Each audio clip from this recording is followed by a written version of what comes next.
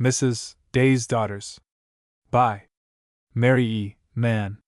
The common growth of Mother Earth suffices me, her tears, her mirth, her humblest mirth and tears. Chapter 1. Their large hours. 2. Something wrong at the office. 3. Forcas's family ale. 4. Disaster. V. Delia's errands. 6. Sour misfortune. 7. Husband and father. 8. The way out. 9. For the widow and the fatherless. Exiles from life's revels. 11. The attractive Bessie. 12. The attractive Delia. 13. The gay gilded scene. 14. A tea party in Bridge Street. 15. The Manchester man. 16. For Bernard. 17. What is it now? 18. The dangerous Scrooge. 19. When beauty calls. XX. Sir Francis makes a call. 21. In for it.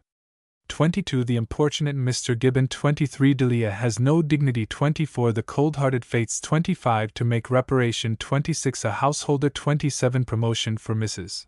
Day. 28. At Laburnum Villa. 29. A prohibition cancelled. XXX. Delia grows up. 31. Bessie's hour. 32. The man with the mad eyes. 33. The moment of triumph. Chapter 1.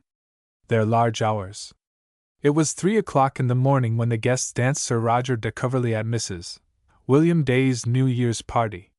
They would as soon have thought of having supper without trifle, tipsy cake, and syllabub, in those days, as of finishing the evening without Sir Roger. Dancing had begun at 7:30. The lady at the piano was drooping with weariness. Violin and cello yawned over their bows. Only spasmodically and half-heartedly the thrum and jingle of the tambourine fell on the ear. The last was an instrument not included in the small band of the professional musicians, but was twisted and shaken and thumped on hand and knee and toe by no less an amateur than Mr. William Day himself. The master of the house was too stout for dancing, of too restless and irritable a temperament for the role of looker-on. He loved noise, always, above all, noise made by himself. He thought no entertainment really successful at which you could hear yourself speak.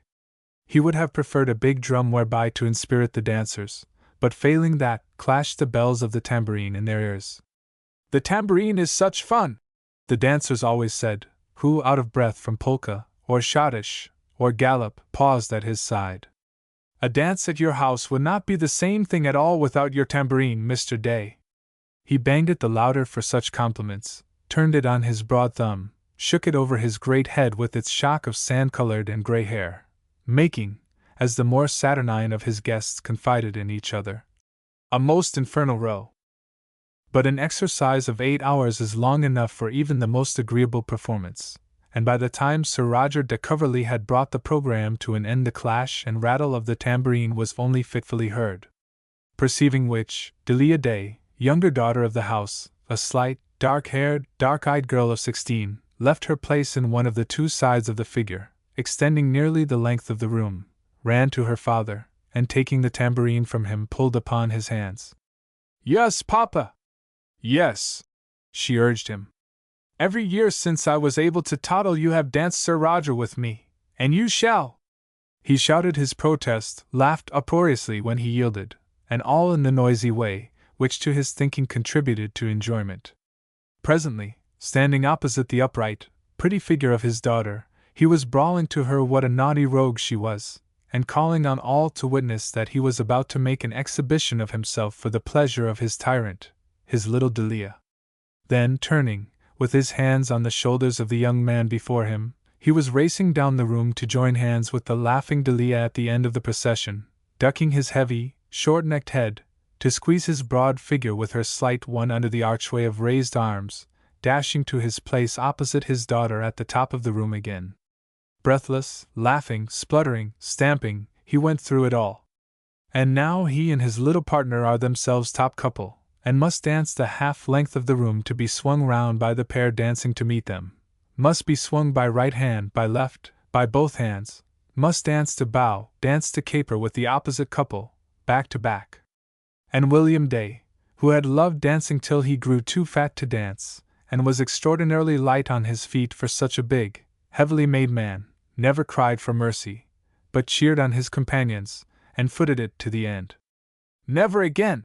he declared when the dance was over, and he stood smacking his chest, panting, struggling for breath with which to bid his guests good night. "You'll never any of you catch me making such a fool of myself again. Why, Papa, you danced it beautifully. Every single year you shall dance Sir Roger de Coverley, and you shall always dance it with me." He shouted that he would not. He always shouted. He would have felt himself falling behind himself on this festive occasion if he had been less boisterous to the end. "I think it has been the nicest of all our parties," Delia declared to her sister, as the girls went to their room. "I've certainly enjoyed it the most," said Bessie. "And Reggie said so, had he? You danced 6 times with Reggie, Bess." "I counted.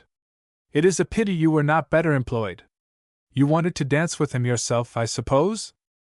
"Why, I did!" Delia cried, and laughed. "I danced the Lancers with him, twice. And in the Grand Chain he lifted me off my feet.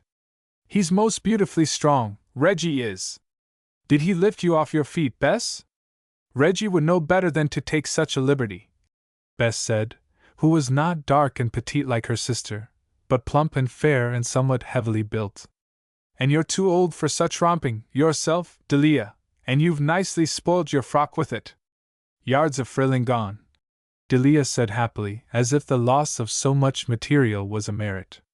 "Just a teeny bit came off to start with. Tom Marston caught his toe in it, and went galloping the whole length of the room carrying it with him and his partner before I could stop him. Oh, how I laughed!" "Mamma won't laugh. She said you must wear the same frock at the Arkwrights' dance next week. The white silk, underneath, is all right, look. Only a new net skirt over it. Mamma won't mind it in the least. If you have a new net overskirt, I shall have one too. You're not to have an evening frock more than me. So come. I shall have blue again. Blue tarlatan with white frillings on the flounces. Blue is my color. Reggie said so tonight. I suppose he admired you in that wreath of forget-me-nots? He didn't say I was to tell you, if he did. You go to bed, and to sleep, Delia, and don't interfere. I'm getting out of my clothes as fast as I can. Why aren't you getting out of yours, Bess? I'm not going to bed yet. I'm waiting for Mama. I've something to say to her. What about? Oh, Bess, do tell. I always tell you everything. She paused, stepped out of her dress, which lay a heap of shining silk and billowy net upon the floor, looked at her sister. It's something about Reggie, she declared with eager interest. Yes, it is. Oh, Bessie, tell me first. Your face is as red as red. Tell me first. You mind your own business, Dita, and brush your hair. I'm not going to brush it, tonight, I can't. It's so tangly. I'm just going to say my prayers, and hop into bed. Mama won't like it if you don't brush your hair. I shall tell her if you don't, Dita. Tell her then. Dita challenged, and hurried into her nightgown, and flung herself on her knees by the side of her bed, and hid her face in her hands, preparatory to making her devotions. A soft tapping on the door before it opened, and Mrs. Day, candlestick in hand, appeared. A pretty woman of medium height, middle-aged, as women allowed themselves to be frankly, 50 years ago. She wore a handsome dress of green satin, a headdress of white lace, green velvet and pink roses almost covering her plentiful dark hair. Not in bed yet? She whispered, and looked at the small white kneeling figure of the younger girl, her hair hanging in a dusky mass of waves and curls and tangles upon her back. Delia was hurrying conscientiously through the established form of her orisons, trying to achieve the prescribed sum of her supplications before her mother left. Can I speak to you for a minute, Mama? Bess demanded, with an air of importance. Not here, glancing at Delia. Outside, just a minute. Pray God bless dear Papa and Mama, sister and brothers and friends. Make us all good and bring us safe to heaven at last. Amen. Delia gabbled, her face upon the white quilt, her ears open. Certainly, dear. Mrs. Day stepped back, closing the door behind her daughter and herself. I don't want Dita to know. She's such a blab, Mama. Oh, my dear, I don't like to hear you say that. But she is. And she listens to things. Here Bessie pushed the door behind her open, to reveal the culprit in her white nightgown on the other side of it. I should be ashamed to be a Paul Pry, Bessie said with indignation and scorn. Delia was not at all abashed. Mama, I don't see why. When nice, interesting things happen, I should not know them as well as Bessie, she complained. She was sent to bed, however, and tucked up there, and kissed, and enjoined by an indulgent, reproving mother to be a good girl, and to go quietly to sleep. What mother could be angry with Delia, looking at her rose and white face amid the tumult of tossed dark curls upon her pillow? Then Bessie led her mother into an unoccupied room, hard by, upon the landing, and began to unfold her tale. Mamma, it is about Reggie. The room was only lit by the flame of the candle Mrs. Day held, but there was light enough to show the blushes on Bessie's young plump cheeks. Mamma, he has said something about that again. You know. About his being engaged to you. Bessie, cheeks and eyes aglow and alight, ecstatically nodded. Her fair bosom in its garniture of white tulle and forget-me-nots, rose and fell. What two pretty daughters I have! Mrs. Day said to herself, and being a devout woman, gave thanks accordingly. Well, dear, and what did you say? I said I don't know what I said, Mamma. We were dancing that last gallop, the Orlando Furioso one, you know, and the room was so full, and other couples were rushing down upon us. People are so horribly selfish when they dance, and some of them dance so boisterously. It would be a very nice engagement for you, Bessie. I suppose there was not a girl here tonight who would not gladly take him. I know that. I know that, Mamma. So does he, Reggie. He did not say so, I hope? No, Reggie does not always want exactly to say things. But what did he say to you, dear? Is the matter any forwarder than it was the last time you spoke of it to me? Well, I suppose so, Mamma.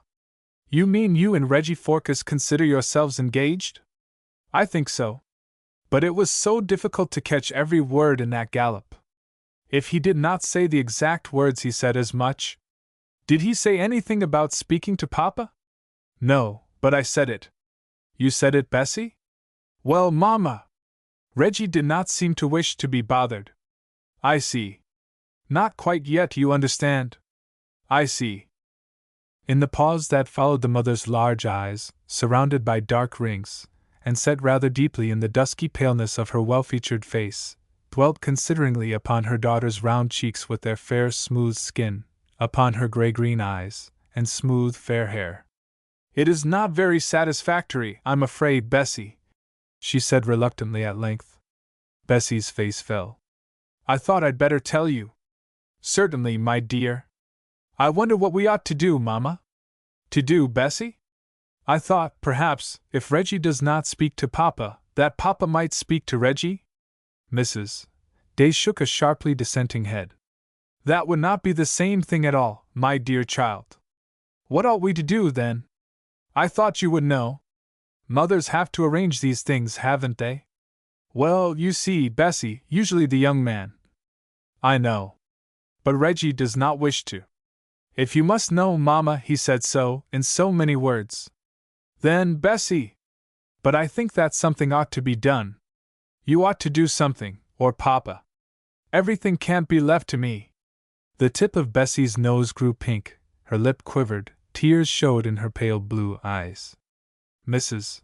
Day laid a soothing hand upon her arm. We won't talk of it any more now, she said. We are both tired. We will sleep on it, Bessie. Go to bed, dear, and leave everything till the morning. Her silver candlestick in her hand, Mrs. Day trailed her rich green satin across the landing, pausing at the door of Bernard, her second-born, coming between Bessie and Delia. She listened a moment, then rapped upon the door. In bed, dear? Yes, Mother. Lights out? A half-hour ago. Not smoking, Bernard? Of course not. Go away. To the bedside of the youngest child she betook herself next. Frankie, who had been sent to bed several hours before the rest, was sound asleep. There were 9 years between this child and Delia. Frankie was the baby, the darling of them all. The mother, tired as she was with the duties and responsibilities of the evening, stood long to look upon the sleeping face of the boy. His dark hair, allowed, through mother's pride in its beauty, to grow longer than was fitting for a boy, curled damply about his brow. His small, dark, delicately aquiline features were like the pretty Delia's. The elder boy and girl, fair of skin, with straight hair of a pale, lusterless gold, resembled their father, Mrs. William Day was not so far blinded by love of her husband as not to rejoice in secret that at least 2 of her children favored herself. The mother sat for a few minutes on the bed, her candle shaded by her hand, to watch the child's regular breathing. "My darling Frankie!" she whispered aloud, and to herself she said, "If only they could all always keep Frankie's age!" She smiled as she sighed, thinking of Bessie and her love affair, about which she had many doubts, of Bernard, who, in spite of prayers and chidings, would smoke in bed, and had once set fire to his bedclothes, of Delia, even, who, schoolgirl as she was, had, and held to, her own ideas, and was not so easy to manage as she had been. If a mother could always keep her children about her, to be no older, no more difficult to make happy than Frankie. She sighed, kissed the child, pushed from his face the admired curls, then dragged her rich, voluminous draperies to her own room, where her husband was already, by his silence she judged, asleep. There was a pier glass in the large, handsomely furnished bedroom. Mrs. Day caught her reflection in it as she approached, and paused before it. Bessie had thought her new green satin might have been made a yard or so fuller in the skirt. Did it really need that alteration, she wondered? She lit the candles branching from the long glass and standing before it seriously debated the point with herself. Walking away from the glass, her head turned over her shoulder, she examined the back effect, walked to meet herself, gravely doubtful still, gathered the fullness of the skirt in her hand, released it, spreading out the rich folds. Then, something making her turn her head sharply to the big bed with its red marine curtains hanging straightly down beside its 4 carved posts, her eyes met the wide open eyes of the man lying there. "Oh!" she cried. "How you startled me, William! I thought you were asleep. How silly you must have thought me!" "Not more than usual," William growled. He held the idea, it was more prevalent perhaps at that period than this, that wives were the better for being snubbed and insulted. "I was deciding if to have my evening dress altered or not. You are never in want of an excuse for posturing before the glass. What does it matter at your time of life how your dress looks? Come to bed, and give me a chance to get to sleep." Mrs. Day extinguished again the candles she had lit, and began docilely to unrobe herself. As she did so she talked. "It all went off very well tonight, I think, William? First rate. Champagne cup ran short. There should have been enough. The Barkers at their party never have champagne at all. When you're about it, do the thing well. What's a few pounds more here and there, when the end comes? The end, William? The end of the year. When the bills come in. How did you think Bessie looked tonight? I thought my little Delia was the belle of the ball. Delia is a child only. You never have eyes but for Delia. Bess was all right. I thought she looked so fair and sweet. Her neck and arms are like milk, William. I wonder if Reggie Forkis means anything? B.A. Not he. No such luck. I really don't see why. I don't see why our girls should not have as good luck as other people's. Reggie will marry someone, I suppose? Now, don't be a silly fool if you can help it, and don't encourage the girl to run her head at any such nonsense. Francis Forkis will no more allow his brother to marry your daughter than the Queen will allow him to marry one of hers. I told you that before. But Bessie, poor child, thinks differently. Tell Bessie not to be an ass then, and come to bed." She went to bed, and spite of her disturbing thoughts of Bessie and her love affair, went to sleep. "Oh dear," she said as she lay down. "What a lot of bother there'll be for the servants, getting the house straight, tomorrow, and they so late to bed. The drawing-room carpet to put down again, and all the furniture to move into place. And it only seems the other day since we went through the same thing on last New Year's Eve. Turning the house upside down is what women like. It's what they're made for. I wonder how many more dances we shall have to give before both the girls are married, and off our hands. I'm sure I shall never take the trouble to give one for the boys." "Shan't you, indeed? Why do you speak like that, William? I don't know that I have said anything for you to jeer at." "Oh, go to sleep. And let's hope you won't have any worse troubles than the laying down or taking up of a carpet. The old servant Emily, who had lived with the Days since their marriage, and was as much friend as servant to her mistress and the young people, had once, in speaking of her master, made the memorable pronouncement that he was apples abroad and crabs at home. This speech, being interpreted, meant that the noisy, boisterous good temper and high spirit which his acquaintances witnessed in him did not always characterize the deportment of the head of the house in the bosom of his family. He lay for a time, staring at the dying fire which was on his side of the room. He lay still, to let his wife believe he was asleep, but was too irritable and restless to lie so for long. He turned about on his pillow, cautiously at first, so as not to wake her, yet when she did not awake was aggrieved, and sharply called her name. "You sleep like a pig," he said. "I have not closed my eyes since I came to bed." The fact that she could sleep and he could not was to him a grievance which dated from their marriage, 20 years ago. Poor Mrs. Day had grown to think her predilection to indulge in slumber when she went to bed was a failing to be apologized for and hidden, if possible. She was often driven fictitiously to protest that she also had lain wakeful. He received a like statement when she made it now in contemptuous silence. "I have been thinking about what you tell me of Bess and young Phorcys," the father said. "Of course, if there were, by chance, anything in it, it would be a very good thing for the girl. I am glad you see it in that light at last, William. I have always, of course, known that it would be a good thing. What I have been thinking is, perhaps I had better go and see Francis Phorcys about it." "Reggie's brother?" "Oh, no, William! I would not do that." "And why not, pray? You and I can never look at a thing in the same light for 2 minutes at a time. If I want to rest on my oars, you're badgering me to be up and doing. If I begin to see it's time for me to interfere, it's oh no, William, there never was your equal for contradiction. All the same, I should not go to Sir Francis." "And why not? What's your reason? What is there against it? If his brother, who is dependent on him for the present as if he were his son, is going to marry my daughter, he and I will have to talk it over, I suppose?" "Yes. But not until Reggie has spoken to you. At present he has not said a word except to Bessie. I think Reggie should. I think— Never mind what you think. Let's come to facts. Is there or is there not anything serious in this affair? Bessie says there is. Can't you give a plain answer to a plain question? Is young Phorcys, who is always hanging about the place, making love to my girl, or is he not? He has certainly paid her attention. Is he engaged to her? Bessie considers herself engaged. But as I tell Bessie, I don't want that. What you think, or what you tell Bessie. I want facts to go upon. Without facts you can't expect me to act. I really do not wish you to act, William. Leave that to me. I am not asking what you wish. William snapped at her, and then turning on his side he seemed to go to sleep. Chapter 2. Something wrong at the office. Mrs.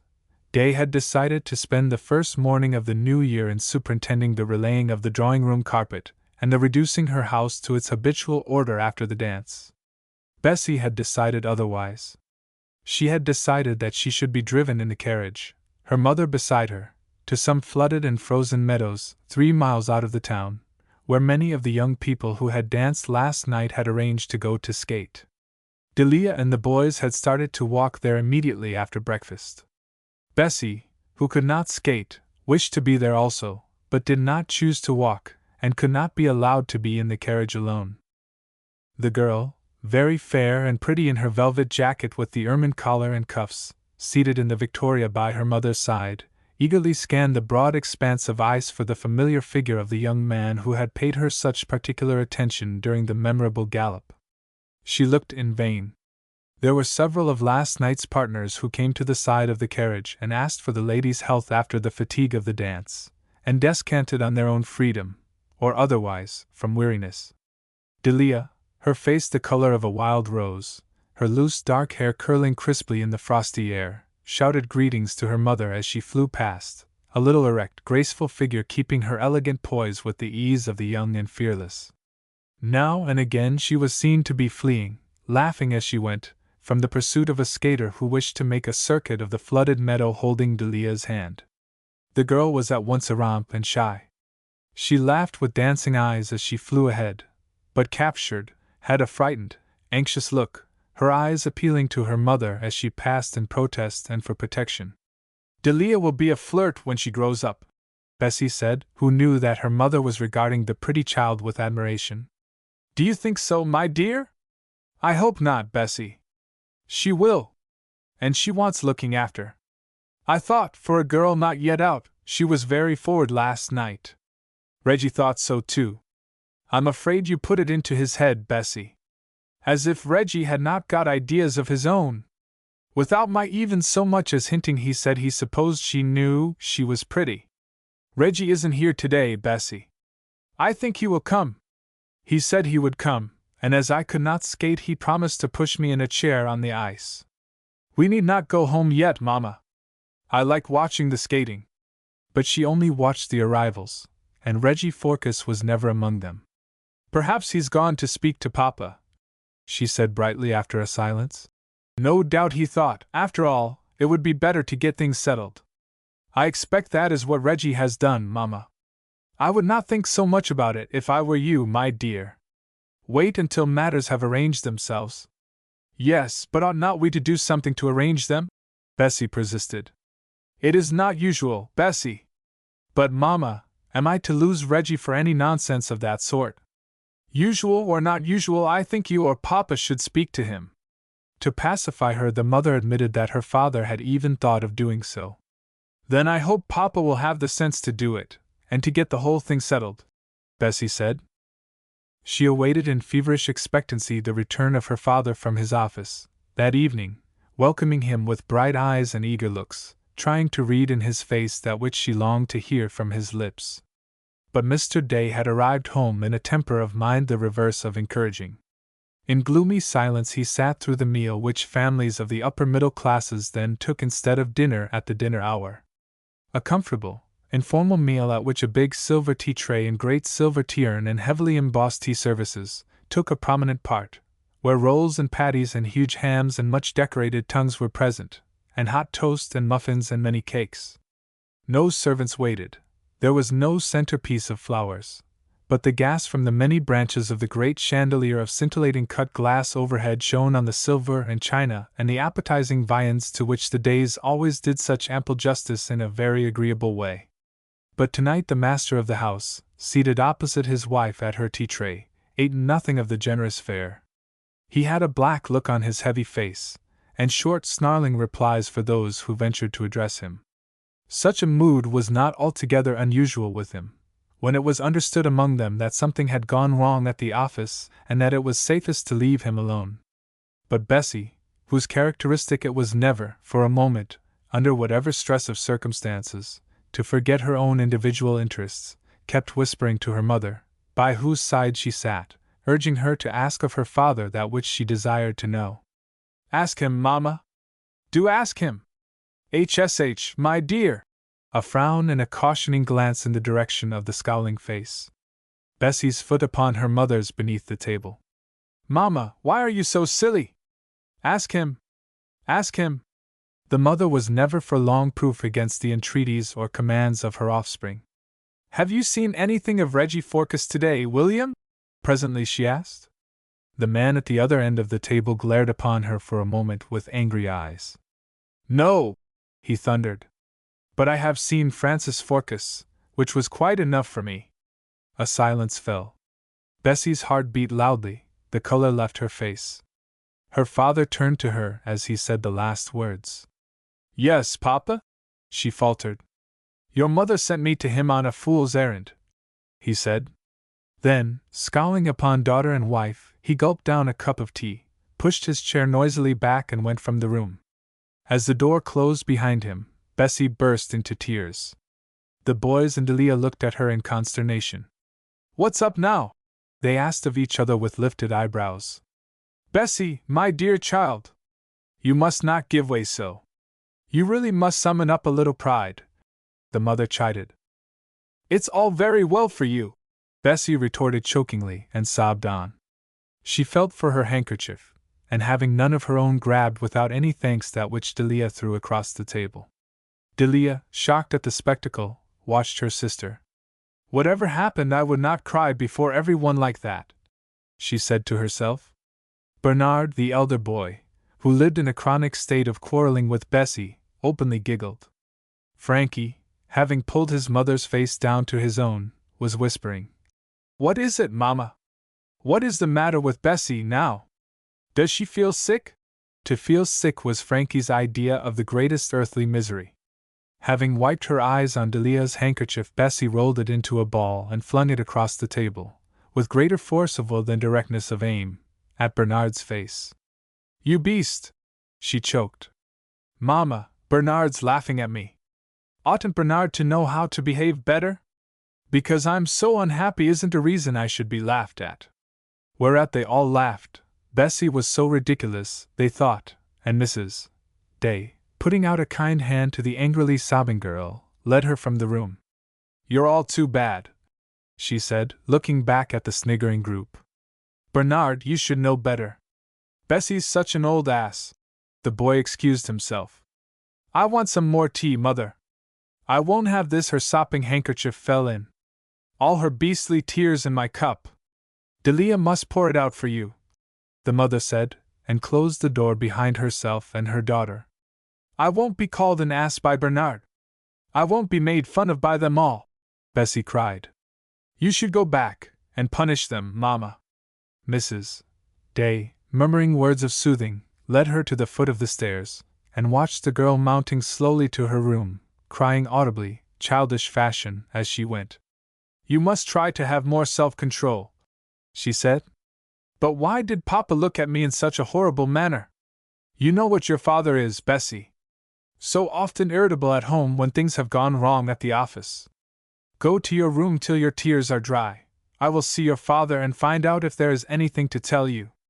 Mr. Day was in the room they called the breakfast room. Looking upon it with the housewife's desire for neatness, Mrs. Day often spoke of it as the pigsty, but it was the room they all of them loved best in the house. It was here the children learned their lessons for school, the ladies worked, Frankie played. It was spacious and cheerful, and held nothing that rough usage would spoil. All the most comfortable chairs in the house were pulled up to the hearth, upon which Frankie's cats were allowed to lie, and Bernard's dog, a canary, Delia's especial protégé, hung in the window. Mr. Day had pulled a chair too small for his huge bulk in front of the fire, and sat, looking huddled and uncomfortable, his feet drawn up beneath his chair, his knees dropped, staring at the bars. "Is anything the matter, William?" his wife asked. "Aren't you going out again this evening?" Every night of his life, except the Sunday night, when on no account would he have missed going to church with his family, he went to a club in the town where whist and three-card loo were played, for higher stakes, it was whispered, than most of its members could spare. "You have taken off your boots, William. Aren't you going to your club?" "No, I'm not going to my club." "In heaven's name, why?" "Because my club's seen the last of me." She looked at him aghast, hearing the news with real dismay. She never would have admitted, even to herself, being a kind woman and a dutiful wife, that she preferred her husband out of her presence rather than in it. Her children would not have whispered such a disloyalty, yet if he was going to pass his evenings in the bosom of his family, for the future, each of them would know in his or her heart that the peacefullest and most enjoyable hours of the day would be spoilt. "Have you had any unpleasantness over cards, William?" He turned savagely upon her where she stood by the corner of the mantelpiece. "What the devil did you send me on that fool's errand to Francis Forcas for?" he asked. "I send you, William? I went because of the lying report you brought me. William, you led me to believe Bessie and young Forcas were engaged. Now did you or did you not lead me to believe it? Speak the truth if you can. Did you or did you not? I only. Did you lead me to believe it? Yes, then, if you will have it so. And made me look a fool. I thought it was too good to be true, only you stuck to it. You were so sure. You would have it so. Nothing would turn you. William, you must remember I advised you not to go. Did I ask your advice? Did I ever stoop to ask for it? I acted on information which you gave me. Went, and got kicked out. Kicked out? William! Practically. I don't mean to say the man actually used his boot. If he had, he couldn't have expressed plainer what he meant. Francis Forcas never had a civil word to fling at me in all his life. But for your infernal, silly cackle, I'd as soon have gone to the devil as to him. If I'd only had myself and my own feeling to think about, Bessie or no Bessie, I'd have hanged myself sooner than have gone to him. But I'd got more than that. His voice had fallen from its bullying key to a toneless melancholy. Mrs. Day, who had been standing hitherto, seated herself in the chair by the chimney corner, and looked at her husband's blunt profile as he sat before the fire with a sick feeling of impending disaster, and a dismayed inquiry in her dark eyes. I'd got you and the children to think about, the man added. What could Sir Francis have said to you, William? Her husband turned savagely upon her. Say? He said there was no engagement between his brother, his young brother, and my daughter. That such an engagement would never receive his sanction. That he was not aware his young brother, he's always sticking the word down your throat, the sanctimonious prig, I long to kick him, was on terms of intimacy with any one in my family. William! Mrs. Day, cut to the quick, called protestingly upon her husband's name. I hope you answered him there. I hope you did. I said the young beggar was always hanging about my house. That he had danced half the night with my daughter, and made love to her. And then? And then, William? He said, I wish all acquaintanceship to cease. I beg you not to invite my young brother to your house again.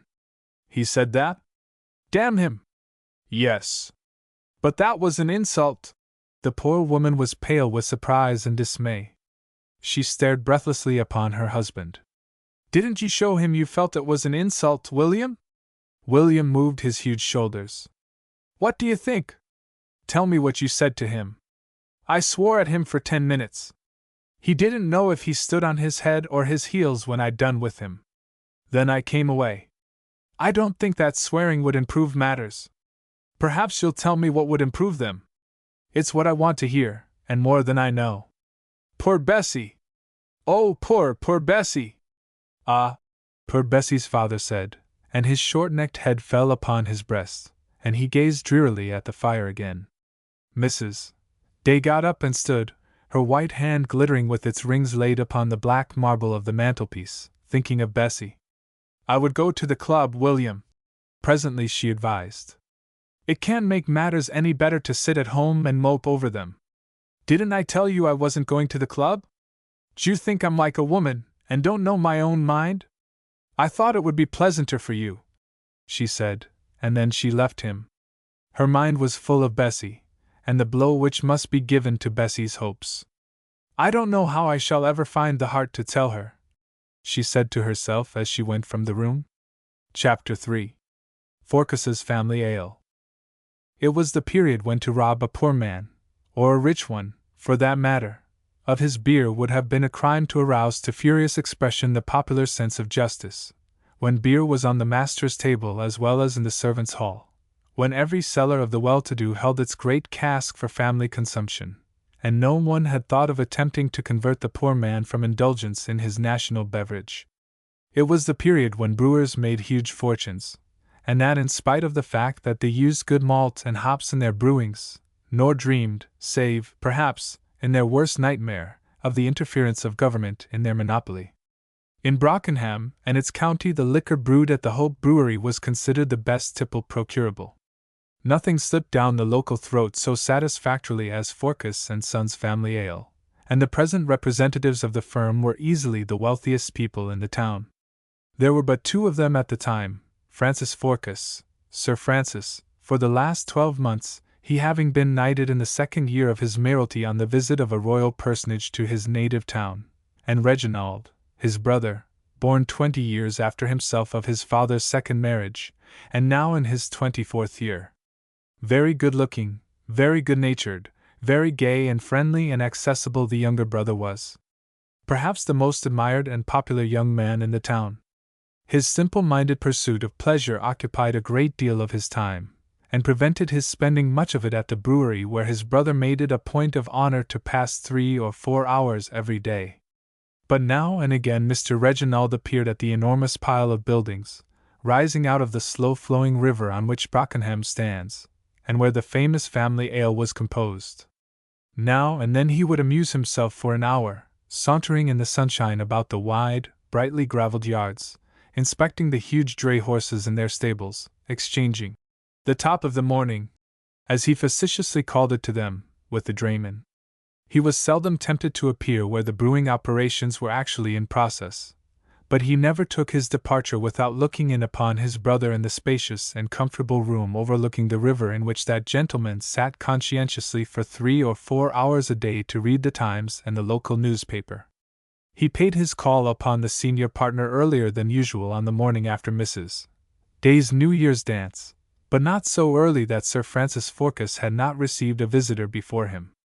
A visitor who had upset the equanimity of that always outwardly unruffled and carefully self-contained person.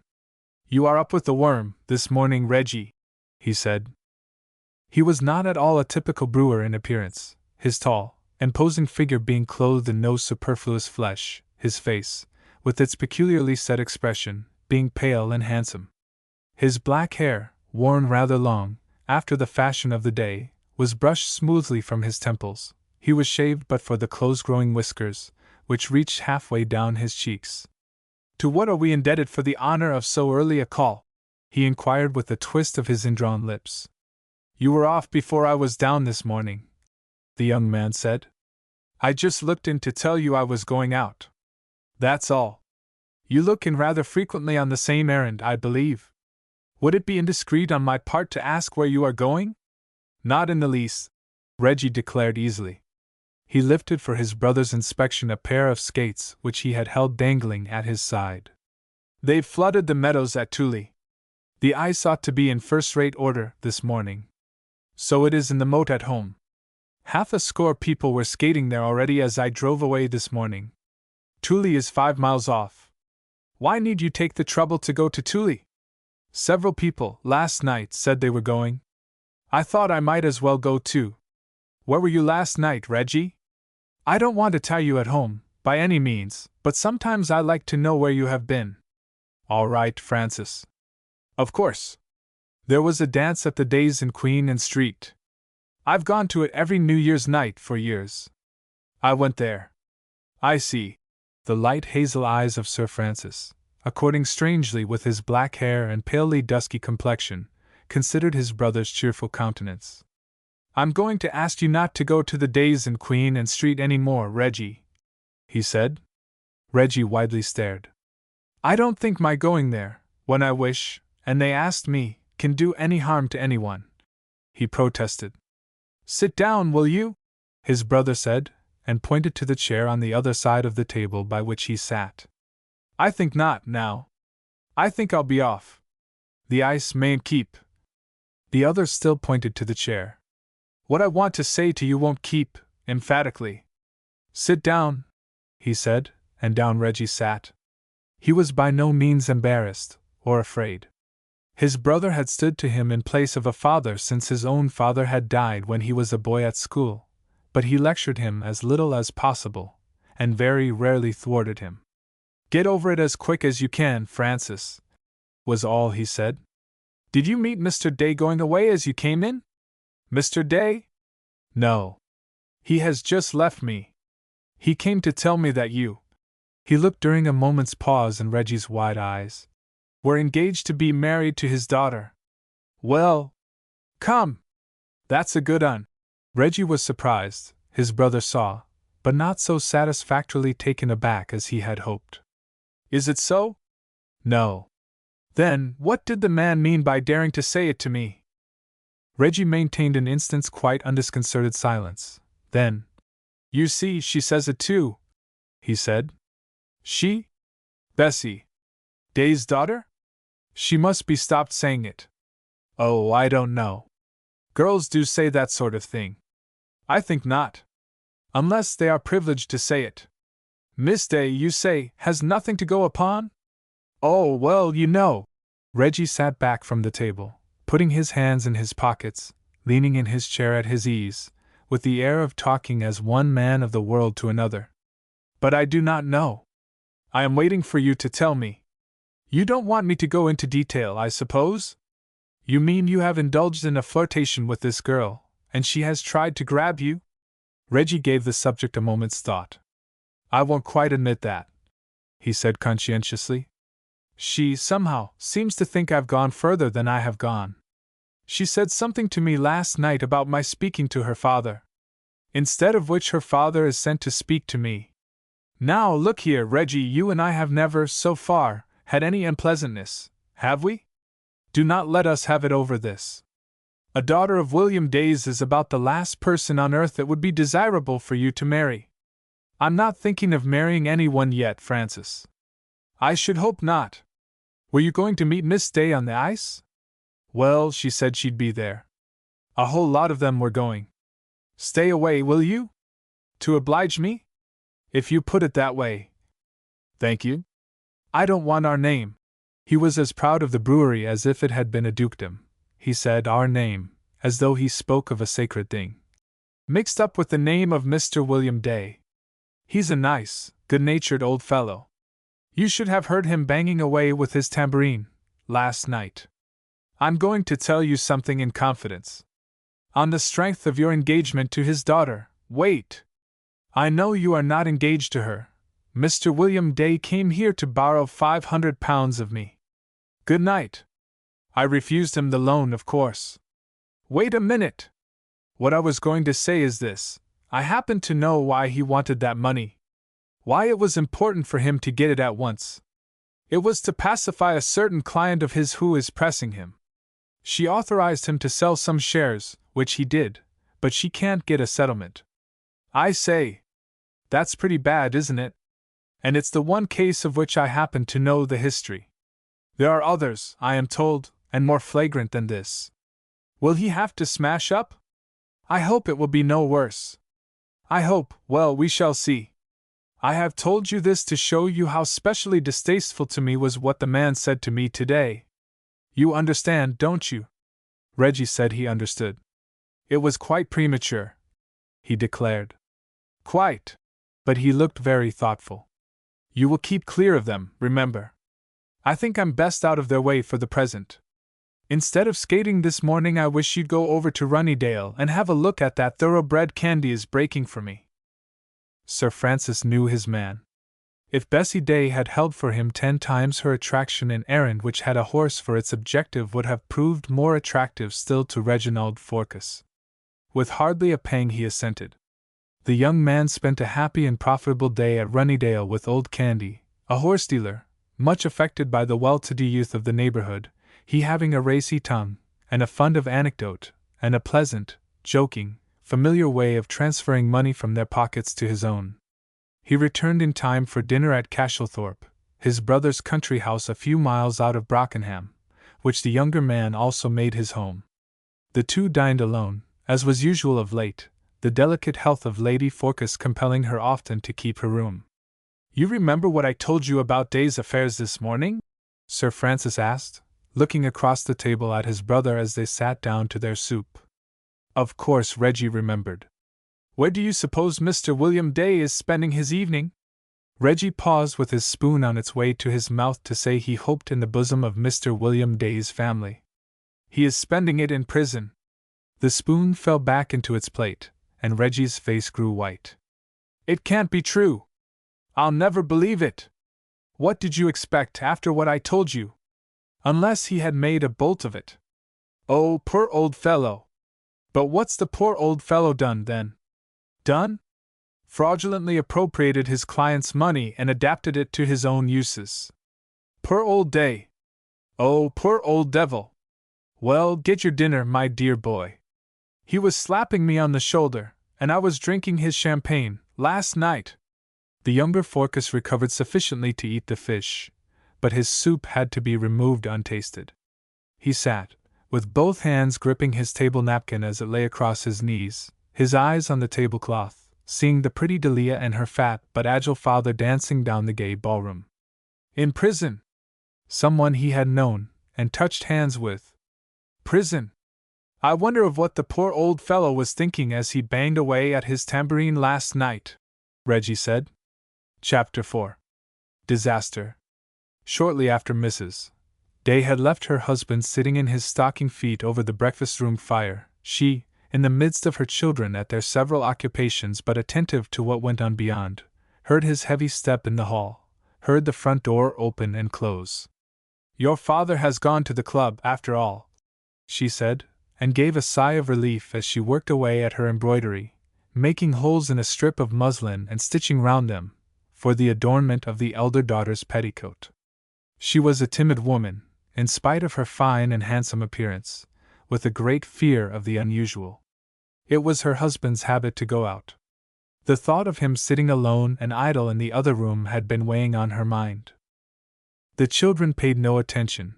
They were all a little tired and languid and disinclined for their usual amusements after the excitement of last night's dance and the exertion of their morning on the ice. Even Delia, the reader of the family, neglected her book to lie back in her chair and gaze into the fire, the music of gallop and rattle of her father's tambourine humming in her ears. Before her eyes, figures chasing each other over the blue sheet of ice or flying rhythmically over polished boards.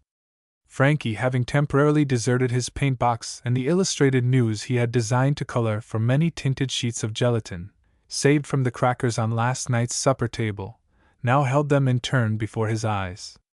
"Mama, you're all red, all lovely red, like roses." Or, "Bessie, you're frightful, you're white as if you felt sick," he cried, accordingly as a red or a green transparency was before his eyes.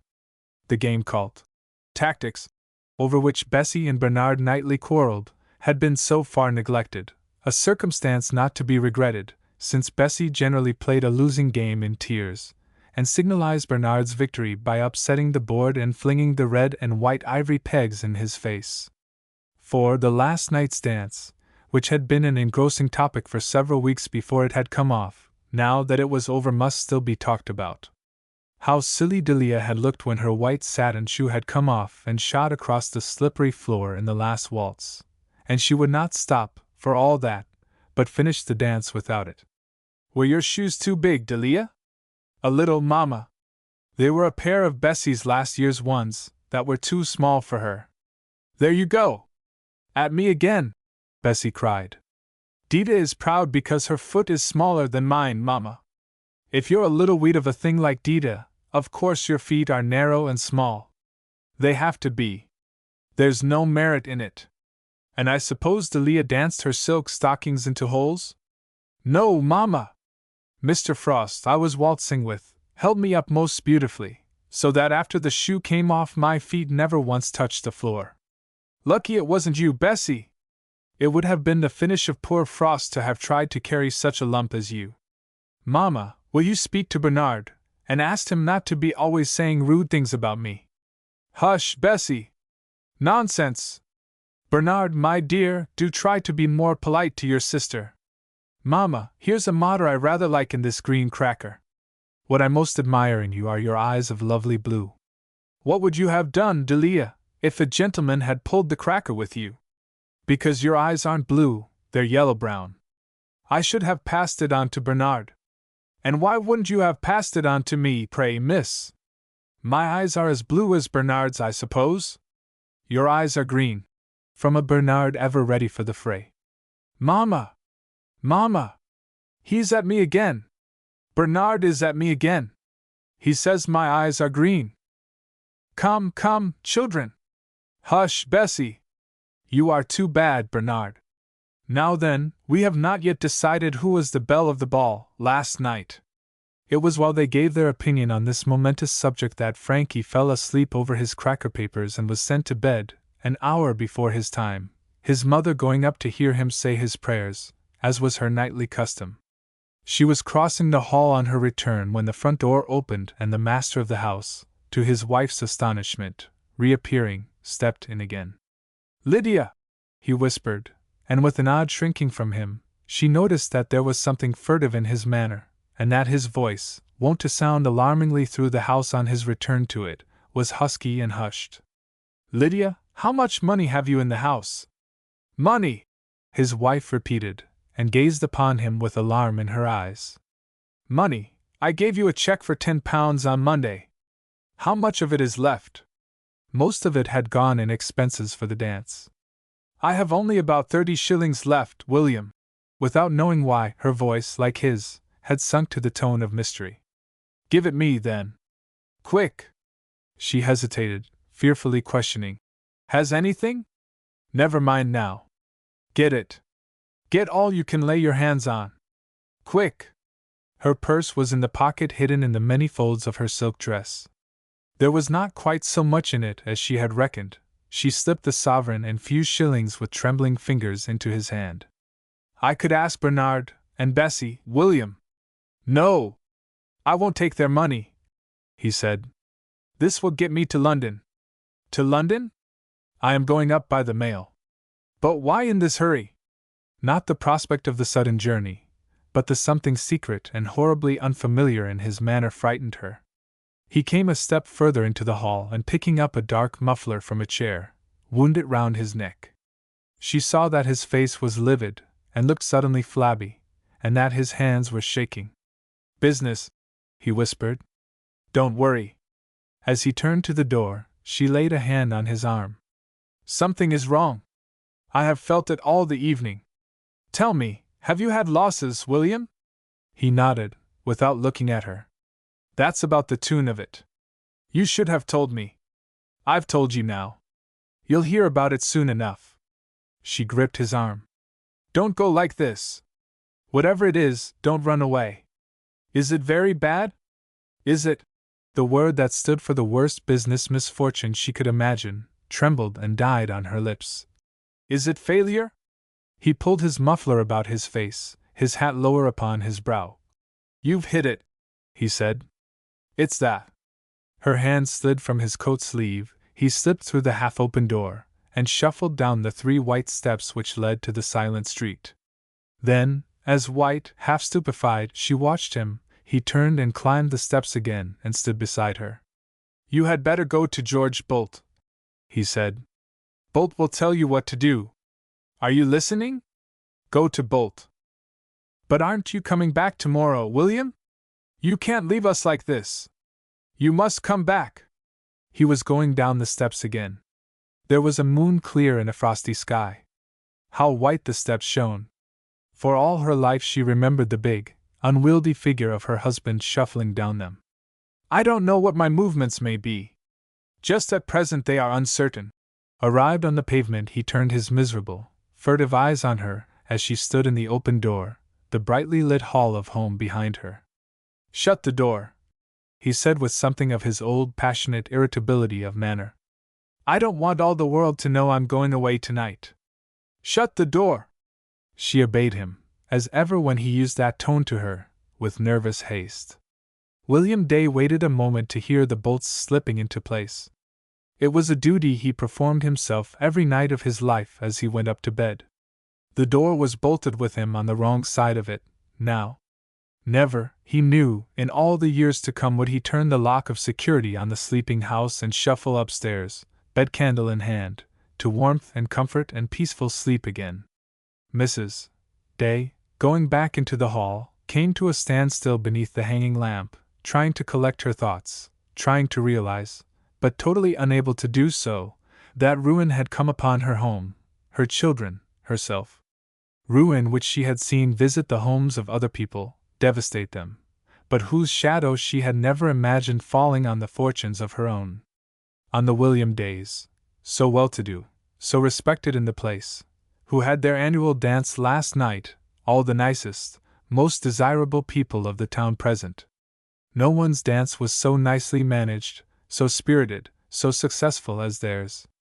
She was actually thinking of the dance as she stood there, dazed, in the gaslit hall. They would never give another New Year's dance. William, with all his faults, was never mean. Don't spoil the ship for a ha'portage of tar, was a favorite motto of his. She had ever thought it a proverb both pleasant and wise. She was not an extravagant woman, but she also liked to have things well done, and had no sympathy with cheese-paring ways. The house was well and handsomely furnished, she and the children had plenty of dress, Their table was an excellent one, all of them indulging in an amused contempt of the domestic economies of their friends. Servants stayed with them for years, and it was easy to fill their places when they left. They kept one more of them than was needed, for comfort's sake. She was a good mistress. He, for all his passionate rating of his dependents at times, was a good master. Was all this finished now? Was it possible? The old pleasant, natural order of things, the only order to which she had ever been accustomed. Finished now? And if so, what would follow? Furniture sale. Dust of strange feet in the familiar rooms. People she would never have dreamed of admitting there pulling about her carpets, poking her feather beds, turning up their noses at the breakfast-room chair covers which were shabby. There was no good in denying it, and with her not by to explain they preferred them so. No more expensive paint boxes and toys for Frankie, Bessie and darling Delia in shabby hats. Bernard without pocket money, made a banker's clerk. Perhaps, she had heard her husband say bank clerks had no prospects, poor beggars. Bernard, her handsome Bernard, to be a poor beggar. A sudden vertigo seized her. The hall was whirling round. She stretched a hand blindly for support, and pulled over an umbrella stand which fell with a crash and clatter. The girls and Bernard came running out. "What on earth are you doing, Mamma?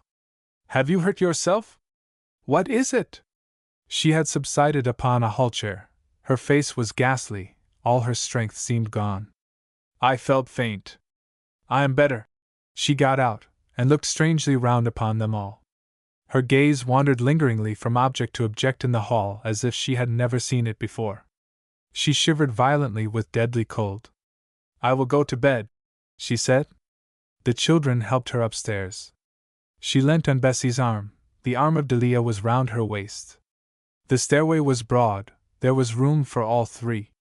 Bernard stood on the mat below, and watched with an anxious face. "Sure I can't do anything, Mother?" he kept saying. They were all so fond of her, so frightened if for a moment she seemed to fail them. She could not get rid of them till they had undressed her and put her to bed. Until they themselves went to bed they kept coming back and peeping in at her. "Papa will be back soon. Mind you send him for us if you feel at all ill," they adjured her. "Mamma, you are sure it is not because I worried you about Reggie Forkes?" a contrite Bessie asked. "Because he is sure to come tomorrow. You think so, don't you? And we shall make it all right, in spite of Sir Francis. Promise not to worry, Mamma." Twice in the night Delia slipped from her own warm bed to stand, an anxious little figure, shivering in her nightgown, her dark curls streaming down her back, a suspensive ear to the keyhole of her mother's door. People fainted because they had heart disease.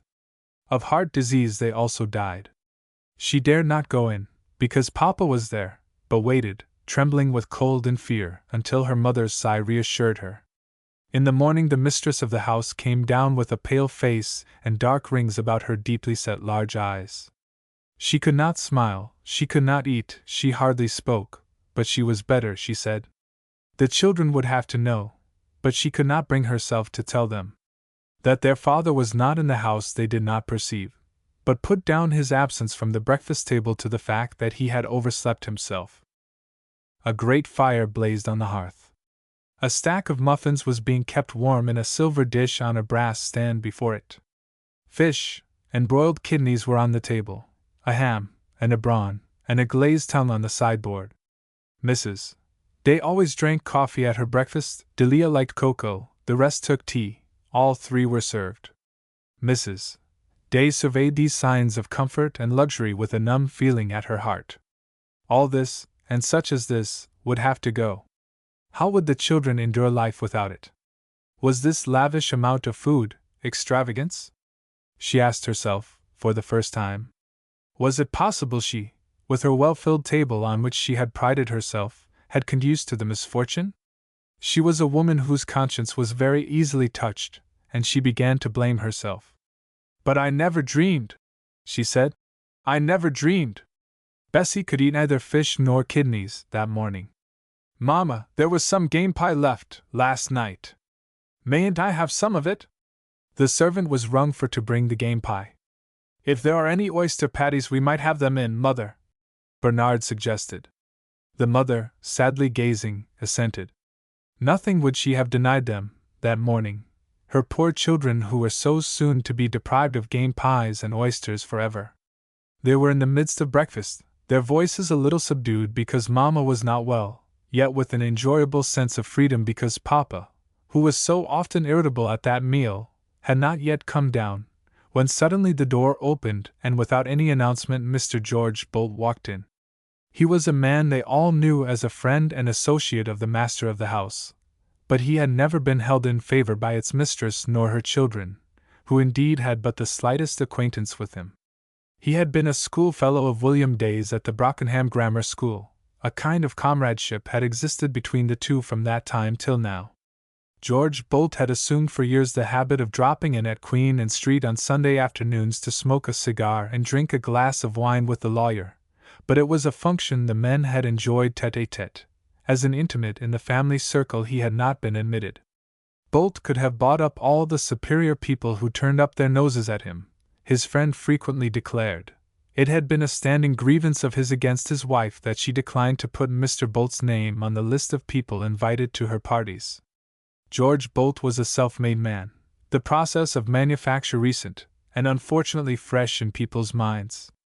If I invite the man who keeps the draper's shop, the professional people won't come to meet him, Mrs. Day pointed out, and remained obdurate on the point. But because he, who did not in the least wish to go to her parties, could not be invited to them, a little awkwardness in the relations of her husband's Sunday afternoon visitor and Mrs.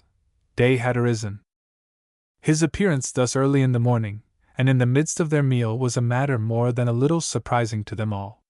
He was a short, rather podgy man, with fair whiskers curled upon red cheeks, a common, upturned, broad-nostrilled nose, a wide, thick-lipped mouth, quick, observant, but by no means beautiful eyes, a protruding chin, and a roll of flesh which showed above his collar at the back of his neck. Well and carefully he was dressed, however, and wore that air of conscious prosperity to be observed in the man who has carved his own fortunes, and is proud of the fact. He grasped, in his broad, short-fingered, red one, the white hand of Mrs. Day, who went forward to meet him. "I got a verbal message from your husband last night, asking me to look you up the first thing this morning," he said. "This is a sad business for you all. I am sorry, very sorry." Mrs. Day took her place behind her teacups again, lacking the strength to stand. "Do the children know?" he asked, in a tone, muffled indeed, but quite audible in the children's ears. Mrs. Day shook her head. "But they must know," she said. "Know what?" they all asked, alert for news, but suspecting no evil. Even Frankie looked up from his toast and marmalade with an inquiring glance. Perhaps the circus was coming, and there would be another procession, with elephants and camels walking through the streets, and unseen but loudly roaring lions dragged in their cages. "There is bad news, my dears," Mrs. Day began, but very faintly. She clasped her hands upon the edge of the tea tray, the cups and saucers jingled with their shaking. "Poor Papa is in trouble. Tell them," she whispered to the man who stood beside her. "I can't tell them." Mr. Bolt fixed Bessie with the gaze of his slightly protruding eyes of stone-colored blue. She was the eldest, the only one who could really be said to be grown up. For all his tail coat and smart neckties, Bernard at 17 was only a boy still. "What is the matter with Papa? Where is Papa?" Bessie asked him. "Just at present, we hope only for a short time until we can bail him out. Your Papa is in prison," George Bolt said. He had known it would be a blow to them, but he was a man entirely without imagination, and therefore quite incapable of putting himself in another person's place. Rumors had been afloat in the business world. Money, which the jog-trot profession of law alone could never have brought him in, had been spent. More than once the suspicion of what would be the end of his old school friend had crossed his mind. But that the possibility of such a, to them, hideous calamity, had never presented itself to the man's wife and children he had not considered, nor was he capable of appreciating the sorrow and shame they would suffer by such a disgrace. He had not a high opinion of William Day's wife and family. They were people who thought the world a place for play rather than hard work, who frequented theaters and concert rooms, and dances. It was not likely they could feel anything very much. He was unprepared for the effect of his words. They were young, they were undisciplined, they were quite unused to misfortune. The children met the news of its appearance among them by a loud yell of terrified protest. Mrs. Day had flung herself upon him, grasped him, clung to him. "Not William!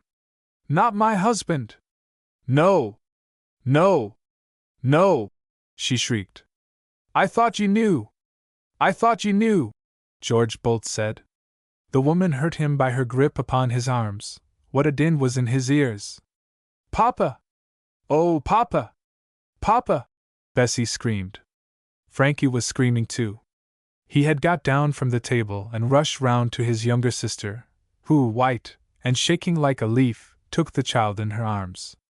Bernard had risen, ashen-faced, staring. "It isn't true!" he shouted savagely at his father's traducer. "It's a lie! Didn't you know?" George Bolt kept saying to the poor woman who was shaking him by the force of her trembling as she clung to him. "I would have prepared you. I thought you knew. I thought it was bankruptcy," she got out between her chattering teeth. "I didn't know it was disgrace." "Are you sure?" "Quite sure. Quite. There is not the shadow of a chance it is not true. A police officer brought me a message from him from the station house last night." She let go his arms, and sank into her chair again, and Frankie, who could find no comfort in Delia's embrace, left her, and still screaming his terrified "Papa! Papa! Papa!" flew to hang upon his mother's neck. Delia crept round to Bernard. "Oh, Bernard, what can we do?" she said. "What ought we to do?" Bernard, who had sunk into his chair, only laid his arms upon the table, his head upon his arms, and sobbed. George Bolt thought they were taking it very badly. "This comes of too much pleasuring," he told himself. He looked round upon the miserable group, feeling shocked and helpless. He had gone there to see if he could be of use. How was it possible to help people who behaved like this? He was a widower, but had no children of his own. If he had been more fortunate in that respect, what serious-minded, well-conducted boys and girls they would have been, not squeaking over misfortune, but standing up to it when it came, looking about them, open-eyed, for ways of making money, marrying money, and getting on. The children of William Day and their mother were acting like a set of lunatics only fit for bedlam. "I'm sorry to have to spring it upon you suddenly. I thought your mamma knew," he said again. "But it's a thing that had to be known, and perhaps as well one time as another. It's a thing that has got to be borne, too, and made the best of."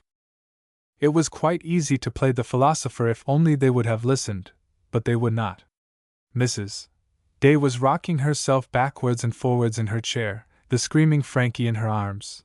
Bessie had flung herself upon the floor and was beating it with her palms and calling upon the name of Papa. George Bolt was sorry for their misfortune, but he looked on and listened with distaste. To have no more spunk than that. "Which of you can I speak to?" he asked sharply at last. He crossed the room and touched Bernard's heaving shoulders. "Come out," he said, and Bernard, openly blubbering, got up and followed his father's friend from the room. In the hall George Bolt laid a steadying hand upon the poor boy's arm. "You must bear this like a man, Bernard," he said. "You're not a child nor a woman, try to be a man." "What's he done? What's my father done?" the boy asked. He blew his nose and wiped his eyes, and made an effort to hold himself upright. "It's a question of some money belonging to a client." "To a client, sir? Your father invested a large sum of money for her, then sold the shares, and did not buy others or give her the money. But he would have done, in time. He meant to do it. Your father has got to prove that. My father will do it." With a sob. "I hope so. There's another matter we need not go into now. Her signature authorizing the sale she disputes. My father will explain. Perhaps. He'll be up before the magistrates today. I shall attend, and shall offer myself to go bail for him. They'll probably want to. Who is there you can ask?" Bernard did not know. He had not his wits sufficiently about him even to think.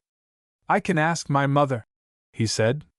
He was sobbing again, fallen limply against the wall, his face hidden. Do remember you've got to play the man, George Bolt said. He felt helpless in the presence of such surprising helplessness. He looked at the heaving shoulders of the youth with an astonished distaste. What was to be done with material so soft as this? I am sorry I have been the bearer of such ill news, but there is no good in my stopping now. I'll drop in, tell your mother, when you're all more used to it. Wonderful how quickly people do get used to things. Meantime, remember, I'll stand bail for your father if you can find another. And there's no time to lose. You must shake yourself together and set about it at once. Helpless Set, he said to himself as he let himself out and passed down the 3 glistening white steps into the quiet street. Hysterical, useless, helpless Set. Fit only for pleasure-seeking and money-spending. What is to become of them now? They were certainly helpless. When Bernard went back to the room where breakfast, the meal to be forever unfinished, stood about, and told them they had, there and then, to find someone willing to bail out his father, none of them understood, or knew what to do. Do you know of anyone we could ask, Mother? Mrs. Day sat, her brow clasped tightly in her 2 hands as if she really feared her head would split. Let me think, she said piteously, but was incapable of thinking. Would any of the people who were here at the dance, the Chalices, the Hollingsbys, the Butterfers, the Frosts, do it? Which of them shall we ask? I don't think one of them would do it. They would not care. But they're often here, to dinner, and so on. Don't ask them? Who then, Mamma? Delia questioned. She had made less noise than the others, and there was about her an air of purpose, lacking in the rest, although her childish face looked stricken. There is no one I should like you to ask a favor of. But we must ask someone. Let it be someone we do not know, then. Could we ask Sir Francis Forkes? He is very rich. I will go somewhere, I will ask someone, Mrs. Day said, but trying to stand, she fell back in her chair, and her frightened children saw that she had fainted. They laid her on the sofa, and over her prostrate body renewed the subject of the bail. Bessie must go, Delia said. Then I won't, miss, said Bessie, and sobbed and choked and screamed at her sister. I won't! Bernard must go. It would come better from a woman, Bernard said. In the end it was Delia who went, the little petted, sheltered Delia, who had never gone before on any errand of more moment than for the matching of Berlin wools, or for the changing of the 3-volume novel at the public library. Delia can't go, Delia mustn't, the prostrate mother on the sofa gasped. She looked like a corpse beneath the cloth soaked in eau de cologne and water which Bessie had arranged over her brow. We can't ask Sir Francis. Call Delia back. Stop her. But Delia would not be stopped. It was a question of getting her father out of prison, and they had been told to lose no time. While Bessie and her mother and Bernard were still declaring she must not go, she had run up to her room for her hat and jacket, and lest they should catch and stop her, she would not stay in the house to put them on, but flung them anyhow upon her when once outside the door. Then, with her little wild white face almost lost in the masses of loose dark hair escaped from the net she wore in the morning, and falling anyhow beneath her hat, and her small bare hands grasping the jacket she would not stop to button at her throat, she ran through the streets. Was that really Delia running there, and on that errand? Delia, who at that hour was usually walking sedately to school, saying over to herself her French poetry, perhaps, as she went, or taking a last peep in her geography book, to make sure once again of the latitude and longitude of Montreal, or to impress more firmly on her mind the imports and exports of Prussia. To get to her school she had to pass her father's office, and sometimes, if it pleased him to start early enough, he would walk there with his little daughter, her hand tucked within his arm. With her he was never savage, and rarely irritable. On these walks his mood would be playful and jocose, and they would incite each other to play the truant from office and school, and pretend they were off on a holiday jaunt together. And now her laughing, noisy, loving, boisterous father was in prison, and she was running to beg the help of a stranger to take him out. She gave no thought to the man to whom she was going, nor to the words she would say to him. The difficulty of asking such a favor of such a stranger did not distress her. Her father, her father, her father, was her only thought. Chapter 5. Delia's Errand. It chanced that Sir Francis Forcas drove to the brewery an hour earlier than usual that morning, and, a circumstance of rare occurrence, that Reginald was pleased to drive with him. Both men came together into the private room of the elder, where Delia, for an hour which had seemed a lifetime, awaited them. If Sir Francis had ever seen William Day's little daughter, he had forgotten her. It was Reggie, at whom Delia never looked, who called her name in his pleasant, good-natured tone of welcome. "Why, it is Delia!" he cried out, as if Delia, of all the people in the world, was the person he most wanted to see. "This is Delia Day, Francis." He liked little Delia. What young man with eyes in his head did not like her? She was so pretty, far and away prettier than Bessie, who had in Francis's word tried to grab him. She was the jolliest little thing to laugh with and to dance with. Light as a feather, you could sweep her off her feet and dance on with her, never feeling her weight upon your arm. He held out his hand to her now, but she did not see it. Her own hands were clasped. Without clasping them, she would not have knelt to ask anything of God. She went across the room and lifted her little white stricken face to Sir Francis above the clasped hands, and gazed at him with an agony of prayer in her eyes. "My papa is in prison," she said. "I have come to ask you to take him out." Sir Francis looked at her in astonishment, not unmoved, at the back of his mind the thought that this was one of a family who had impertinently intruded on him, with whom, emphatically, he wished to have nothing to do. Because this girl was so young and pretty they had sent her. "Will you take my papa out of prison?" "My poor child, I fear that is beyond me. Beyond anyone now." She squeezed the clasped hands painfully together. Her eyes clung to his face. "No, you can! You can! I heard them say so," she said. "Mr. George Bolt, and you can take him out if you will. You can do it with money. He said so. You can do it today. She means go bail for him," Reginald explained under his breath. "But why should I do that?" Sir Francis asked, turning upon his brother. "Her father was no friend, not even an acquaintance, of mine. He was most anxious that point should be established. People in Mr. Day's position get their friends to bail them," he said to the girl. "And I shall not be present. I am going out of town today." "No!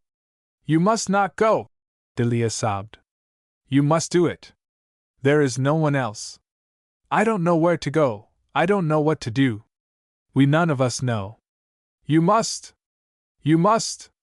Half because her strength was failing her, and half because it was the attitude of prayer, she went to her knees, her head thrown back, looking up at him, her clasped hands beneath her upturned chin. How could any man, however cold, reserved, remote, inimical to her cause even, turn a deaf ear to such an appeal, remain adamant before her helplessness, her trustfulness, her childish beauty and self-abandonment? "Who sent you to me?" he asked. "No one. I came," she whispered. The change in his tone had weakened her. She began to shake from head to foot. "They should have picked on a fitter person for such an errand. It is a cruelty to have sent such a child as you," he said. He held out his hand to raise her, but Reggie went to her and lifted her and placed her in a comfortable chair. "It'll be all right. He'll do it. Don't you fret," he whispered, soothing her. She did not heed him. Her eyes were on the elder man, who had gone to a cupboard in the room from whence he produced a decanter of sherry. It was in that primitive time when in trouble of mind or body to take a glass of wine was the customary thing. He was always stiff and distant in bearing, and just now he was annoyed and aggrieved to feel that he was being had, as the word of a later age puts it. But his heart was sound. To look on that trembling, frightened child, and to remember the errand on which she had been sent he found to be an upsetting thing. "Sip a little sherry," he said, and passed the glass to his brother to hold to her lips. But Delia took no notice of the glass. She seemed unaware of the presence of Reggie, her eyes clinging to the face of Reggie's brother. "Will you do it?" Will you save him? Will you? She implored. Then, with a gloomy brow, Sir Francis consented. Very well. I will be in the way, this afternoon. You say Mr. Bolt also will be in the way? If we can do anything, we will. It's all right, Delia, Reggie said. I told you it would be all right. And remember, Sir Francis adjured her, that what I do for you, and for you alone. Her petition, she understood, was granted.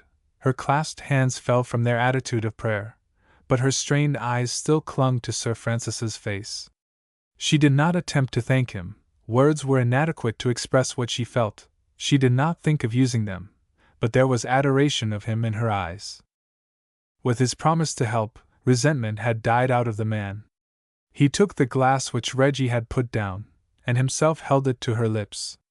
Sip a little, it will give you strength, he said in the voice of authority, and she obediently sipped. I'll go, she said, but held him with her adoring child's eyes for a minute still, then slipped from the chair and went to the door. But there she turned, and with her head pitifully lifted faced the two men. My papa has done nothing wrong, she said. They have put him in prison, but it is a mistake. Papa has done nothing wrong. Poor child, Sir Francis said, and turned away. The scene had been painful. He was anxious that it should be over. Reginald had gone to the door and opened it for her. You keep your spirits up, he said coaxingly. Don't you go and be unhappy, Delia. He was passing through the door with her, whispering cheery words, but his brother called him sharply back. Reggie, come here. In a minute. No, now. I want you. There were certain tones of his brother's voice which the younger man had, so far, never dreamed of disregarding. He reappeared in the room and closed the door on Delia's retreating figure. Where were you going? Nowhere, in particular.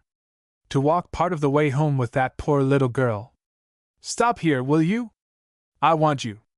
Sir Francis Forcas was not going to allow his brother to be seen in the streets of Brockenham with any member of Mr. William Day's family, that morning. Chapter 6. Sour Misfortune. Mrs.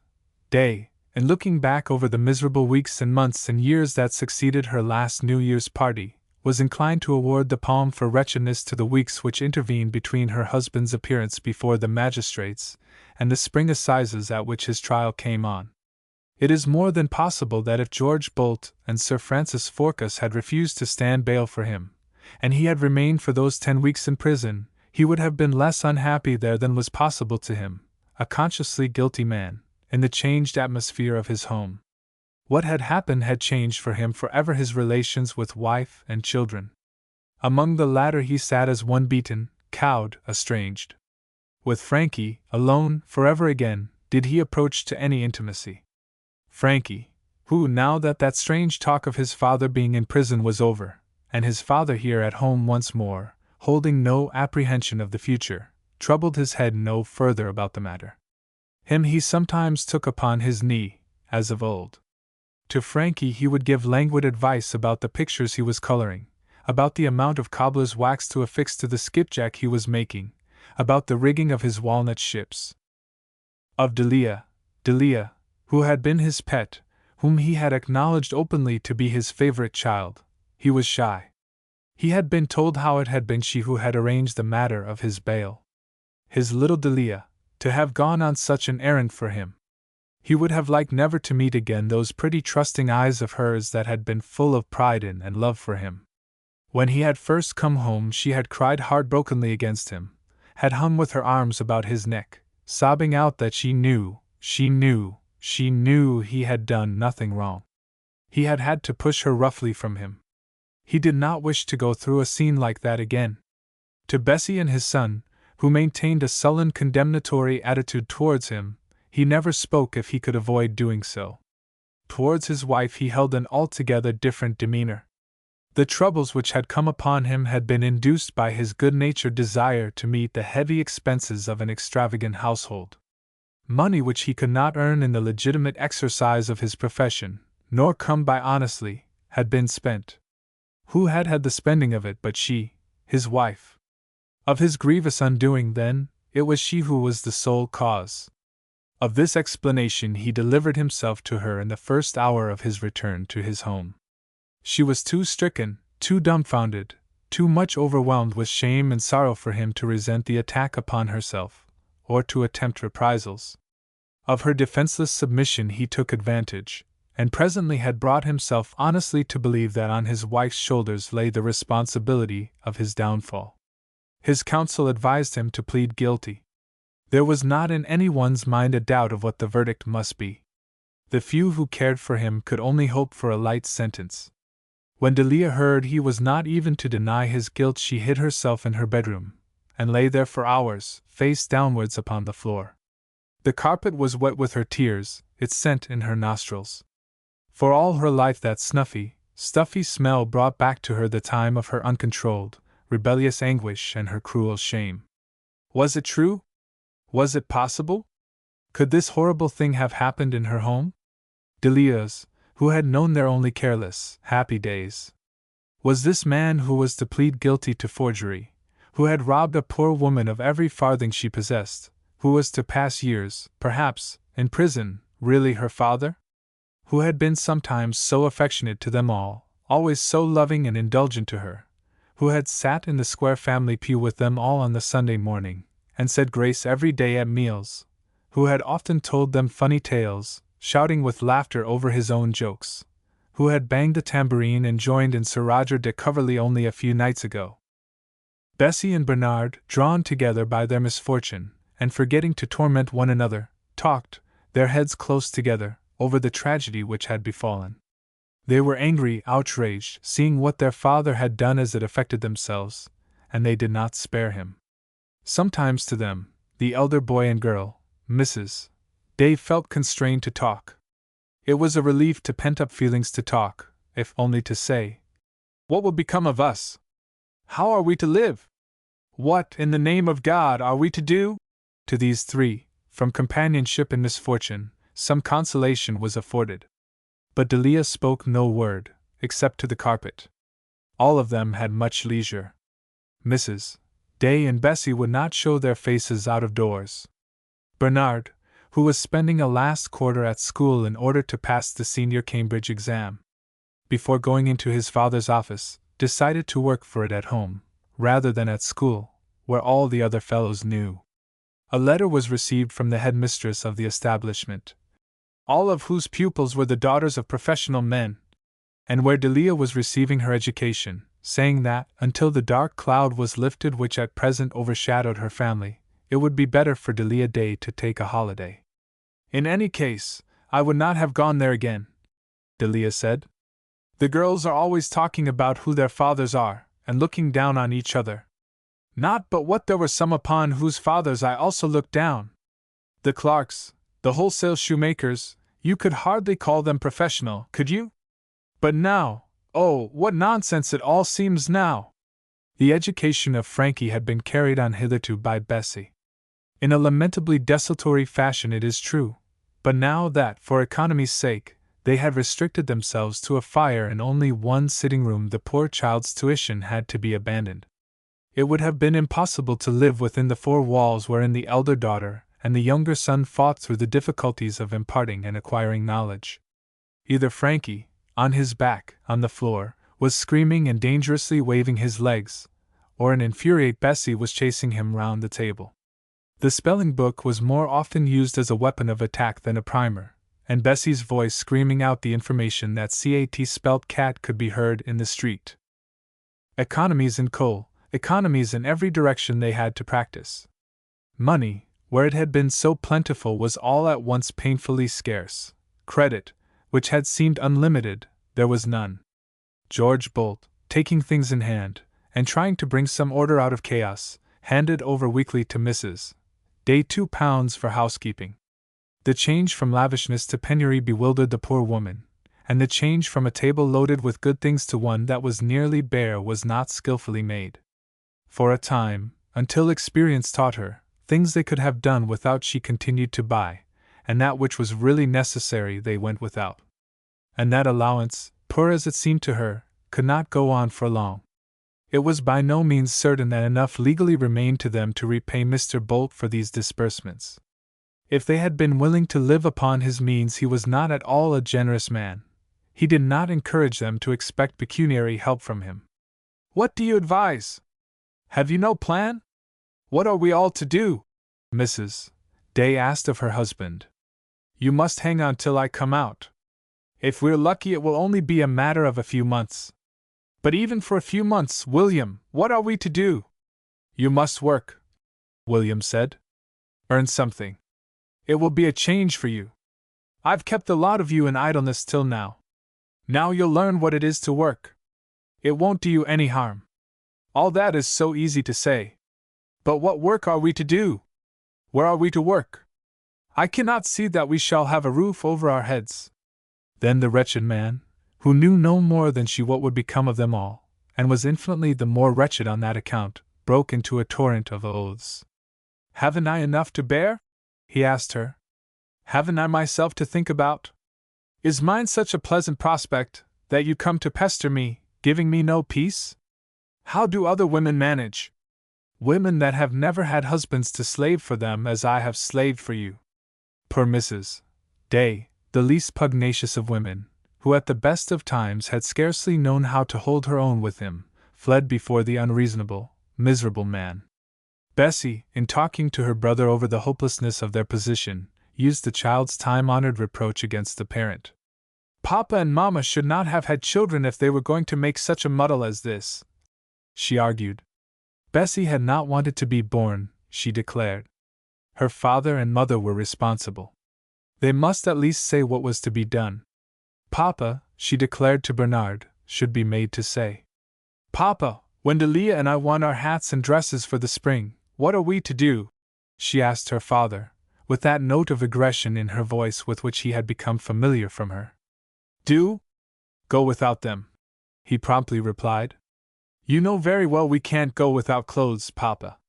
Then go to the devil, Papa said, and getting up slouched from the room. Bernard, too, who was more afraid of the altered man than Bessie, and for long shrank from any conversation with him, was at last induced by his mother to consult his father as to his own future. There isn't much use that I can see, sir, in my sweating away at my books for this exam, he said. Oh? Why not? Supposing that I get through it, what am I to do then? You must do the best you can. This senior Cambridge exam, they tell me, is a door to any of the professions. But you want money to enter a profession, sir. From what I hear, we have none. Your hearing has not played you false in that direction. What had you managed to spend among you? I was the goose that laid the golden egg. Now circumstances forbid my laying any more, for a time. You must look after yourselves. But if you could only give us some idea of how to set about it. Then, upon him, too, his father, having shown a greater measure of forbearance so far than he accorded the mere women of his family, turned savagely. The poor wretch did not know how to help them, did not know what to advise them to do. To frighten them was his only resource. Haven't I got enough to think about? He shouted at the boy. You and your mother and sisters come and badger me. All right, sir. I won't badger you any more. All I ask is to be let alone, to be granted a little peace. You have no mercy, none. But after that conversation the boy gave up even the pretense of studying. Where's the good? He asked of Bessie. If I pass the blessed thing, where's the good? I shall have to be an errand boy, I suppose, or sweep a crossing.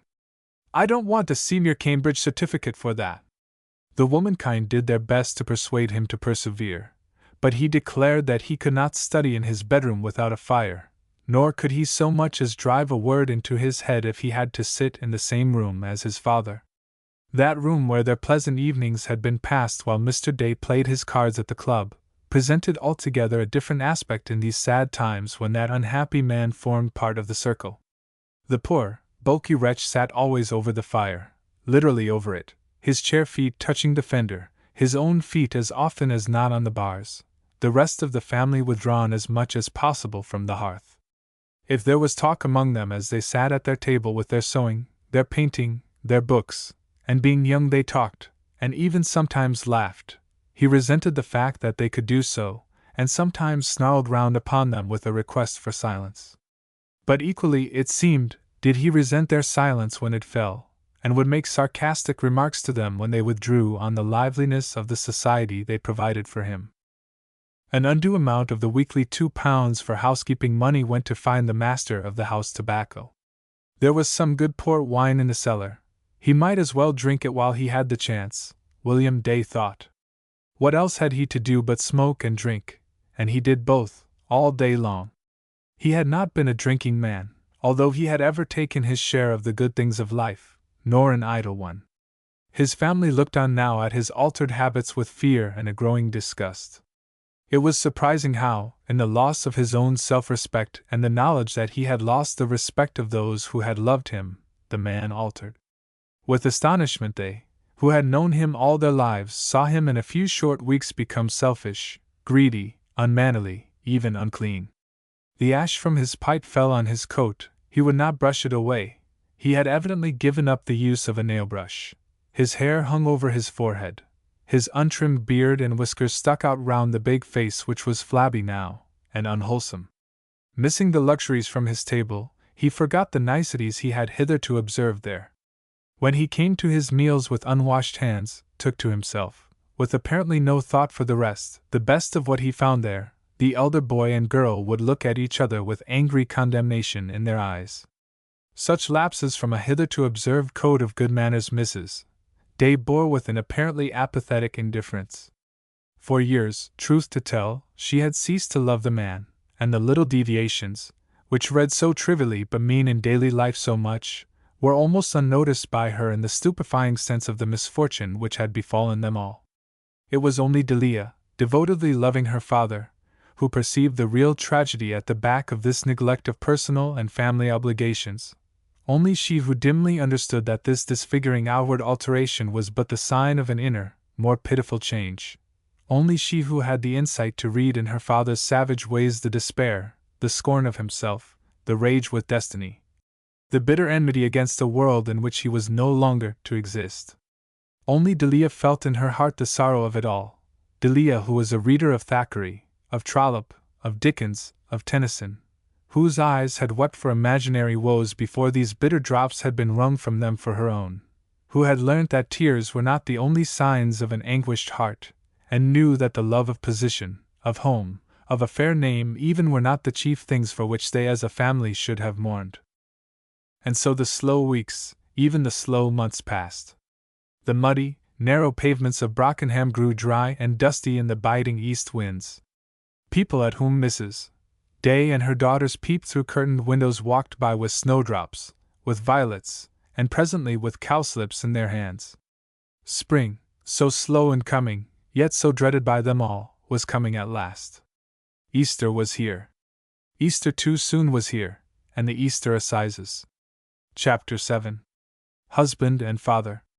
On the evening before the morning on which his trial was to take place, a different creature seemed to be in the place lately occupied by William Day. For one thing, his appearance was improved. A barber, sent for that afternoon, had cut off the greasy, disguising locks of sand-colored hair, and trimmed the wildly luxuriant beard which had given the man such a slovenly, unfamiliar appearance. His upper lip was once more shaved. "I don't mind kissing you now, Papa," Frankie said, who had shirked saluting the stubbly face. This improvement being completed, he made a change in his clothes, and at their tea-time appeared among them all in his black cloth, long-skirted coat, his pepper and salt trousers.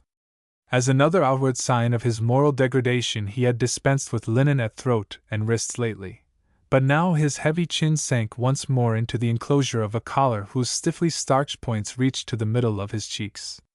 The pin which adorned his thickly padded necktie was large in size, consisting of a gold-rimmed glass case in which was exhibited, braided and intertwined, hair cut from the heads of his 4 children. They had all of them clubbed together to prepare this offering for Papa on last St. Valentine's Day. And with the resumption of a more careful toilette the poor man had gone back to the decent demeanor of happier days. He said nothing, was, indeed, in a state of black depression which he made no attempt to hide, but he outraged no longer the sensitive feelings of his family by his behavior. "Papa is just like what he used to look," Frankie said, when he beheld the renovation of his parents' appearance. "Shall we paint pictures this evening, Papa?" They tried to hush the child, but Frankie saw no reason why he should not make his request, nor why it should be refused. He fetched his paint box and a store of pictures he had cut from some old papers. "You do sunsets so much more beautifully than me, Papa. If you just do the sunsets for me." And presently the father had drawn a chair by the side of his little son's, and was showing him how to mix his colors, and admonishing him not to suck his paintbrushes, as on the happy winter evenings before the crash. It was a landscape with mill and marshland and water, the child had chosen, and there was a large space to be occupied with the sunset at which his parent excelled, and much scraping and mixing of carmine and yellow ochre and cobalt blues. So that Frankie's bedtime was here before the picture was finished. He was sent off as usual, protesting and in tears. "You'll help me to finish it tomorrow night, Papa? Promise you'll help me tomorrow night," he entreated through his weeping. But Bessie, whose task it was to see him to bed, pulled the child relentlessly from the room, and slammed the door upon them both. George Bolt had come in, for a last talk with his friend. His presence was never desired by the family, but it relieved the tension, somewhat, of that sad evening. The two men sat with their pipes, and a bottle of that much diminished store of 1847s was broached.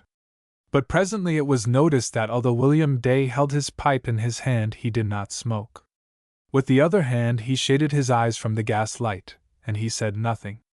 One by one the young people crept off to bed, and presently Mrs. Day, whose attempt to keep up a conversation with the visitor had quickly failed, also stood up to go. "Are you leaving us, Lydia?" the husband said when he became aware of her intention. "I will not go if you wish me to stay, William." "No, no, go, and get some sleep." Then, as for a moment she stood, hesitating at the door, longing to escape from that sad presence, yet miserable to go. "Do the best you can for my poor wife," Day said to his friend. "She has been a good wife to me." She had lived with him for 20 years, and had, perhaps, never heard a word of praise from him before. When at last it came, it was too much for her to bear, and she went, sobbing loudly, from the room. An hour later, when the unhappy master of the house had for the last time attended his friend to the hall door, watched him down the steps into the quiet street, given a silent nod to the other's silent gesture of farewell as he turned to walk down the echoing pavement, when he had put out the gas in the sitting room and hall, and dragged himself, who can divine with what heaviness of heart, heavily up the stairs, he came upon a little white night-gowned figure, watching for him on the landing, outside his bedroom door. It was Delia who had waited for him there. "It is only I, Papa," she said when he stopped short at sight of her. "Only your little Delia that I loves you so. Be off to bed this instant," he said, and pointed an angry finger in the direction of her room. But she put her arms about his neck and clung to him with stifled sobbing, till with the choke of his own sobbing she felt his great chest heave beneath her clinging form. When he had flung himself upon the bed beside his wife he was choking and sobbing still, in a fashion dreadful to hear. "William!" she said timidly, and put a shaking hand upon his shoulder. "Is there anything I can do or say that can help you, William?" He did not answer her, but the bed shook with his rending sobs, and she lay and sobbed beside him. When at length such calm as comes from exhaustion fell. "I did it for you and the children," he said. "I thought, with luck, I could have put it right. But it was for all of you I did it. You will remember that?" "I will remember it while I live," she said. "You may be quite sure that neither your children nor I will ever forget. Delia upset me. She should have been in bed." It was so he excused his tears to her. "I should not have broken down like this if she had not unmanned me. The child should have gone to bed." She heard him swallow down his tears, and then he began again. "Delia and Frankie have always been the dearest," she supplied, understanding him. "The dearest of your children, William? Tell them that, after tomorrow, will you?" she promised. "Bessie and Bernard have not such winning ways, perhaps, but they love you, William, I am sure." To this he made no answer. After a time she spoke to him again. Have you anything else to say to me, William? There have been too few words between us of late. It has been my fault, perhaps. But now, have you anything to say that might comfort us both to remember? Nothing. He said the word drearily, but not unkindly, and she did not resent his silence. Full well she knew that volumes, if he could have spoken them, could not have lightened her helplessness in the present and terror of the future, nor his despair. She lay for a few minutes, the tears pouring down her cheeks, unchecked in the darkness. Then she forced herself to say the only few words she could think of which might comfort him in the time to come. William, I won't talk to you, I won't disturb you. I want you to go to sleep, to get a night's rest if you can, but just this one thing I do wish to say to you, I do want you to remember. It is that you must be sure never to think I feel any anger against you.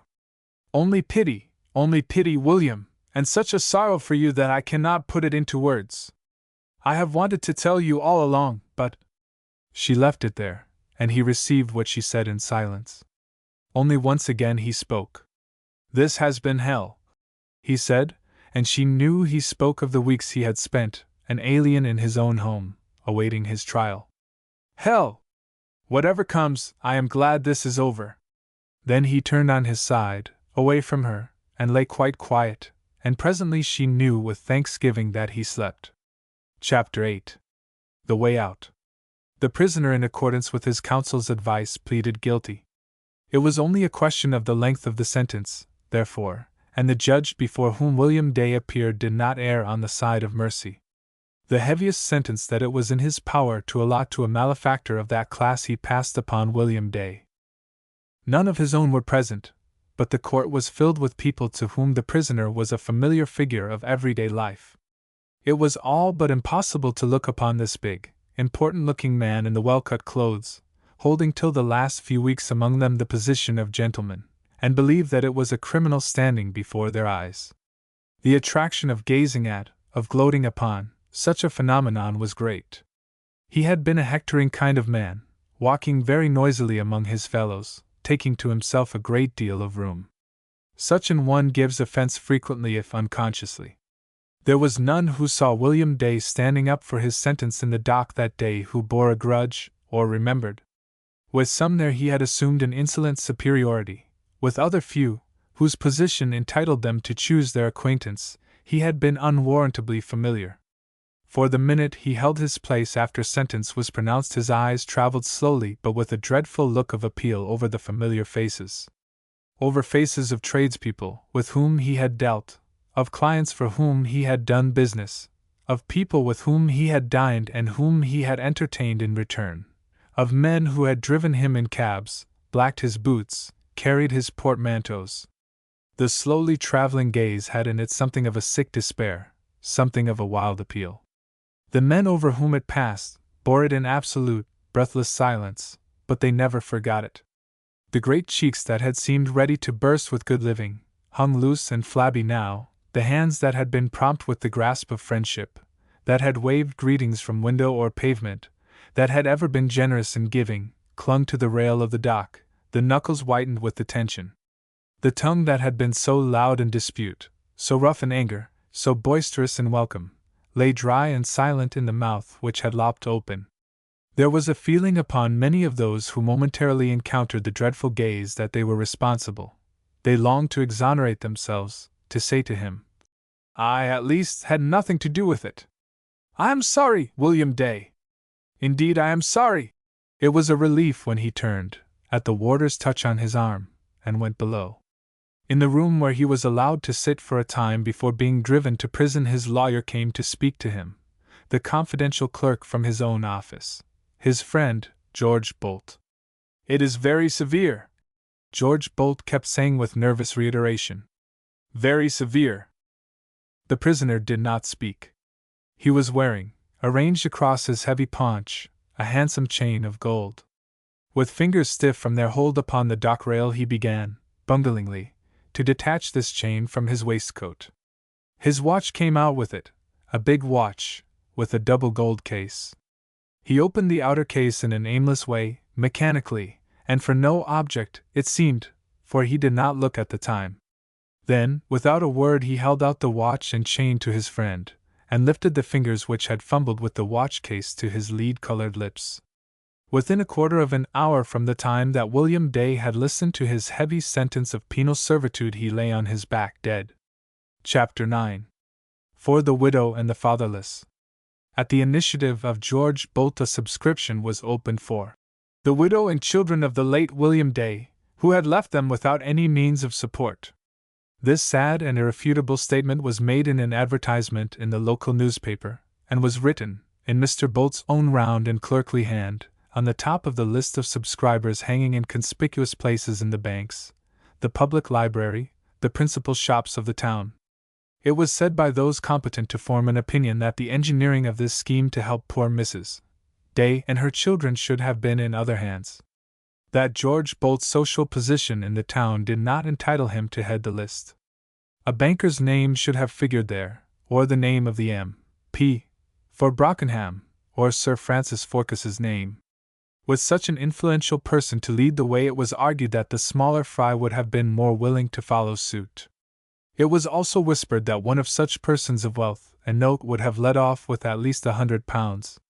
George Bolt's name was down for 50. It was a large amount for him to give, not because he could not well have afforded more, but because he was all unaccustomed to giving. He had been known to be the unhappy man's friend, and because he headed the list with his £50, it was said that no one liked to outdo that donation. Sir Francis Forkes, in order to avoid hurting those sensitive feelings with which Mr. Bolt was accredited, had the happy thought to put his own name down for £50, and those of his wife and his young brother, each for the same amount.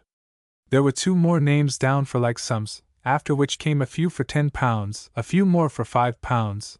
There were numerous donations of £1, after which the subscriptions dropped to 10 shillings, to 5. Poor Mrs. Day, casting a sick eye down the list as it continued to appear, once a week, in the local paper, felt ashamed by the paltriness of the amounts which were being amassed in her behalf. Collected by a well-wisher, 6 and 9. Several people, modestly content that their initials only should appear, presented 2 and 6. Sympathy was down for a shilling. How degraded she felt as she read! Though why a gift of a shilling should have hurt her more than the gift of £50 she could not have explained. When, after dragging on far several weeks, the subscription list was closed, the sum collected only amounted to a little over £600. George Bolt had been ready to pledge himself that it would have risen to 1,000. He had spared no trouble in the collection of the sum. The list of subscribers hung in a conspicuous place in his shop. He never failed to call to it the attention of his well-to-do customers. A case more needing help was never before the public of Brockenham, he would point out to them. But the public of Brockenham, severely shocked by the tragic circumstances of William Day's death, recovered quickly from the blow, to say that the death had been the best thing which could happen to the family.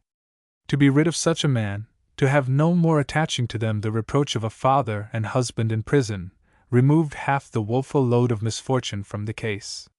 That the children were mostly of an age to earn their own livings, their mother still fairly young and strong, were facts also remembered. Then the word began to be passed about from mouth to mouth, spoken in a whisper at first, but presently a word which might be spoken without fear of rebuke in any ear, that the Day family had always been eaten up with pride, and that the lawyer's troubles had come about through the extravagance of his wife.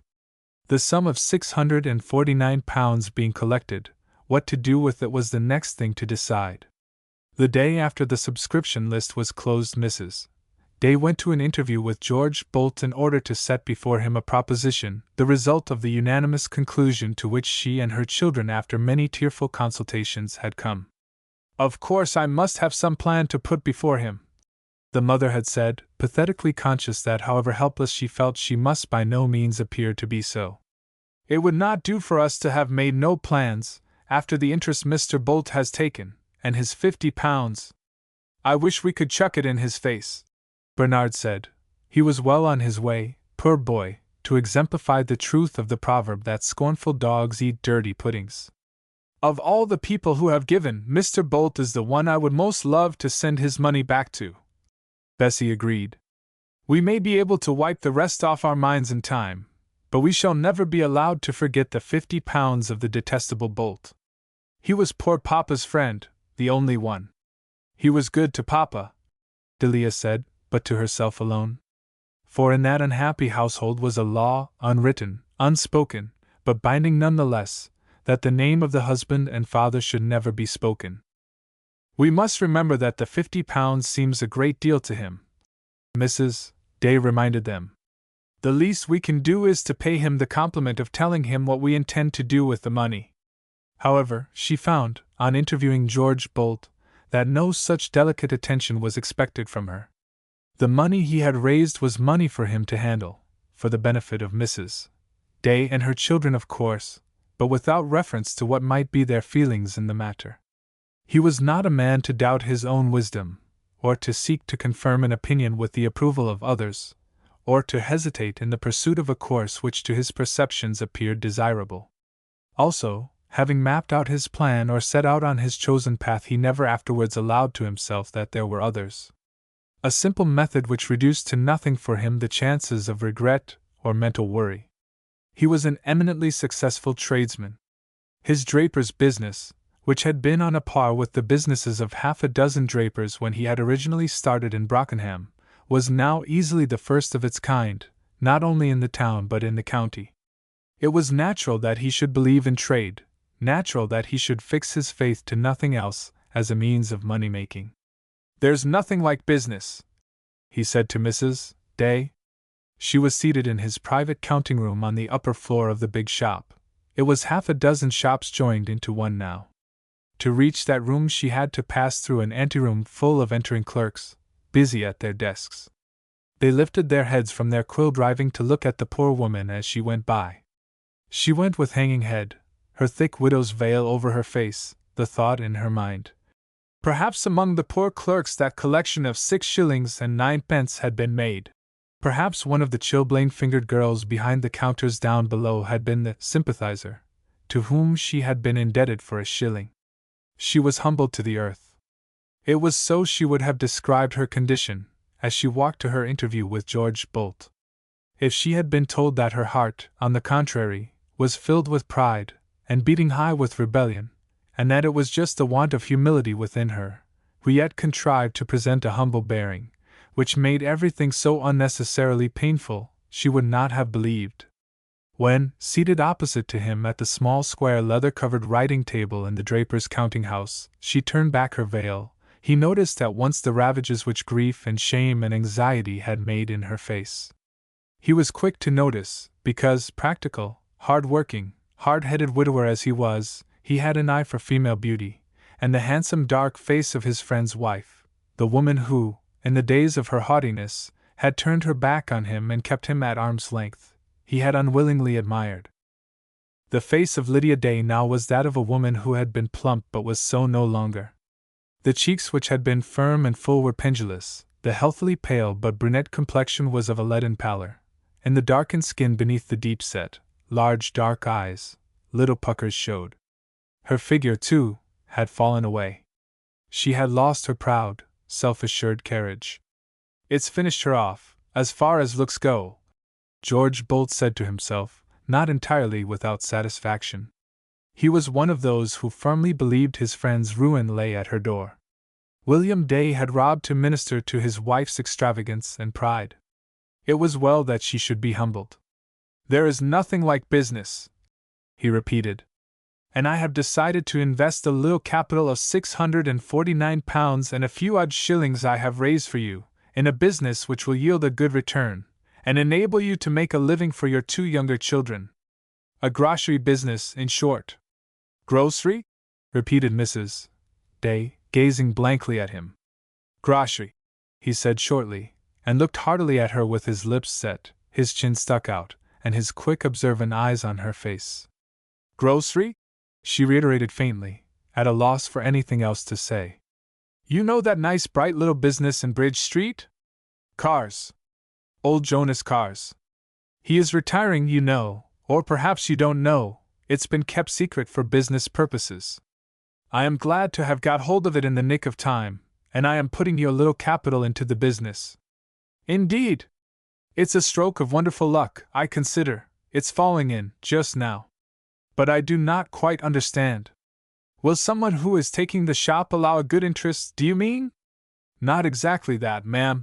He gave a sound that might have been caused by a smothered chuckle, or have been meant for a snort of contempt, and going from the table, placed himself upon the hearthrug, where he paused, making a prayer perhaps for patience to be given him to deal with this fool in her untrained, untaught folly.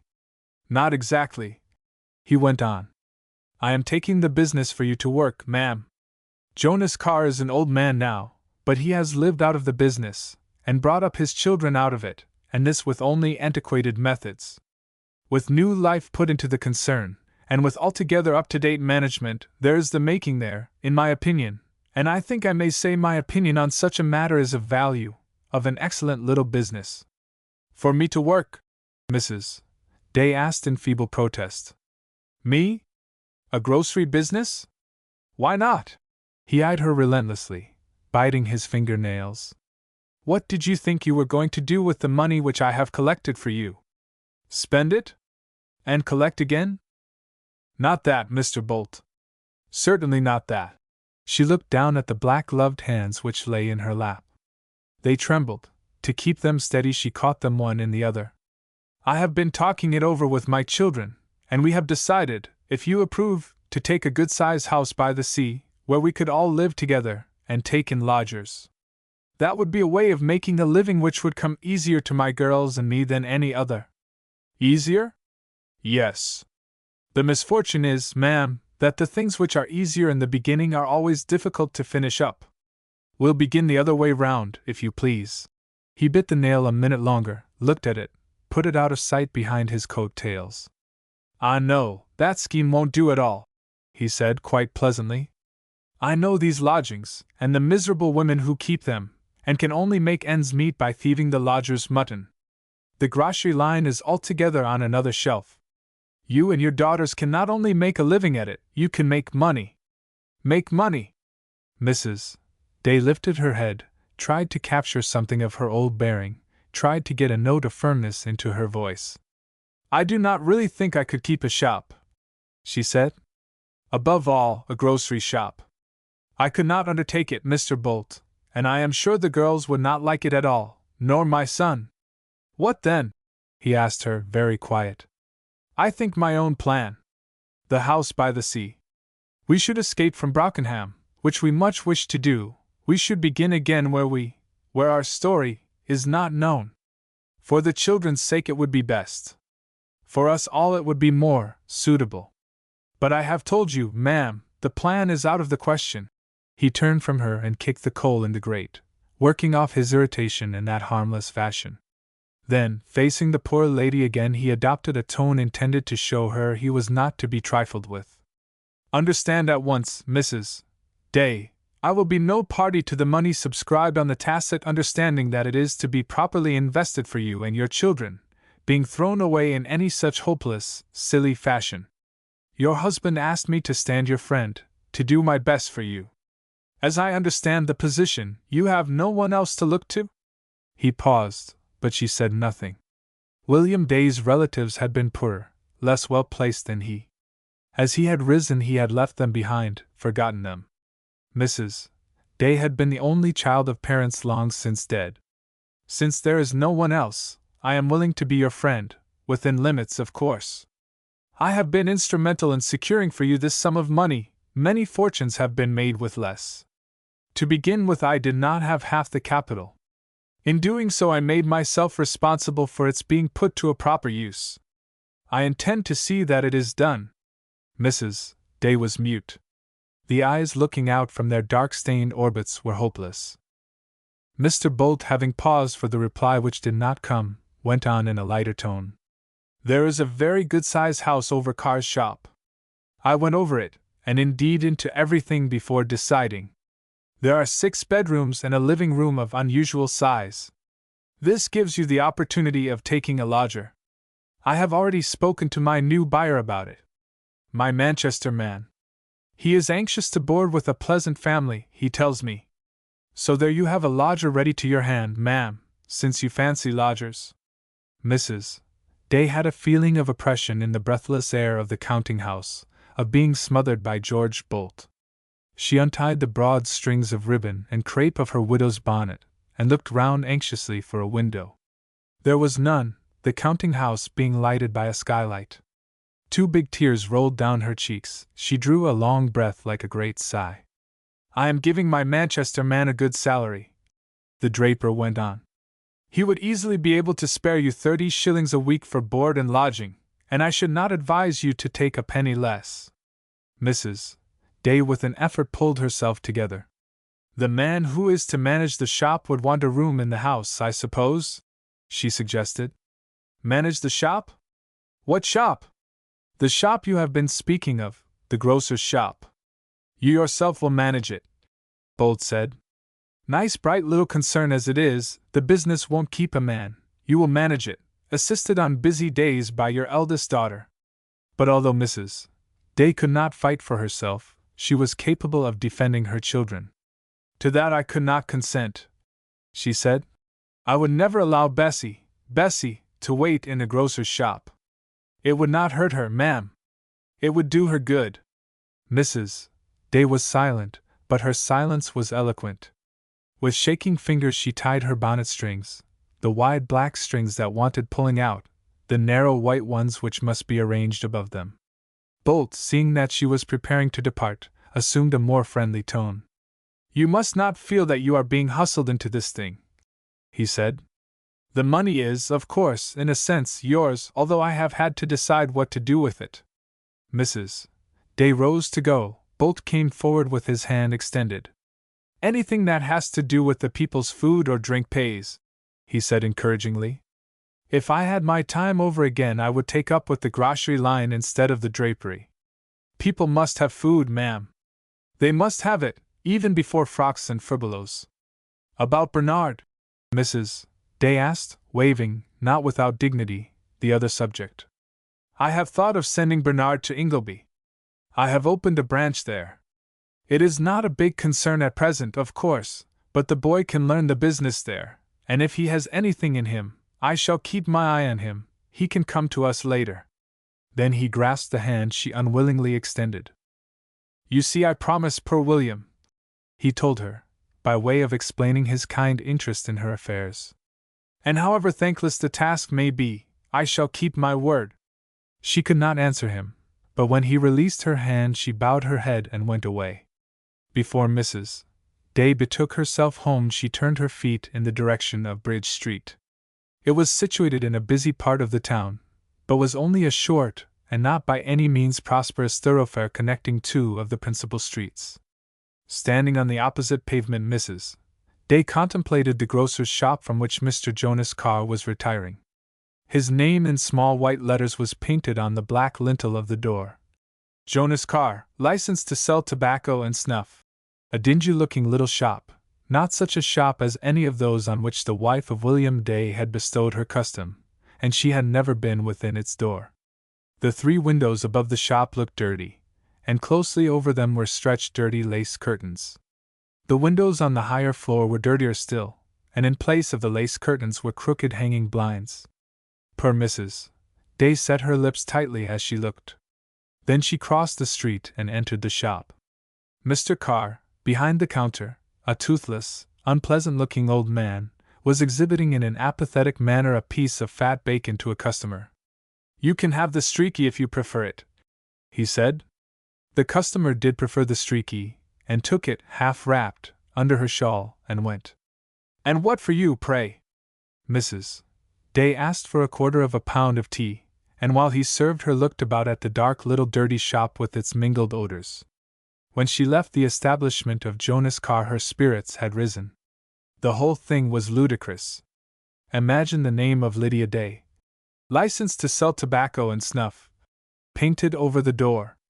Imagine her, behind the counter of that squalid little shop.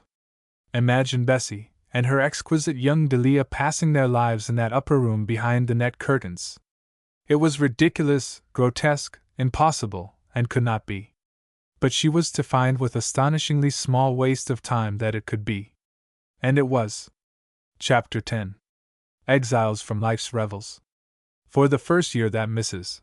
Day waited behind the counter of the Bridge Street shop. More trade was done there than in the most prosperous period of old Jonas Carr's tenancy. Quite half the ladies of Brockenham left their particular grocers to bestow their custom on the widow. From kindness of heart, from curiosity, from the impulse to do as others were doing, people flocked to purchase their tea and sugar of Lydia Day, licensed also to supply them, if desired, with tobacco and snuff. George Bolt's prognostications of the success of the venture seemed to be more than fulfilled. Bessie stoutly refusing to go into the shop, it took more than George Bolt to manage Bessie. He was constrained to sanction the engaging of a youth to assist behind the counter. Mr. Pretty, therefore, he was called. Mr. For business purposes, his tender years hardly entitling him to the designation, and a boy to go errands, composed the staff. From 8 in the morning till 8 at night the shop was open, and even when it was supposed to be closed, Mrs. Day could not enjoy an undisturbed rest with her daughters and Frankie in their upstairs sitting-room. For the neighboring tradesmen, all of whom had stretched out friendly hands to the poor lady so unwillingly becoming one of them, had the bad habit of forgetting to make their purchases till after shop hours, when they would send their maids-of-all-work to the private door for the supper cheese, or the breakfast coffee they had too late discovered they were out of. Bessie and Delia fought against the humoring of these out-of-season customers. Often they attempted to hold their tired mother forcibly in her chair when she would arise to go to them. Let people get their goods at regulation hours, or refuse to serve them, said the Manchester man, now an inmate of the Day household.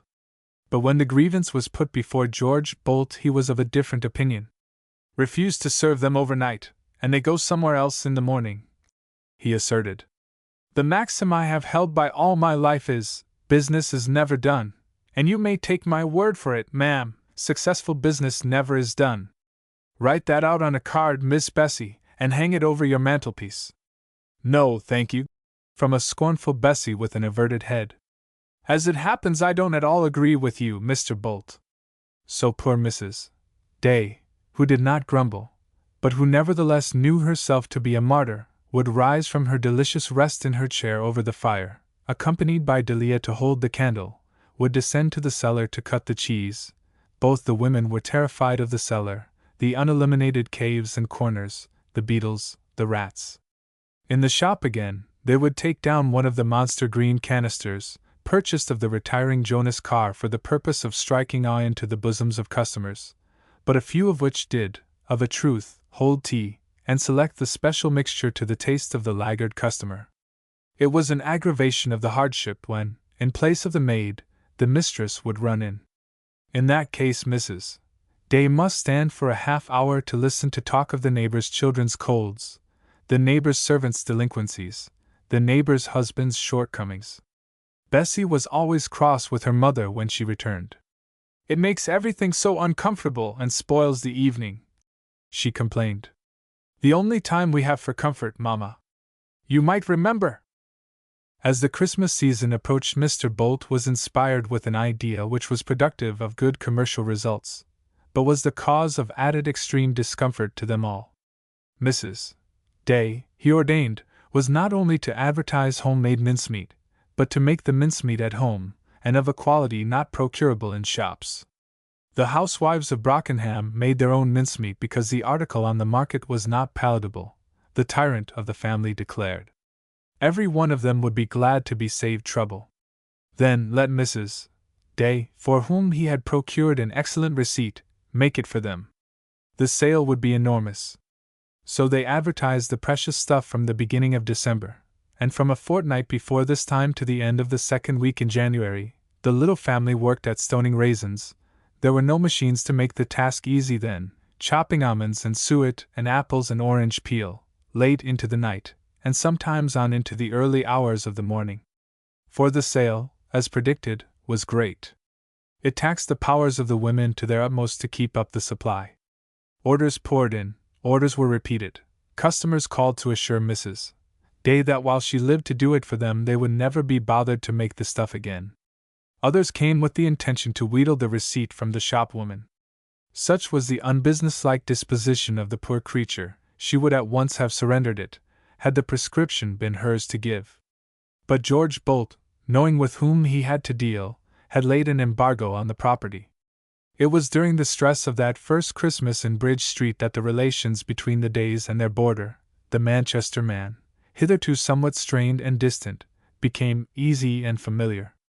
Beside the comfortable chair in the chimney corner which had been apportioned him, a small table was drawn up which held, always ready to his use, his tobacco jar, his pipe, his book, his papers. To this, the evening meal which he shared with the family over, he would retire, preferring silence and, generally pretended, absorption in his book to the obtrusion of his conversation on the widow and her daughters. But in the harassment of the time of mincemeat the lodger's shyness evaporated or his reserve broke down. He could not see women, dropping with sleep and weariness, working themselves half to death over their hated tasks while he sat at ease with his pipe and his newspaper. "Why should you ladies spend your evenings in the kitchen?" he asked. "It is comfortabler in here. Chop your plums and grate your nutmegs and things here.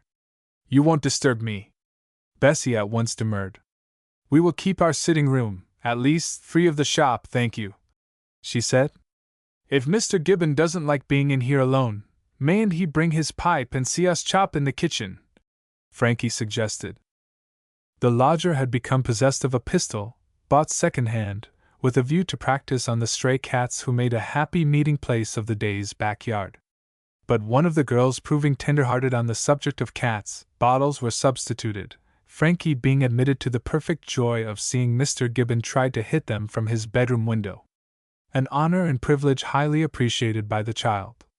Mr. Gibbon would not bring his pipe, but presently he appeared among them, and drew up a chair to the table between Bessie and Delia, and proceeded quite cleverly to cut up the orange and lemon peel, a task allotted him by Delia.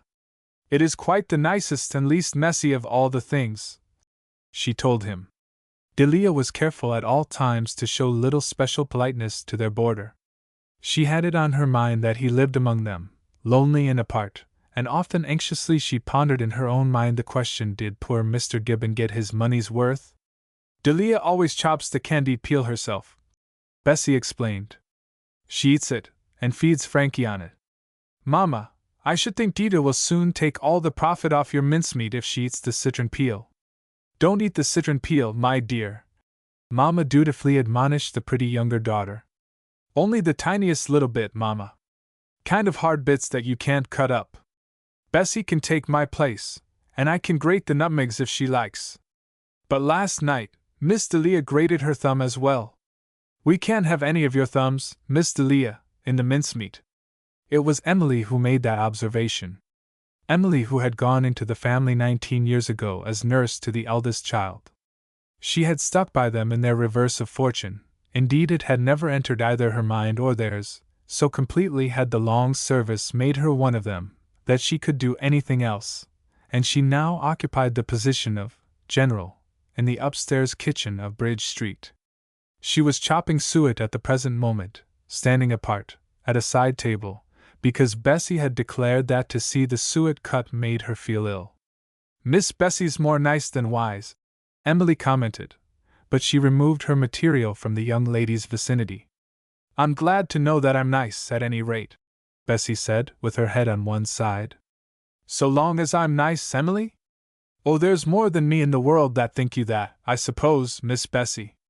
"I don't know, I'm sure," Miss Bessie languidly murmured. "I only know I'm very tired." "Give up for tonight then, dear, and go to bed." "Nonsense, Mamma. As if I could leave you all! Why should not I work as well as poor Mr. Gibbon, for instance?" "Some are made for work and some aren't, I suppose," that gentleman said, with a side glance at Bessie's white hands. "I'm one of the workers. I don't mind tackling your nutmegs after I've finished my lemons, if you'll say the word, Miss Bessie. Mamma, I wonder what Mr. Bolt would say if he came in now and found me working like a slave at 10 o'clock at night. Nothing complimentary, dear, I fear. Horrid rude man! Yesterday afternoon he found me sitting over the fire reading. I was in your comfortable chair, Mr. Gibbon. I hope you don't mind? I hope you'll always do it the honor of sitting in it, Miss Bessie, and you, Miss Delia." I was gloriously comfortable, and Mr. Bolt took upon him to lecture me. Well, he doesn't stop at much. But how he ever screws up his courage to lecture you, Miss Bessie, passes everything," said the polite Manchester man. "I thought you'd be surprised." And Miss Day smiled obliquely at the nutmegs. "He called me names, too." "Names, Bessie? Surely not. What can you mean by names?" "He called me a drone, Mamma. A drone in a busy hive." "And how did you answer him, Bessie?" "I just went on, toasting my toes at the fire, and reading my book." "And what then, Miss Bessie?" "Oh, then he sat down opposite to me and preached me a sermon. A sermon of 5 minutes by the clock. He said, 'We don't want to hear any sermons, thank you,' from a petulant, tired Frankie. In the stress of their work, the poor child's hour for retiring was often overlooked. 'Go to bed, Frankie. Go off this minute. Mamma, send Frankie to bed. Oh, go at once to bed, my darling boy.' Frankie, crying that he wanted to sit by Delia and see her cut the citron peel, was removed. 'I hate Bessie,' he announced at the door. 'Go! Spoilt little wretch!' cried Bessie, threatening him with the nutmeg grater.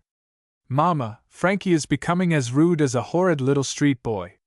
'Never mind, my dear. Tell me what Mr. Bolt said in the sermon.' 'He said my happiness as well as my duty was to work. He said my peevishness, and my nervy fits, wasn't it rude of him, came from idleness. He did, Mr. Gibbon, he said it in so many words.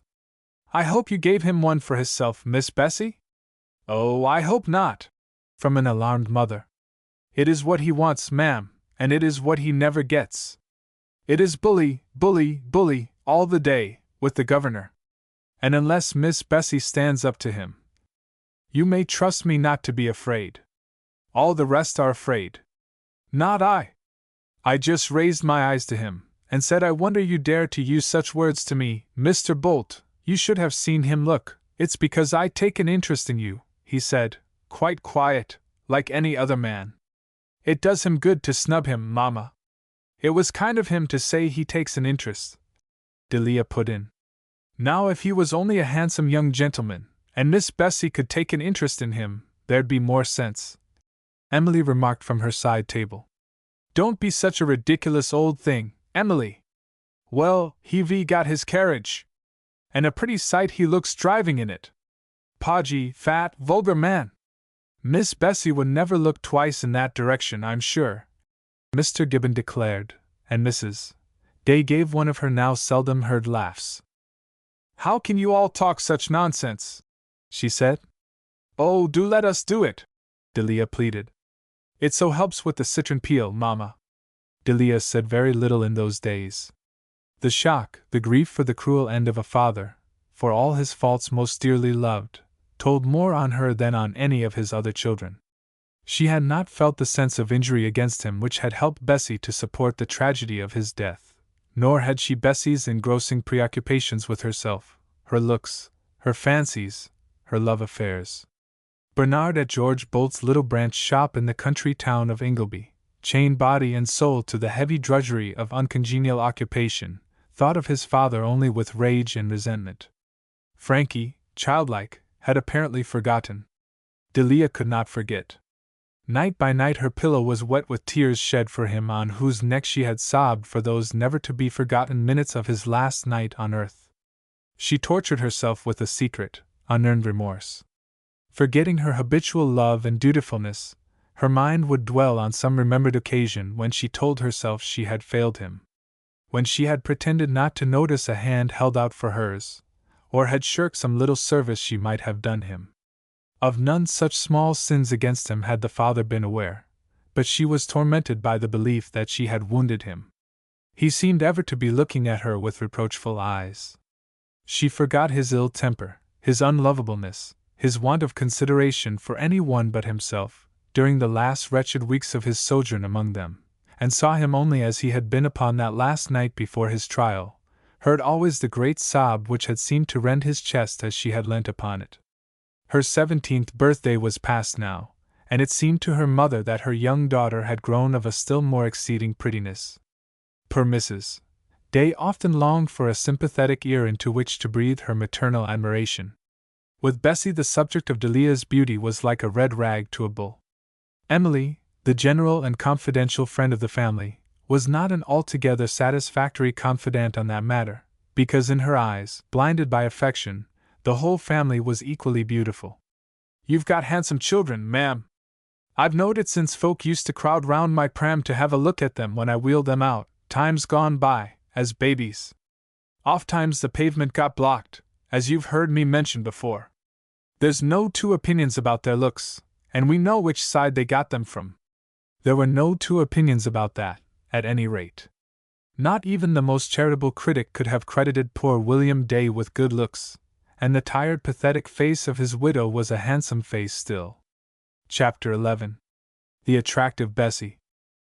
Having been permitted to take his place among them, and to chop material for mincemeat at their kitchen table, it was felt by them all that their boarder could never be a stranger to the widow and her children again. Through pride and through shyness they had held him at arm's length, but now that they had joked together about George Bolt's peculiarities, and he had ventured with playful force to take the nutmeg grater from Bessie's weary fingers, valiantly completing her task himself, it would have been impossible, even if desirable, to return to their earlier relations. Bessie, who had treated him with a carefully masked hauteur in the beginning, was among the first to place him on terms of easy familiarity. She had strongly resented the inclusion of a stranger in their family circle, and presently was welcoming his presence there as supplying the one item of interest in the menage. "A year ago, Mamma, we should not have admitted Mr. Bolt's Manchester man to the same table with us. And now, here we are keeping his plates hot, if he comes in late, and telling him all our secrets." "Mamma and I don't tell Mr. Gibbon any secrets," Delia said. "I dare say Mr. Gibbon does not want to hear them. As for me, I find, when you live in the same house with a man, it's impossible to keep him at arm's length." "Who wants to keep him at arm's length?" "I only mentioned I did not feel called upon to tell him any secrets. And I only said he wouldn't care to hear your secrets, if you have any." "I haven't," Delia admitted, laughing. "I have, then. And I shall tell them to who I like, spite of Dita's pertness, Mamma." "Say to whom you like, Bessie." "Mamma, will you speak to Delia? She is being impertinent to me again." How impossible it would have been to entertain Reggie Forkes and Mr. Gibbon at the same board, Bessie often felt. But the days when Reggie had dropped into meals with the prosperous Days in Queen and Street were over forever. Half a loaf was better than no bread. To know that a male creature, who could not be indifferent to her, was an inmate of the house was, as she often said to herself, something. She took no interest in him, of course. A young man out of a draper's shop. But it was more amusing to subjugate even such an one as he than to have no one at her feet. So, at the hour when Bolt's great shutters went up over the front of the 6 shops in Market Street, and the Manchester man was free to go to his evening meal, Bessie took an extreme care to be ready to receive him. She had allowed herself to become a little slovenly over her appearance in the daytime. Who was there to look at her, or care what she wore in the sitting-room over the shop? But by supper-time she would have changed into her most becoming frock, would have arranged her hair to the greatest advantage, would have rubbed with a rough towel, or beaten with a hairbrush the plump, fair cheeks she considered too pale. There was always an irregularity about the meals in the Day family. The shopkeeper was often kept below for an hour after the time she should have been seated at the board above, and when she was detained in such a way, Delia would always stay too, to help her mother. But Bessie had ordained that the meals should go on without them. It was not right that a man, at work all day, should be kept waiting for his food at night. And so it often happened that he and she would sit, tête-à-tête, over the cold meat and pickles, of which, with the addition of bottled beer for the boarder, the meal consisted. Many intimate items of her own heart history did Bessie confide to the politely attentive ear of Mr. Charles Gibbon. She did not receive confidences in return, or ask for them. What could the young shopman have to relate to compare with the interest attending Bessie's revelations? He was no prince in disguise, as it would have been so pleasant to discover him to be, this short, thickly made, middle-aged man, with the prominent, bright, dark eyes, the large, dark head, the nobly red forehead, whose parents had kept a small draper's shop in a small market town in the county. What could a man so born and nurtured have to give Bessie in return for the stories of the high life to which she had been accustomed? But he must consider himself flattered by Bessie's condescension. He must see how attractive she looked seated beneath the three-branched bronze gas burner to preside at his supper. Emily, bringing in the hot sweet pudding to replace the cold meat, would wag a facetiously warning head at the young lady behind the back of the unconscious Mr. Gibbon. "Don't you go leading that nice young chap on to make a fool of hisself over you, Miss Bessie," she would caution the girl, the next day. "He can take care of himself. Make your mind quite easy," Bessie would answer, well pleased. She loved to discuss such topics with her devoted admirer, Emily, and liked to be accused of breaking hearts. "We shall be late for supper again," Mrs. Day, busy with daybook and ledger in the shop, would say to the young daughter beside her. "Never mind, Mamma. Perhaps it is charity not to hurry," Delia on one occasion responded. "Oh, nonsense, dear," said Mrs. Day, looking up with alarm in her tired eyes. "Well, if Mr. Gibbon is in love with Bessie? If, indeed! That will be the end of it. You'll see." "The end indeed, Delia? You think Bessie would not take him?" "Bessie will, at least, wait till he asks her." "But should you object, Mamma?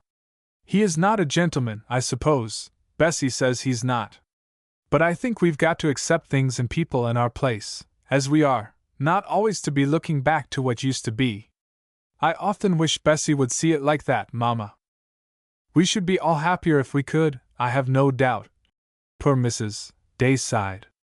The poor lady could not always keep before her mind the fate of Lot's wife, and often cast longing eyes towards the pleasant, easeful land that had been home. "And I am not always inclined to take Bessie's opinion as to what is a lady or what is a gentleman. Bessie does not think so much as you do, Delia." "I don't know that I think I feel," Delia explained. While she waited for her mother to finish her books, she was weighing out and making up into half-ounce packets the tobacco Lydia Day was licensed to sell.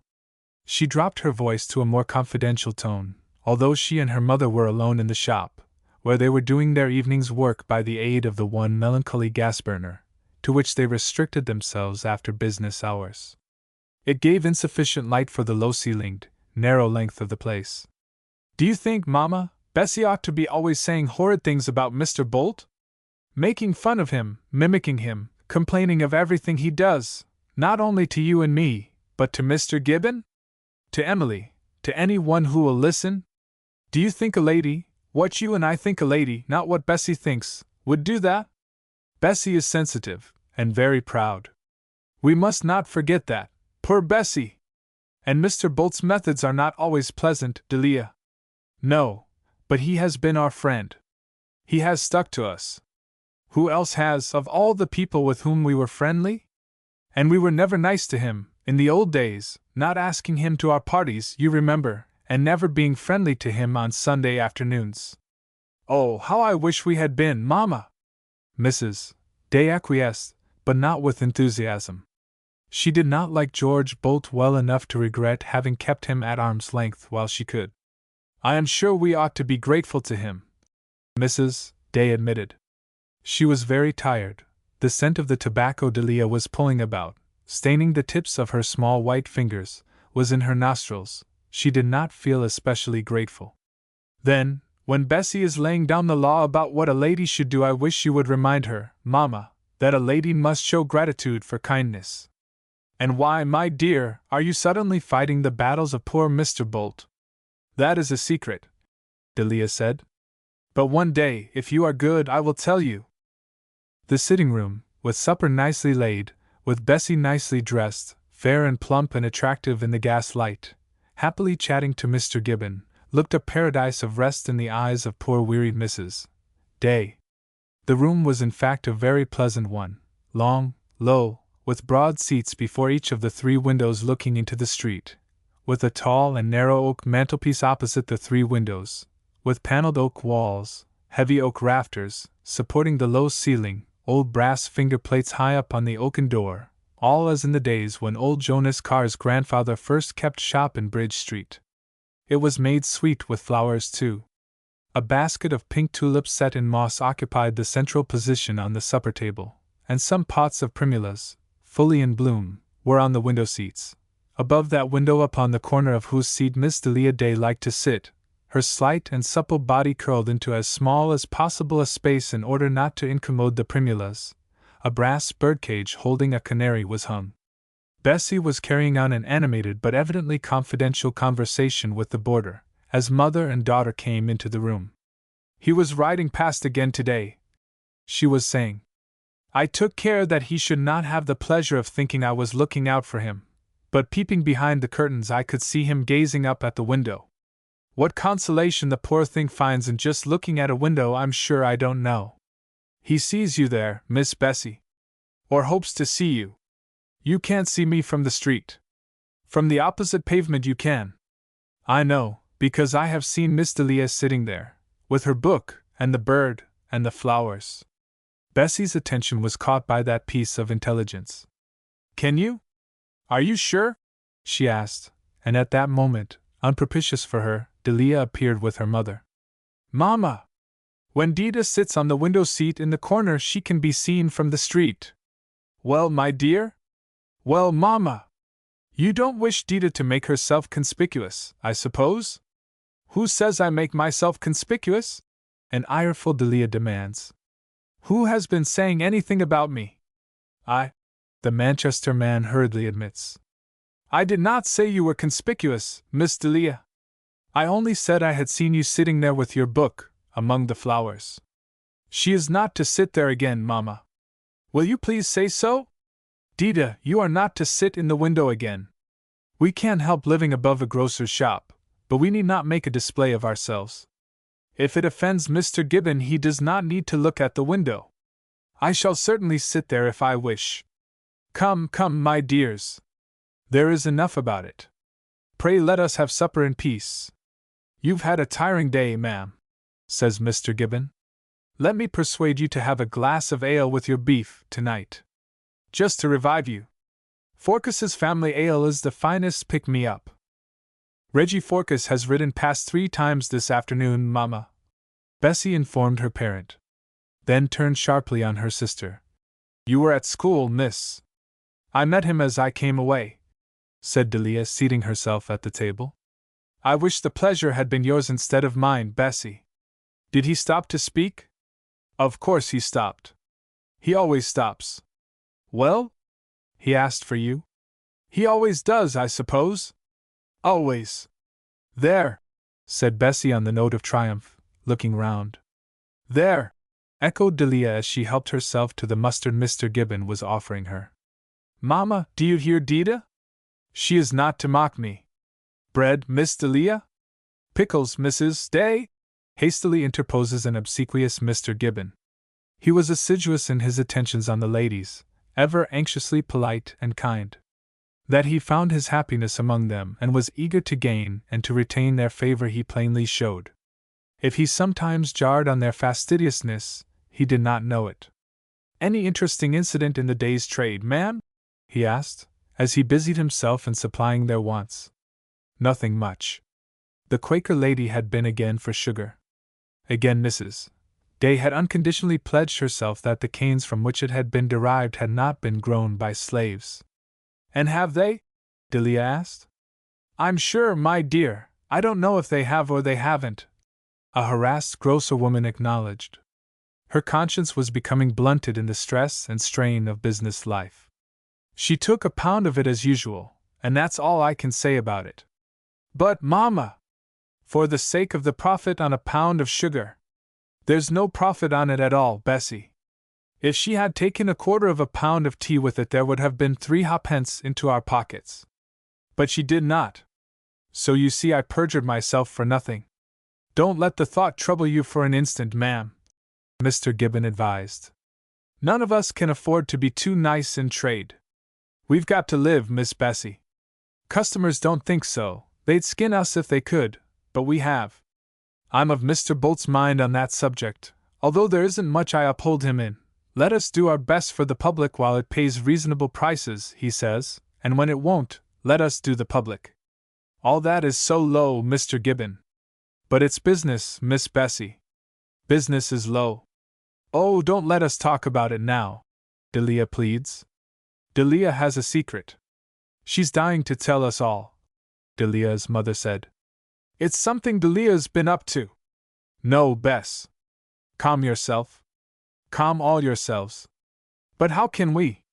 Out with it, darling. It's nothing, Mama. Nothing? Only an idea of mine. Something you've been and made up, Dita. Something I'm as sure of, Bessie, as I am that you're always dying to find fault with me.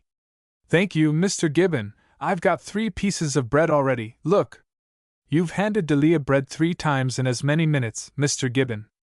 Hand the bread only to Bessie, Mr. Gibbon. Mama, I must answer sometimes. We're waiting for the secret, dear. It's about our mysterious presence, Mama. Mr. Gibbon, you have heard us talk about our unknown benefactor who loads us with delightful things, and yet is so ungenerous he won't give us the pleasure of saying thank you. Yes. Mr. Gibbon had heard that there was someone who sometimes sent Miss Delia flowers. They're always sent to Delia, but I suppose they're meant for all of us, Bessie said. And because they came in my name only, gave me the first clue, Delia said. Let me see, we began with violets, didn't we?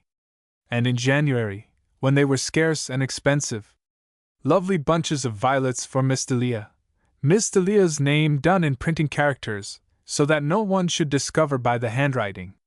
Then we went on to a basket of sweets, sweets of my very most particular kind, such as none of us can afford any longer to look at.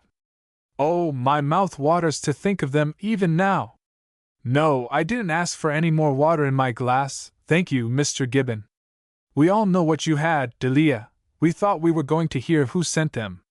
Patience! Patience, good people all. Let me see, what came next? Oh, the bird in the cage. And there he is still in his cage for you all to see. And Delia leant back in her chair, and threw her pretty head over her shoulder to look at the canary hanging above the left-hand window where was her favorite seat. Then the azalea. The lovely rose-pink azalea, and after that, oh, I forget. But always something coming, something that we cannot afford to buy, but which has made our sitting-room delightful, and horrid Bridge Street a bearable place to live in. Now you have all been dying to find out who it is that has given us these delightful things, but I have always known, and at last I am going to tell you. Then, if you knew, you should have told us. Dita ought not to have been so sly about it, Mama, if she knew. We shall each have one guess, and Bessie, as a reward for her good nature, shall have the first. Now, Bessie? I've known all along, too, miss. And what's more, I've known that although they were sent to you, they were meant for me. Reggie Forcas. Wrong. Here is Emily with the pudding. Emily, you shall have a guess. Who is it who sends the flowers, and the books and the birds in the cages? What of the masters at the school that has fell in love with you, Miss Delia? Emily gave her opinion without hesitation, going on with her business of changing the plates. Wrong again, Mr. Gibbon? Now I give you a tip. Think of the least likely person in all the world. The Quaker lady who objects to slave-grown sugar. Delia laughed as she shook her head. That is most ingenious, and would be delightful, but it is wrong. Now, Mama. The least likely person in all the world, remember.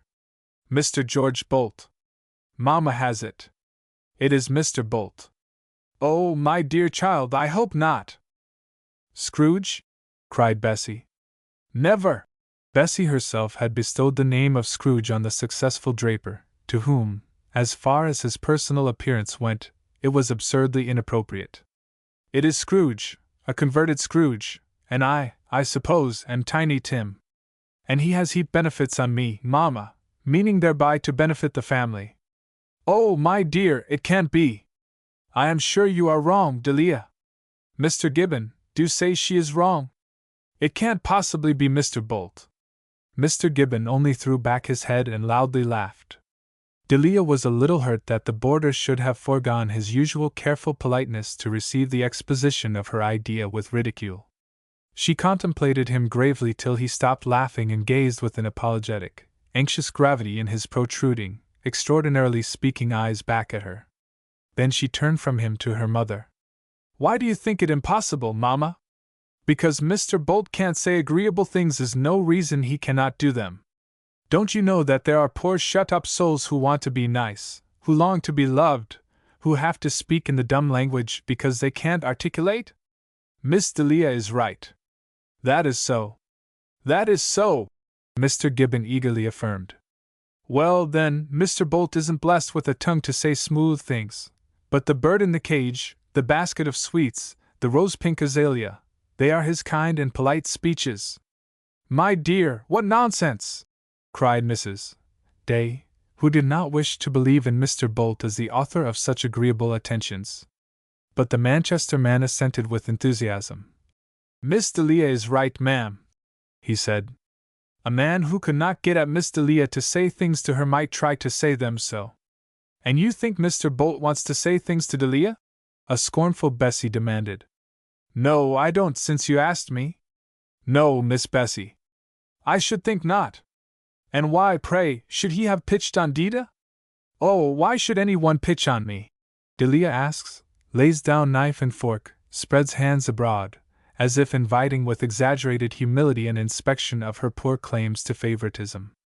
But if it were Mr. Bolt, I think I can understand why it might be Delia, Mrs. Day said slowly, looking down. She was remembering how her poor husband had made no secret of the fact that the younger girl was his pet, and she recalled also that for her father's sake it was Delia who treated the arrogant, tyrannical man with unfailing respect and courtesy. Yes.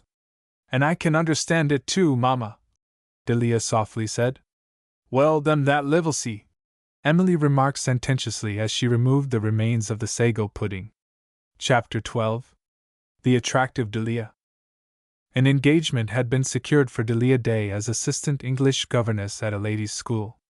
At Miss Chaplin's seminary she was employed in hearing lessons learnt by heart from Brewer's Guide to Knowledge, Mangnall's Questions, Mrs.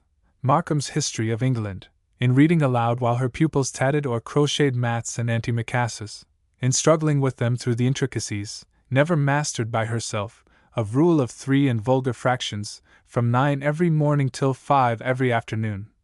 With the exception of the Wednesday, when there was a half-holiday, and the Saturday, when there was no school at all. The slightness of Delia's figure, and the fragility of her small face, with its innocent, unconscious allurement, were increased by the black garments she still wore. To cast off her mourning for her unhappy father would be, she felt, a slight to him. It is as if Bessie had forgotten, she said to herself, seeing her sister in the blues and pinks in which she began as summer came on again to array herself, for a supper and the Manchester man. I do not forget. Black was not a fashionable wear in that age, only being used for mourning. A woman wearing black did it to proclaim she sorrowed for the dead. The sentiment attached to her sable garments heightened the interest awakened by Delia's slight form and her winsome face, made her clear skin paler, made her eyes shine more jewel-like beneath the fine line of her black brows. Among the members of her own sex were, at the period of her 18th birthday, all the captives to her charms of which Delia was aware.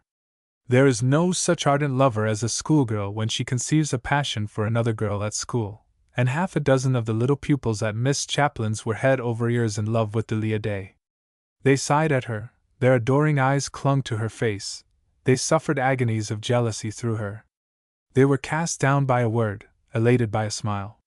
One of the girls then acquiring a polite education at Miss Chaplin's seminary remembers to this day how she slept, night after night, with a glove, such a worn and shabby glove, of the young English teacher beneath her pillow. She possesses still an album called The Delia Book, wherein is pasted an atrocious photograph. All photographs, cartes de visite they were called, were libelous and atrocious in those days, of a girl in a black frock, the skirt a little distended at the feet by the small hoop of the day, a short black jacket, with black hair parted in the middle over a smudge of a face and gathered into a net at the back of the neck. Beneath it is written Delia's name and the date. In the Delia Book, too, are treasured, scrawled there in the schoolgirl writing, the words of wit and wisdom gathered from the idol's lips, together with such precious items of information and memorabilia as the following. Tennyson is the favorite poet of D. Of all flowers the rose is the queen, and is the best loved of D. To remember to keep back unkind words. D. If we knew all, we should find there are excuses for all. D. Note. Burned almonds are the favorite sweet of D, and abide with me is D's favorite hymn. Their ways lying in the same direction, it was this young devotee who was privileged to walk home with the passionately admired D. On a certain afternoon, as they made their way through the quiet streets of the old town, their talk was of a long advertised concert to take place that evening, at which a great singer was to appear. "How much you will enjoy it, Kitty," Delia was saying with a little girlish longing. "Not only the concert, but everything. Let me picture it. You will run home when you leave me in horrid Bridge Street, and in your bedroom there will be a fire lit, and on the bed your pretty evening frock will be spread, and your lace petticoat, and your silk stockings." "Oh, how do you know all that, Miss Day?" "You know everything." "But I shan't enjoy the concert a bit." "I shall not." "Do you know why?" "Because you will not be there." "Oh, nonsense, Kitty!" "Nonsense! Nonsense! I shall be thinking of you all the time, and wishing, oh wishing. Miss Day, do you believe it is true that if we keep on wishing with all our strength, not a selfish pig of a wish, you know, but something nice for another person, the wish ever comes true?" "Every wish is as a prayer with God," quoted Delia, unquestioning in her child's heart the literal truth of the words. "Then, Miss Day, this is not Kitty Miller walking with you any longer, but one big solid wish. Oh, there he is again, Miss Day! There is young Mr. Forcas. Look! I see him. I am not going to stop. Let us walk on quicker, Kitty. Isn't it strange that he should always be riding here, just when we come out of school, Miss Day? Never mind. No, you are not to look round, Kitty. How beautifully he pulls off his hat! He had a most dreadfully disappointed look when you would not stop, Miss Day. I think you are very cruel. Never mind. No, Kitty! Don't, dear. No lady looks back when a gentleman passes her." A new entry appeared in the Delia book that night. No lady looks round when a gentleman passes her. D. Miss Day! With a soft, irrepressible giggle. "He has turned his horse and is riding after us. Never mind. Let us hurry on." But when the mare was pulled up beside her, her hoofs clattering on the cobblestones of the street, Miss Day, in spite of herself, must stop. "How do, Delia?" Kitty Miller had again the privilege of seeing how beautifully the hat came off, exposing for quite an appreciable time the young man's fair, smooth head. "Whoa, Nance!" to the satin-skinned, black mare, who objected to being pulled into the gutter running by the side of the pavement. "I say, there was something I particularly wanted to say to you, Delia." "Whoa! Steady, old girl. I say, how's Bessie?" "Bessie is very well, thank you, Mr. Forcas." "Mr. Forcas, come, I say, Delia! You aren't going to put me at arm's length, that fashion. I was going to ask you, how is Bessie?" "Very well, thank you. I haven't seen Bessie for ages." "Is it so long? I was wondering if I might look in sometimes on Mrs. Day."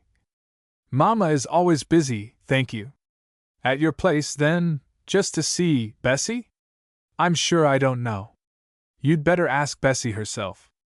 "I'll ask her when I call." "Whoa! Steady, you fool! Steady! What time could I come when I shouldn't be in the way? We're always busy. Always. I think perhaps you'd better not come at all." "Thank you." "Why? You used to come, if you remember, and you gave up coming," Delia said. The small face turned to him was unsmiling and proud. The clear eyes of pale hazel looked past the fine young man on the beautiful fidgeting horse. "I'm more my own master now," he said. "I should like to look in upon you all again, Delia." "You had better not. Goodbye."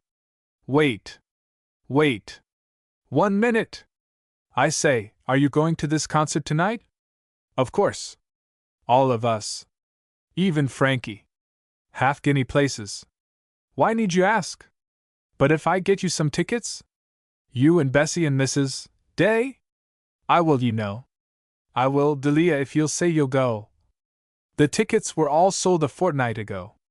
"You're too late," she said, and then she smiled her winning smile, in spite of herself, upon him and moved on.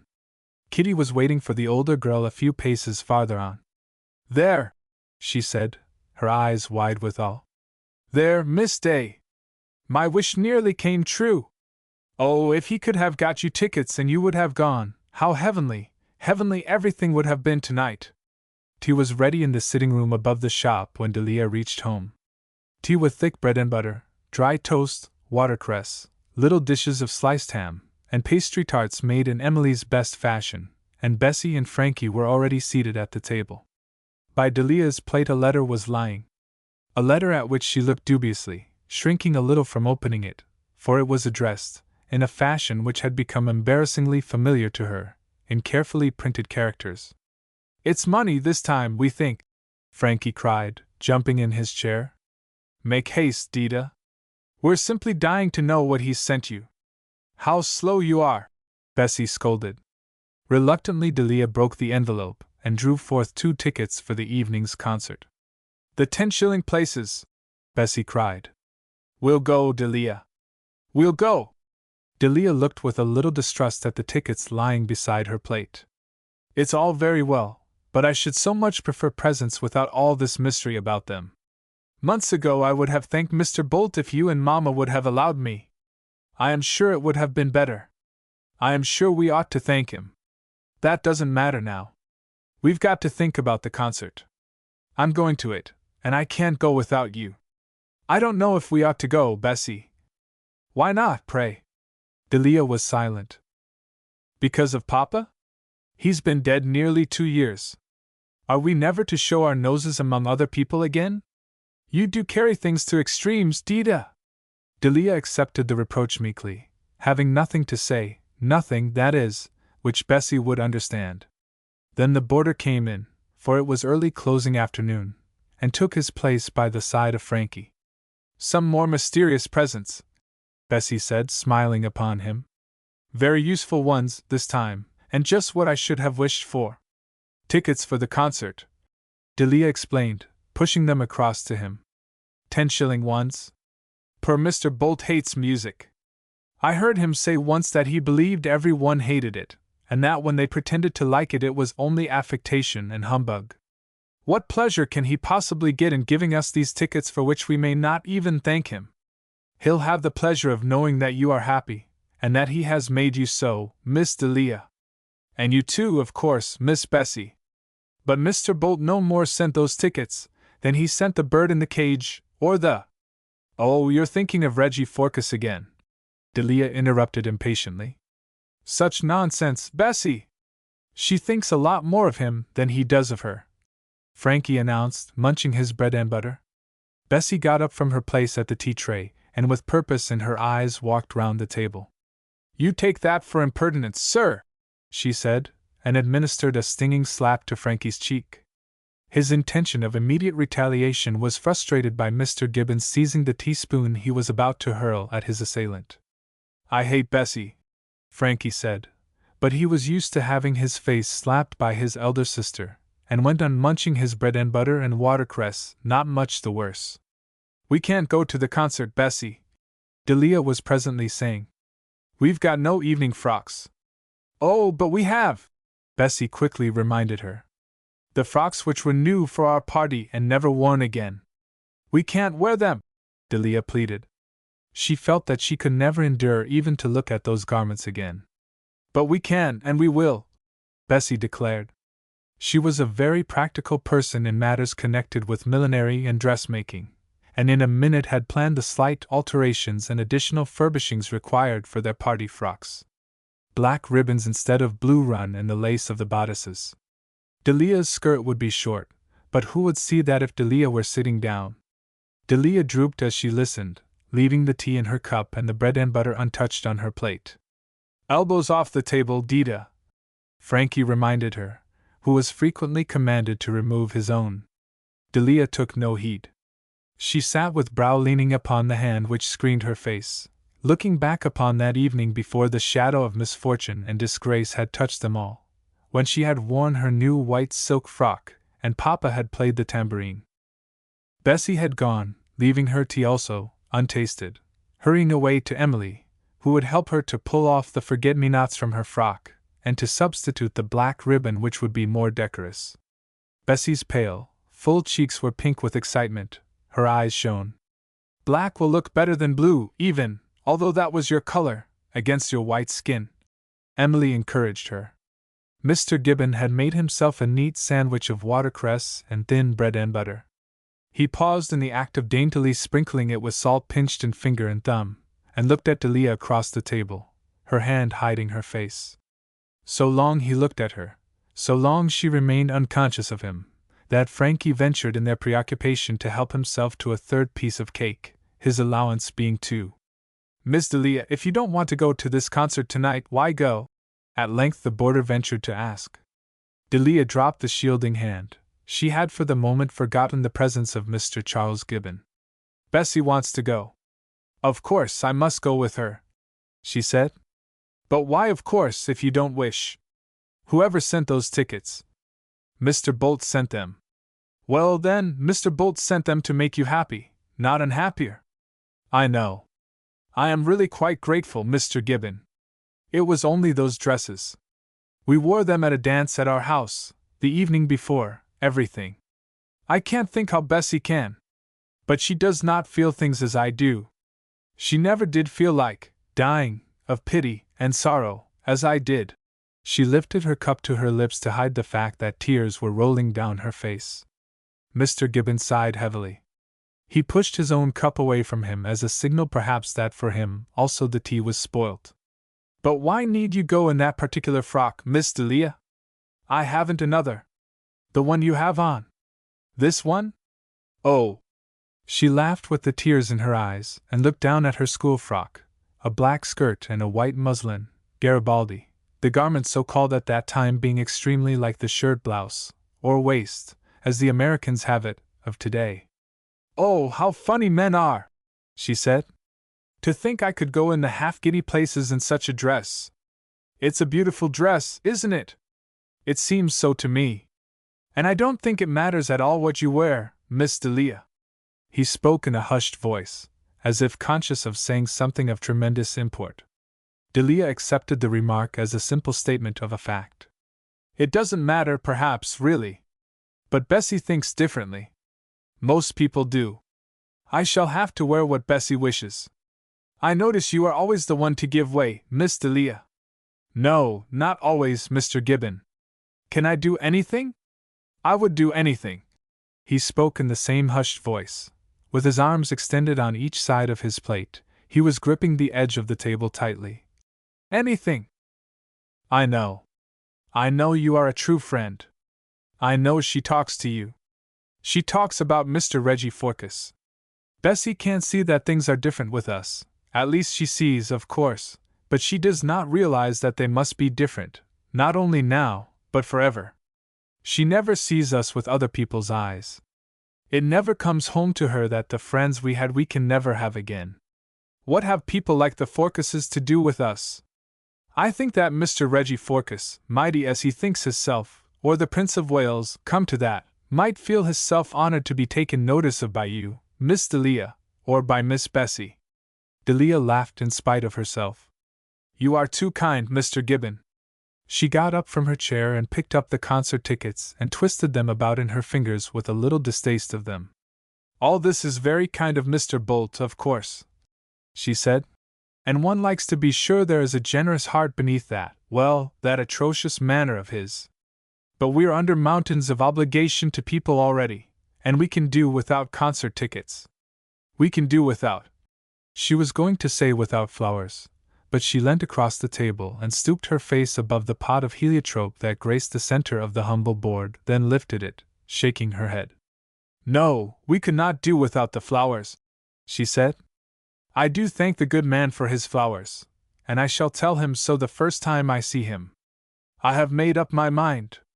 I would not if I were you, Miss Delia. But why not? Do tell me why not? Mr. Bolt is a good business man. He's my chief, and I'm not going to speak against him, but I don't quite see him buying you flowers. You know he loved my poor father, don't you? She asked him in a lowered voice.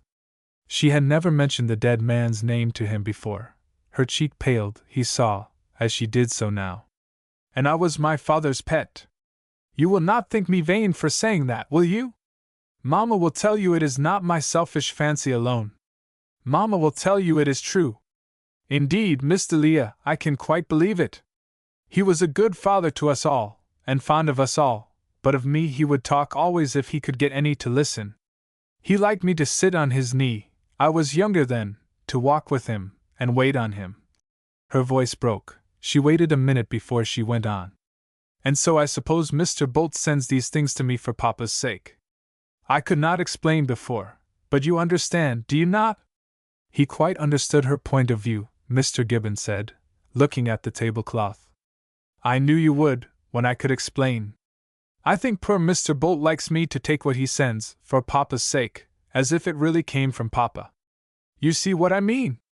And I can't help thinking there is something beautiful in that thought of his. Mr. Gibbon reflectively agreed. It was a beautiful thought, come to think of it, he said. Well then, said Delia. Well then, Miss Delia, don't you think by mentioning the matter to him, you'll spoil all that?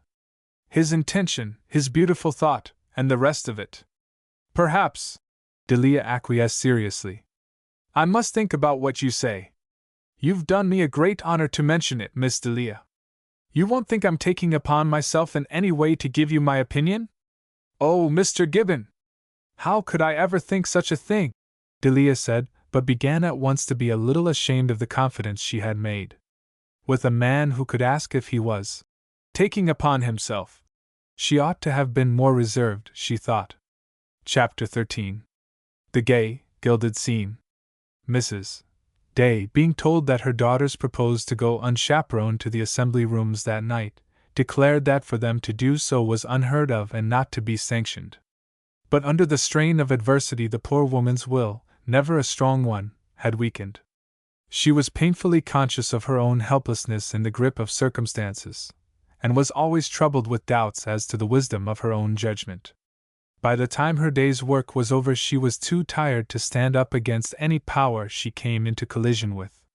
In all that concerned Bessie she was absolutely feeble. Bessie was victor always, not by reason of superior strength but through fractiousness, through stubbornness, through a hysterical determination to talk the opposing voices down, through her habit of crying like a baby when contradicted, and flinging things about. So, on this particular occasion, the elder daughter avowing in a high, excited voice that not many pleasures came in her way, and that when one did come she meant to take it, let her mother be pleased or let her be teased, the objections were speedily silenced. Leaving the shop for once in the care of Mr. Pretty, Mrs. Day went upstairs for the pleasure of seeing her girls once more in gala attire. I have taken the liberty of ordering a fly for the young ladies, Mr. Gibbon said as he and the mother sat awaiting the appearance of the pair.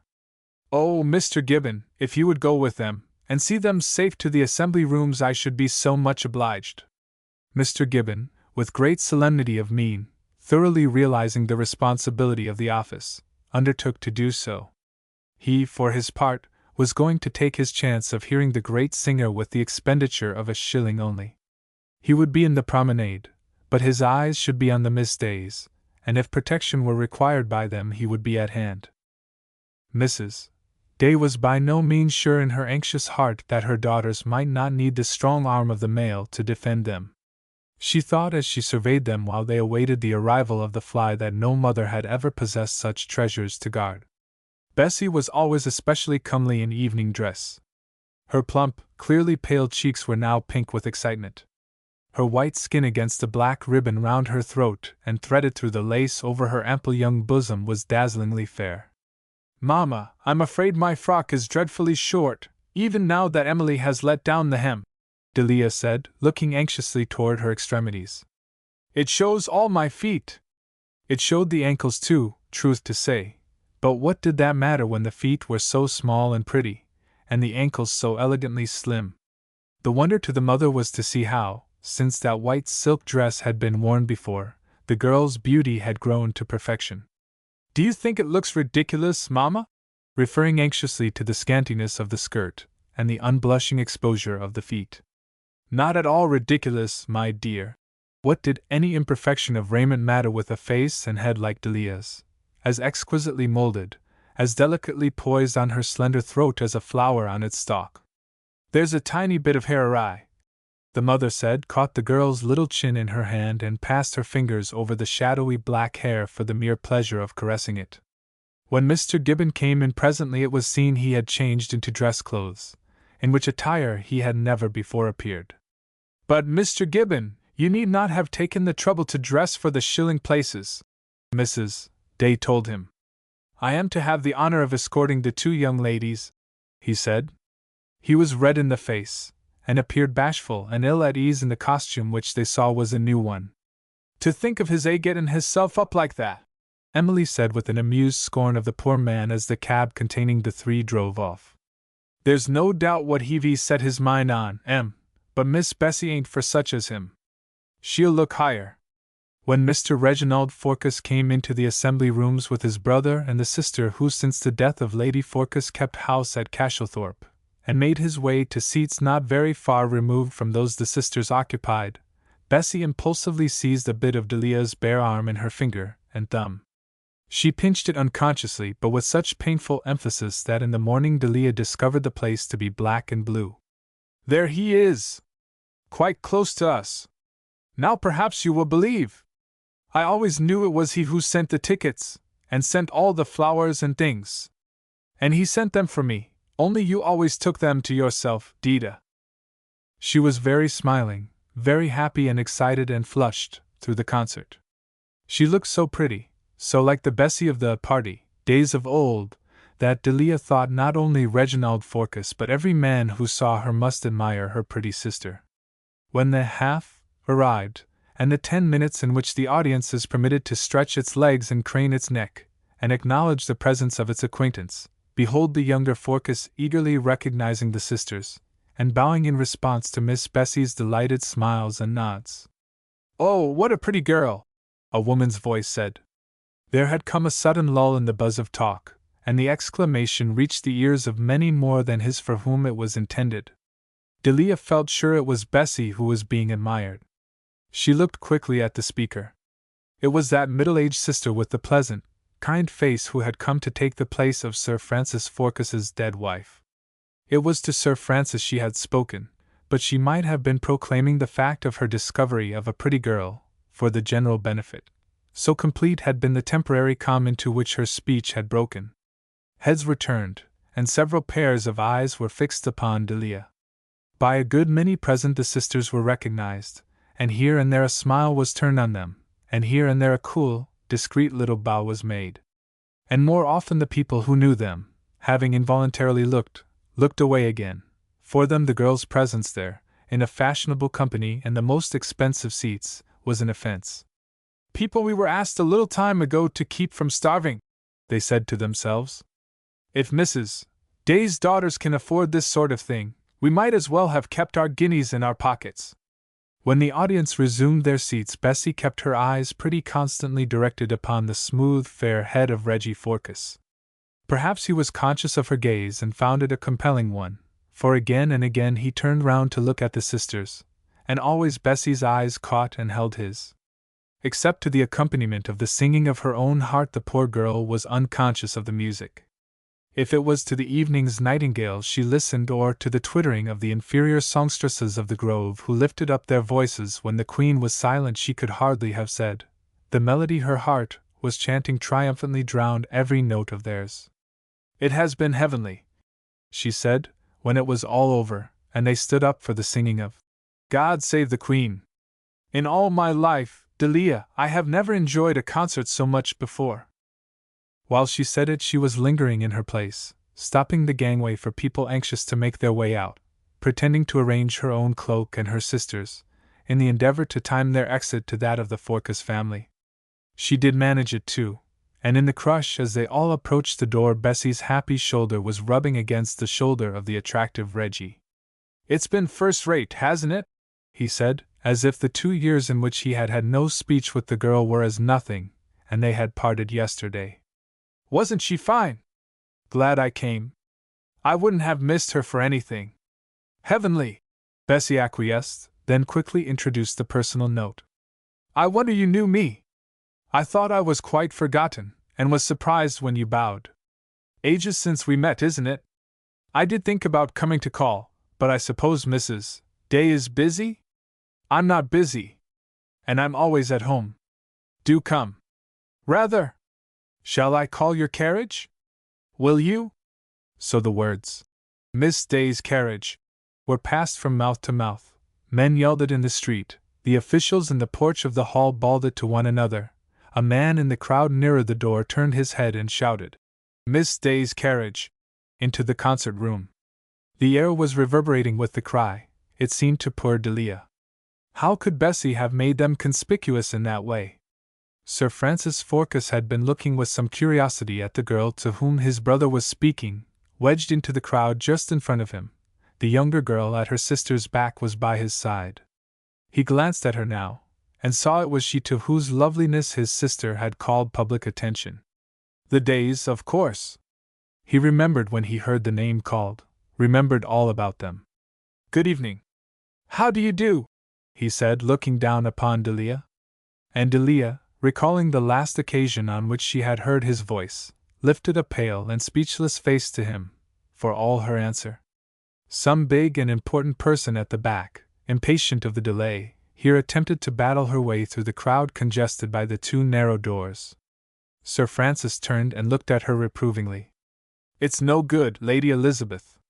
You'll have to wait like the rest of us. It's only a matter of a few minutes. Oh, do hurry up in front there! Lady Elizabeth called back to him, laughing, but imperious. The pressure she and her party were making still continued, with the result that Delia was driven roughly forward. Gently! Gently! Sir Francis called again, and Delia felt that his hands were on her shoulders and he was shielding her with his arms as much as possible from the crushing of the crowd. A minute, and they were through the doorway into the spacious porch, where individual movement was possible, and the fresh night air blew, and Delia could see the light from the big lamp over the archway flaring on the top of her shabby old fly, while behind it was a long line of handsome carriages whose drivers vituperated the driver of the cab, in his broken hat. At the window was Bessie's face. Bessie's excited voice was heard shrilly calling on Delia's name. Dita! Dita! Where on earth have you got to?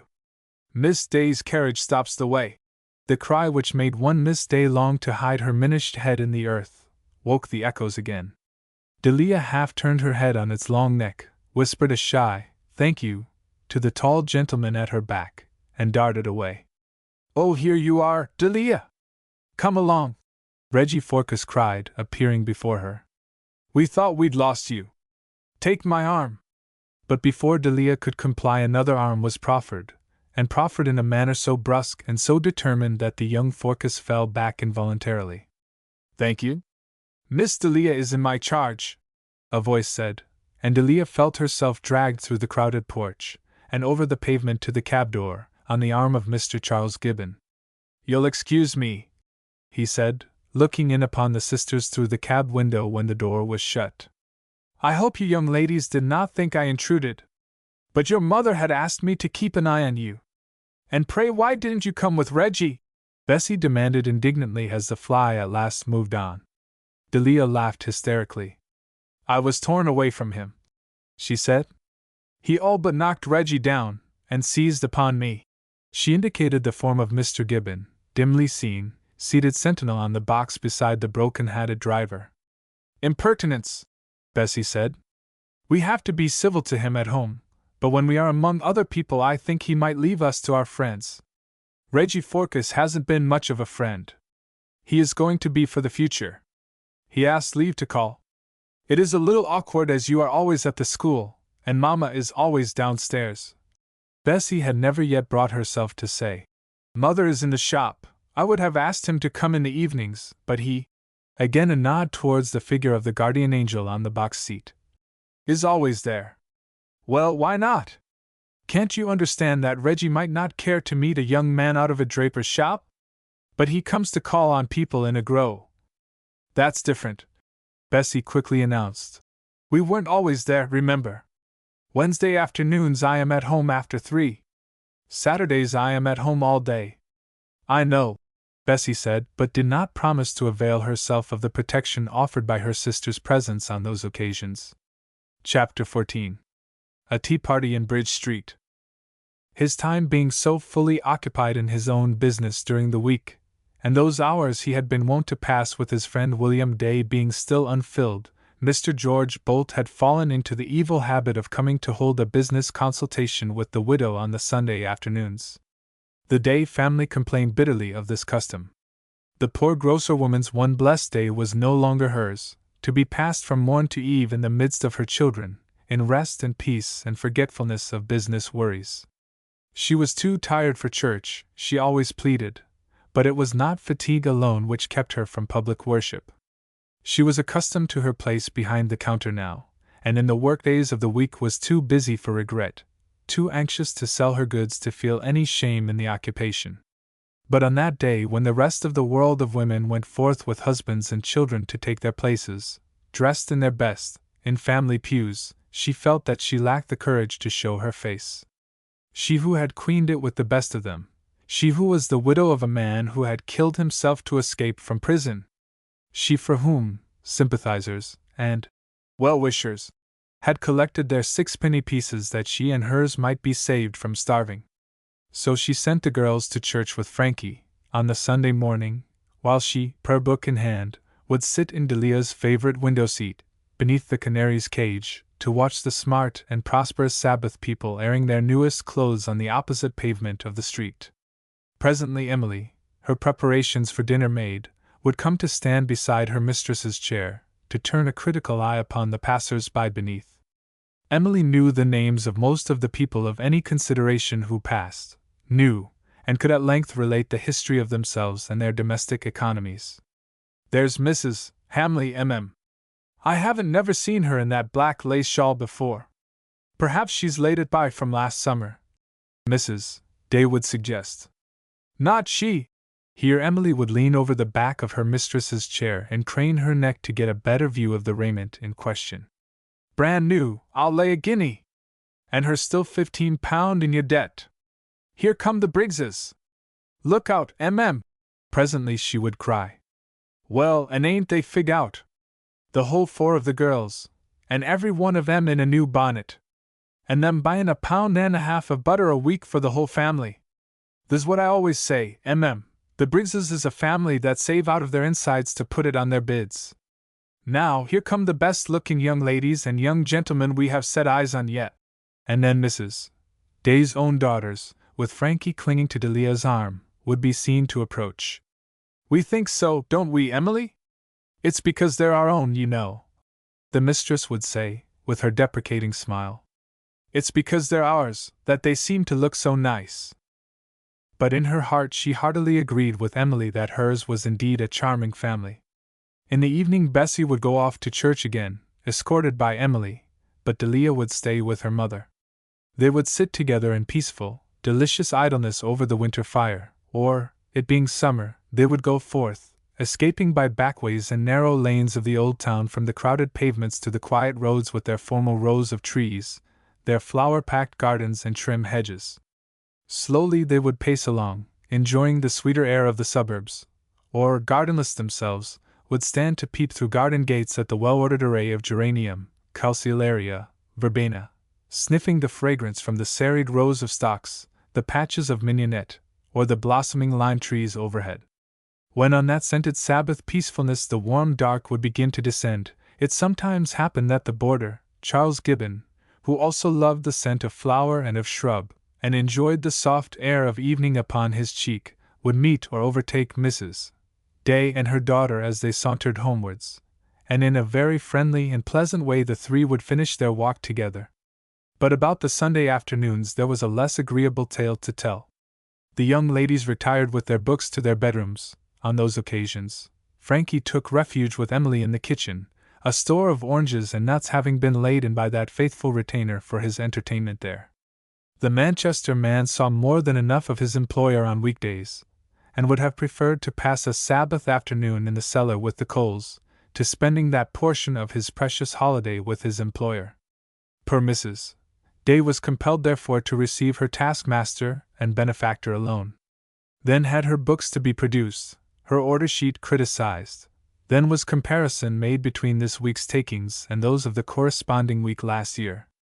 If, as too often happened, alas, the sales had been less, the poor apologetic tradeswoman had to suffer for it. "You are losing custom. You must not lose it," the tradesman would bluster. Or, "Your expenses are too much. You are eaten up with expenses," he would insist.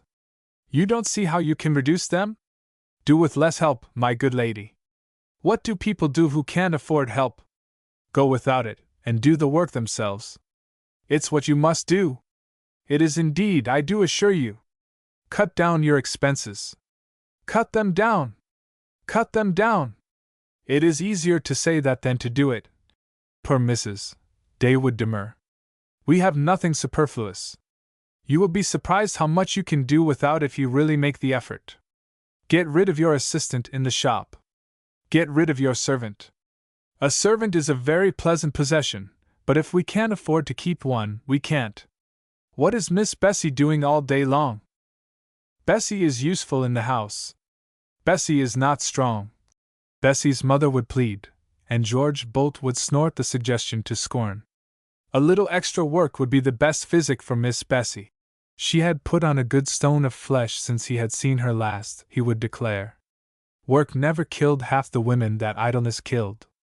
On a Sunday afternoon soon after that concert to which the girls had been escorted by the lodger, George Bolt, his business exhortation finished, sprang on the poor mother the news that her son at the branch shop at Ingleby was not giving satisfaction.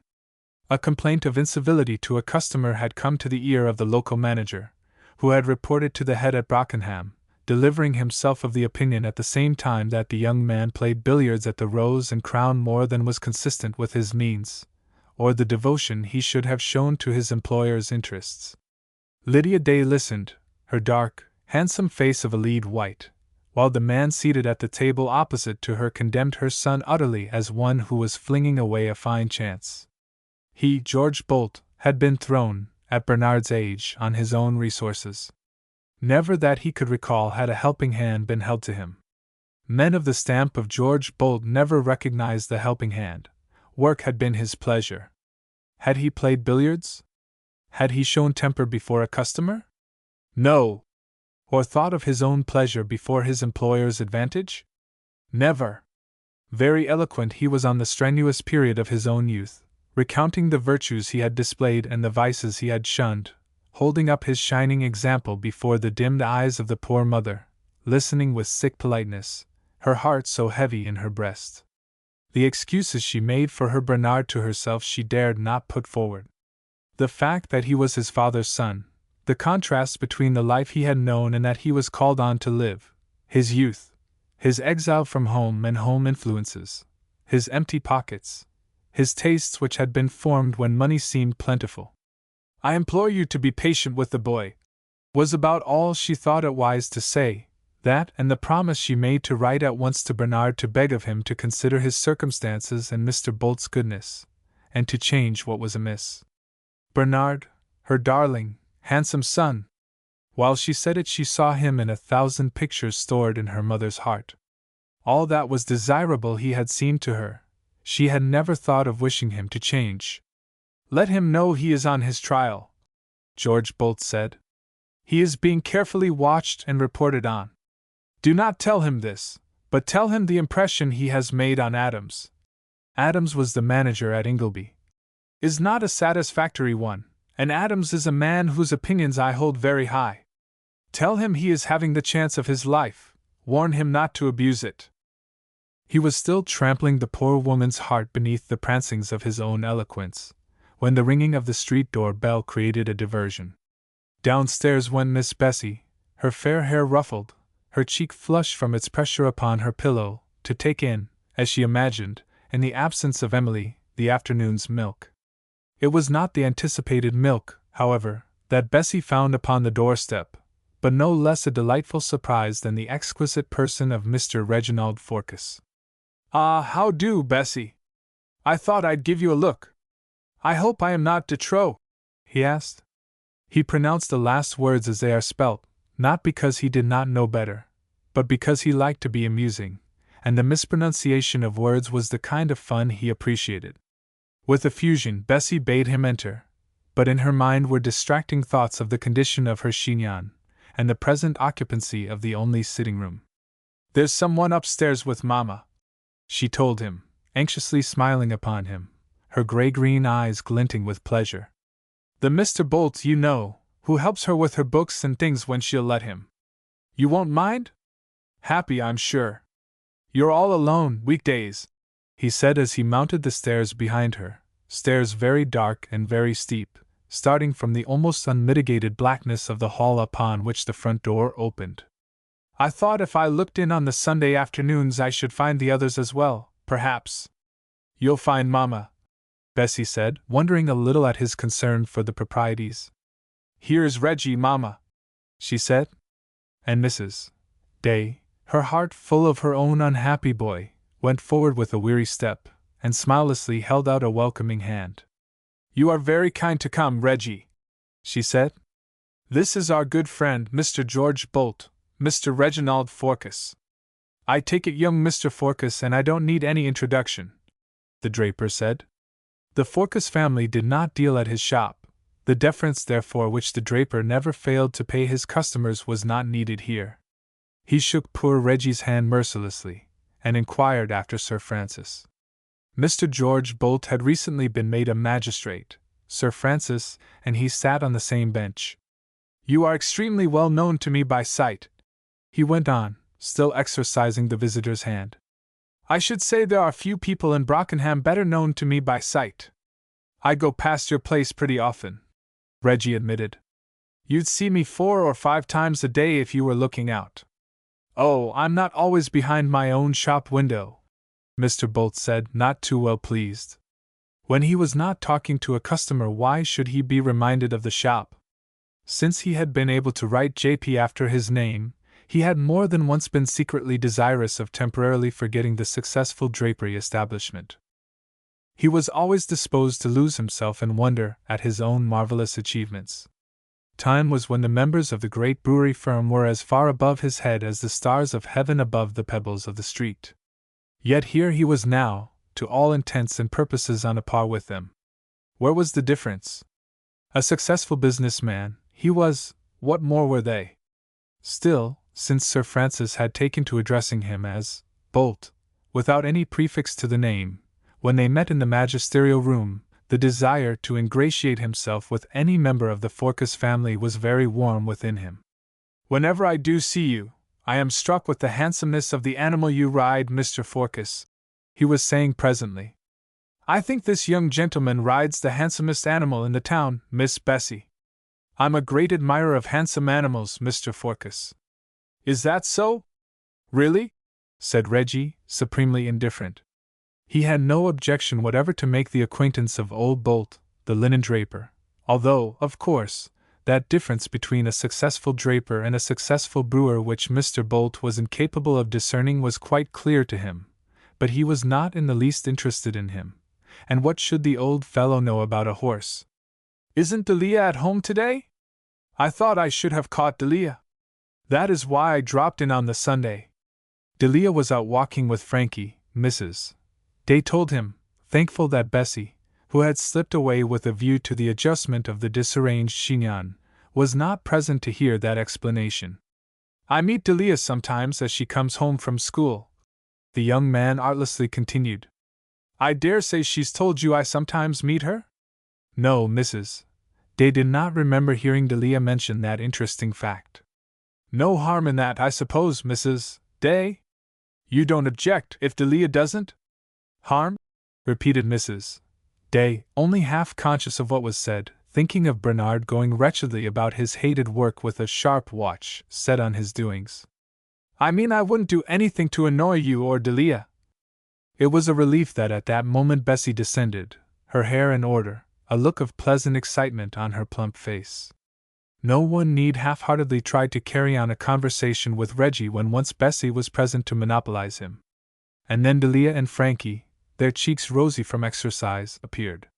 Frankie went to his mother and climbed on her lap, and Delia sat close to her side, a little too apparently, perhaps, leaving the young man and Bessie to carry on their sparkling conversation uninterrupted. When Emily came in, to lay the tea table, the two men got up to go. "Mama, Reggie will stay if you asked him," Bessie said. How triumphant she felt, how her eyes sparkled when Reggie said at once he should like to, rather. "And Mr. Bolt will stay to tea too, Mama," Delia said quickly. She did not need the heavy silence which fell to tell she had offended, not Bessie's warning scowl, nor her mother's piteous look of appeal. As no one seconded the invitation, "Do stay," Delia said. And he gracefully yielded. "Since you are so polite, I don't mind if I do," he said. He really felt honored by the invitation, the first he had ever received in that house. The long low-ceilinged sitting room above the grocer's shop was tenanted by ladies of whom in days gone by he had felt a certain awe. Down in the world as they were now, he never forgot that ancient attitude of theirs. Even when he bullied Mrs. Day, and advised her daughters to do the work of servants, he had not forgotten. Perhaps at such times he remembered it more than ever. His wife, dead for the last 7 years, had been of a different make from these women.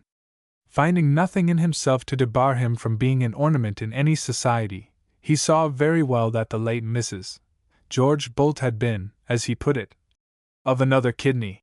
He had been fairly content with her while he had her. She had been a good housekeeper, and had not crossed him in his wish to save money. But looking back upon the poor woman, he saw plainly that she had not the appearance of these ladies, nor had she spoken like them, nor possessed the ways of them. She had been all very well for his then condition, but times had changed for him, and here he was, well pleased to be sitting at the board of people who would not at one time have received the late Mrs. Bolt under their roof, on terms of equality with Sir Francis Forkes's brother. He was a rich man himself, and going, he would see to it, to be richer, but the income of the Forkeses he knew was perhaps 7 times as much as his own, and he was one of that large body of good sort of people who loved to be in the society of men richer than themselves. "We so much enjoyed the concert, Mr. Bolt," Delia said to him. "The concert?" Mr. Bolt repeated. He wished to talk to Bessie, having it on his conscience to advise her to do without a servant, and he did not feel called upon to exert himself. To do the polite, as he phrased it, to the younger girl. "Some kind friend sent us stalls for the concert," explained Delia, flushing. "It was so kind of the unknown person, and such a delightful treat." "Stalls? The half-guinea places, do you mean?" There was astonished disapproval in eyes and voice. "Wasn't it sweet of someone?" Delia went on, bent on expressing her gratitude to the shy donor. "It was the same someone, I suppose, who sent the lilies of the valley, yesterday, and my darling canary. Look! It is someone to whom we can never be grateful enough. Better keep your gratitude for the more substantial benefits you have all received." He was thinking, Mrs. Day knew, of the £50 which had headed the subscription list. "Lilies were 6 pence the bunch in the market yesterday." "But it isn't the cost," Delia explained. Her face was rose-red with her effort to say that which she had determined should be said to the man they all disliked, but who was showing himself by the thoughtful little attentions to which she alluded, in his true colors. "It isn't the cost alone, it is the kind thought for which we are so grateful." "Oh, come, Delia!" Reggie interrupted. "I offered you tickets, you remember, and you weren't a bit grateful for the kind thought. And as for the lilies, I dare say I could send you flowers every morning from the conservatories at home, if you'd care for them." "I should not in the least care for them from your conservatories." "Don't send them, Reggie, or we should have to send them back." "Why, pray?" "Speak for yourself, please," Bessie cried. "If you've any flowers going begging, I'm not above taking them, Reggie, remember." "The flowers aren't mine," Reggie reminded her at once. "They grow there, tons of them, and no one to look at them now, but Francis and Ada. Yet if I want to send a few to a girl, there's questions asked, and a sickening fuss made. I order them from the nurseryman rather than have the fag of it." "Well?" "Oh, all right. I'll order some for you, Bessie." Then, when tea was all but finished, a step was heard upon the stairs, and presently Mr. Gibbon came in. At the sight of the other 2 men his face fell perceptibly. To him, also, the Sabbath was a precious time. The hour, especially, which brought the meal over which they need not hurry for any evening work, in the room made sweet with flowers, in the company of the three charming ladies, on the table the extra delicacies Emily always provided for the occasion. Bolt, Forcas, the two men whom, least on earth, he desired to see there. "Hullo, Gibbon!" his chief said, and the man addressed felt in his bones that the tone was unmistakably that of the employer to the employed. "Been getting forward for tomorrow, I suppose?" No, Gibbon said he had not, and he spoke curtly, and kept his heavy head up, and drew his brows together, and was somewhat offensive in manner, in the effort to show he was not subservient. He bowed sulkily to Mr. Reginald Forcas, when Mrs. Day murmured that gentleman's name. The fact that the young man, when he came of an age to take the third share which was to be his in the brewery, would be rolling in money, was nothing to him, and he wished to show to all present it was not. At the concert he, who was ugly, and short, and poor, and of no account in the world, had had the best of the elegant young man with his fortune and the name which was one to conjure with in Brockenham. He had wrested Delia from him, and pushed him on one side. He did not propose to smile amiably at him across the tea-table after that. He was going to Lancashire to buy goods for his department tomorrow. He was absent there for 4 or 5 days every 3 weeks. This was his last evening of paradise for a while, and the serpent had entered there. "You are late," Bessie rebuked him sweetly. "And you must wait for more tea to be made. Where have you been, pray? Give an account of yourself." He had walked out 5 miles, he told her, to the garden of a friend who had a small conservatory. He had hoped to be rewarded with some flowers to return with, but had only been accorded the 3 roses he held in his hand. "Very sweet of you to bring them for me, all the same," Bessie said, smiling graciously. Gibbon was, however, shy or sullen this evening, for he seemed by no means anxious to relinquish the flowers, and when he did so he laid them between his plate and Delia's, who promptly put them into Bessie's extended hand. When pinned in the bosom of her grey frock, the flowers had a charming effect, to which she called the attention of all present. "Aren't they sweet, Mamma? Mr. Bolt, Reggie, aren't they simply sweet?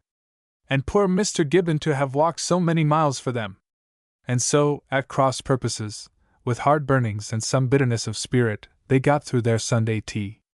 "It would have been delightful if you had not invited your old Scrooge," Bessie, who, at any rate, had thoroughly enjoyed herself, flung at her sister. Chapter 15. The Manchester Man. Mrs. Day had retired to write her letter to Bernard in the privacy of her own room, and Bessie, in radiant spirits, had gone off to dress for evening service, where she was to go escorted by Frankie and Emily. Delia was left in charge of the boarder. It was a point of honor with them all that the young man should have his money's worth while under their roof, and above all, should have his meals in comfort. The cup which Bessie had poured out for him stood cold and untasted by his side. Delia took it from him. Certainly he should not have the dregs of the teapot. She would brew a fresh pot for him. "I beg you will not trouble, Miss Delia. It is my fault in being late." He, who held the creed that a gentleman must never allow a lady to wait on him, unless she was his mother, or he was married to her, must follow Miss Delia to the kitchen, also on the upper floor, must watch her rinse the teapot, must advise with her as to the amount of tea required to make the 3 large cups he always drank, must himself pour the boiling water, she, with many exhortations from him to be very careful lest she scalded her fingers, holding the teapot. There was something delightfully homelike and familiar in this sharing of simple duties. Delia, returned to the sitting-room where she sat to fill his cup and to cut him bread and butter, was as lovely a vision as any man could desire to see at his board. Pleasantly and gaily she chattered, waiting on him with her dainty hands. He, tongue-tied, answering little, embarrassed and ill at ease in that sweet society. For a year and a half he had lived in the dingy house above the shop in Bridge Street. He had for 18 months enjoyed that propinquity, that familiar intercourse, which is all that is necessary to make many an ugly woman beautiful in the eyes of the man in enjoyment of her society. It is small wonder, then, if the poor Manchester man exaggerated in his own mind those unusual charms which Delia incontestably possessed. A year and a half! And in all that time he could never recall an occasion when he had been left for any length of time alone with Delia, before. It was Bessie who had constituted herself his especial friend, had seized on him, talked to him, made confidences to him, and satisfied herself it was his wish to talk to her. Delia, he knew, had looked on him as Bessie's property. He had resented this assumption, but had not known how to dispute it. Besides being of a loveliness which he had come to think unsurpassed, she was so gentle, so tender-hearted, so pitiful, this young Delia, so adorably kind. She had learnt in that grief and shame which he knew had befallen her a lesson, taught her he was sure by the pitying angels of God, to think no sorrow too trivial to be despised, to be tender even to the scratched finger, the bruised shins of the poor men and women scrambling painfully along the tough and thorny path of life. He was a short and broad and ugly man, approaching middle age, of a commonplace cut of features, of poor birth, of mean fortunes, of small account in the scheme of things. But he had an eye for beauty, he had a soul, and his eye was filled with a beauty completely satisfying his conception, and with his soul he worshipped the soul of Delia. "I am sorry," he suddenly said, cutting across some little triviality of hers with which she was striving to cover his silence. "Sorry you did not have even one of the roses I walked 10 miles to get for you." She glanced fleetingly at him. "Oh, it does not matter, of course. Bessie has them, and she loves them so. I had far rather Bessie had them." He gazed upon her, reproachful but silent. "Bessie so loves flowers," she said, remembering how Bessie had pounced upon the poor roses before they had been offered. It had not been a pretty sight, but Bessie, poor Bessie, did such things. "Miss Bessie so loves them to wear in her dress," he corrected.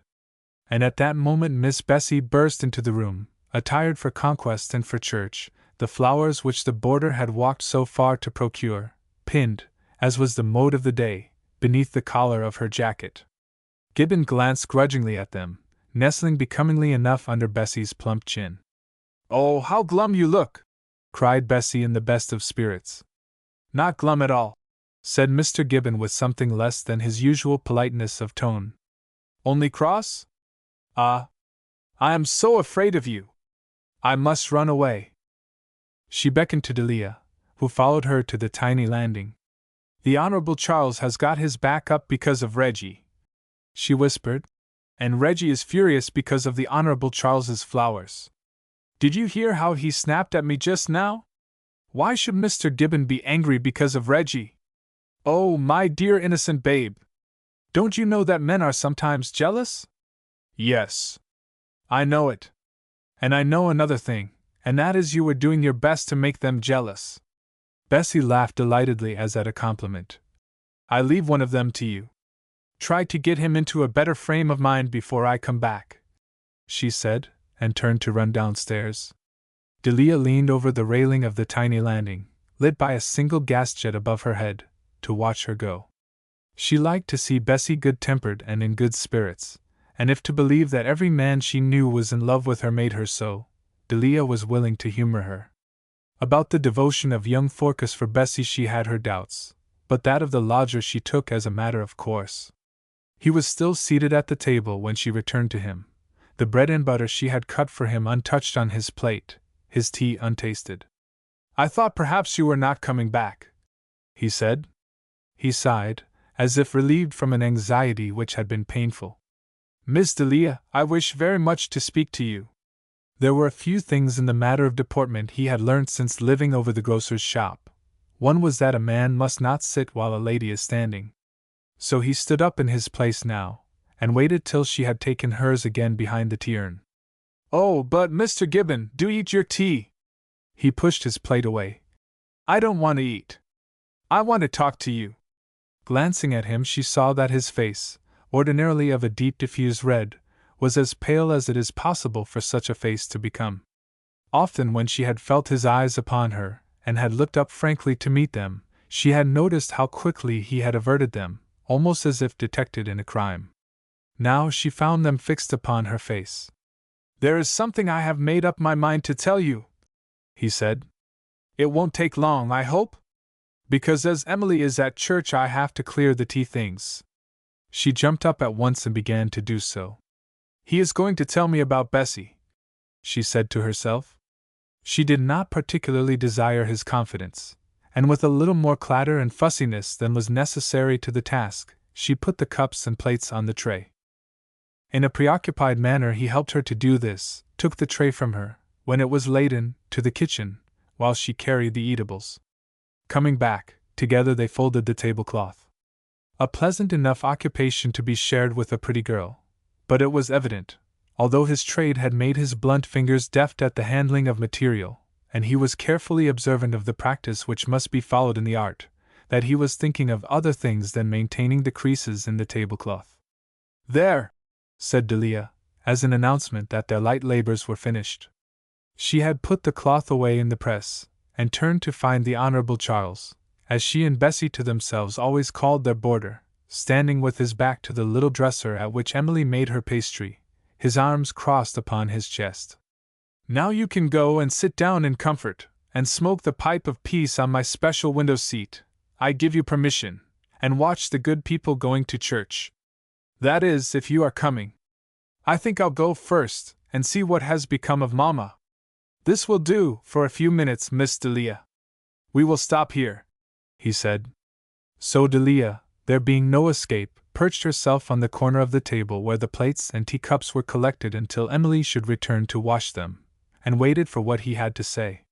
He found some difficulty in beginning apparently, and frowned upon the matting covering the floor. "It's about myself." At length he began with an effort painful to see.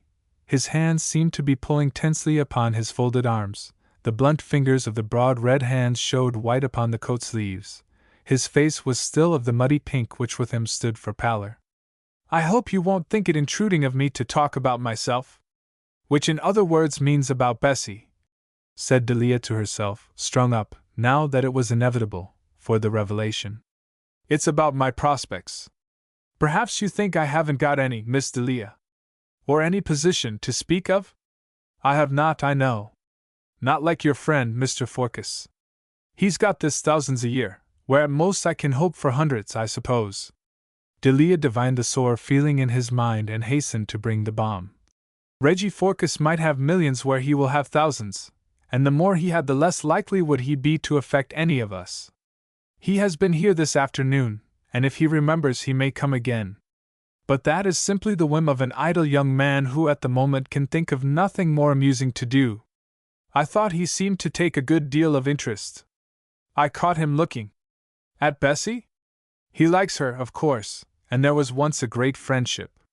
If things hadn't happened, I dare say it might have come to more than friendship. But they did happen, and—" She broke off. Never could she without suffering and difficulty allude to the tragedy which had cost them so dear. "I assure you, Mr. Gibbon," she began again, and smiled encouragingly upon him, "you are of far more importance to us than Mr. Reginald Forkes is ever likely to be. I thank you for telling me that," he said, and his fingers strained tighter upon his coat sleeves. Then he lifted his eyes and looked at her as she sat, perched with ease and grace among the teacups on the kitchen table. Every movement of hers was made, every posture taken, with ease and grace. It happened, for Delia's fortune, to be the day of the small woman, the day when she of inches was pronounced a gawk, and she of 5 feet and a little, slim of waist, of foot, of hand, of ankle, slid with ease and naturalness into a man's heart.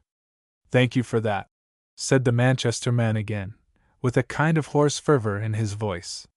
"You are always kind. I don't think the angels in heaven are kinder than you." A statement at which Delia among the teacups laughed light-heartedly. "No, don't laugh," he said almost fiercely. "It is true. I believe it with all my soul." He looked from her to the floor at his feet again, frowning upon it, striving for the calmness to proceed with that which he had to say in the order he had taught himself to believe was best for his case. "I'm getting 200 a year," he said. "This year, come Christmas, I'm to have a rise to 250. Next year," he paused, set his lips tightly. "Next year I mean to ask for a share in the business." "Do you?" said Delia with polite interest. "Do you really think you will get it, Mr. Gibbon?" "I shall get it fast enough." I shall get it, for this reason: if Bolt doesn't give it me, I shall leave him. Bolt can't afford to lose me. I don't want to boast, but it's true. He can't afford to lose me, and he knows it. Do you know? And he lifted his head, speaking more naturally and looking at her with pride in his achievement. In the 2 years I have been in the concern, I have doubled the takings in my department? Really? How very clever of you, Mr. Gibbon! You must be pleased. He looked at her and laughed hopelessly. You don't understand these things, Miss Delia. You don't realize that what I have done means much. Oh, but I do, Mr. Gibbon. I have always thought that you must be a quite wonderful businessman, so quiet, so regular, thinking of nothing but your work. I do think of other things, he said fervidly. I want to get on. I want to improve myself, and my position. There's an end I'm working for. If a man sets an end before him, and works for all he's worth to get it, does he get it, Miss Delia? He gets it. Never doubt it. Well then, see. When I get my share of the business, I shall work the whole show up as I have worked my own department. The other establishments in the same line can put their shutters up. It's the biggest drapery business in the town now. Bolt is proud enough to ram that fact down your throat, but I shall make it the biggest drapery business in the eastern counties. How splendid of you, Mr. Gibbon! And supposing Mr. Bolt won't give you the share? I am not sure it would not be better. In that case I shall start on my own. Not in a shop. I shall open a warehouse for the sale of my goods, alone. Those calicoes, and prints, and drabettes, you go to Manchester to buy? Put in Delia, anxious to show that she understood. Manchester goods. I shall carry with me all the little customers who come to me now to take my advice what they shall buy, and a lot of shopkeepers of a better class, who will deal with the wholesale mean but will not buy their goods of Bolt. Poor Mr. Bolt! He must look after hisself. I heard Miss Bessie say the other day that the wholesale line was genteeler than retail. He broke off and looked questioningly at Delia, who had formed no opinion on the subject. Bessie knows about these things, she assured him. Then, you will become a very rich man, Mr. Gibbon, and will go away, and never help us to make mincemeat any more, or to clear the table after Sunday tea. You will drive your carriage with a pair of horses, not one miserable screw like Mr. Bolt, and you will live in a fine house, and grow roses, and build conservatories, won't you? Yes, he assented solemnly. Then he unfolded his arms and, stretching them sideways, gripped with each hand the ledge of the dresser against which he leant. I shall want you to come with me, he said. Me? Said Delia. The shock of the surprise made her for a moment breathless. She sat and gazed at him with wide eyes for what seemed an age, saying nothing, and he also, for the moment incapable of further speech, gazed back.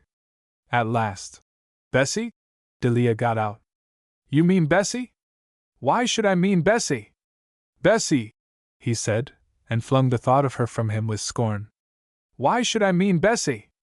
I mean you, he said, and endured her silence with eyes that clung desperately to her face.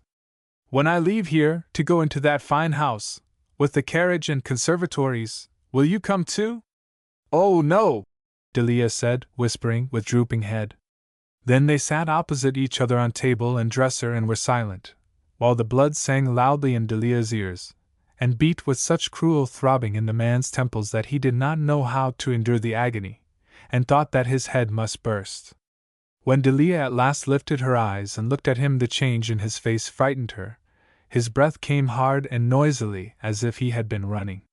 Was it possible he could feel like that, this quiet, inoffensive, uninteresting, middle-aged boarder, who had never appeared to feel anything particularly before? About her? I am so sorry, she said in genuine distress, horribly grieved at and ashamed of her part in his pain. I thought it was Bessie. You have refused me? You mean it absolutely? There is no hope for me? Delia shivered. It was the regulation phrase used by the rejected lover in the novel of the day. It had thrilled Delia 100 times as she had read it.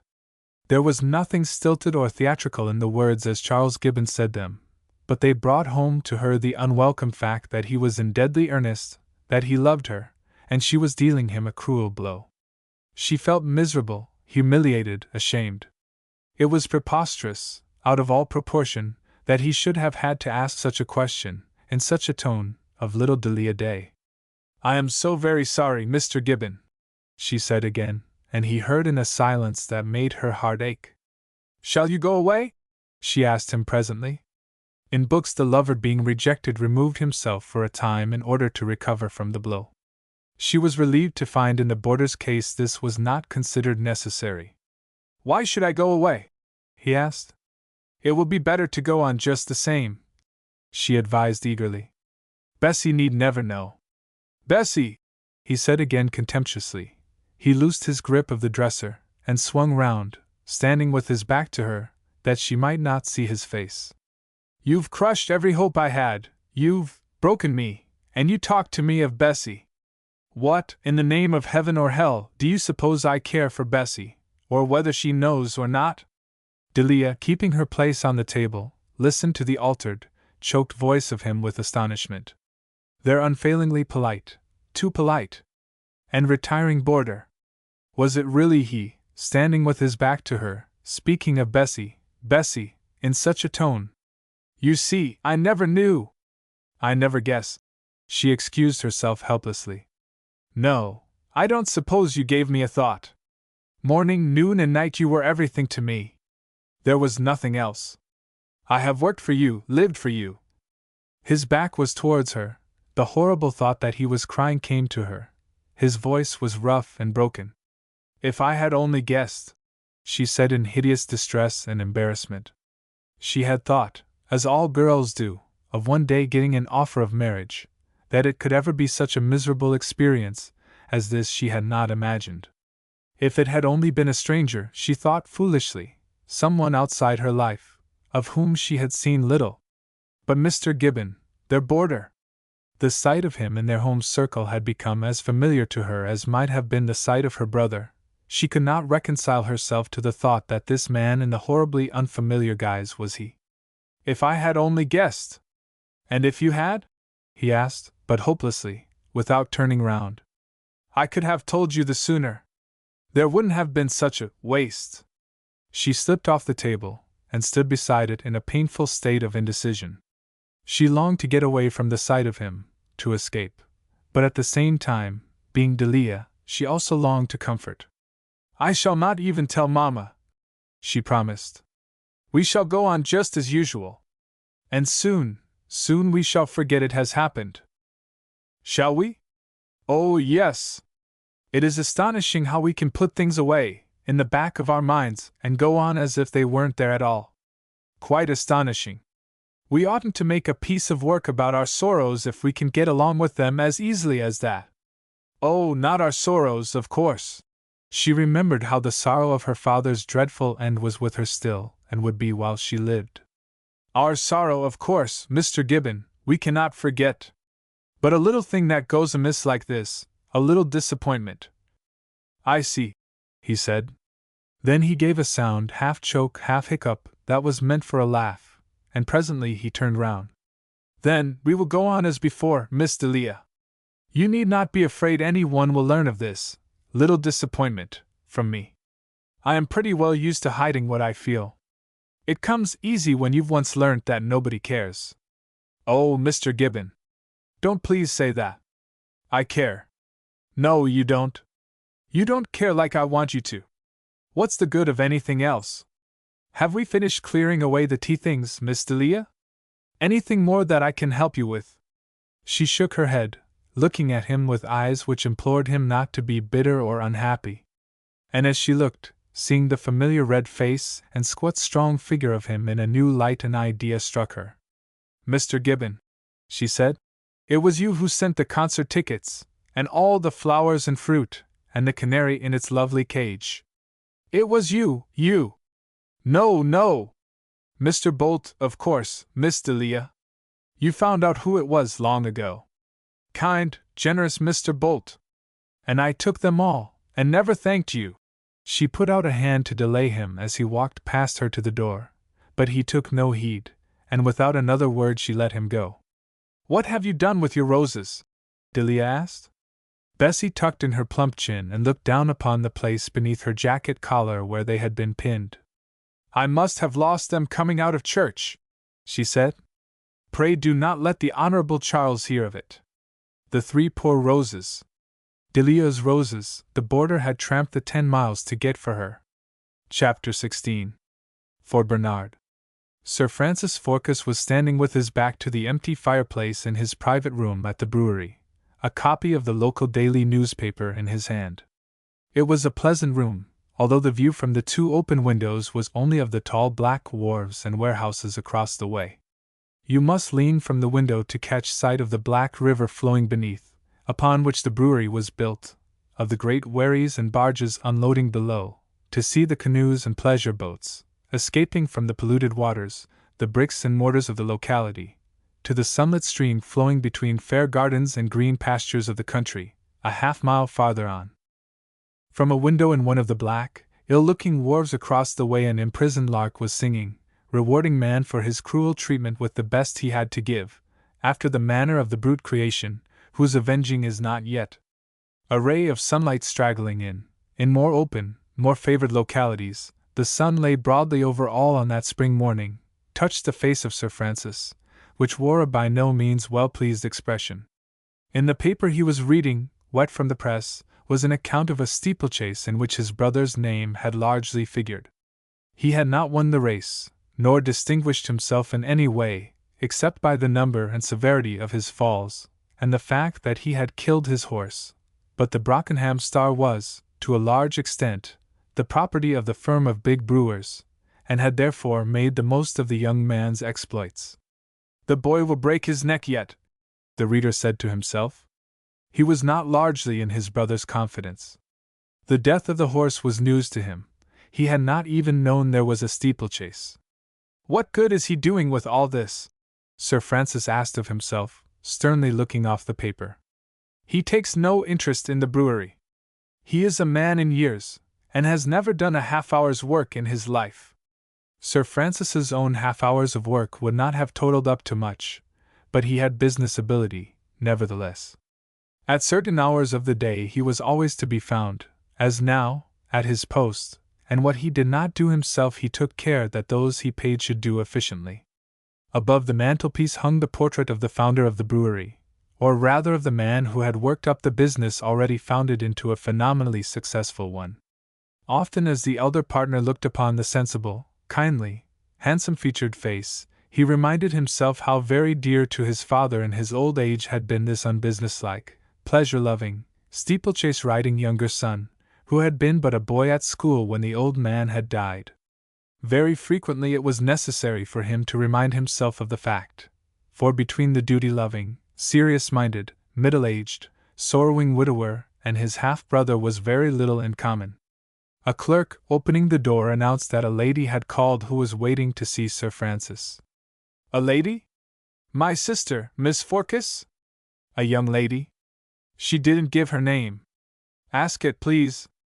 Back came the clerk with a slip of paper on which was written a name. Sir Francis read to himself, and then aloud, looking questioningly upon the clerk.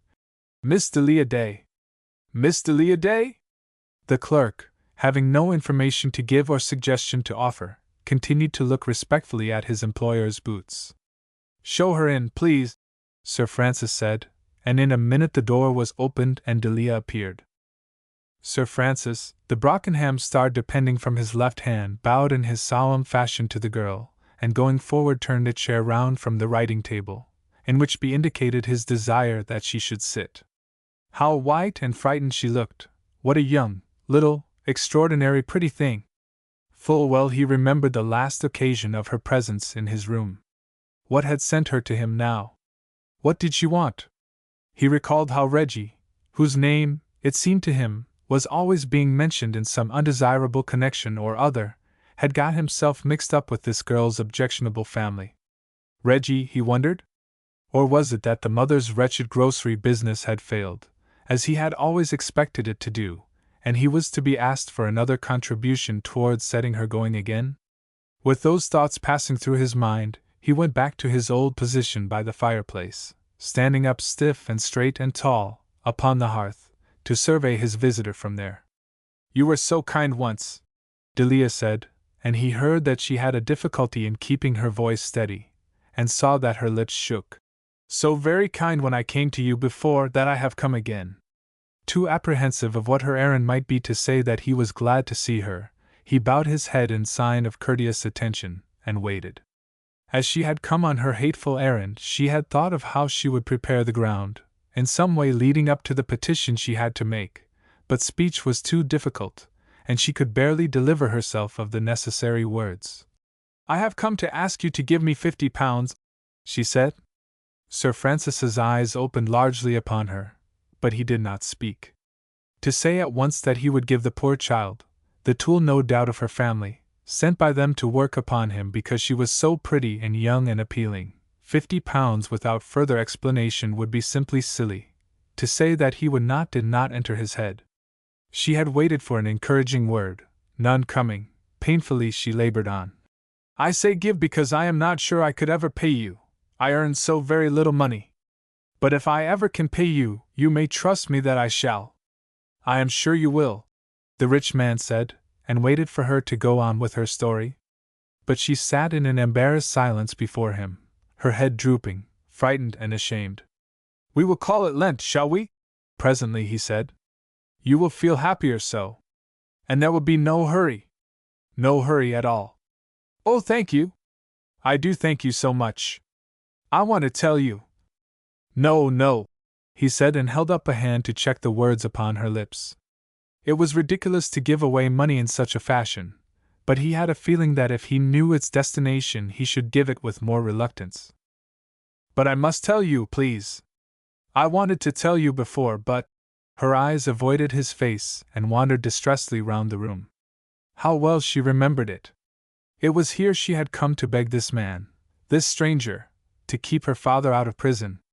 And now her brother, now Bernard.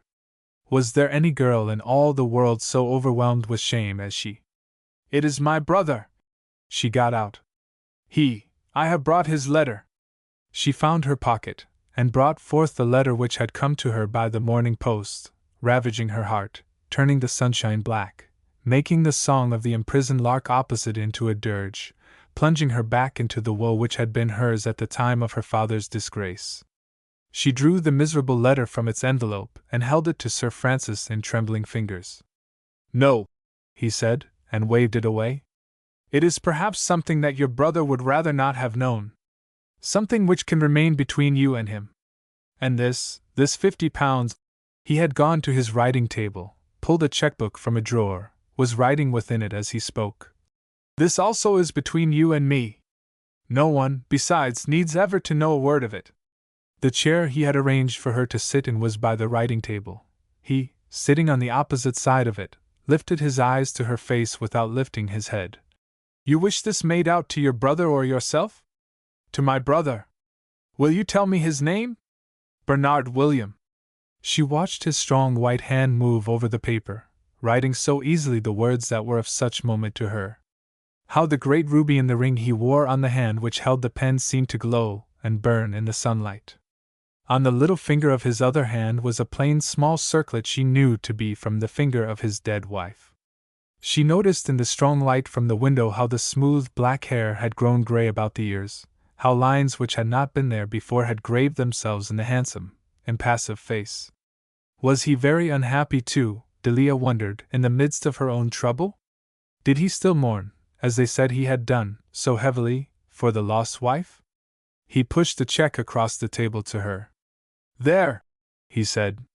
He had caught her gaze fixed with its sorrowful questioning upon his face, and he put away from him his doubt, his annoyance, and in spite of himself smiled encouragement into her pleading, beautiful, innocently worshipping eyes.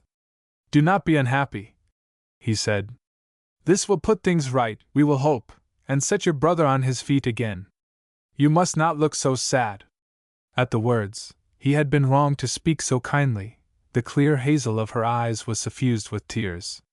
The eyes were doubly beautiful so. "I'll not believe but Desdemona's honest," he found himself replying to that annoying little voice which kept whispering. "Have they put her on to me?" Delia kept her wet eyes strained upon him, lest in lowering them the tears should overflow. "I don't know what you can think of me," she said falteringly. "I don't know how I had courage to come. I'd only had Bernard's letter this morning. He said, it must be done today. My mother must not know, there is no one else, I had no one to ask. You had been so good to me once, I thought of you. I quite understand. Quite. I was a child then." She labored on, forcing herself to try to express what she felt ought to be said. "And although I had no right to trouble you, to a child things may be forgiven. But now, he repeated, and smiled his faint smile again. To him she was but a child still, and his tone conveyed that message. "I am very much ashamed," she said. "And so grateful." She folded the check, put it in her cheap, little-used purse, and stood up. So humiliated she felt, she hesitated to put out her hand, lest he should think it presumptuous on her part to expect him to shake hands with her. "Where is this brother of yours? What is he doing?" he asked. "He is at Ingleby. Mr. George Bolt put him into one of his shops in the country." "Oh, George Bolt." Something in tone depreciatory of the man caused Delia to say quickly, "He has been very good to us. He helped Mamma about the grocer's shop, and advises her. So I have heard." He was thinking to himself if the unsatisfactory brother had to look for mercy for any misdoings to George Bolt, he would be in a sorry case. "He is very young, my poor brother," Delia put in. "And I suppose he has made bad friends. He never has a holiday. He can never come home to Mamma and us." "Ah, that is bad. And can't you go over to him? I am sure that you could do him good." For the thought came to him, as he looked down upon the sorrowful girl in her neat, cheap frock, standing so shyly before him, that he had never seen goodness written so legibly on the face of any human being as on that of this daughter of a thief and sister of a ne'er-do-well. "Railway traveling is expensive, and we are obliged to live very carefully," Delia said. "Poor Mamma has made 1 or 2 bad debts lately.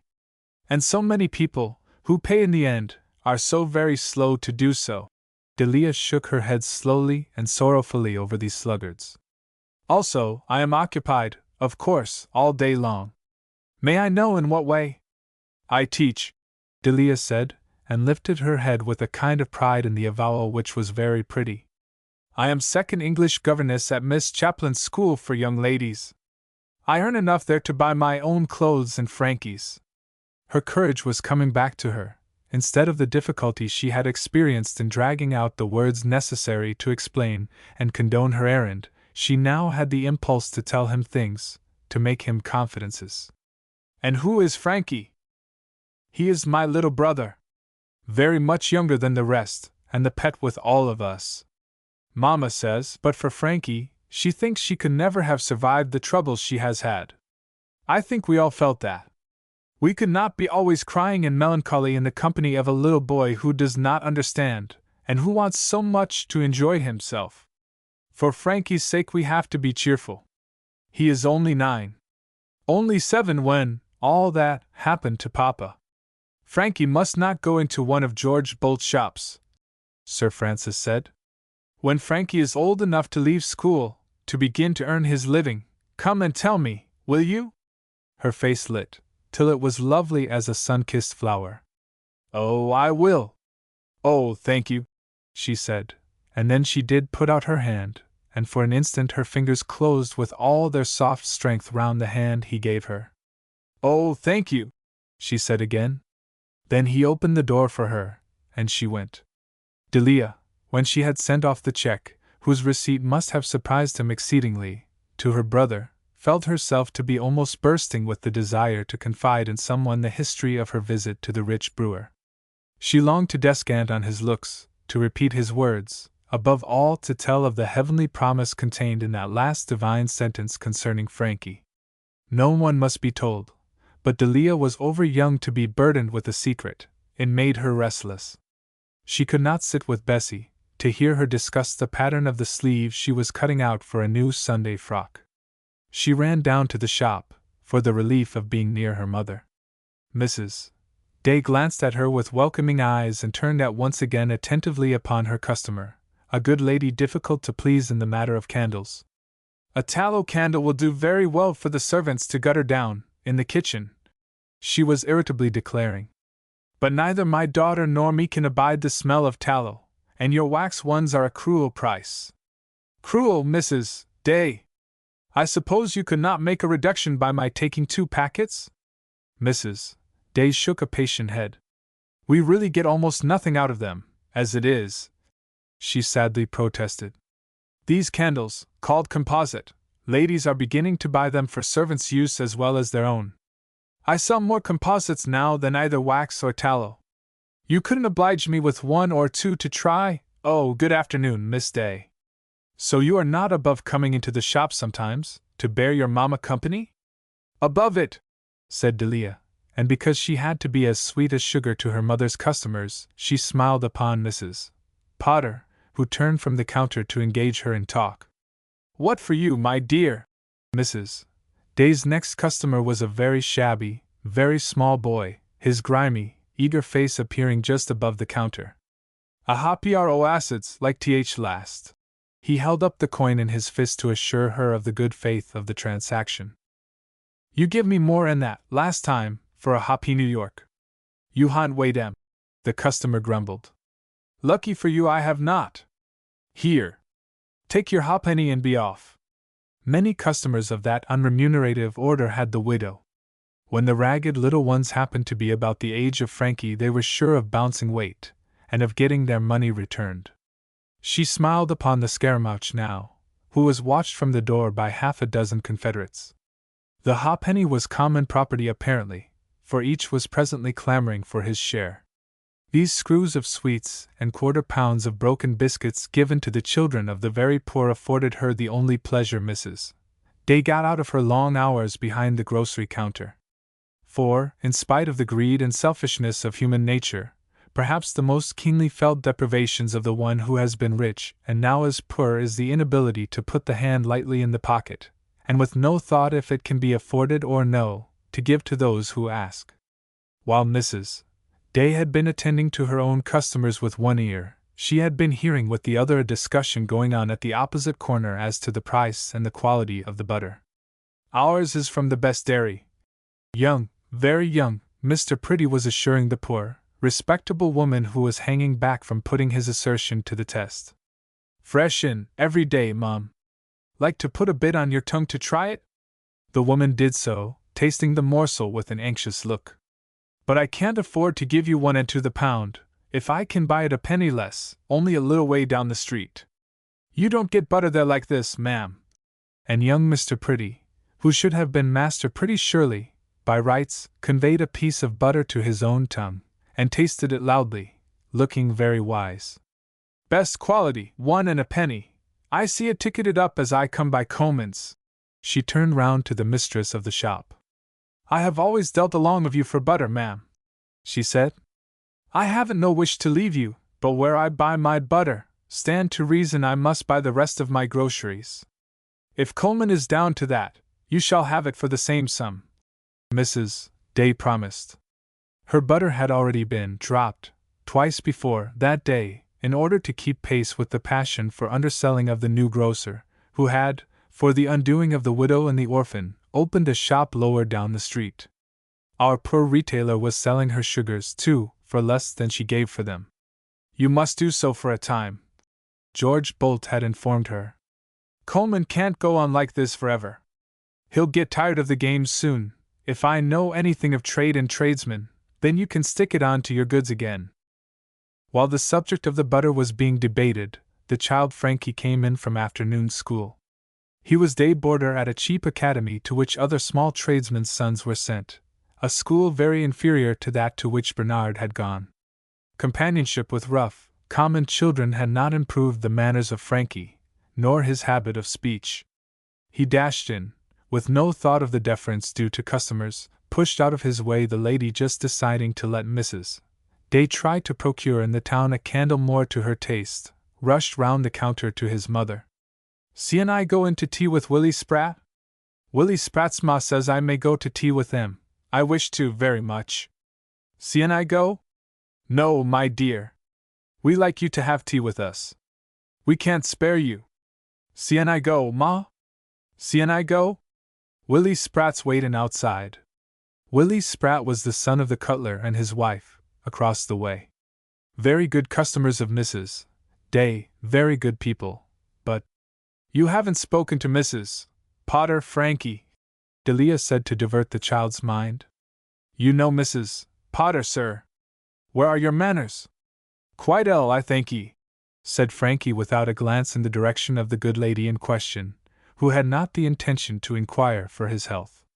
See and I go, Ma? Willie's waitin' outside, and see and I go? Oh, go, his poor mother said. Go! But Frankie dear, don't pull your cap in that hideous fashion over your eyes. But Frankie had ducked his head from beneath his mother's hand, dashed round the counter, and was away to the society of the expectant Willie. In an interregnum of peace between the going and coming of customers, Mrs. Day moaned to Delia over the grievous subject of Frankie's deterioration. He even brushes his hair, and wears his cap in the fashion of that dreadful Willie Spratt. Being so young he does not stand a chance. He must grow into just a common little boy. Never, Mama, Delia, the unfailing comforter, declared. Why, Frankie looks like a creature of a different mold from Willie Spratt. Frankie, with that dear little nose of his, is distinctly aristocratic. Don't laugh. He is indeed. You and he are, you know, and anyone can see it. Nonsense, my dear, the mother said, but smiled and was comforted on that score. It is inevitable, I suppose, she went on, that we fall into the way of speech of those around us. But it vexes me. Have you noticed that even Bessie habitually speaks of Mr. Gibbon now without the Mr. Gibbon said this or Gibbon did that? I don't like to mention it to her, but it offends my ear. I wouldn't say anything, Delia counseled. We know that Bessie is so very easily upset. Poor Bessie, the mother said. Both of them had a vision of Bessie drumming her heels on the floor in the hysterics into which a few thwarting words would throw her. What about Bessie's love affairs? Mrs. Day presently asked. I should be so thankful to see Bessie with a home of her own.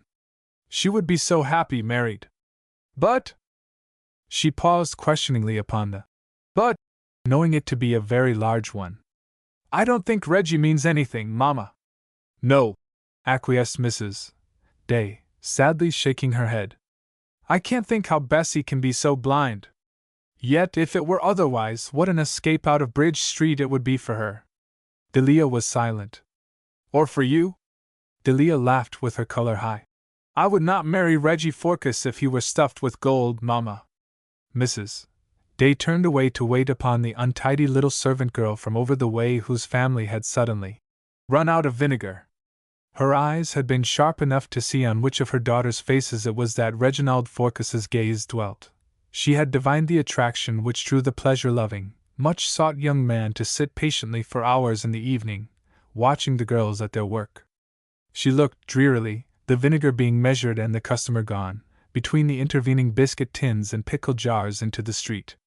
She had begun to cherish a dream that if not Bessie it might be her pretty Delia who, through Reggie, should find a way out.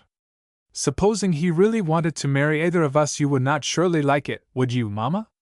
And Mrs. Day was obliged to admit with a kind of shame that she would.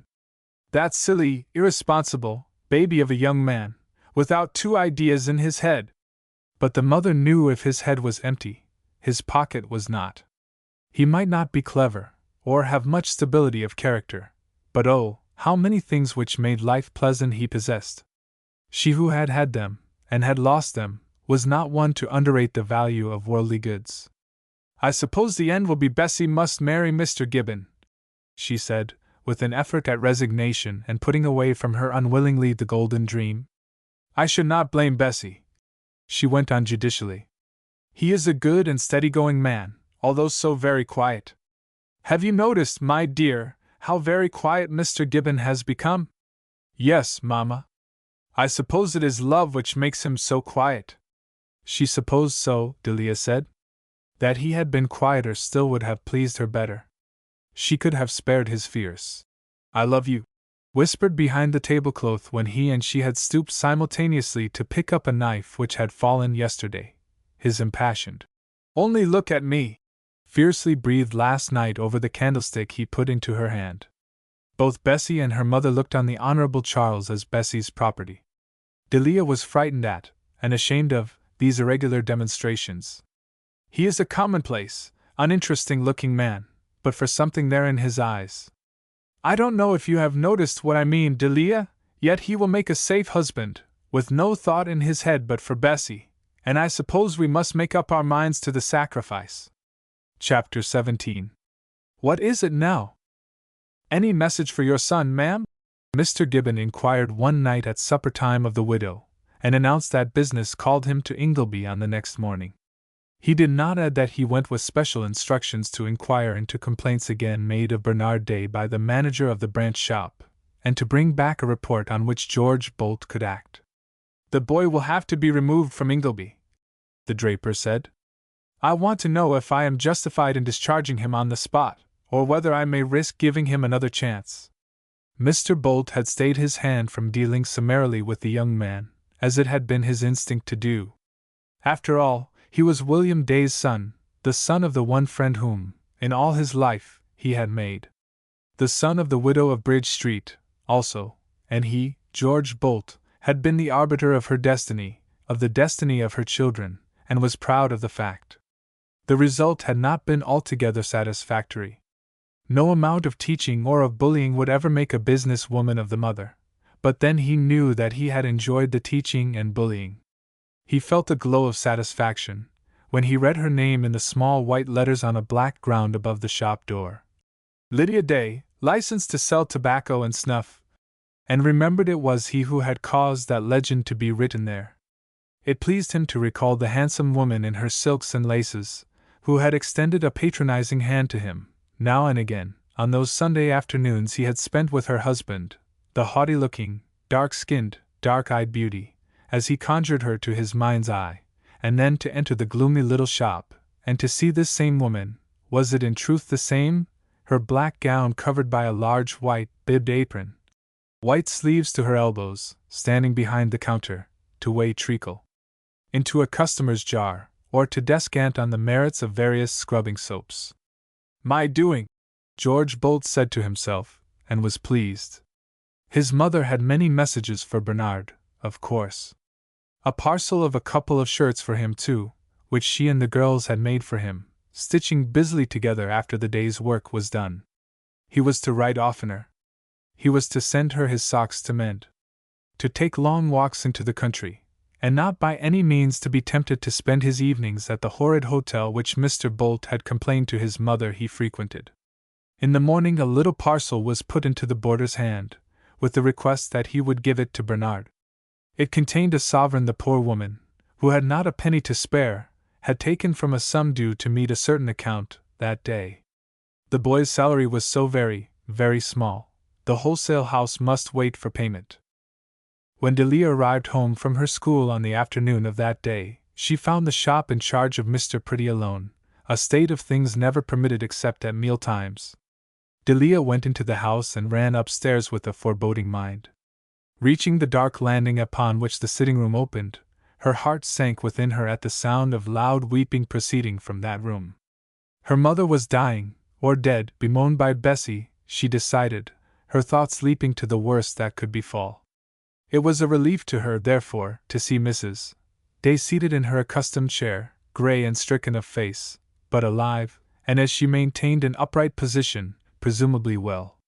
The mother was looking straight before her with blindly staring eyes, paying no heed to Bessie, stretched upon the sofa, uttering howl upon howl. What is it now? Delia asked, standing in the doorway as if struck there. Tell me quickly what it is. Her mind flew afield in search of awful possibilities. Is Bernard dead? She asked. Oh, I wish he were. I wish he were, Bessie cried, and flung herself into a sitting position. I wish he were. Bernard is worse, far worse than dead. Bernard has enlisted for a soldier. Delia shut the door and came forward into the room. Is that all? She asked. Her poor little face was white, her eyes wild with fear. That Bernard was in prison had been what she dreaded to hear. Oh, Mamma, if that is all, it is not so terrible. Then there came a knock at the door, and Charles Gibbon came in. Delia turned upon him. You should not have told them, you should have told me, she reproached him. I don't think so, he said bluntly. Why should you bear the brunt of everything? Mrs. Day was incapable of speech, her poor lips shaking, the hands twitching which lay helpless on her lap. Bessie looked at her. Poor Mamma! Poor Mamma! She moaned. This will kill Mamma! The disgrace will kill her! Hush! Said the Honorable Charles, and turned upon her, shocking her into silence. You should have more control over yourself, Miss Bessie. Hysterics never helped anyone in the world yet. Hysterics! Repeated Bessie, but was so astonished that she ceased to moan. Mrs. Day, the boarder went on. I told you the news about your son a little abruptly perhaps, but I did not consider I was telling you bad news. Many, he was going to say, better men, but changed it into many better off than he have done the same thing, and it has been the making of them. I tell you straight, under all the circumstances, I think he has done the best thing he could. I must buy him off, of course, Mrs. Day said, paying no heed. Do you know how to set about it, Mr. Gibbon, and what it costs? If Mr. Gibbon knew, he did not say. To think of Bernard being a common soldier, a private! Bessie began again, and shook once more with sobs. If he comes here, Delia, do you think he will expect us to walk out with him? We can never be seen with Bernard again, never! Never! Never! She had quarreled continually with Bernard, but she had been fond of him, and proud of his good looks. Poor Bessie's grief was selfishly shown, but it was genuine grief all the same. Discipline will be the best thing in the world for him, the boarder promised. A friend of mine who also went to the B, who also enlisted, for certain reasons, is an officer now. Bernard will have no luck, Bessie declared. No luck ever comes our way. There's no good waiting for luck, Miss Bessie. Will Mr. Bolt buy him off? The widow interrupted. No argument weighed with her. She listened to no attempt at comfort. I must go to Mr. Bolt at once, and ask him to do it. If you take my advice, you won't, ma'am. If you ask him ever so, he won't. I will beg him, on my knees, the poor lady said. Delia followed Gibbon to the landing. Is there anything you are keeping back? She whispered to him. You can tell me. I am not Bessie. The boy's been a fool, but there's nothing that can't be hushed up. Her eyes full of fear clung to his face. She was determined to hear the worst. You must tell me, she persisted. A couple of bills were paid over the counter, only for small amounts. Your brother did not. You mean he took the money for himself? How white her face was. The sound of Bessie's sighs and moans came from the sitting room. Delia opened another door on the landing. It was that of her mother's bedroom, but she cared nothing for that. With a hand on the boarder's arm, she led him in there, and shut the door. Bernard stole the money? She whispered. She had no thought of herself, or of who it was she held by the arm, had forgotten that he loved her. To know the worst, and to know it at once, so that in some way her mother might be spared the knowledge, was what she wanted. She had no pity on herself, but he had pity for her, abounding, overwhelming pity, the brave little white-faced girl, who did not moan, nor fling herself about, nor talk nonsense, who had courage, who faced things. Your brother gave the receipts all right, he said slowly, but he omitted to enter the accounts as paid in the ledger. And the money? What did he do with the money? The money is all right. The firm loses nothing. How do you mean? Tell me. The money was found in his room. Who found it? I found it. It was only for a small amount. And paid it in? So that they lose nothing? So that they all know that Bernard had only been careless? That he was not a thief? It's all right, he assured her. There's nothing for you to worry about, now. You are sure you are keeping nothing back? You would not deceive me? There is nothing more? Gibbon hesitated. He was not a man who told lies, and there was something more. It seems he made debts that out of his salary it was impossible for your brother to pay. Yes? But he did pay them. He did? Then? You see, Miss Delia, they're wishful to know where he got the money from to pay with. She looked at him with knit brows anxiously for a minute, then her face cleared and a glad light was in her eyes. Why, I can tell them, she said. I sent him the money to pay the debts. It was £50 about. You sent it? Oh, the money was not mine. It was Sir Francis Forcas's money. I asked him for it. You can tell them I sent it, Mr. Gibbon, but tell them no more. Sir Francis wished it to be a secret between him and me. Oh, Gibbon said, and roughly shook her hand from his arm. You don't believe me? I believe you fast enough. Oh, yes. Then why are you angry? You might have come to me. Why didn't you come to me? Oh, I don't know, Delia said. The several reasons she could have given it seemed kinder to withhold. He pounced upon her, his eyes blazing. I don't like these secrets between a man and a girl. Delia drew back with a little offense. If you knew at all what Sir Francis is like, you would not say such a thing as that, Mr. Gibbon. What is he like? Infinitely above everything that is not kind and generous and noble. He is just like any other man, except that he has more money. Delia put on her little air of dignity. I thank you for telling me everything about my brother, she said. I am so relieved that there was nothing worse to hear.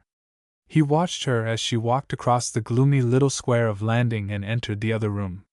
When she held her small head so poised on its long graceful throat, when the corners of her lips were ever so little turned down, the small rounded chin turned up, and the wonderful black eyelashes swept her cheeks, he was afraid of her, little bit of a girl of less than half his age as she was, a girl who had been a child but 2 years ago, when he had come to the house.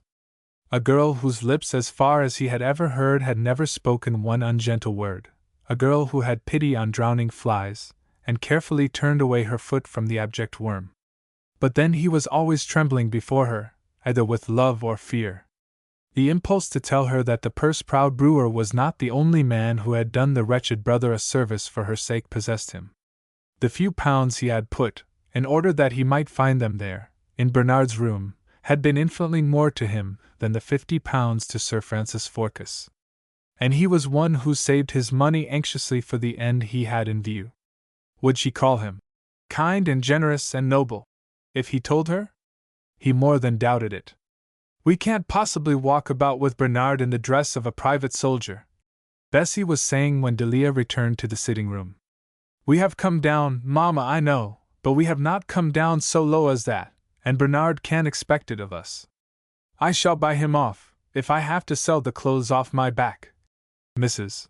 Day said, oblivious of the fact that her wardrobe in the market might perhaps have fetched the sum of 30 shillings. I would not be in too great a hurry, Mamma. You think nothing about the sufferings of your poor brother Delia. My darling son. I do think of him. I think he will be very angry if this is done at once. You must wait until he has had time to get sick of it. As soon as the shop is closed I shall go to Mr. Bolt, and beg of him to help me to buy him off. Mrs. Day persisted. She rose up stiffly from her chair and stood beside it, her hand grasping its back, waiting for the strength to come to her to take up the burthen of business again. Ah, if only she had leisure for grieving, if she might lie on the sofa and cry, as Bessie was doing, what a luxury it would have been. The assistant had been left to get up an order for her most important customer in her absence. He had put the wrong sugars into parcels, and the wrong tea. In reaching the tin of foie gras, from the top shelf, he had knocked down and broken a bottle of piccalilli, catching its contents in the crystallized sugar drawer. Mrs. Day was very gentle with him, who was younger even than poor Bernard. Chapter 18. The Dangerous Scrooge. Mrs. Day was spared the errand to Mr. George Bolt on which she had been bent, for that gentleman, before the time for putting up shutters was reached, having had an interview with his Manchester man, sought the widow in her shop. Since having been made a magistrate, it was to be observed that certain changes had taken place in the appearance and the attire of the successful draper. He affected now the light-colored tweed suit of the country gentleman, rather than the black decorous garments of trade. A deerstalker replaced the tall hat to which his head was accustomed, and he wore it, as was the fashion among the younger generation at that period, ever so little on one side. His short beard was trimmed to a point, his mustache turned upwards at the ends, on his hands were gloves of tawny-colored leather. Altogether he now presented a figure which, in spite of the undue protuberance of stomach, and the shortness and thickness of neck, he had the satisfaction of knowing to be strangely rejuvenated and quite up to date. "Business not very lively today, ma'am?" he said in his quick, hard way, looking round upon the empty shop. It was about everybody's tea time. "A slack hour, Mrs. Day reminded him. "Coleman's was full as I came by," he told her. "He's got a sugar in his window at 3 halfpence, one great placard quoting primest butter at 11 pence, another setting forth that a £1/4 of tea would be given away with every half-crown spent in the shop." Mrs. Day sighed despondently. "We can't cope with him," she said. "There is no good in trying." "What do you intend to do then? Do you suppose families will buy their grocery?" He was always pronouncing it, grocery. "Of you when they can buy it cheaper, a few shops farther down? Why should they, ma'am, come to think of it?" "They won't, of course," Mrs. Day acquiesced. "But we may as well be ruined through lack of custom as through selling our goods for less than we give for them." "I'll tell you what will ruin you," he said brusquely. "And that is lack of spunk." He derived a pleasure from the belief, apparently, he announced it with so much gusto. "In business you must not be a coward, ma'am. You must go for the man that's underselling you, stand up to him, pay him out of his own coin." Poor Mrs. Day heard him with a fainting spirit, dreary-eyed. What did she care for paying out Coleman, down the street? Her heart was full of Bernard. "Now look here, ma'am, redress your window. Where's your young man? Where's Pretty?" Pretty, who cordially loathed George Bolt, reluctantly appeared. "Look here, young man, tonight, when you've up-shuttered, clear out half your window. Shove it full of the best sugar you've got. Put a card on it, one that'll shout at 'em as they pass. Letters that long, do you see, and black, are 3 halfpenny sugar. Comparisons invited, just that. See? And look here again, ma'am, stick a halfpenny or a penny a pound onto your other goods to make up. Understand?" Mrs. Day faintly admitted that she understood. "Oh, these things are easy enough to manage, get the hang of 'em. I don't object to this underselling on Coleman's part. A little conflict in trade wakes interest, stirs us all up, customers and salesmen. We're too much inclined in Brockenham to go to sleep. We must wake up, Mrs. Day. That's our motto." Then, with hardly a pause, and with no change of tone, he went on to the subject so near to her heart. "I have come in to speak to you, ma'am, about this boy of yours. He has conducted himself towards me with the basest ingratitude, but that we need not refer to. That don't matter, although I must say, considering what I have done for you all." Mrs. Day glanced towards Mr. Pretty, pricking his ears, and dismissed him to his task of grinding coffee in the cellar. "Mr. Bolt, if you would spare me," she pleaded with a pitiful kind of dignity. "We owe you a great deal, I know, not one of us is ungrateful. But I beg you to be so considerate as to spare me complaints of my son. I don't forget you are his mother, ma'am. I don't forget it for a moment. Otherwise, what Bernard has done is the cause of the greatest grief to me, grief I do not really know how to support. I was coming to see you, Mr. Bolt. Coming to ask you, to beg of you." He lifted his square-looking hand, clad in the new orange-colored glove, to silence her. "Don't ask it," he said. "I know what you want me to do. Gibbon prepared me. You wish me to buy off this ungain-doing son. Not a penny of my money shall go to do it. Not a penny!" He brought the hand down smartly upon the counter, to emphasize the words. Mrs. Day, gazing sad-eyed at him, said nothing. "The boy has behaved like an ill-conditioned, ignorant cub. Well, I'll spare you.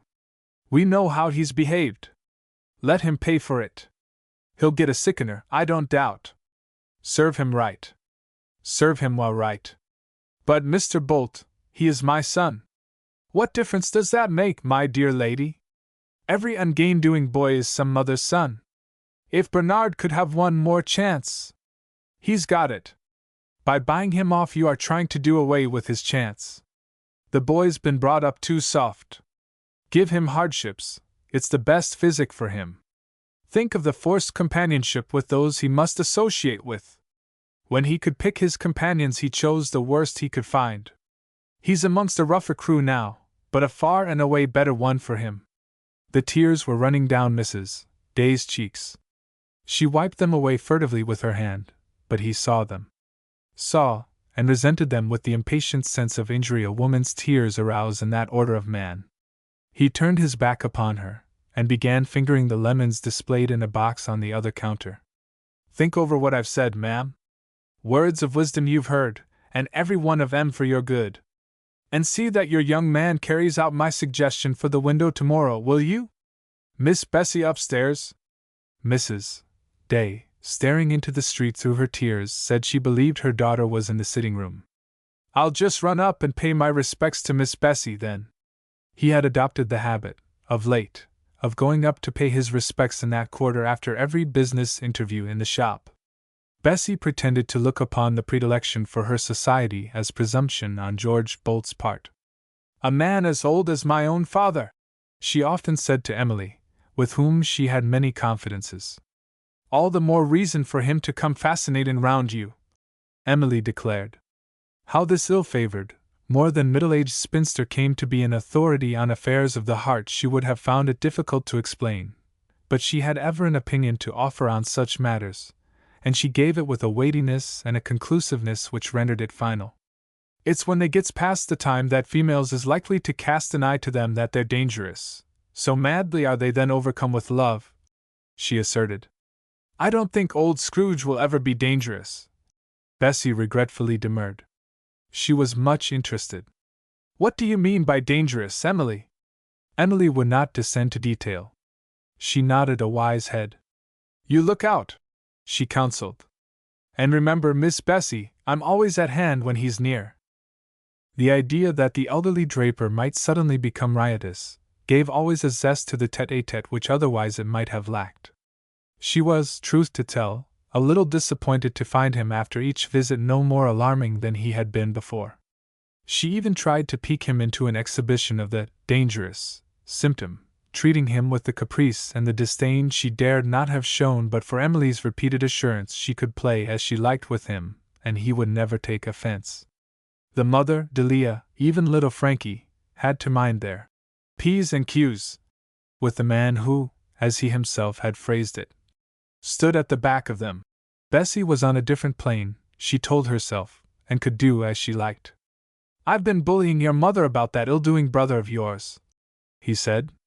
I thought I'd better say a word or two to you on the same subject. Thank you, Mr. Bolt. You have forgotten to take off your hat. He took it off with reluctance, because it concealed the bald top of his head, and without being asked to do so, seated himself in the chair opposite hers.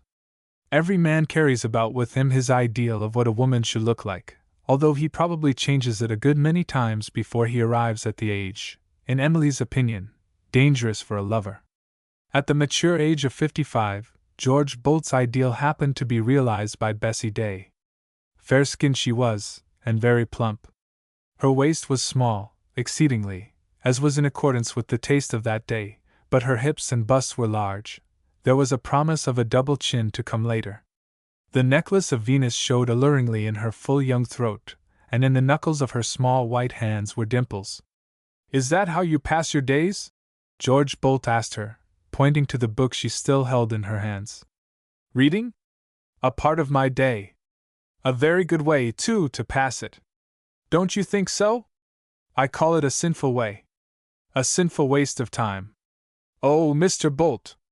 But it is only stupid, uncultured people who don't read. I read my newspaper every day, he said, as if she had accused him. It is all that business people have time for. I'm so glad I'm not a business person, then. You never will be. One of the idle ones of the earth, Miss Bessie. Those that toil not neither do they spin, A lily of the field, Bessie reminded him. I have told you before, a fine, healthy young woman like you has no right to be sitting over the fire in idleness. What do you suggest I should do? Go down and wait in the shop. Why not? If you would do so, your mother could get rid of Pretty. Bessie turned on him a face flushed with anger. I will never wait in the shop, she said. I hate the shop. I hate all shops, except to spend money in. Ah, you do that, I don't doubt, he said, with a certain bitterness. He utterly condemned the fat, lazy girl. He would have liked to see her down on her knees scrubbing the boards. He would have enjoyed the chance to punish her for her frivolity, the impertinence, the nonsense, that yet in some unaccountable way attracted him. He looked angrily at her, and Bessie watched him. Perhaps he was going to show the dangerousness incident to his time of life at last. As you're all going on now, I'm afraid you won't have much money to spend, he contented himself with saying, and then he began on the other subject. And what about this wretched boy? I'll thank you not to call him a wretched boy to me, Mr. Bolt. What else is he? He is a wretched boy. He is my brother. Yeah, said Mr. Bolt, unable to find articulate expression for his contempt. More's the pity for you. Your mother's running her head at buying the young ass off. I've told her I would not give her a farthing for any such purpose. Did she ask you for a farthing? All I ever intend to do for Master Bernard I have done. I give you all notice. If you choose to get him home here, to dangle about, eating you women out of house and home, don't look to me to help you. Mr. Bolt, we are unfortunate, but we aren't quite friendless. I'm glad to hear it. It's news. Let me tell you that there are others. Pity they didn't come forward sooner. In his soul he believed that no family had ever possessed such a guide, philosopher, and friend as he had been to them.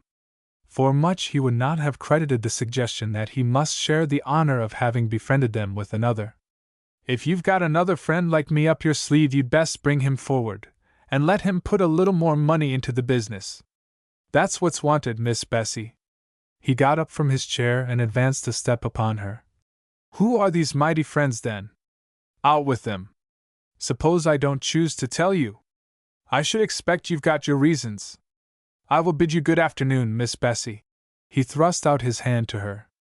What is that for? Bessie inquired, looking with disdainful curiosity upon the yellow dogskin. You shouldn't shake hands with a lady with your glove on, Mr. Bolt. At that he drew back the hand, put on his hat, and walked away. Good afternoon, Mr. Bolt. Ya. Mr. Bolt responded from the landing. And as he went down the dark staircase and out at the private door, he said to himself some words the reverse of complimentary to Miss Bessie. Chapter 19. When Beauty Calls. Oh, Reggie! Delia said in a tone of supreme annoyance. She regarded the young man walking to meet her, his rather dandified but sufficiently handsome figure resplendent in the latest and best cut of coat, waistcoat, and hat, the newest thing in neckties about his throat, the ropiest arrangement of gold chain looped across his person, with a severe expression of disapproval on her face. Now, what are you doing here?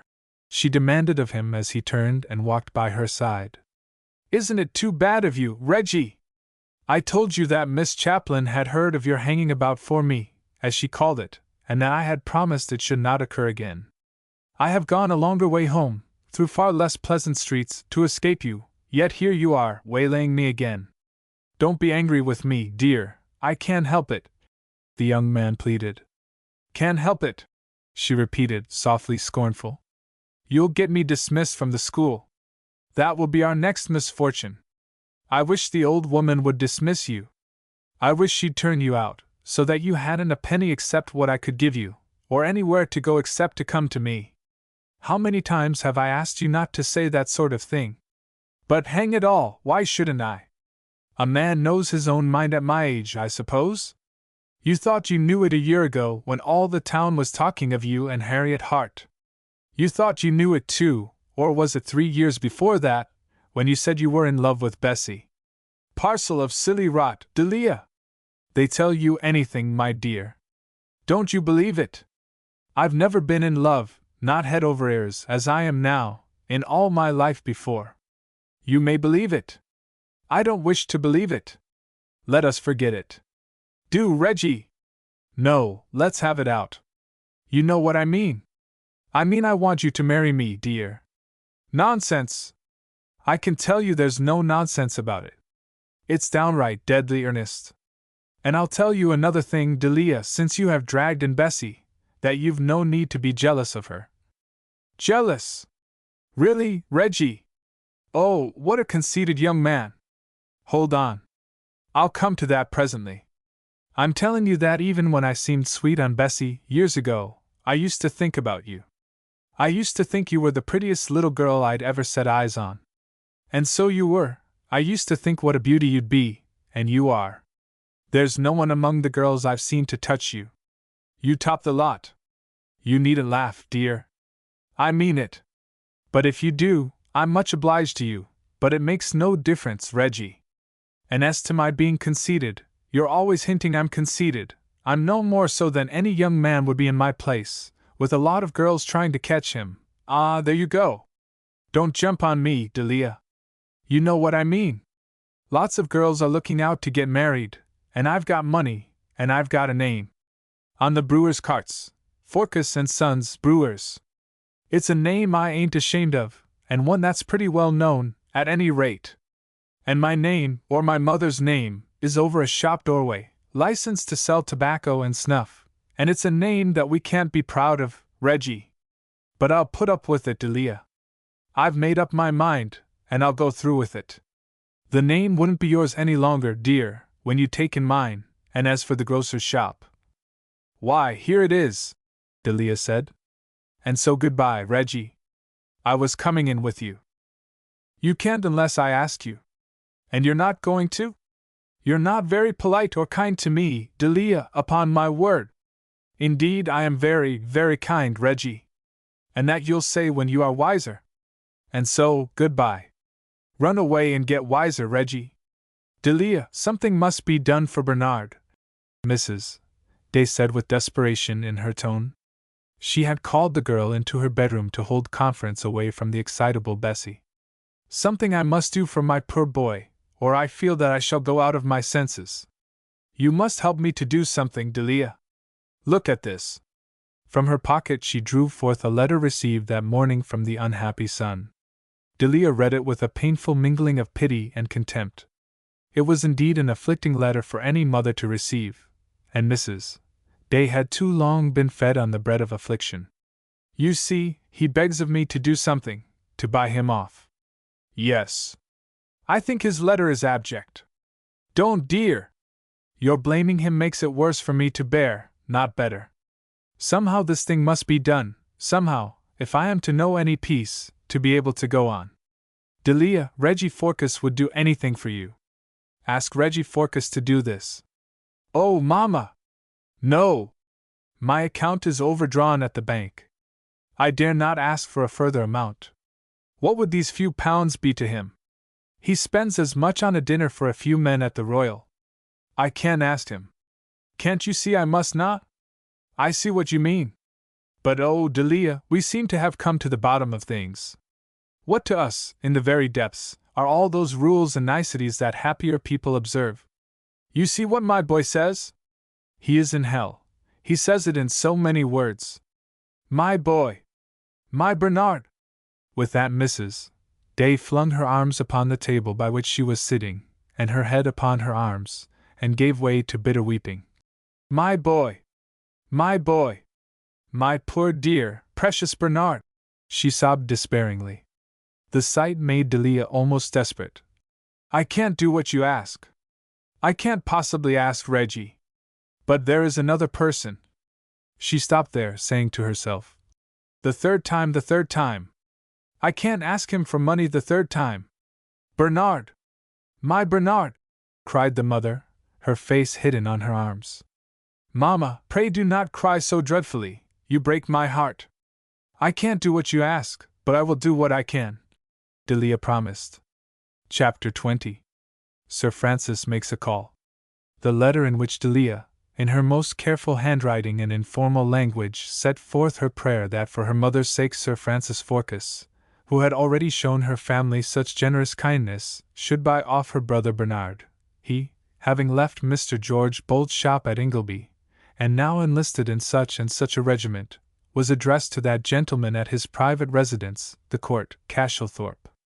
He read the letter among others as he ate his breakfast, gave a shrug and a snort of impatience, and put it aside on a little heap of those which required answering.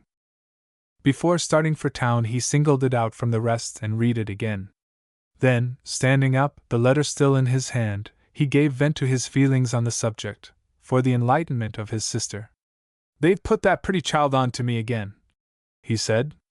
"This is from that little day girl you fell in love with, last year, in the assembly rooms, Ada." He tossed the letter into her lap. "That sweetly pretty little thing at the concert?"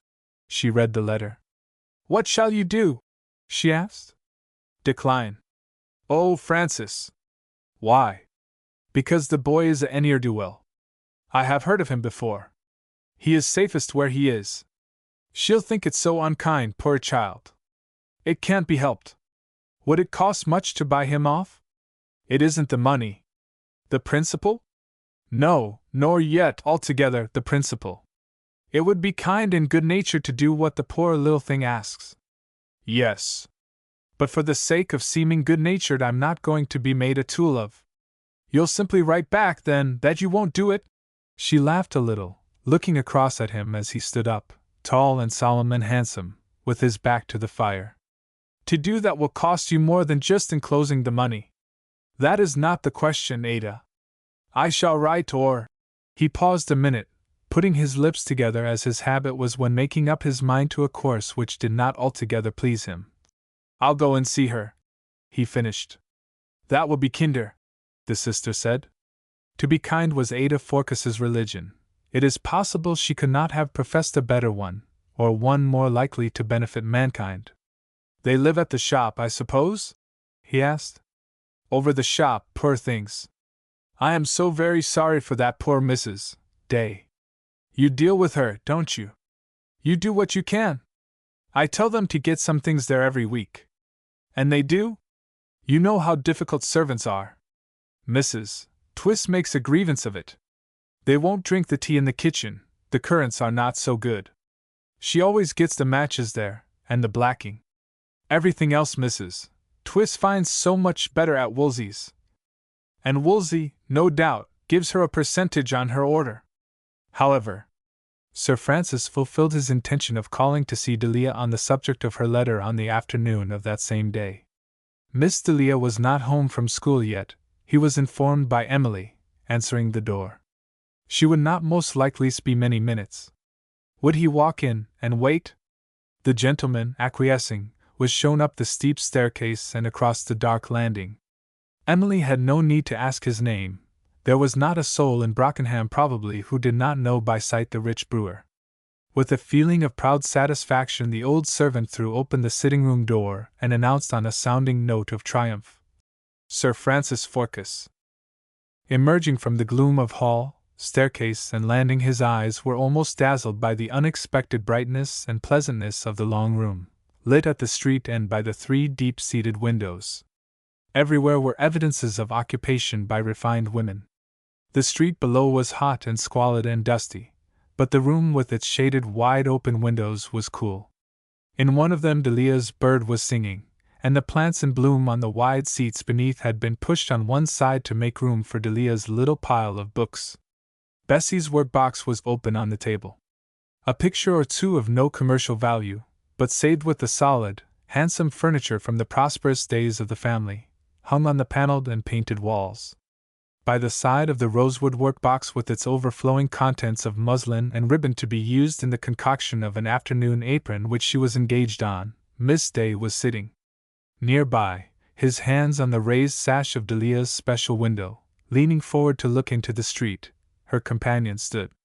It was not until Bessie had come forward to greet the unexpected, astounding visitor, that Sir Francis, turning to look at the other occupant of the room, recognized his brother.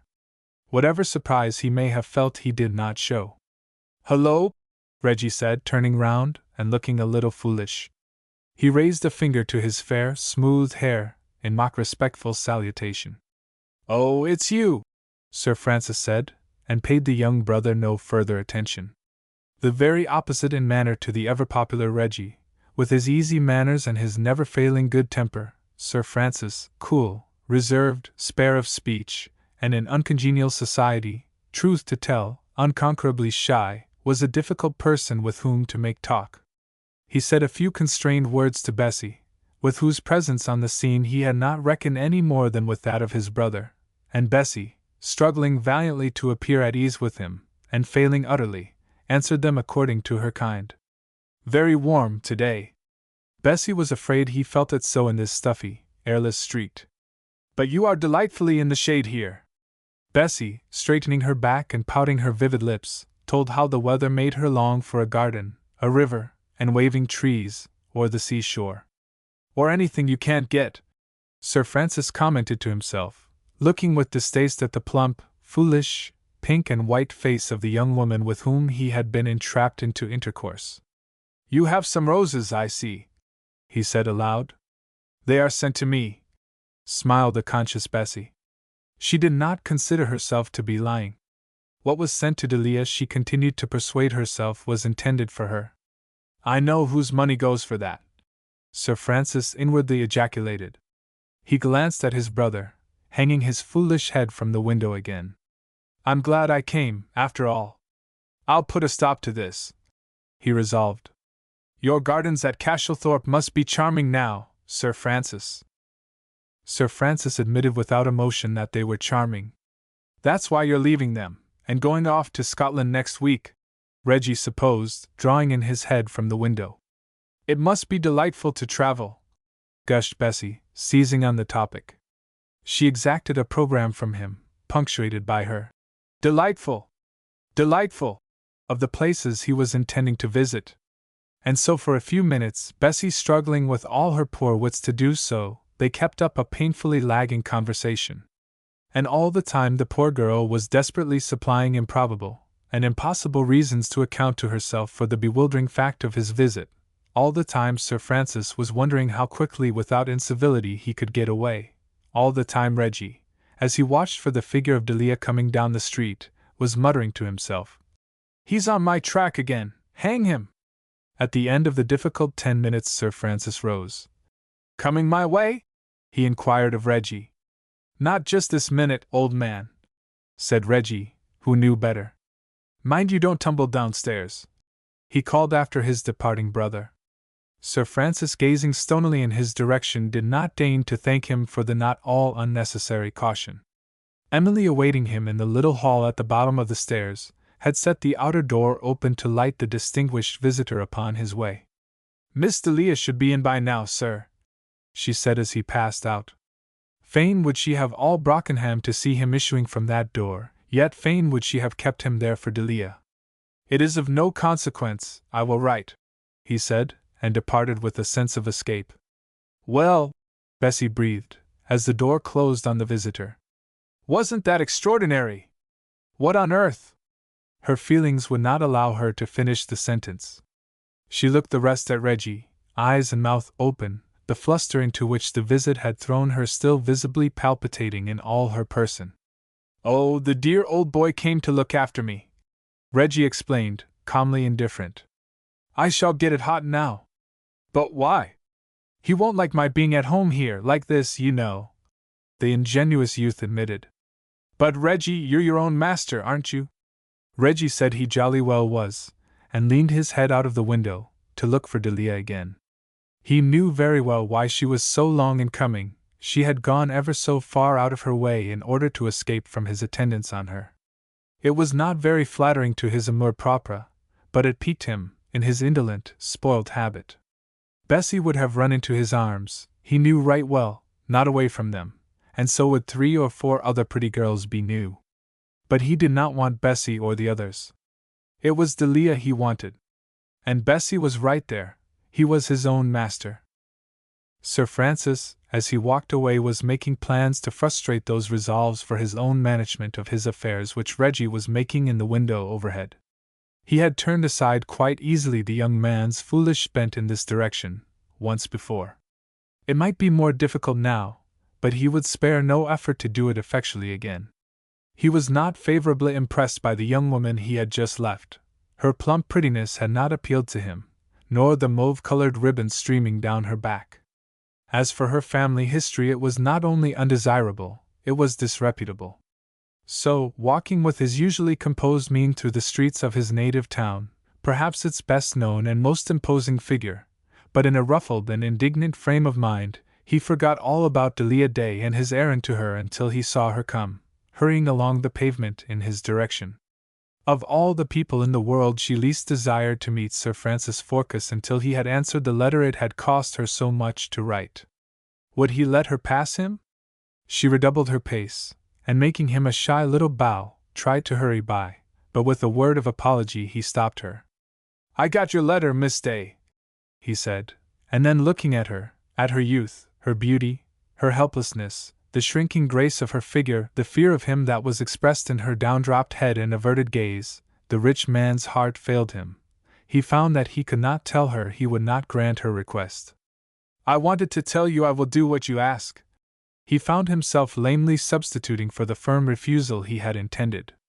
"But at the same time you will forgive my saying I think you are wrong." "You mean Mamma should not buy Reggie off?"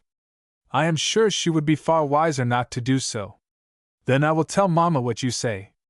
Other people have told her so, but coming from you it might carry more weight." Delia, in her innocent way, was a flatterer, he perceived, but she did not gush like Bessie. He thanked his lucky stars for that. She stood before him, plainly longing to escape, her light figure almost poised for flight. Overwhelmed she was by the consciousness of the shabbiness of her school frock and worn gloves. Pitilessly the sun shone on them, bringing out the poorness of their quality, and all the defects of long use and age. It shone on him almost blindingly, it seemed to her, so that to look at him, so fine, so grave, so grand, as he stood before her, hurt her eyes. They had met in one of the principal streets of the town.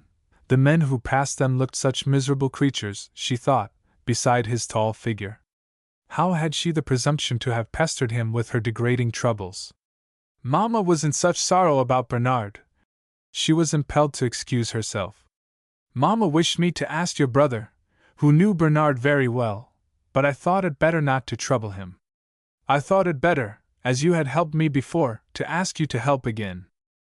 "It is better to come to me," he said with great gravity. "Your brother is very generous."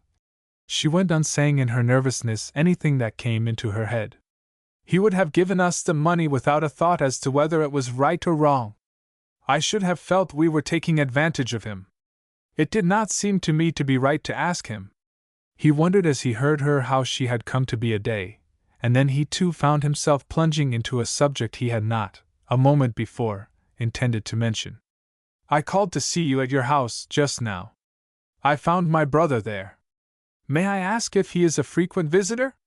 The small face which had been so clearly pale was suddenly like a scarlet rose. "Just lately a very frequent visitor," she said, and in spite of her shyness she lifted her head and looked him straight in the face. "A young man who is idle can never understand that other people are busy," he said. "I am sure that you are all too much occupied to wish to have my brother always hanging about." Delia looked at him in silence. She understood perfectly what he meant. What was there for her to say? "I shall try and waken him to the perception that he is trespassing on valuable time, and making a bore of himself," he said, smiled to make his words acceptable, raised his hat to go on his way, yet delayed for a minute still. "In the matter of your brother, you understand, I will do what you ask. I shall persuade Mamma to give up her idea of buying him off." "What is his regiment?" She told him, and that it was at Aldershot.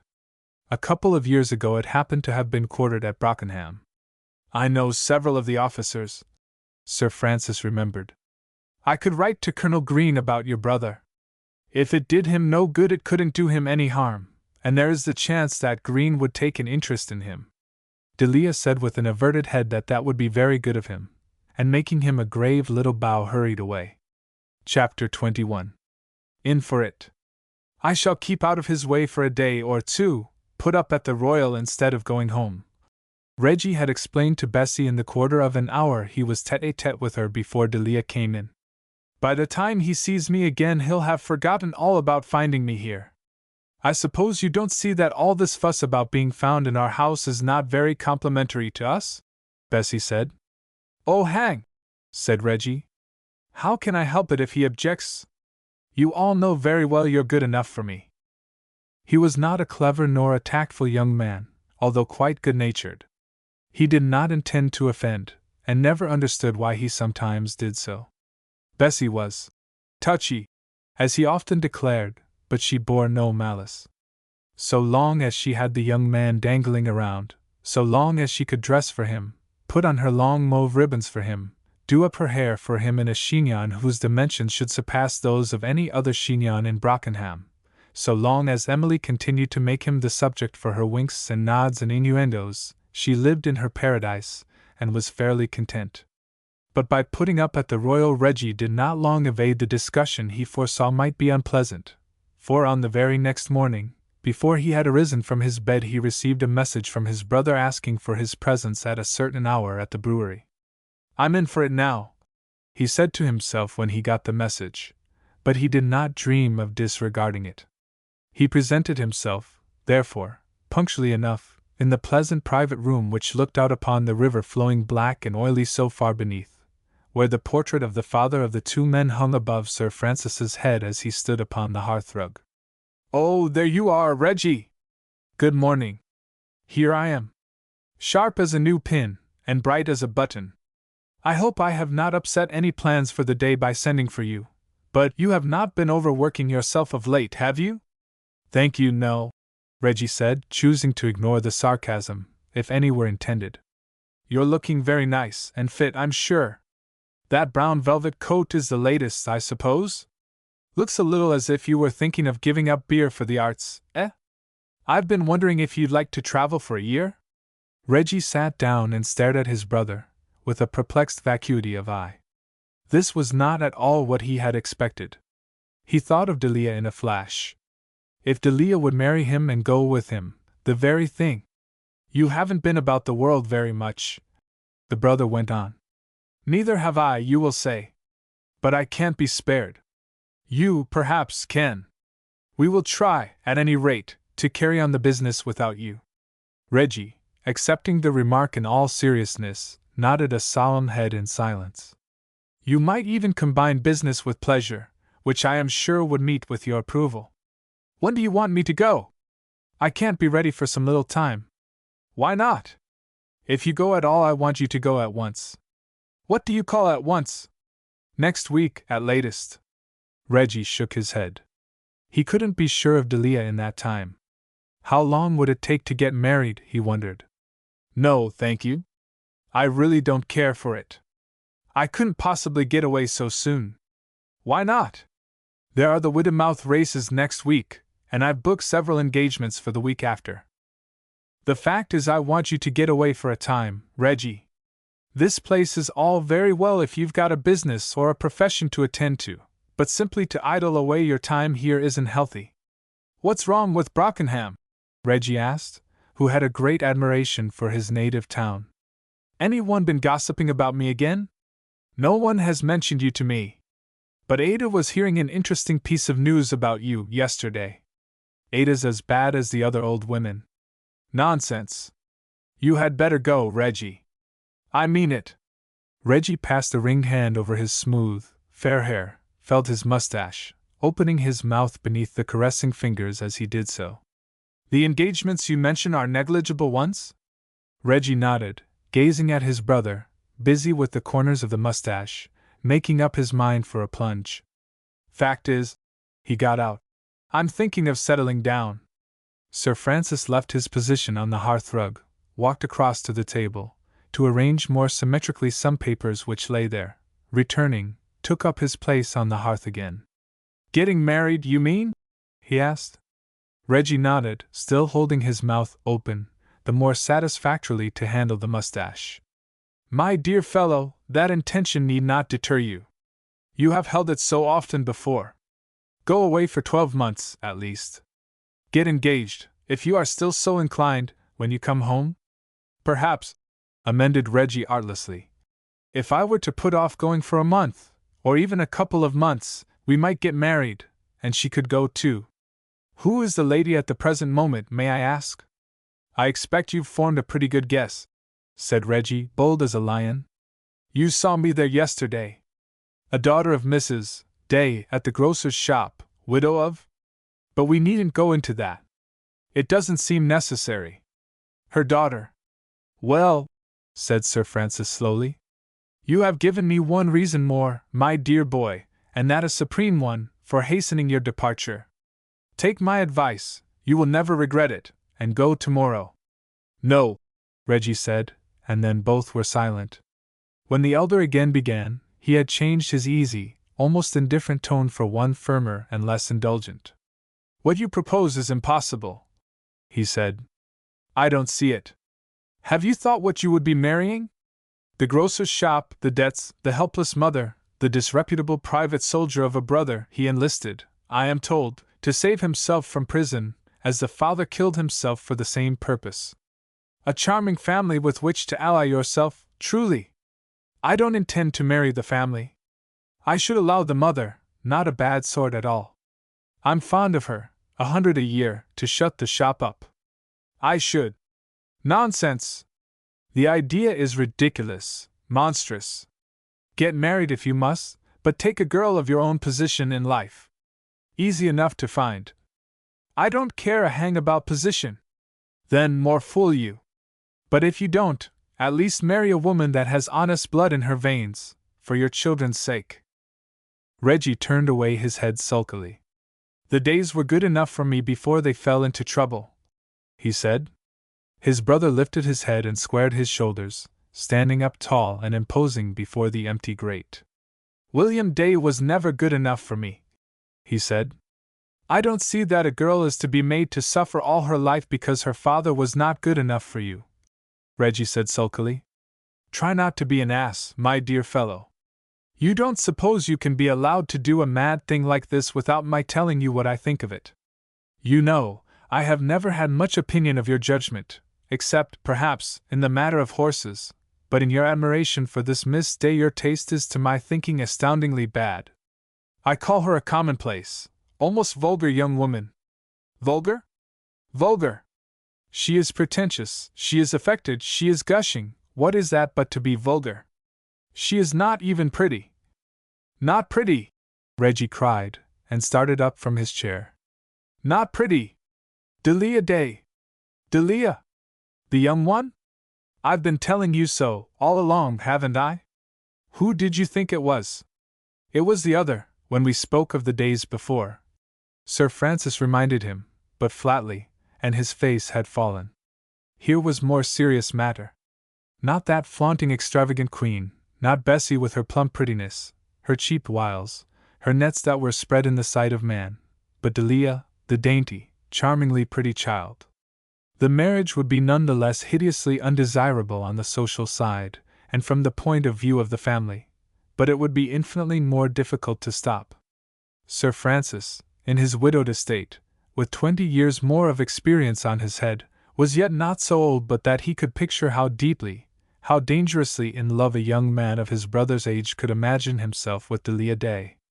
Reggie was recalling attention to himself by a loud snort of contempt. I'm not very likely to have thought of Bessie when Delia was on the spot, he said. Except that the younger sister has a more attractive appearance, all the objections remain the same in either case. The days are down pins, I admit, Reggie said dispassionately. And the father and brother were rotten, but no one will think of those things when they look at Delia. I'm not afraid. Sir Francis contemplated his young brother meditatively. Let us know precisely how we stand, Reggie. Are you actually engaged to this girl? Oh, yes. I'm engaged to her, right enough.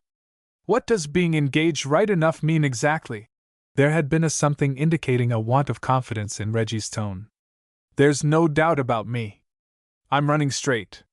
But the girl? What has she to say to it? The fact is, she's afraid of Bessie.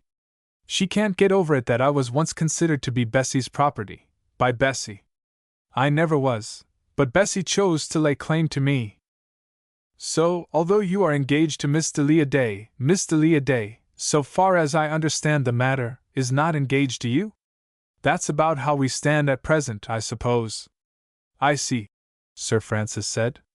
Chapter 22. The Importunate Mr. Gibbon. The news that the addresses of young Mr. Forcas were being paid not to her but to her younger sister could not altogether have come as a surprise to Bessie.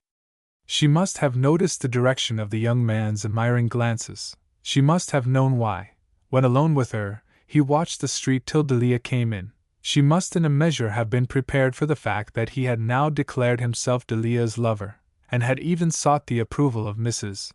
Day on his suit. But Bessie had no dignity. She gave herself away without reserve whenever occasion offered. She abused Delia, she scolded her mother, she wept noisily over her wrongs. She declared that there was positive indecency on Delia's part in encouraging the love-making of a young man who had once, however long ago it was, made love to her. I don't think Delia did encourage him, Bessie. Would he have done it without? You remember what Reggie was in those days, Mamma, and how he wanted encouragement. My dear, Delia has far too much self-respect. There you go! Always Delia. I suppose if Delia took up a dinner knife and stabbed me to the heart you would make excuses for her. Oh, Bessie, do not be unjust. It is you that are unjust. It is you that have spoiled Delia, with petting and praising and telling her how pretty she is. My dear Bessie! You don't say it in so many words, but you are always looking it at her. You are, Mamma! I see you doing it. And when Dita comes home I shall tell her what I think of the way she has behaved to me, the sneaky way. I shan't spare her. She shall hear it all. And then if we live together for 20 years I won't speak to Delia again. I won't, Mamma! I won't! I won't! Poor Mrs. Day hurried away, carrying her harassed face and all her maternal cares into the even more perplexing area of business worries. But Emily, having heard the raised voice of her young mistress, Bessie was always shrill when unhinged, went at once to her assistance. Bessie had taken to the sofa, that mid-Victorian sanctuary for the afflicted fair, and encouraged by the sympathy of the faithful servant, must begin to cry, must begin to laugh, must go on to screaming and pommeling the horsehair with her heels, as was her custom when moved. Emily, postponing for the purpose the washing up of her dinner things, sat beside the sofa till Bessie grew calm enough to become attentive, when she sympathetically listened, and flattered, and soothed.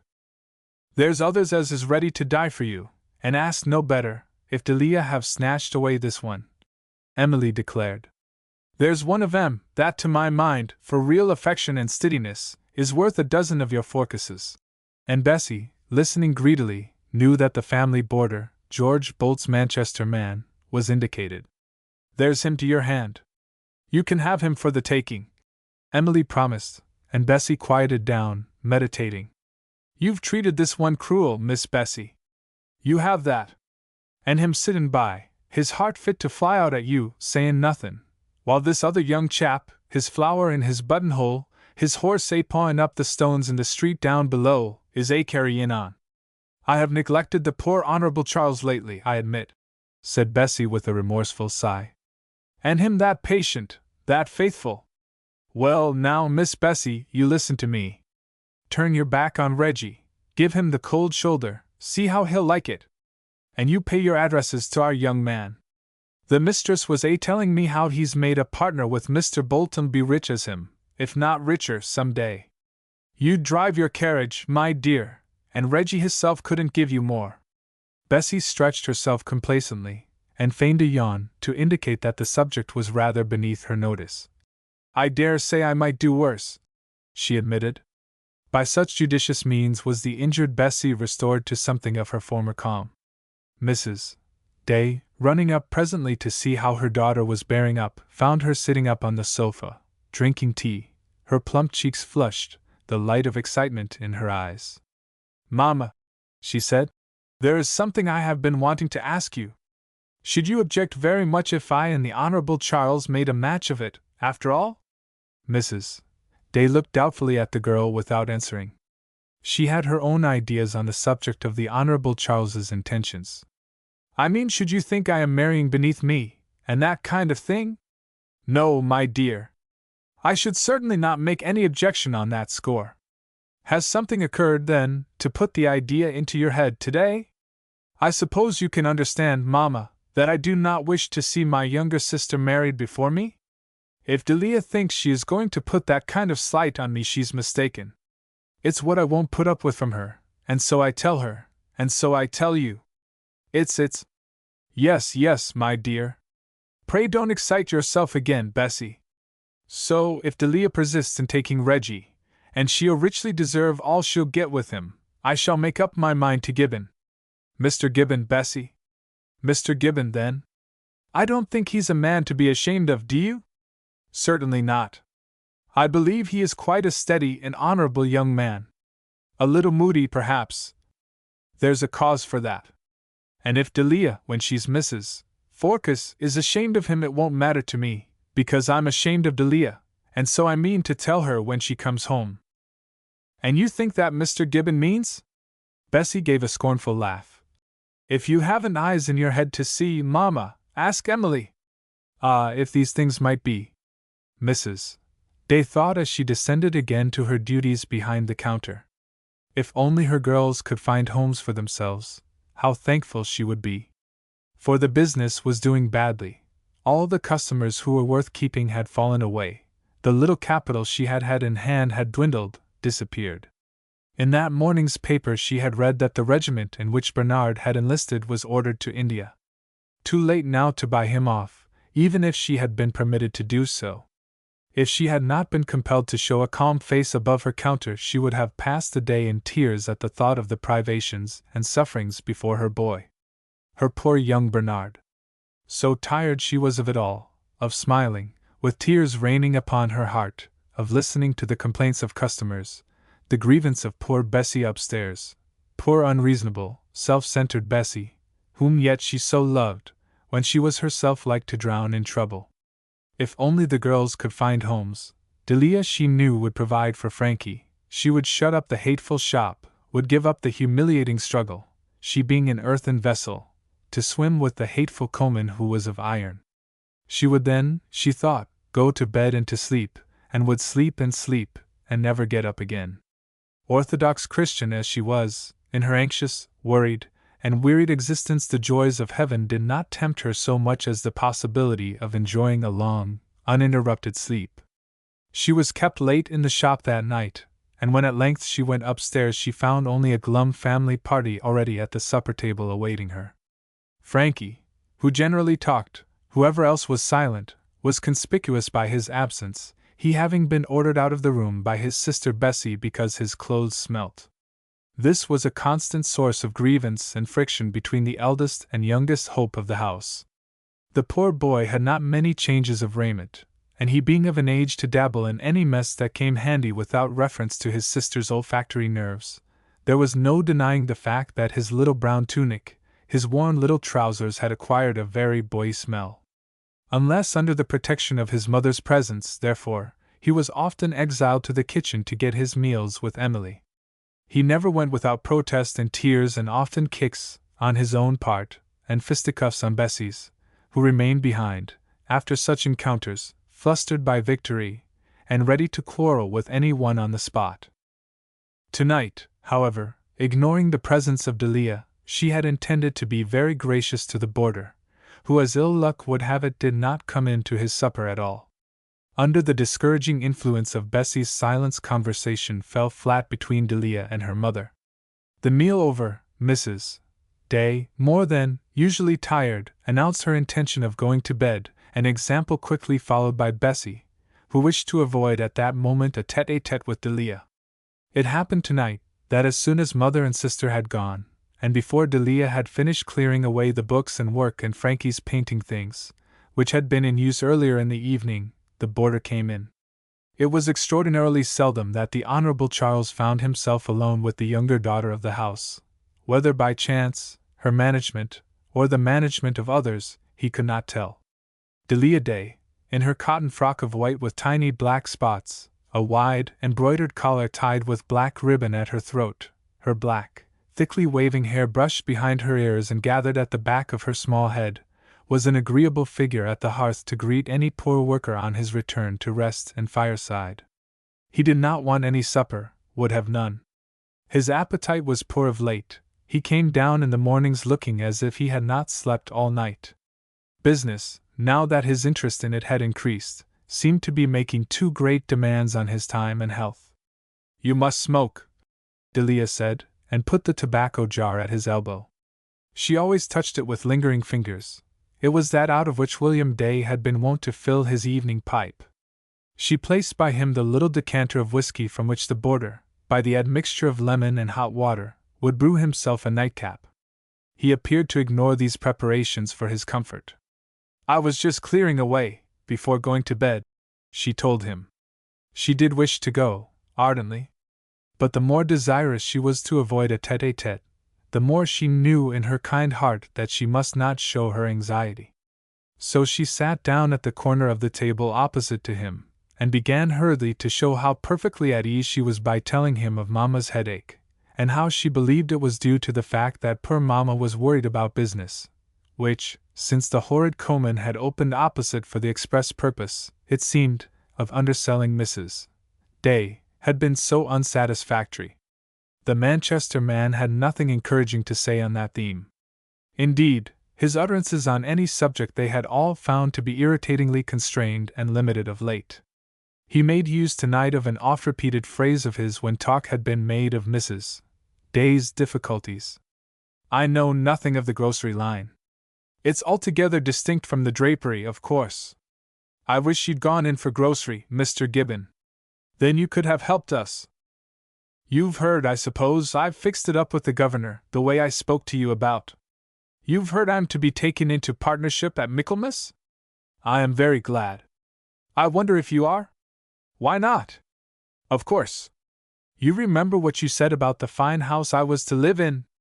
When are you going to take it, Mr. Gibbon? When will you come to live in it, Miss Delia?" She was sitting in a low chair and leaning negligently upon the table, her cheek in her hand, her fingers lost in the masses of her black waving hair, her eyes turned with polite interest upon his face. She dropped them now, and looked at the tablecloth without speaking. "When?" he repeated, and was breathless again in the horrible way she remembered. "I told you, I am not going to live in it at all, Mr. Gibbon." He leaned towards her, throwing himself forward on his arms that were folded upon the table. She felt his eyes glowering upon her downbent face. "Oh, yes, Miss Delia," he implored. "I told you before," she said, and then distressfully like a child wearied by importunities. "Oh, I wish every one would leave me alone." It was all very well to be pretty and admired, but not much gratification, thanks to Bessie's jealousy, and untoward circumstances, had Delia experienced so far from looks or lovers. There was a young assistant music master, coming twice a week to Miss Chaplin's, who had taken to blushing and paling when Delia spoke to him. To her great embarrassment a rosebud or a spray of forget-me-not would be found deposited on the chair in which she sat to play propriety when the pupils took their lessons. On the days when with great difficulty she managed to elude Reggie, a lout of a grammar school sixth form boy, whose name even she did not know, would watch her exit from the school, and stalk at her heels, keeping sentinel over her, in a way that she felt was making her ridiculous, to her own door. She had caught Mr. Pretty peeping between the biscuit tins to watch her down the street. He would leave any customer he was serving to rush forward with hateful assiduousness with a stool for her to sit on, as soon as she entered the shop. He would entice Frankie, who had a great admiration for Mr. Pretty, to sit in the cellar with him of evenings to talk about the younger sister. There was Reggie always pestering, and now here again were the unwelcome attentions of the Honorable Charles. "I do so much wish you would all leave me alone." "How can I leave you alone when I so much love you, Delia?" "Oh," said Delia, impatiently sighing. She knew how young ladies comported themselves under such circumstances in the delightful books of her dear Anthony Trollope, but she was neither angry, nor frightened, nor particularly shy, nor did she feel the inclination to throw herself into any man's arms, and to rest her head on his shoulder. She was uncomfortable under these declarations of love, and felt that she was being made ludicrous. That was all. "You know it, don't you, Delia?" "Yes. I know it, since you tell me so. And believe in it? Believe in my desperate love? I am sure you don't tell stories, Mr. Gibbon. Well? I think it is a pity. Why? I think you might love someone else. No! I want you. You can't have me, said Delia, pettishly, and feeling more hopelessly inadequate than ever. I can, Gibbon said, and he said it quite fiercely. I can! I can! I can! Do you hear? I think I will go to bed. Delia sprang up. She so longed for flight. She looked anxiously to the closed door which was on his side of the table. Gibbon also rose to his feet. Look at me, Delia, he said. She looked, and saw the paleness of his face. It made her sick as well as sorry to see how pale the man had become. Does this mean Mr. Reginald Forkes? Certainly not. You are not engaged to him? Certainly not. Look at me, keep on looking. His eyes held hers, she was compelled to look. Do you like him better than me? He is the best chance, out and out, but for all that he mayn't be the best man. Do you like him the best? I don't know that I do. Now, I've something else to ask you. No! I think you are too bad. I am very tired. Let me go to bed, Mr. Gibbon. Answer me first. How about the other one? The other one? I don't know what you mean. Sir Francis, that gave you the £50. How about him? Delia's eyes, staring into his, dilated, her face grew whiter than his own. I don't know what you can mean, she said. Sir Francis Forkes and me? Me! Me! Delia Day! She whispered the words in a kind of awe. Almost there seemed sacrilege in them. Why not? Why not? I think you must be mad, Mr. Gibbon. I am. I often am. Quite mad. Mad with love of you. Oh! Why do you sigh like that? I so much wish you wouldn't. Wouldn't what? Be so ridiculous. Is that all you have to say to me? That and good night. I did not think you could be so cruel.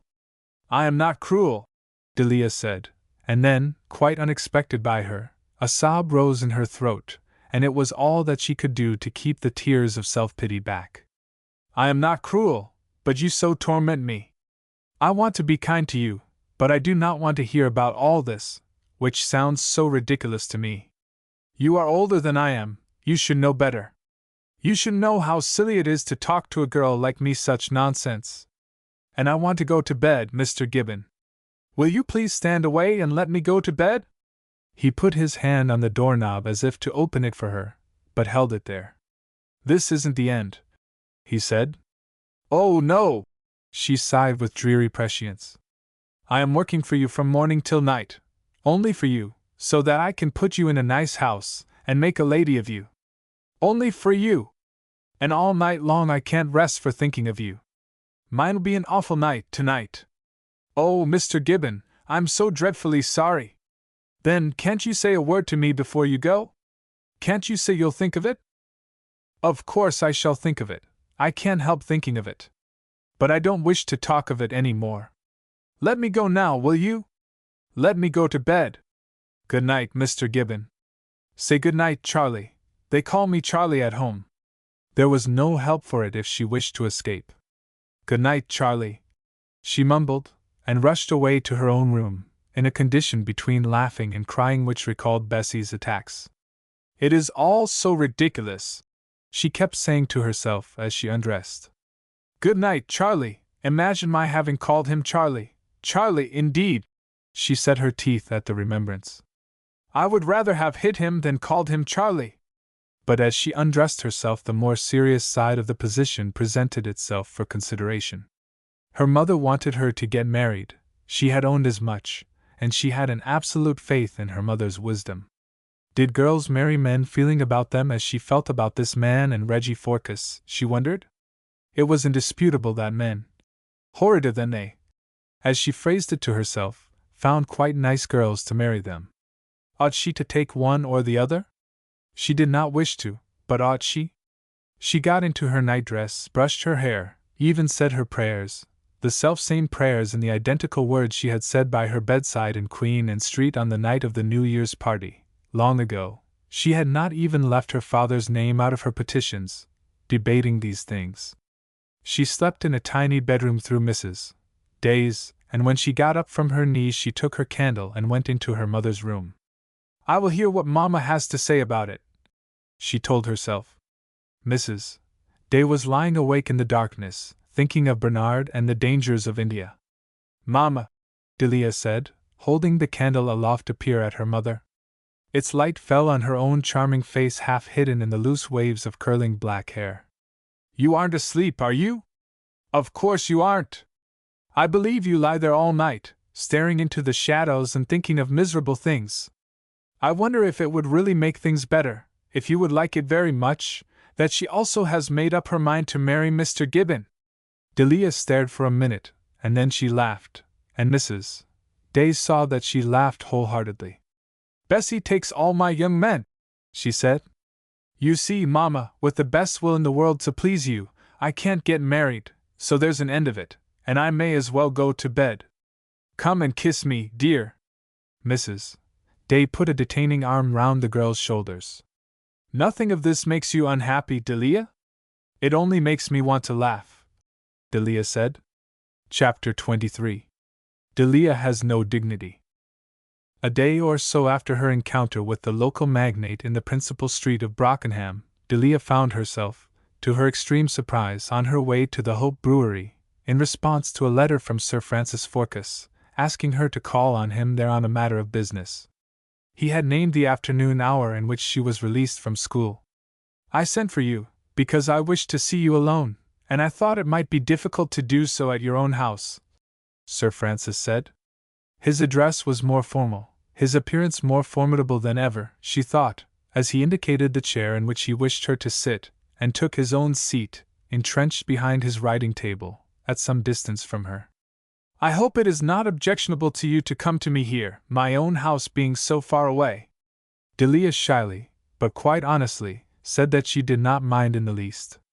"He is going to tell me that, after all, he has decided to buy Bernard off," she told herself, but was not allowed to maintain that illusion long. "I have a word or two I wish to say to you about my young brother, Reginald," he said, plunging into his subject. He sat, his face a little averted from her, looking down at the papers on his desk, and spoke in a tone as cold and noncommittal as if he read what he had to say to her, written there. Delia receiving his communication in uncomfortable silence, he went on. "For several reasons, some of them business ones, it has been arranged for my brother to leave Brockenham for a year. To travel." Pausing there, she still finding nothing to say, he added, looking closer at the paper on the desk. "He will not go." "I am sorry," Delia shyly said. "He won't go, because of you." Then he turned his face to her, and Delia saw that his face expressed cold disapproval. "I am quite sure you do not wish to stand in Reginald's light, Miss Day?" "Oh no. I was sure of it. And therefore I was encouraged to send for you. It will be better that we talk matters over a little. You have influence over Reggie?" "I think not." Once or twice she had tried to impose her own ideas of what was right and fitting upon the young man, and had failed. Why should she pretend to any influence? "But of course you have.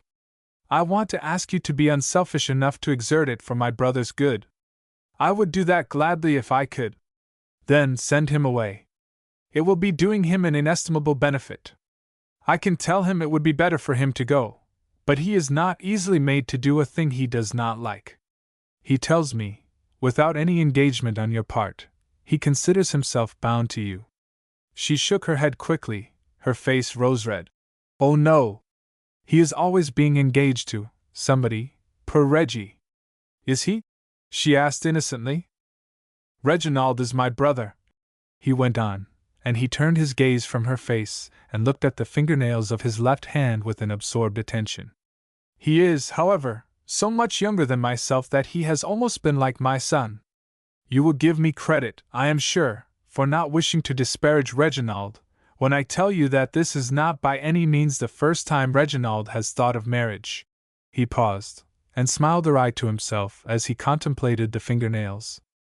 Or rather, I should put it, not the first time he has talked to young ladies of being engaged to them. Delia sat silent, determined not to speak till speech was absolutely demanded of her. It has not cost my brother much to change his mind, Sir Francis said, and dropped his hand and looked at the pretty girl sitting before him. Since he has to do it so often, that is well, Delia said. It is well, in a way, Sir Francis agreed. But supposing that he took an irretrievable step, and then changed his mind? That would be more serious, Delia admitted. You understand what I mean, Miss Day? Perfectly. You mean, supposing he married me and then repented, not having been given time to repent beforehand. Having been taken at his word as soon as he spoke, and snatched up. That is putting the case more strongly than I had thought of doing, but it is what you mean. You are not offended, I hope? No, because I quite understand. It would be surprising if you did not feel as you do about it. Her voice shook a little, and Sir Francis felt compunction. After all, from the girl's side of the question, what a sacrifice this was he was so coolly demanding of her. He felt suddenly ashamed, and half afraid of what he had taken upon himself to do. I hope you believe I am actuated by no feeling antagonistic to yourself, Miss Day? I think I understand that, she said gently. And he knew that she comprehended, and was grateful to her that she did not say, You hate not me, but the grocer's shop, but the idea of an alliance with my father's daughter, my brother's sister. After all, the girl is a lady, he said to himself, and the thought crossed his mind, was his empty-headed young brother likely to marry a better woman than this? All the same, his duty in the matter was clear before him. And you will do what I ask? You will help me to send the boy away? He won't go for my telling, I fear. He won't go unless you tell him. And he permitted himself to smile persuasively on her. Then I will tell him, she said gravely, and feeling that was all he wanted with her, she got up and turned to the door. He reached it before her. Mine has been an ungracious task, he said. It has seemed to me that it was demanded of me. I hope you will forgive me. He said it quite earnestly, quite humbly, all his grand formality of manner laid aside for the moment. And the anger and the hurt pride which had been in her heart melted from it. You have been very kind to me, always. If there was anything to forgive, I would forgive you, she said simply, and her face was charming with its look of innocent confidence in him, its wavering, shy smile. What I have said has been for my brother's sake, he assured her, compunction stirring at his heart. But I believe it to be equally good for yours. You may not think so today, but you may take my word for it that you will come to think so. He clasped her hand reassuringly for a moment. Then she went. The letter from Sir Francis Forcas had been on Delia's breakfast plate. The family had the bad habit of expecting to see each other's letters. They all knew who it was who had written, and what he had asked. At supper, when the family met again, it was expected of Delia to describe the interview, and publicly proclaim what had taken place. Preferring to keep the matter to herself, she had eluded her mother and sister by going without her tea, gaining only by the delay the addition, to those already agog for her news, of the innocent Frankie, of the ever-curious Emily, of an honorable Charles consumed with jealous fears. They would not even let her take her place at table before they were upon her. Well? Inquired Bessie, alert, her suspicious, bright eyes upon her sister, who appeared a little pale of face, a little languid of manner, the effect of going without her tea, perhaps. Well? Delia echoed. I don't suppose it's a secret. Mamma, I don't suppose Delia has been sent for by Sir Francis Forcas for anything she can't tell. Emily, pouring out the lodger's supper beer, remarked that Miss Delia was always one to keep things to herself, even when she had been a baby. I can't imagine, Delia, what he can have wanted with you, Mrs. Day said in answer to Bessie's appeal. It was nothing much, Mamma. It couldn't have been nothing. At least say if it was good or bad, persisted the elder sister. I don't see why Dita need be so affected and silly, Mamma. Oh, do let me get some supper first, Delia prayed. Thank you, Mr. Gibbon. Some beef, please. Those prominent, burning eyes of the boarder, the eyes which Mrs. Day and Bessie had discovered rescued his face from the commonplace, were upon her face, with a desperately eager questioning. In his heart he believed that Sir Francis had sent for her to beg her to marry either himself or his brother. Supposing she had consented? Supposing she was going to say it now? His red, square-looking hands shook pitiably as he carved the beef and put it on her plate. Perhaps Miss Delia would rather keep her news till I'm gone, he forced himself to say. Oh no! Delia, who would infinitely have preferred to do so, but must not hurt his feelings, declared.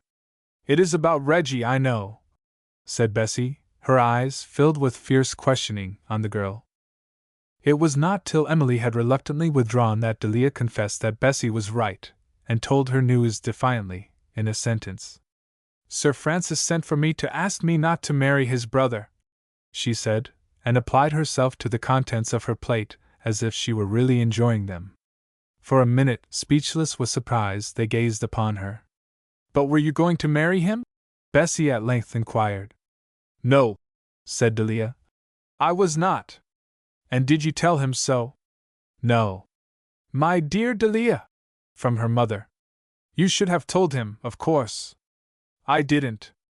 I don't know why. I felt I could not. I hardly said anything, I think. But now I would marry him, Bessie cried. No man should put an insult like that on me for nothing. Her face had flushed pink. She felt the insult to the family very keenly. Now you've got to marry him, Delia. Mama, tell Delia that for her own pride's sake she's got to marry Reggie now. No, said Mr. Gibbon. He laid down his knife and fork with a clatter, and fixed angry eyes on Bessie. No, he said, and having stared at her till, astonished, she averted her eyes, he turned a protecting gaze on Delia.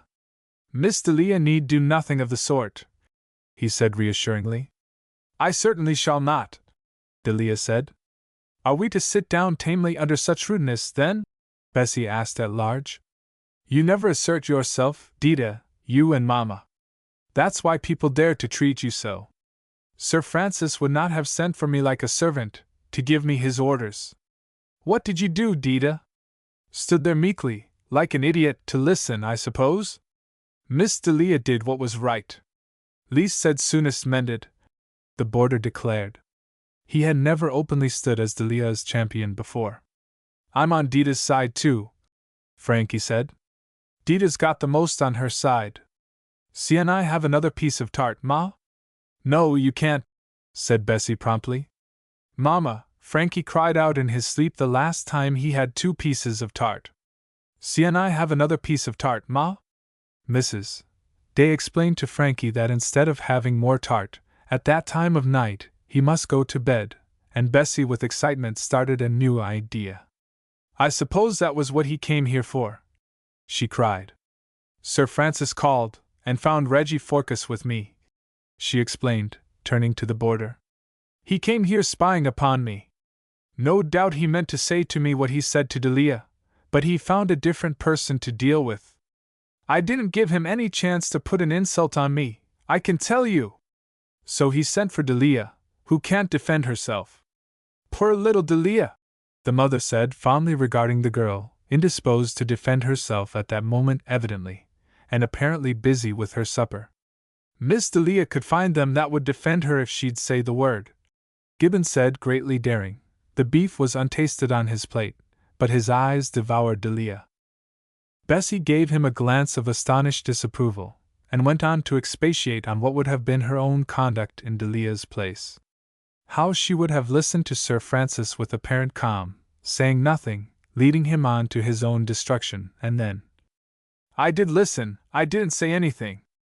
I was thinking all the time how horrid it was for him to have to do what he did. Well, my dear child, that was no concern of yours, you need not have been unhappy about it. No, Mamma. But I was, and unhappy that I had to sit to listen to him. I wanted desperately to get away, that was all. I came the very instant that I could. Instead of which, I should have said, explained the eager Bessie. I should have said, until this moment I have not given your brother a thought, Sir Francis. But now that you have dared to insult me and my family in such a way, I will tell you what I will do. I will marry him tomorrow morning. I'd have done it too, Bessie declared, looking round the table, eyes shining with strong self-approval. My dear Bessie, don't let your feelings run away with you so much, Mrs. Day reproved. Delia has no dignity, Mama. Any one can see Delia behaved without the least dignity. Delia listened miserably, pretending not to hear. She did not agree with Bessie's idea of what was dignified, but she knew that she had cut a poor figure. She felt humiliated, hurt, helpless. Sir Francis Forcas had been for her ideal of what a man and a gentleman should be. He had helped her in the day of her necessity, and she had set him at once as her hero on a pinnacle, and had looked up to him and worshipped him secretly, and from afar. She knew that she had sat before him this afternoon shamed, and helpless, and childish, filled with as much sorrow for him who was so clumsily wounding her as for herself. She had not desired to retaliate. She would not have been revenged on him if she could. The only effort of which she had been capable had been the effort to make him think that she had been as little wounded as possible, that the situation was not a horrible one to her. Yet when they asked her why she had not shown more spirit, she could not explain. She could only sit silent and miserable, and let them talk. Even Mr. Gibbon, usually so preoccupied and silent now, talked. He said that he supposed Sir Francis Forcas called himself a gentleman, but that he, the Manchester man, had always had his doubts on the subject, and that one day he hoped for the opportunity of telling him that he was a snob. And more, with unwonted, stammering loquacity, to that effect, with fire of eye, with uncalled for, excited repetition. Chapter 24. The Cold-Hearted Fates. When Mrs. Day and her daughters had retired that night, their boarders sat up writing a letter. Delia found it pushed under her plate at breakfast the next morning, Gibbon always breakfasting early and alone. I think you behaved nobly, the letter ran. Do not heed what others in their spite and jealousy may say. The man Forcas is a purse-proud snob. But if as such he is too proud to receive you into his family, remember that there is another that have better taste. My family is highly respectable, but they would receive you gladly, for my sake. And as for me, I should always think you did me honor by becoming mine. Which honor I pray you, my beloved Delia, to do me. Delia crumpled the note in her hand. She was down before her mother and sister that morning, and took it into the kitchen where Emily was making the breakfast toast, and rammed it, with the poker and a good will, into the heart of the glowing coals. She thought as she did so of the talk with her mother the other night in which the name of the Honorable Charles had figured. She had only half meant what she had said then, but now, how could she ever so lightly have contemplated for one moment such a marriage? And what young chap's love letter are you a burnin' of now, Miss Delia? Emily facetiously inquired, waving the round of toast gracefully before the bars. The love letter of a young chap who should never trust himself to write one, Delia told her calmly. His love letter was abominable, Emily. She had a love letter of another sort that morning. It was brought to her, and given in the presence of her pupils at the mal à propos moment, when Miss Chaplin had unexpectedly entered the little classroom in which the juniors were taught, and where was Delia's domain. Miss Chaplin had thought that she had heard laughter issuing from this direction, and had burst into the room to beg of Miss Day to keep the children in order. Poor Miss Day was desperately anxious to retain her post in Miss Chaplin's academy, and for that reason, and because Miss Chaplin was quite aware of the fact, she found it safe and convenient to make of the poor young teacher the scapegoat for whatever irregularities were committed in the school, to discharge upon her the pent-up irritabilities she dared not vent upon the more valuable assistants, who might resent such abolitions at inconvenient times. She had received notice that morning that 3 pupils of whom she was proud, who did the school credit, were to leave next quarter. She had had a brush with the German governess, and Fräulein had been insolent. But Fräulein was valuable, and Miss Chaplin had bottled her wrath, to empty it on the innocent head of Delia. I must really ask you, Miss Day, to maintain better order in your class. I heard laughing. Frequently when I pass the door I hear laughing. But where was Miss Day who should be responsible for such a terrible state of things? One of the tots of pupils had slipped off the form on which she sat, and rolled under the table, and Delia had crept under the table too, in search of her, at which the other pupils had laughed. The abashed governess received the reproof of her principal on all fours. "Really, Miss Day," cried the scandalized woman, "yours is hardly a seemly attitude to assume before the pupils, is it?" And at that least opportune moment, the door of the classroom burst open again, and Kitty Miller, that day scholar who sometimes walked home with Miss Day and kept the Delia book, appeared. She flourished a letter in her hand. "What will you give me for this, Miss Day?" she cried, not till too late perceiving the awe-inspiring figure of Miss Chaplin. Delia took the missive, and it would have been hard to decide whether she who gave it or she who took it had the guilty look. The outraged voice of Miss Chaplin arrested Kitty Miller in the moment of ignominious flight. "Wait!" commanded the alarming tones. Kitty stood still, trembling as she heard. "Who employs you to convey letters to Miss Day, Kitty?" Kitty, the color of beetroot, looked at Delia, lily-white. "Who gave you that letter, Kitty?" And poor Kitty, looking piteously at Delia, lied futilely, but for the sake of her friend, and said she did not know. "Was it a gentleman?" Kitty, confounded and demoralized, stammered out that she had forgotten. Delia came to her rescue. Delia, who knew well that her hour had come. "It is from Mr. Reginald Forcas," she said. She had received warnings on the subject of Reginald Forcas before. "And what has that gentleman to write to you of such immediate importance that it must cause an interruption to class?" Miss Chaplin with head and air demanded. And Delia, looking at the note in its envelope, said she did not know. "Open it and see," Miss Chaplin naturally recommended. When Delia hesitated to comply, the schoolmistress held out her hand, but Delia, choosing to disregard that gesture, put the letter in her pocket. The elder lady threw her thin lips into a tight line across her narrow face. She really thought it immoral for a girl to receive a letter from a gentleman.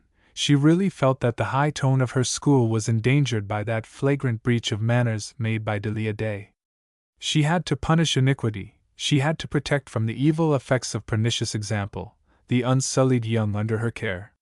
When Delia, that afternoon, came upon Reggie waiting for her at the corner of the street, a fatuous expression of joy at her approach on his silly, good-looking face, she had received her dismissal from the school. She was filled with anger towards him as the cause of that which was to her a calamity. "I have been given notice to go."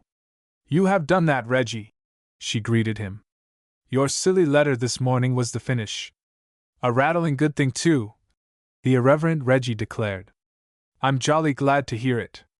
And what do you suppose I am to do now?" "That's what I came to tell you. It's just spiffin' for my plans, as you'll see, dear. It's not at all spiffin' for mine. You'll wait. You and I will get married, Delia. We'll bring it off at once, do you see?"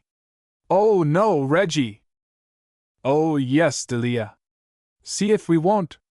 I'm not doing anything underhand. I've told Francis straight. He's no fool. He knows when I mean a thing. And I'm my own master. But you're not mine, Reggie. You wait a bit. We'll fight all that out afterwards. What I've got to say to you this afternoon is this: I want to put you up on horseback." "Absurd. Wait. Only wait. Where do you think I've been this afternoon? I've been over to Runnydale, to look at old Candy's little brown mare. It's the one his girl has been riding. She's married, and gone away, and I've got the promise of it for you." "No! Now do wait a bit. That little mare's as safe as a donkey, a child might ride her. All the same, I'm not going to put you up on her till you've had lessons, and I've been and seen about that too. Reggie!" "I have, right enough. I went round to Ben Steele's when I came back from Runnydale. He's arranged to take you out twice a week. I'm going with you, so as you don't feel strange. I told Ben you'd take to it like a duck to water. That young lady'll look stunning on horseback," Steele said. "A little cheeky of him, but he's privileged. I say, Delia, what'll the old women of Brockenham say when they see you with me, a cock-horse, riding side by side past their windows? They'll never see me doing it, Reggie. I'm not going to ride with you, my dear boy. You wait.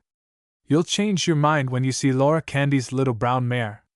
Let me bring her up for you to see tomorrow. Look here, I'm to send over for her tonight. Oh, hang it all, Delia, we'll put off the marrying for a time if you like, but I've set my heart on having some rides together. You don't know how proud I shall be to ride with you beside me down Broad Street, and through the marketplace, and up St. Margaret's Lane. It will give all the cackling old women something to talk about. It was with difficulty she made him understand that to help him to afford food for gossip was not her ambition, that she declined his escort on horseback through the streets of her native town, as well as his companionship through life. The events of the day had hardened her heart, and she succeeded in convincing him at last. And Reggie, you are not to come to our house any more, you are never to write me letters, you are not to waylay me in the streets. Oh, I say, Delia! Come! You can't mean it. I mean every word. But can't I sometimes meet you by accident even? If you do, I shall cut you. And if I won't be cut, I shall call a policeman. She laughed, but she made him see that she was in earnest. He walked by her side crestfallen, a grieving look on his good-humored, pleasant face. The hunting season was not here for several months. His head and his heart had been filled of late with Delia. His time had been passed in riding down Bridge Street in the hope that she might be looking out of window, in waylaying her when she came from school, and sitting in the room over the shop with Bessie, to get rid of time till Delia should appear. If I'm to give up seeing you, and trying to see you, what on earth am I to do? He asked. You are to travel. Why, that is what Francis has been sticking into me. There you are, then. Two people who know what is good for you, Reggie. Francis is in a deuce of a hurry. He wants me to go next week. And why not? I don't know why not, now. A miserable Reggie admitted. Then go at once and tell him you are ready. For her word's sake to his brother she wrung a reluctant assent from him, and left him. But an hour later Emily, bringing in the tea, announced that a gentleman had called to see Miss Delia. You can guess who 'tis, Emily said, as she spread the cloth. He's in his dog-cart at the door, and his horse that resty. He says he can't come in, but he won't keep Miss Delia a minute. Bessie, kneeling on the window-seat, was looking down into the street. It's Reggie, of course, she said. Then she turned round to her sister. Delia, she said, don't be silly, take Reggie. Don't be put off by that stuck-up, conceited old brother. Don't trouble any more about me, and things I've said. It's a real chance. The best you'll ever get. Take it. She had to call the last words over the balusters, for Delia, paying no heed to her exhortation, was running down the stairs. Beside Reginald Forcas in his smart dog-cart, little Frankie Day, to his own delight and surprise, was sitting.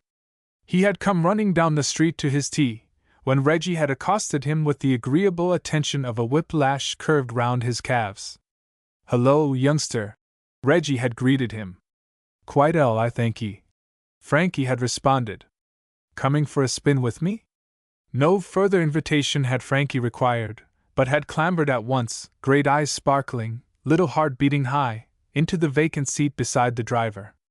The exceeding honor was his to hold the reins, the groom standing at Black Michael's head, while Reggie got down to speak to Delia at the door.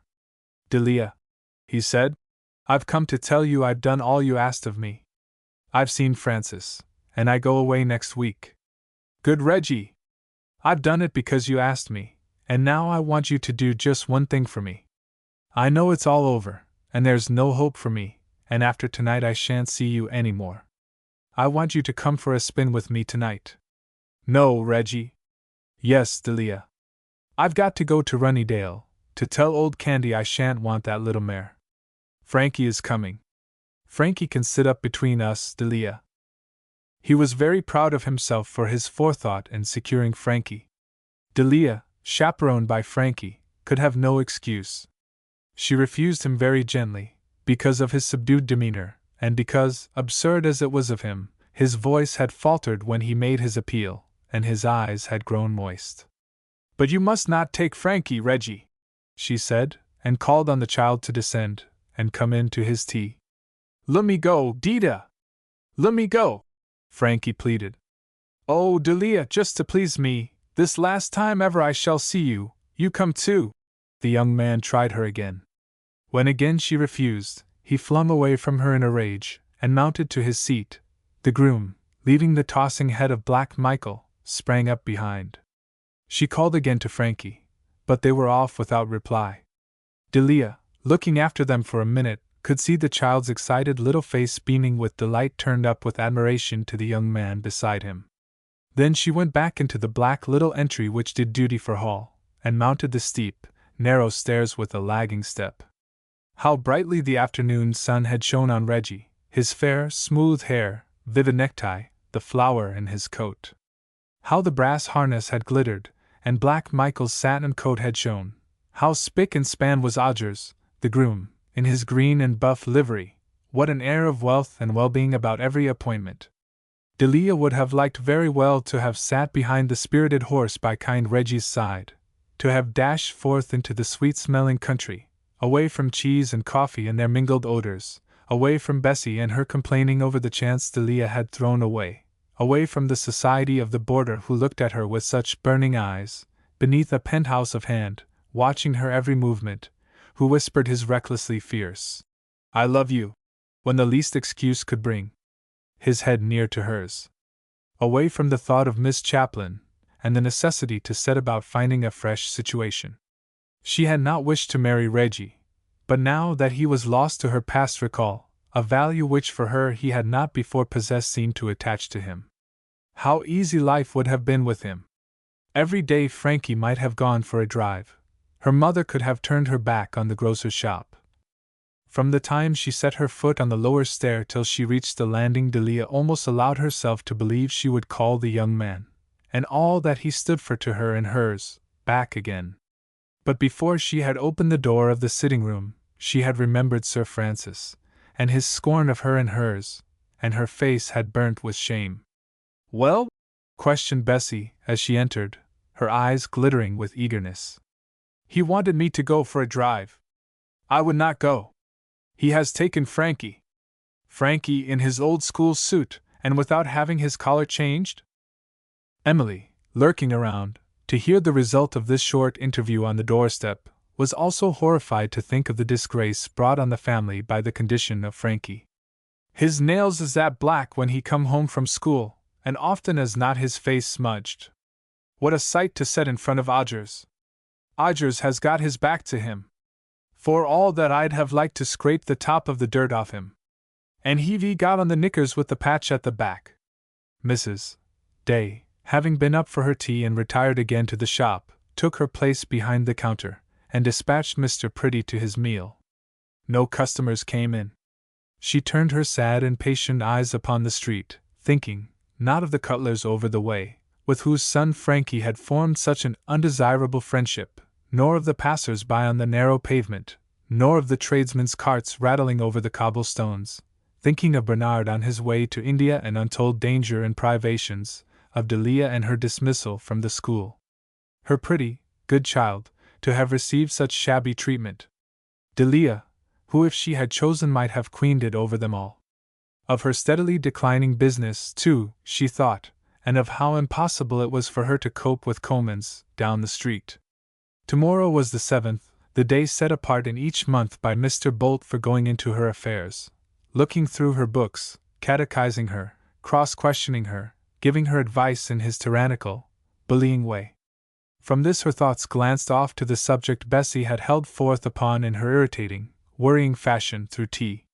"It is a pity the child did not have his face washed, certainly," she said. At last a customer. No, only the cutler's little boy, Frankie's chum, from across the way.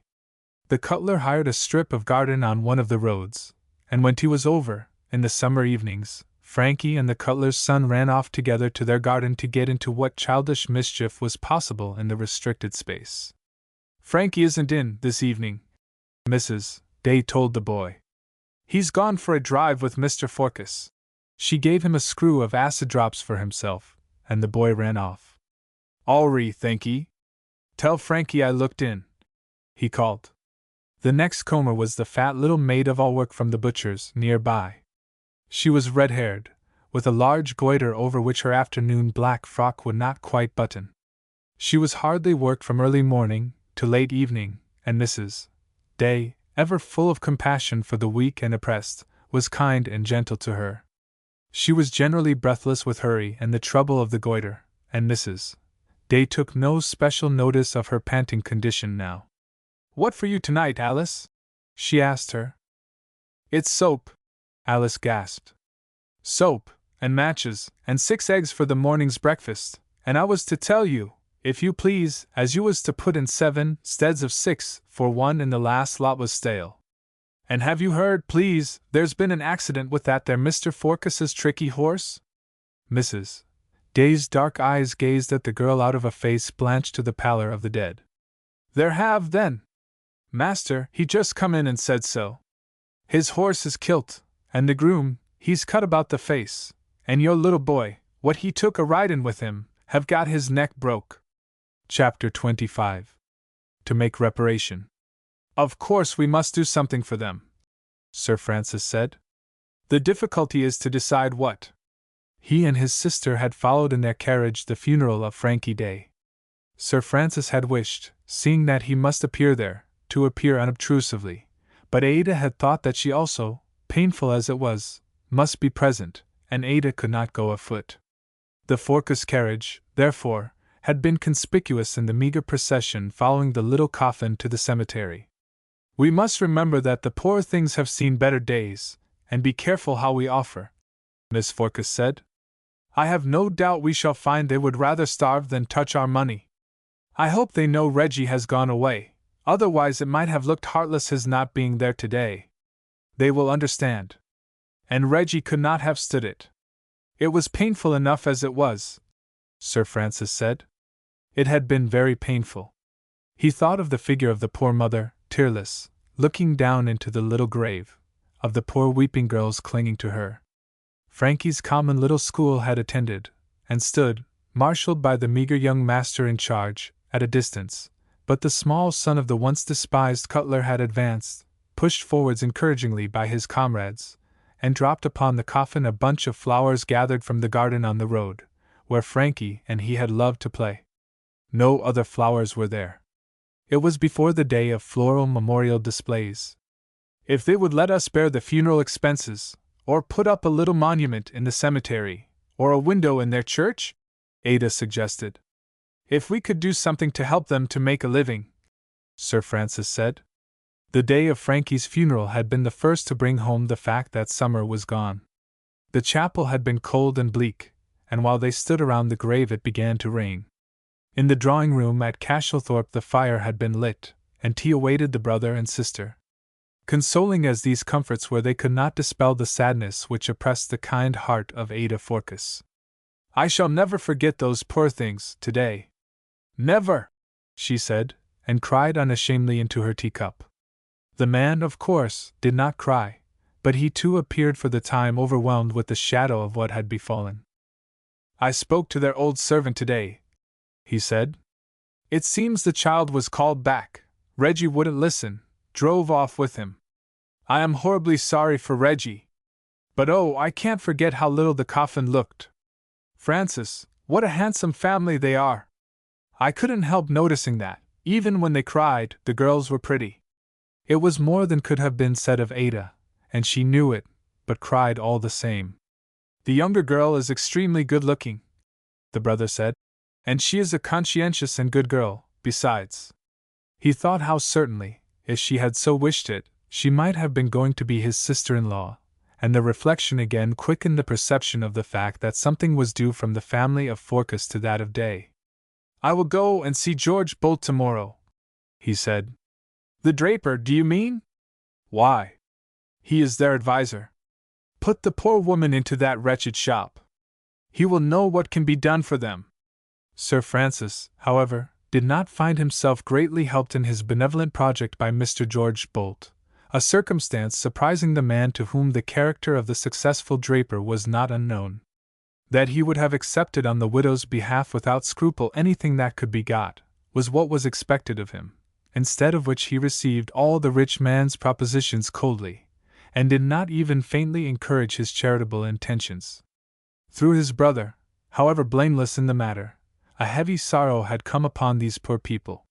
It would be a great relief to Sir Francis and his family if he could be allowed in any way to be of use to them.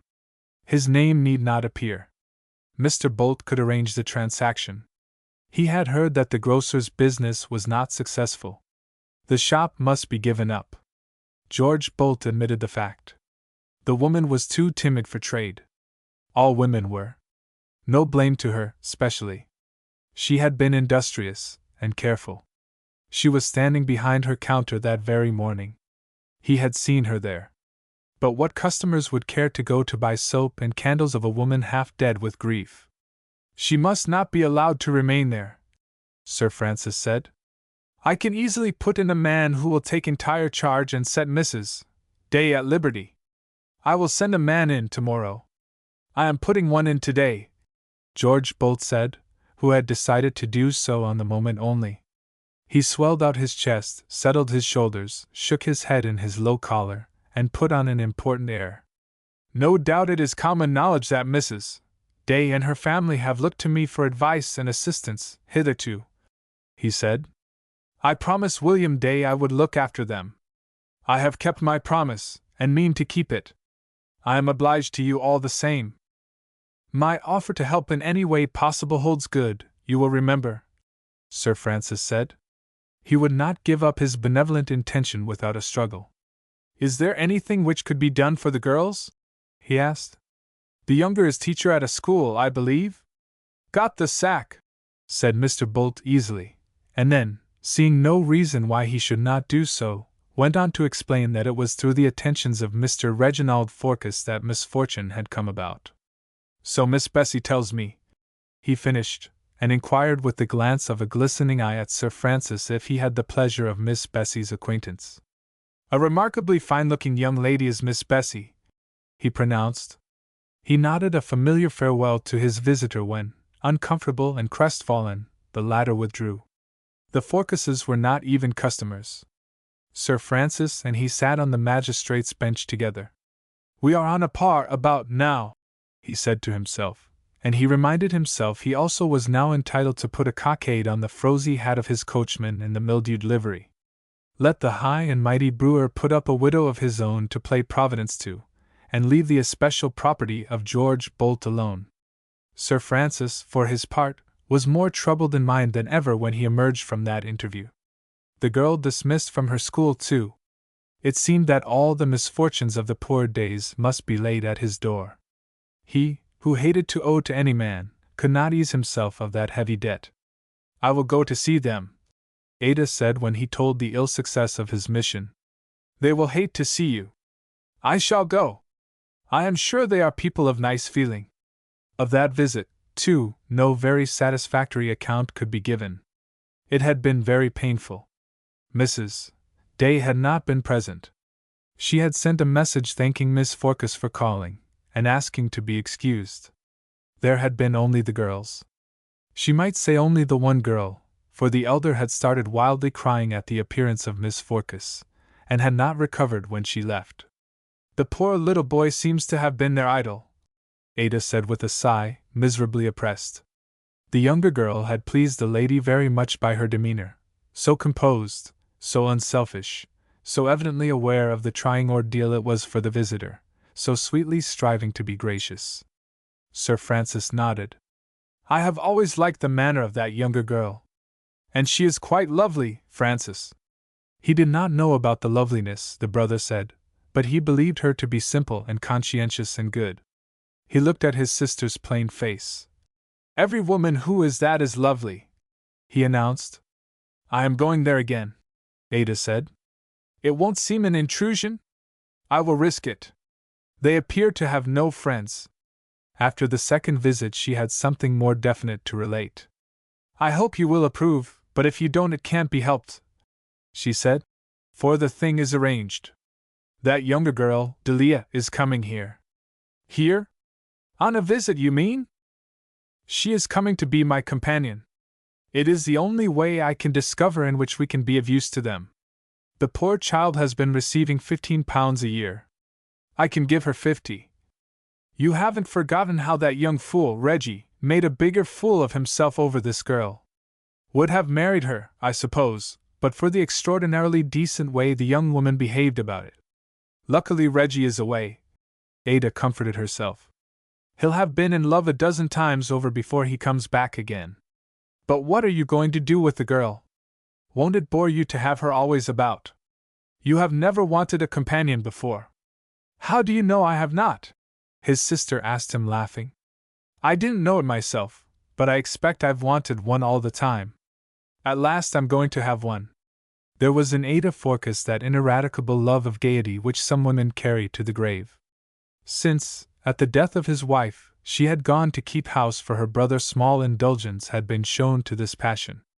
In the grave of his wife, not only all Sir Francis's heart had been buried, but apparently the love of all that made for the brightness of life. By the time the poignancy of his sorrow had worn off, to be solemn and sad of demeanor, to shun the disturbing effects of social distraction, had become second nature to him. By no wish of his own, but naturally and irresistibly, that habit of melancholy which had fallen on its master seemed to enshroud his home. He liked his brother to be with him in the home in which he had been born, but he would not welcome his brother's friends. He was greatly attached to the sister, who was half a dozen years older than himself, but the idea that she could desire any other company than his own had not apparently presented itself. There are some things a man can never learn, the mid-Victorian Ada said to herself, when Sir Francis prophesied that she would find a companion a bore. And one is that a woman, however happily situated in a man's house, must have another woman easy of access to talk with, to sew with, to whisper to. Chapter 26. A Householder. When it was explained to her that a man was to be put into the shop to give her a holiday, Mrs. Day refused the indulgence. Her heart was broken, but she was not ill. To have had a little time to give to Frankie, to take him for walks in the country, to read to him, to help him with his favorite occupation of painting old numbers of the Illustrated News and Punch would have been a joy. Often she had longed for the leisure to do these things. But now that Frankie was gone, where was the use of leisure? She did not even want the leisure to cry. She who had wept so often in this latest sorrow could shed no tears. Delia cried, wetting the pillow nightly with her tears. When talking of matters quite unconnected with the lost child, the tears would come welling up, drowning the beautiful hazel eyes, would tremble, as she tried to go on talking, on the thick black lashes, would roll, she pretending not to notice, down her cheeks. Bessie cried, howled, even, lying with her face buried in the sofa cushion, calling in a smothered voice upon Frankie's name. Emily cried, cleaning with spirits of ammonia the shabby school suit whose odor had so offended the nostrils of the elder sister. Putting yet another patch in the hinder portions of the trousers, the only use of such labors being that it delayed the laying away of the little garments forever. But the mother was denied such easy expression of sorrow that was beyond words and beyond tears. I am not ill. Mr. Pretty and I can manage, she said, and the substitute supplied by George Bolt was sent back. Mr. Pretty was very good to her, giving up, for the time being, his surreptitious smokes in the cellar, his skylarking with the youths of his own age who passed the door, giving his serious attention to duties he had consistently shirked hitherto. Every one who came near the bereaved mother committed the common mistake of ignoring her loss. Even her daughters did this as much as possible, so that in the place where the child's name had been on every lip it was no longer heard. Those who have endured such a loss know how the ear sickens for the sound of a name which yet the tongue refuses to utter, how the heart stirs to the music of it when at length it is pronounced. Mr. Pretty did not understand this, but also he did not know the accepted creed that of the newly dead it is kindest not to speak. He had not seemed very fond of the child, had often complained of him as a hindrance when Frankie had wished to help him to grind the coffee or to clean the currants, yet he had laid by a store of sayings and doings which he drew on now for his mother's ear. Stories of Frankie's naughtiness, even, of his partiality for the neighborhood of a certain drawer which contained preserved cherries. Of his cheek in daring to address the assistant as pretty, without the Mr., and the youth objecting, his ready substitution of an adjective which certainly was more descriptive of his appearance. Of his riding on Mr. Pretty's back when he, in pursuit of his duty, must crawl on all fours under the counter, his clinging to his legs when duty again called him to mount the steps for the topmost shelf. Nothing was too absurd, no tiny record too trivial to be precious in the mother's ears. A source of furtive interest to her were the movements of Willie Spratt, the cutler's son. Instructed thereto by his parents, who may have thought that the sight of him would be painful to the poor woman, the child gave up going to the shop to spend his pennies. Looking in, a little wistfully at first, as he passed, he soon ran, singing or shouting, by the door, with no thought of the little companion who used to wait to join him there. When at length he took to coming in again for his screw of sweets, Mrs. Day would look away from him resentfully, leaving him to Mr. Pretty to serve. She could not bring herself to speak to the child who was alive and well, and happy with his acid drops, while Frankie lay in his grave. Of the company of Mr. Bolt at that time the Days had more than enough. Mr. Gibbon used to get up and retire to his room or go out to walk the streets, when the head of his firm appeared. "I have enough of him in working hours," he would excuse himself afterwards. "Mr. Bolt is all very well in his place. I'm sure I wish he would keep there," Bessie would declare. She thought the Honorable Charles was jealous, for with the elder daughter the draper had come to indulge in a kind of heavy badinage which may have gratified George Bolt, and apparently was not displeasing to Bessie, but which those who looked on must have found fatiguing. Bessie always pretended to be bored by these encounters of wit with the fat, bald-headed man who had been her father's contemporary. "You have no right to yawn when I am talking to you, Miss Bessie," he would reprove her. "Why do you do it?" "Because I am tired." "You mean because you are tired of my company? That is not the reason you yawn, however. You yawn because you have indigestion." "I? Indigestion? What makes you think so, pray? Do I look like indigestion? Have I spots on my face or a red nose?" "No, but you are growing fat. You eat too much." "Mr. Bolt, how dare you? You eat too much and work too little. You don't take exercise enough to digest your food. You are making personal remarks, Mr. Bolt. No gentleman can make personal remarks to a lady unless they are complimentary." And so on. When Delia went away, it seemed that Bessie blossomed out into greater attractiveness. Perhaps in the restricted spaces of Bridge Street there had not been room enough or air enough for the development of both sisters, or it may have been that Delia, with her superior beauty and winsomeness, shone the other down, and that Bessie had been conscious of the fact. Certainly she grew more amiable, more useful, even grew prettier and more lovable. And George Bolt came often, and more often. Hardly a night that he did not come. The business, not paying, must be disposed of. There was no absolute cause for hurry. Mrs. Day could hang on till an advantageous offer was made, Mr. Bolt decided. The house, open to receive him whenever it pleased him to go, suited him. He liked the long, narrow sitting room above the shop, with its fireplace at one end, and its 3 deep-seated windows at the other, where he could sit now as in his own home, and talk to Bessie wilfully idle, or Bessie pretending to sew, always Bessie pleasant to look upon, and oddly stimulating, with her daring treatment of him. Delia gone, Frankie gone, it was very snug there, especially when the winter evenings came on, and the poor widow stayed late in her shop while he and Bessie sat and chaffed, as he called it, alone. How she dared! He often asked himself. To think of all the benefits he had bestowed on the family, and that she dared! "What would have become of you all if I had not got up that subscription list, and started you in business?" he asked her. "What's going to become of us now that the money is spent, and the business has failed?" she retorted. "You leave that to me," he told her, and as good as promised that the future of the family was safe with him.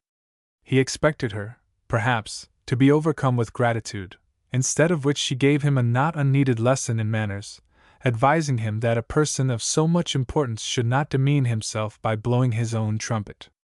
In the sitting room over the shop was no attraction for Charles Gibbon, Delia's light figure and darling face being absent from it. He could afford a house very well now. Not the grand house of which Delia had spoken, but one which would suffice to his modest wants.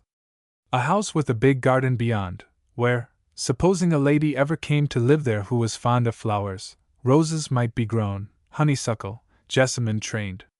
A garden where a bower could be constructed large enough for two who could eat their strawberries there, in season, or drink a glass of wine there, on a Sunday afternoon. Far out of the town, for choice, on a road at whose gate someone might stand watching the departure of the master, as he went to work in the morning, welcoming him when he returned at night. In his spare hours he occupied himself in looking for such a retreat, and when the ideal one was found he left his rooms in Bridge Street, and went to live there. George Bolt took the trouble to walk out one Sunday afternoon to the little trellis-covered house, 1.5 miles away from the town, and discovered the junior partner in his shirt-sleeves rolling the gravel of the back garden. Bolt, a strict Sabbatarian, was more than a little shocked to observe that breach of decorum. The fact that the back garden was not overlooked set his mind at rest, however. "We've got to be careful about such things. Customers are often particular," he said. The patronage of the visitor who insisted on being taken over the small domain was trying to the temper of its proprietor, uneasily conscious already that the lawn was only half big enough for the croquet hoops ostentatiously set forth thereon, that the furniture in the dining room was much too big for it, and that in the drawing room absolutely unsuited to its purpose. He wished to forget these defects, which the other thought it his duty conscientiously to point out. "Very nice. Very nice. Very suitable indeed," was the verdict finally pronounced. The Honorable Charles's soreness was not at all soothed thereby. Since the abode, obviously in Mr. Bolt's eyes, left so much to be desired, it was no compliment to be told it was suitable. "A very nice little cage, Gibbon. Where is the bird?" "No hurry," Gibbon said, sullenly uncommunicative. Earnestly desiring his departure, he had strolled with his visitor to the gate. To have him on Sunday as well as all the week was a little too much, he was saying to himself, aloud saying nothing. And at that moment a carriage was driven past, whose servants wore the green and tan liveries of the Forcases. One of the two ladies seated in the carriage, with a look of surprise on her face, leant eagerly forward and bowed to the men at the gate. Mr. Bolt, taken unaware, made a dash at his hat. Gibbon, bareheaded, did not so much as bend his neck in response to the salutation, but his face grew leaden white. "Slap up, turn out! I suppose their carriages are always dashing by," Mr. Bolt said, for the road on which the laburnum stood was that which led to Castlethorpe. He was generally at work at the back of the house, and could not say how often they passed. Gibbon said, "You'd rather be looking at your 3-yard square of croquet lawn than at Delia Day in the Forcases' carriage, Gibbon?" Gibbon plucked a leaf from the hedge and put it in his mouth, but made no reply to the facetious remark. "What are they doing, driving their horses, and dragging out their servants in the middle of a Sunday afternoon?" They went sometimes, in the afternoon, to a service at the cathedral. Gibbon, who in spite of being habitually at the back of the house evidently knew something of the Forcases' movements, was able to communicate. "Little Miss Delia thinks a mighty lot of herself, seated up there in state." "He should not think so," Gibbon said. "What is she but a servant there? She was a far greater lady, to my thinking, when she sat in the room over her mother's shop. It's Bessie that should ride in her carriage," Mr. Bolt declared. "Perhaps she will," said Gibbon, and looked at his partner, who met the other's eyes heartily.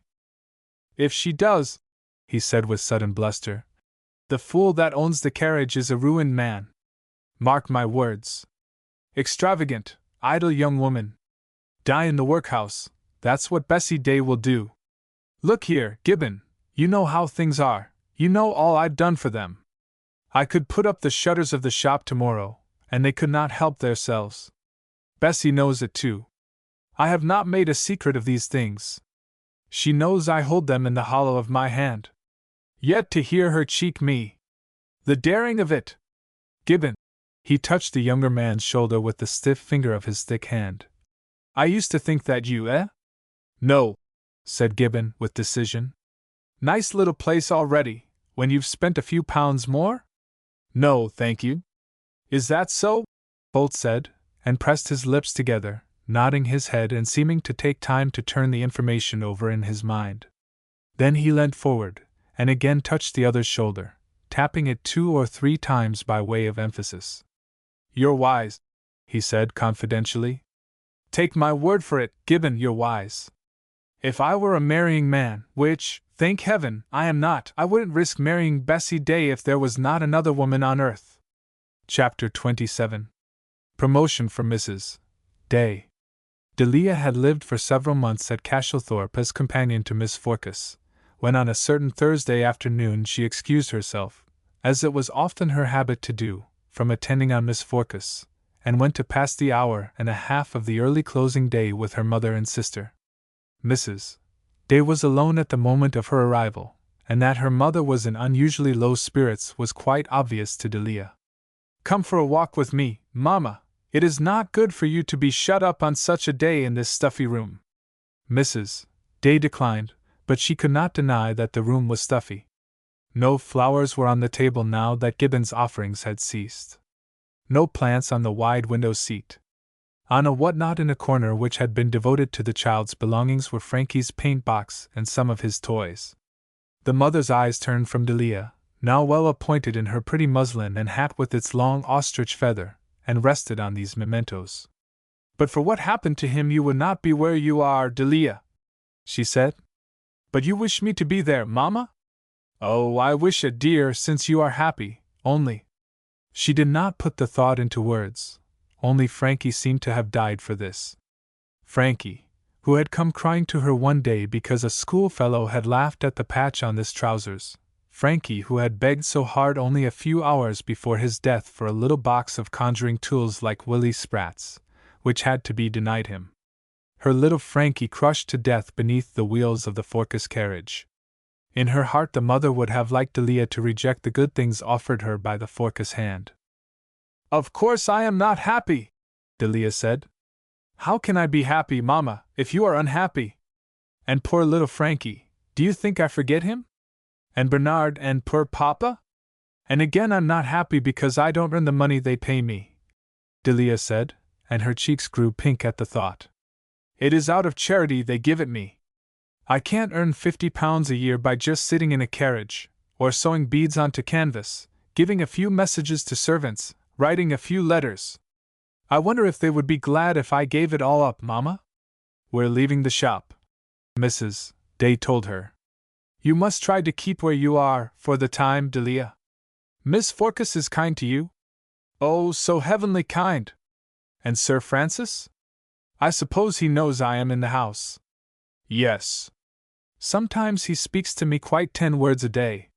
Tell me about leaving the shop, Mamma. Mr. Bolt has proved to me that we are not solvent." "What does that mean?" "Not that we are bankrupt." "Oh, Mamma! As if we had not had disgrace enough without that." "There is no end to it," Mrs.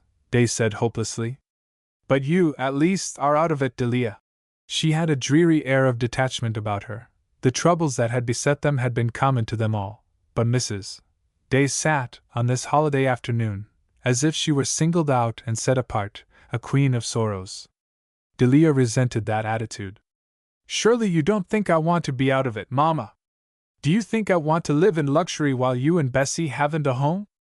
And at that moment Bessie appeared, coming in from the kitchen in confidential confabulation with Emily. Her face was flushed, and her eyes glittered with an excitement too evidently not pleasurable. "Well, what do you think of it?" she burst forth. "It is bad news. But everything that happens to us is bad," said Delia, with uncharacteristic despondency. "Bad?" echoed Bessie. "That depends on how you look at it. Bankruptcy? To owe more than we can pay? I should have thought that there was only one way of looking at it." Bessie swung round to her mother. "You haven't told Dita!" she cried accusingly. "She hasn't told you! Mamma is going to marry Mr. Bolt, Delia." "To marry him!" Delia cried, as if she might have cried. "To murder him!" and sprang from her chair to stand before her mother. "Mamma! Mamma!" Mrs. Day, sitting huddled in her chair as if she lacked the spirit to hold herself upright, and looking all at once a dozen years older, shook a desponding head. "I can't," she said. "I don't think I can do it." "Well, you've got the chance," Bessie said hardly. "And it's a good one. Good for all of us. He's rich. He has sat here bragging of his money to me, and that he might spend a couple of thousand a year if he liked. As if I cared. But if it's going to be yours, Mama, 2,000 a year, I do care. I do. But we can't think only of ourselves, Bessie, Delia, horrified, put in. We've got to think of Mama. She could never endure it. She should have thought of that before, Bessie said. Mama should not have been so sly and underhand. Bessie! Bessie! You can't mean what you say. I mean every word of it. Pretending to dislike him. Pretending to keep out of his way. Delia, I have told your sister I nearly died of astonishment when he spoke to me. The idea had never entered my head. Poor Mrs. Day leant the head upon her hand and hid her face in her misery. Bessie, you are not to bully Mama. Do be silent. Don't mind her, Mama. What did you say to him? I didn't say one way or the other. Such nonsense, cried the irrepressible Bessie. You'll have to say. And he isn't in any doubt about it. He came to me and told me he was going to be my papa. I could have felled him to the earth when he said it. But I did not. I said, you may be a papa to me 100 times over. I will never be a daughter to you. Never. Never. Never. But if Mama did this horrible thing, you'd have to be his daughter, you'd have to live in his house. I'd live there, but I'd make it warm for him, Bessie cried, and then her feelings becoming too much for her, she dashed from the room, and slammed the door behind her. Delia, left alone with her mother, did her best to strengthen her. Never mind her, Mama. Do not think of any of us in this, think of yourself alone. You could never do it. Bessie and he would fight like cat and dog, Mrs. Day said. They are always fighting now. She says such things to him, and he to her. Environment has told on Bessie. She says things no lady should say. My life would be unbearable. It is not to be thought of for a moment. But there are the debts I cannot pay. There is poor Bernard. I ought to do it, Delia. I know I ought. But I have had miseries enough. When Delia left her, Mrs. Day still sat a huddled heap upon the sofa. I have had miseries enough, she repeated, and upon that text she spoke to herself, going over in faithful detail the troubles she had known, vainest and most useless occupation in which a woman can indulge. Her orphaned, dependent childhood, her marriage. It had been loveless on her part, but she had cared a little, believing that love on her husband's part would suffice. Was it love, ever at all? Is love possible where tenderness, courtesy, consideration do not exist? Time going on, daily she had suffered his incivility, the despite he did to her sense of what was due to her as his wife, the mother of his children, the mistress of his home. Habit, and love for her children, had made life tolerable. But for 20 years he and she had lived side by side in the outward union of inwardly divided minds. Then had come his crime, its awful expiation, the terror, the disgrace, the bitterness of the fall for her children and herself, the salt taste of the bread of charity, the drudgery which had been humiliating all through, with failure at the end. The grievous sorrow of Bernard's blighted career, the cruel death of her innocent comfort and consoler, her little boy. Were not these things enough? Great God, was it possible she still had unspeakable agonies of mind and humiliation of body to go through? Her eyes, so pathetic in their subdued look of patience, wandered round the room which had been to her a haven of refuge from her sordid life in the grocer's shop. A hat Bessie had just discarded lay upon the table. Poor Bessie! Poor undisciplined, unruly, never wholly grown-up Bessie! In the day of cataloguing the miseries of her life she was too sadly honest to pretend that Bessie could be a comfort to her. A picture of Bernard painted by a local artist at a time when father and mother were for once united in the opinion that a handsomer, more promising boy did not exist, hung on the wall. Poor Bernard, who by last mail from India had written to his mother that his life in barracks was a hell. The tired eyes wandered from that heartbreaking record of promise never to be fulfilled to the whatnot, holding Frankie's toys. Was that dust on the lid of the paint box? She crossed the room, mounted a chair, took down the precious box, dusted it tenderly with her handkerchief, looked within. Such broken odds and ends of his gamboge, his yellow ochre, his Indian ink of which he had prattled to his father, questioning whether carmine or vermilion should be used for the roofs of his absurd houses, if Prussian blue or ultramarine should be for his seas and skies. She saw again the huge man and the little child bending over their pictures on Sunday evenings of long ago, heard the very tones of their voices. Her tears dropped upon the shabby old box, upon the little earthen palette on which the colors Frankie had rubbed still remained. All the bitterness had died out of her heart. Only sadness was left, and a sense of irreparable loss. Chapter 28. At Laburnum Villa. Delia, as she walked homeward that afternoon, for she had overstayed her allotted time in Bridge Street, and the carriage which was to have picked her up at a certain point had gone on without her, determined that she must leave Castlethorpe. The words sounded in her own ears as if she were sentencing herself to leave heaven. Her mother could not be allowed to marry George Bolt. She could not remain in the shop. How were she and Bessie to live? With the vanity of youth, which always sees itself in the foreground, Delia thought she perceived that it was she who must get a living for them all. In her small distracted head she decided, as she walked along, that she would hire a little house, start a little school. Perhaps someone would pay the first quarter's rent, and she could pay it back when the pupils came. Someone, in days gone by, would have meant Sir Francis. But now, living under the same roof with him, seeing in what deference he was held even by his own sister, feeling his reserve, his aloofness from the low concerns of such as she had become extraordinarily shy of that great man.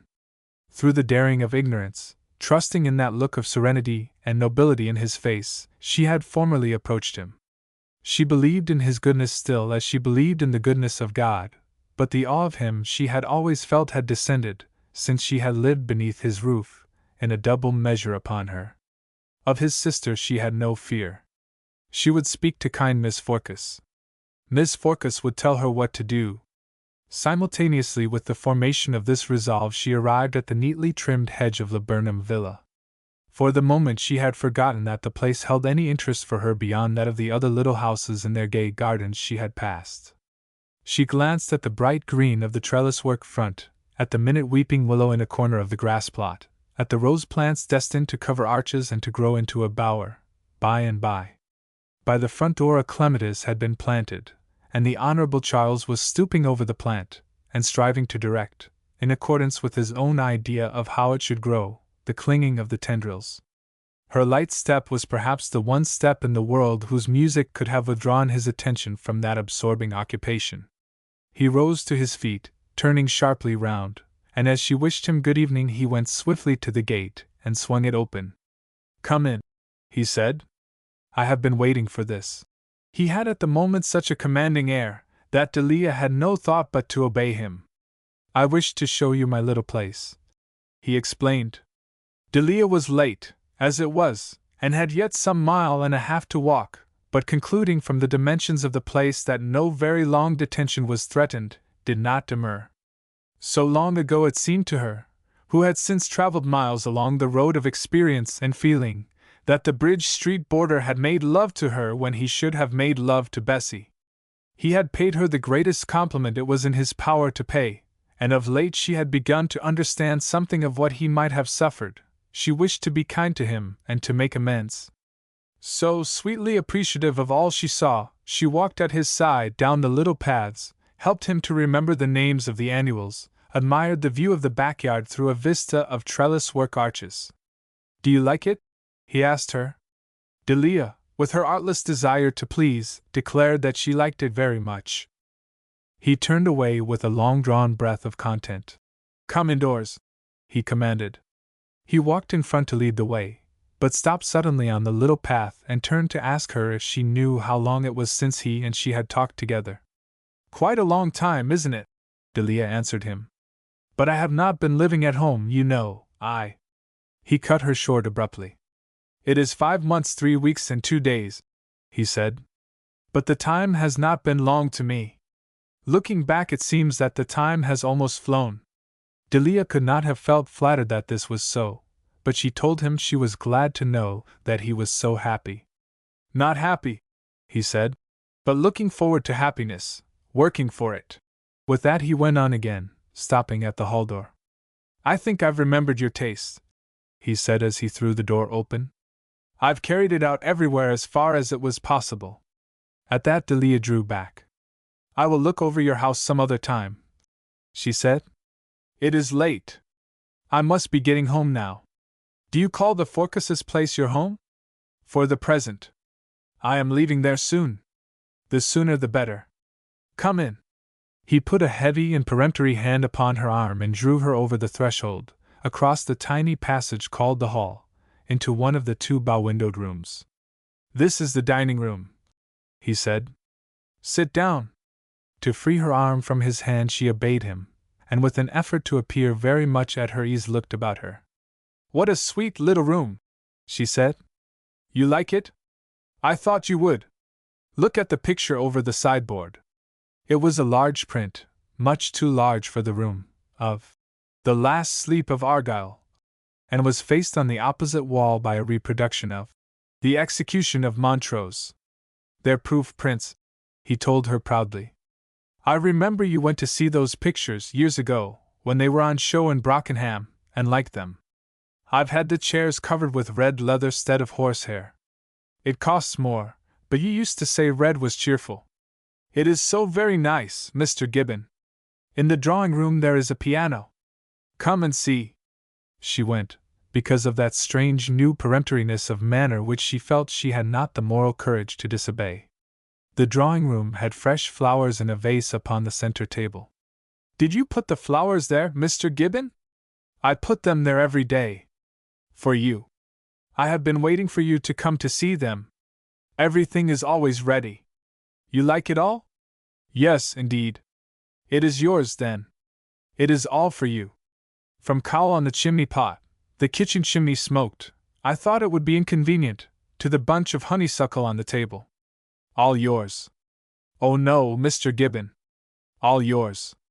Every carpet has been laid down for you, every chair and table bought. Every seed has been sown, every tree planted. For you.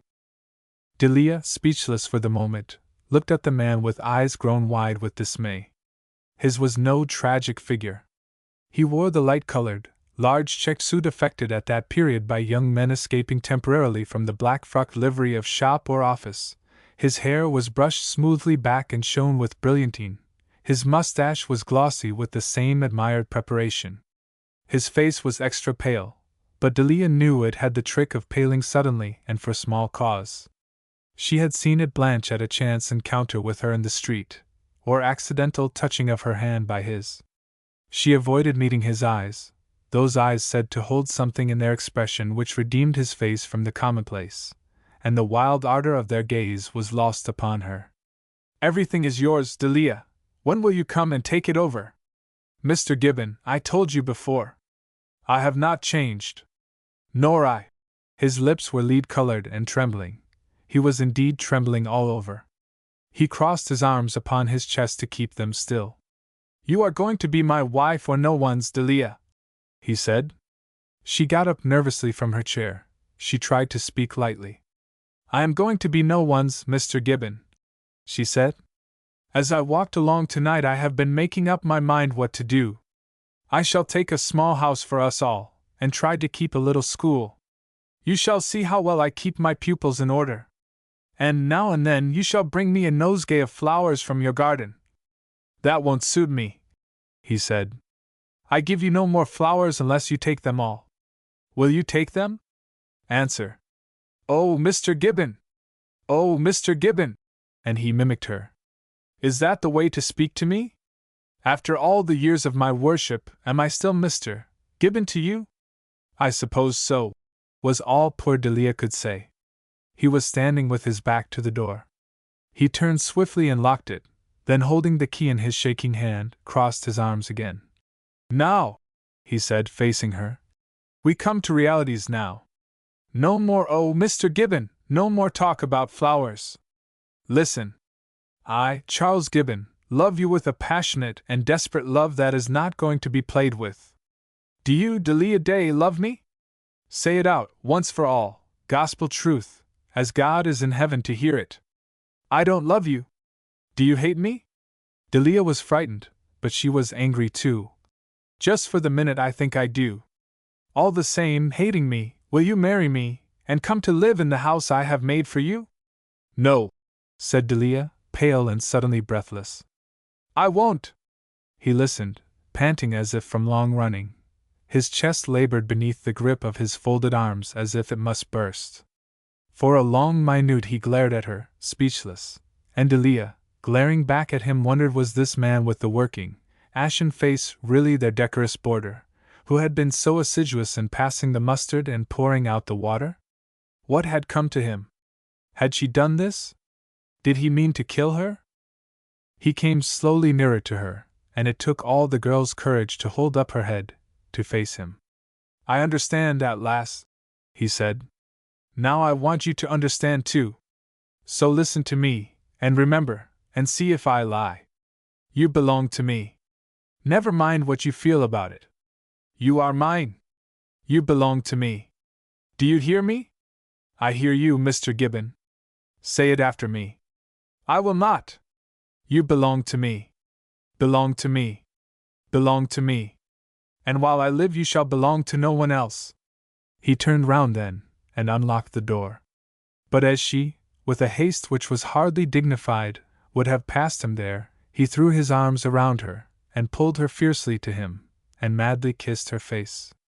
Frightened and outraged, she fought for liberty, and gaining it, dashed off. She flew down the little neatly rolled gravel path, and out through the freshly painted gate, and once on the road, as if more than life was endangered by delay, she rushed onward at breakneck speed. Sir Francis Forcas, solemn and serene of face, riding homeward, had his attention drawn to a little figure which flew ahead of him. Riding up to her, he found that she who thus fled lonely as the shades of evening fell along the deserted road, was that little girl, his sister's protégée, who should have been safe under the shelter of his own roof. She stood still, breathless and disordered, as he drew up alongside of her. What has happened? Where is my sister? Why are you alone? He asked, and looked with astonished disapproval at her scared little white face. I was late, and missed the carriage. I am running home, she panted. He saw that there was more behind, and dismounted. Girls were not trained for physical exertion in those days. They were not nurtured in the belief that they must not be cowards. Delia was trembling with terror and exhaustion. Sit down, he said, and she subsided on the bank. He stood silently by her for a minute, drawing his conclusions. You have been frightened, he said. Who frightened you? And no one, gasped Delia. I ran. From what? From whom? And Delia could not reply, could only feel the blessed security of his protecting presence, could only look up at him with the trusting, adoring eyes of a child. He looked back upon the road they had both come. The daylight had not yet faded from the sky, although the shades of evening were beginning to fall. Far down the road, where it curved towards the town, the lamps were being lit. By the gate of the last villa residence, on the road, a man stood, looking towards the pair by the bank. Was that the man who frightened you? That man by the gate? And no. She might have saved her soul the perjury. Sir Francis, leading his horse by the bridle, walked back in the direction of Laburnum Villa. Come back! Oh, please come back! Delia cried, but Sir Francis, paying no heed, went on till he stopped, bridle in one hand, riding whip in the other, in front of the man standing on the pathway before his gate. You frightened that lady. That lady is no business of yours. You are my business, you scoundrel, Sir Francis said, and lifted with a threatening gesture the hand that held the whip. The man did not flinch. He was no coward. He was much the smaller of the two. He was unarmed. No, Sir Francis said. Not tonight, and dropped his whip hand. But look out for yourself, sir. Take care. I shall have an eye on you. For a minute he stood confronting the man, who looked back heartily at him. What else he had to say he said by the glance of his eye, by the set of his lips, by his scornfully carried head. Then he slowly turned his back, led his horse from path to roadway, and swung himself into his saddle. As he settled himself there, he found the other man by his stirrup. Lucky for you, you did not use your whip on me, Sir Francis Forcas," he said. "Sure as God, if you had done so I would have had your life." Sir Francis, looking down on him, cut a light stroke upon the man's shoulder with his whip. "You asked for it, and you have got it," he said. "Stand out of the way, will you?" And careless whether the other took that measure for self-preservation or not, rode on. Delia, unable to see distinctly what occurred, was relieved to find the interview so short, and Sir Francis so quickly beside her again. She had got up from the bank, and was walking briskly homeward when he overtook her. "I hope you were not unkind to him," she said timidly. "Mr. Gibbon lived in our house once." "Was that Mr. Gibbon? That man with the mad eyes? He was our boarder. He was always very kind. To you especially kind?" "To us all." "And am I to hear why, as he is so kind, you were running away from him, this evening?" "I had rather not tell." He was a man of so much reserve himself that he respected hers. "Very well," he said, and after a minute added, "I am quite sure you were not to blame." "I don't know," said Delia, and hung her head, as she walked along. To blame or not, she was horribly ashamed. She felt always in his society as shy and gauche as an awkward child, and was conscious that it was in such a light he regarded her. She would have died rather than that he should have known of that frantic struggle in Gibbon's arms, of that mad embrace. Delia, who had no advantage of excellent training, happened to be naturally musical. She played no difficult music, but her touch on the piano was good. Her voice, by no means powerful, was true and pure and pleasing. To Miss Forcas, who, in spite of the advantages of education, loved the wrong things consistently in music, and liked to be moved to tears by the plaintive songs of Clarabelle, it was a great pleasure to lie back in her chair, book or embroidery fallen to the floor, and watch Delia's fingers tripping through the variations of Brinsley Richards's masterpieces, to hear her tunefully lamenting that she could not sing the old songs, or in cheerfuller mood announcing that she might marry the laird, if she would, the laird of high degree. The two ladies had the small drawing-room to themselves in the evening as a rule, but tonight, the fancy took Sir Francis to join them there. Delia, nervous at playing and singing before him, was too shy to ask to be excused. She had been told that the dead wife had been a fine instrumental performer, and that every evening she had provided for her husband a genuine musical treat. "I'm afraid I don't play any good music," she said. But Sir Francis, truth to tell, shared his sister's lamentable taste, and if, as he sat silent and pensive, beneath the shaded lamp on the round center table, while the girl at the piano went through her simple repertoire, his heart was filled with memories of his lost wife, he certainly was not lamenting the works of Mozart and Beethoven which she had so skillfully rendered. Delia, however, did not know this, never doubting that her benefactor was a connoisseur of all the arts. Her fingers trembled upon wrong notes. All undetected, had she known, her sweet voice faltered through the songs she was wont to sing so pleasingly. She went off to bed, not daring to look the master of the house in the face, so shocked and jarred and weary she felt that he must be. "Isn't she charmingly pretty and sweet?" his sister demanded of him. She could never hear praise enough of this new acquisition of hers. "She has attractive manners, and seems a good young woman. I don't allow her to touch any of poor Marian's music, Francis." "Oh," he said, deprecating such restrictions. "What harm would her playing Marian's music do? I'm afraid she is going to leave us." "Indeed? I have been looking on her as a fixture. She has been telling me the mother's shop has to be given up. It is a case of the shop giving up the mother, I fear. This poor little thing says she can't be happy living with us in luxury while the mother and sister are in difficulties. She thinks of taking a quite small house, and getting together a school of little children. It seems a hopeless lookout, Francis." "It does," he acquiesced, and took up the book he had laid down. "But Francis, I wish you would show a little interest. We decided when that poor boy was killed we owed them what reparation could be made. I feel deeply something should be done for this girl. She is too pretty, too young, too delicate and dainty, to fight such a hard fight alone. She has her mother and sister. Nice women, I am sure, but helpless. I would not call the mother helpless. She has held on, and done her best in that hopeless shop. You will see that everything will be pushed on to the shoulders of this little girl. Well then? He looked questioningly at his sister's kind face over the top of the book he was reading. Then his eyes fell again to its pages. I will think about it, he said. After Ada Forcas had gone to bed, he kept his promise, sitting motionless in his chair, his elbow on the arm of it, his head upon his hand, thinking about it. Chapter 29. A Prohibition Cancelled. Any letter of interest? Sir Francis asked of his sister, who, breakfast being over, was glancing again through the correspondence the morning's post had brought her. One from Reggie. He having a good time? He says not. He says he hates traveling. Mountains and churches and picture galleries, he says, bore him till he cries. He talks about coming home.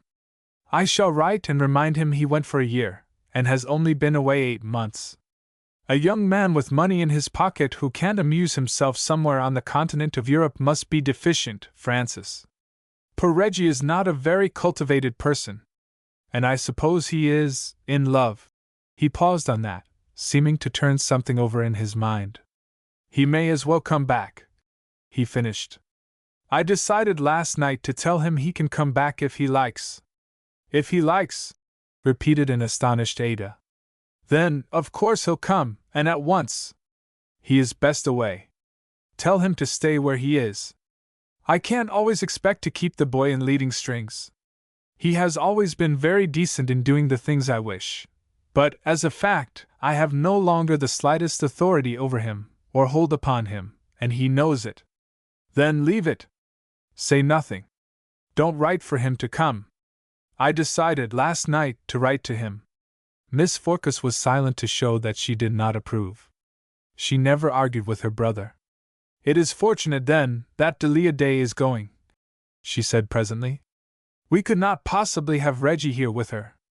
That silly affair would be on again, in no time. As to that, I withdraw my objection. The boy must play his own game. Francis. Unbounded astonishment sat on the good, plain face of Ada Forcas. Her brother left his place on the hearthrug, and walked over to the broad window at the end of the room. He stood there, tall and fine and upright, his back to her, his hands lightly clasped behind him. Delia is a sweet girl, Francis, but in a marriage there is more than that to consider. Yes. There is a good deal to consider, but it is for Reggie and the girl to consider, not for me. But surely you too, Francis. Well then, I have considered. It is not Reggie alone, but all of us. You must think for all of us, Francis. You always have done. It is not a connection to desire. I agree with you. The last in the world to desire. But it concerns the pair of them, primarily. He no doubt believes he is in love with her, and she is, I suppose, in love with him. No one has the right to interfere. Think how differently you married Francis. A rich girl of high family. I did not marry for that. It happened, that was all. I married Marian for the same reason that impels Reggie to marry this girl. I remember how little such things weighed with me in my marriage, how, once having felt the inclination to marry her, I should have married my wife all the same if she had been, say, the daughter of William Day. It is because I remember that I decline any longer to interfere, or to take upon my shoulders any responsibility in this matter. You are wrong, Francis. Reggie won't thank you for it later on. Oh, do I want anyone to thank me? Sir Francis said with sudden, all unusual petulance, turning round on his astonished sister, who jumped in her chair at his tone, instantly repentant. To incur the anger of the head of her house was the thing of which she was most on earth afraid. Do what you think right, of course, Francis. Of course I shall do what I think right. He went to his own room, settled himself in his chair by the open window, tore open the morning paper which it was his custom to read there. The window opened upon a long oblong of flower-bordered lawn, enclosed by thick square-cut yew hedges on 2 sides. At the end a series of glass houses shut out the view. The eyes of Sir Francis strayed from the pages of the newspaper to the sunshine and shadow of the freshly cut lawn. At the door of one of the greenhouses beyond, Delia, in her black muslin dress and wide black hat, was standing in conversation with Jarvis, the head gardener. Part of her duty, he had been told, was to wheedle Jarvis out of the flowers Miss Forkes liked to see in her rooms, but of which he resented the cutting. Sir Francis looked at the pair. They were too far off for him to read their faces, but he knew how the girl would be playing her part, smiling shyly, with appealing eyes, how Jarvis was probably denying her, being human, for the mere delight of being asked. Presently the newspaper dropped from his hand, and he passed out into the morning sunshine, and walked down the flagged path dividing the lawn, the mosses growing gray and green between the stones. It was a morning of unclouded skies, the soft air laden with the scent of flowers. A morning to be alive in, yes, to be happy in, spite of regrets and doubts and cares, spite, even, of death and loss and buried love. On such a morning a man might think of his dead wife, perhaps. Might say to himself, "The pity of it!" But he could but be conscious that he, himself, was alive still, that in him, solemn, responsible, middle-aged as he might be, the fires of youth were not yet extinguished. He must feel the fragrant wind upon his cheek, the scent of delicious airs in his nostrils, must even, in spite of himself, use the eyes in his head to see what was fair and sweet and gracious. Jarvis, with his finger to his cap, retreated to his carnation house, the entrance of which he had been guarding. "So you are leaving us?" Sir Francis began at once, stopping before Delia. "My sister has been telling me. We shall miss you very much. I shall never forget how good you have both been to me," Delia said in her shy voice, and playing with the flowers in her hands. "But I think I ought to go." "You will do what you think you ought, I am sure," he said, and her heart sank at the ease with which he acquiesced. She turned to walk towards the house, and he walked beside her. "You will come to me if I can help you," he said. "If I might use your name in case no one will let me a house?" "Of course. But you are not going today?" She had not meant to do so, but since he seemed to expect it, found herself saying that she was. "There is another matter," he said, "and it is that I came out to speak about. My brother Reginald is coming home." "Really? Is that so?" She spoke without any show of interest. "I thought he had gone for a year. That was the original plan. But he went because I wished it, at that time. He has always been to me a docile, dear fellow, and I fear I presumed on that. I had no right to order his goings and comings, to order his life. None. I think it was Frankie's death. I think he was glad to go. That is as may be. I am going to tell him, now, to come back." Delia, feeling that this was a matter in which she had no concern, walked on, saying nothing. "And now," Sir Francis went on, "I am going to ask you to alter your mind about leaving us. Since Reggie is coming back to us, won't you stay?" Delia lifted her head, and regarded him in silent astonishment. He went on. "You have not forgotten what I said to you on a certain matter some months ago, although you have sweetly held yourself as if you did not remember. I now wish to recall the words I said then."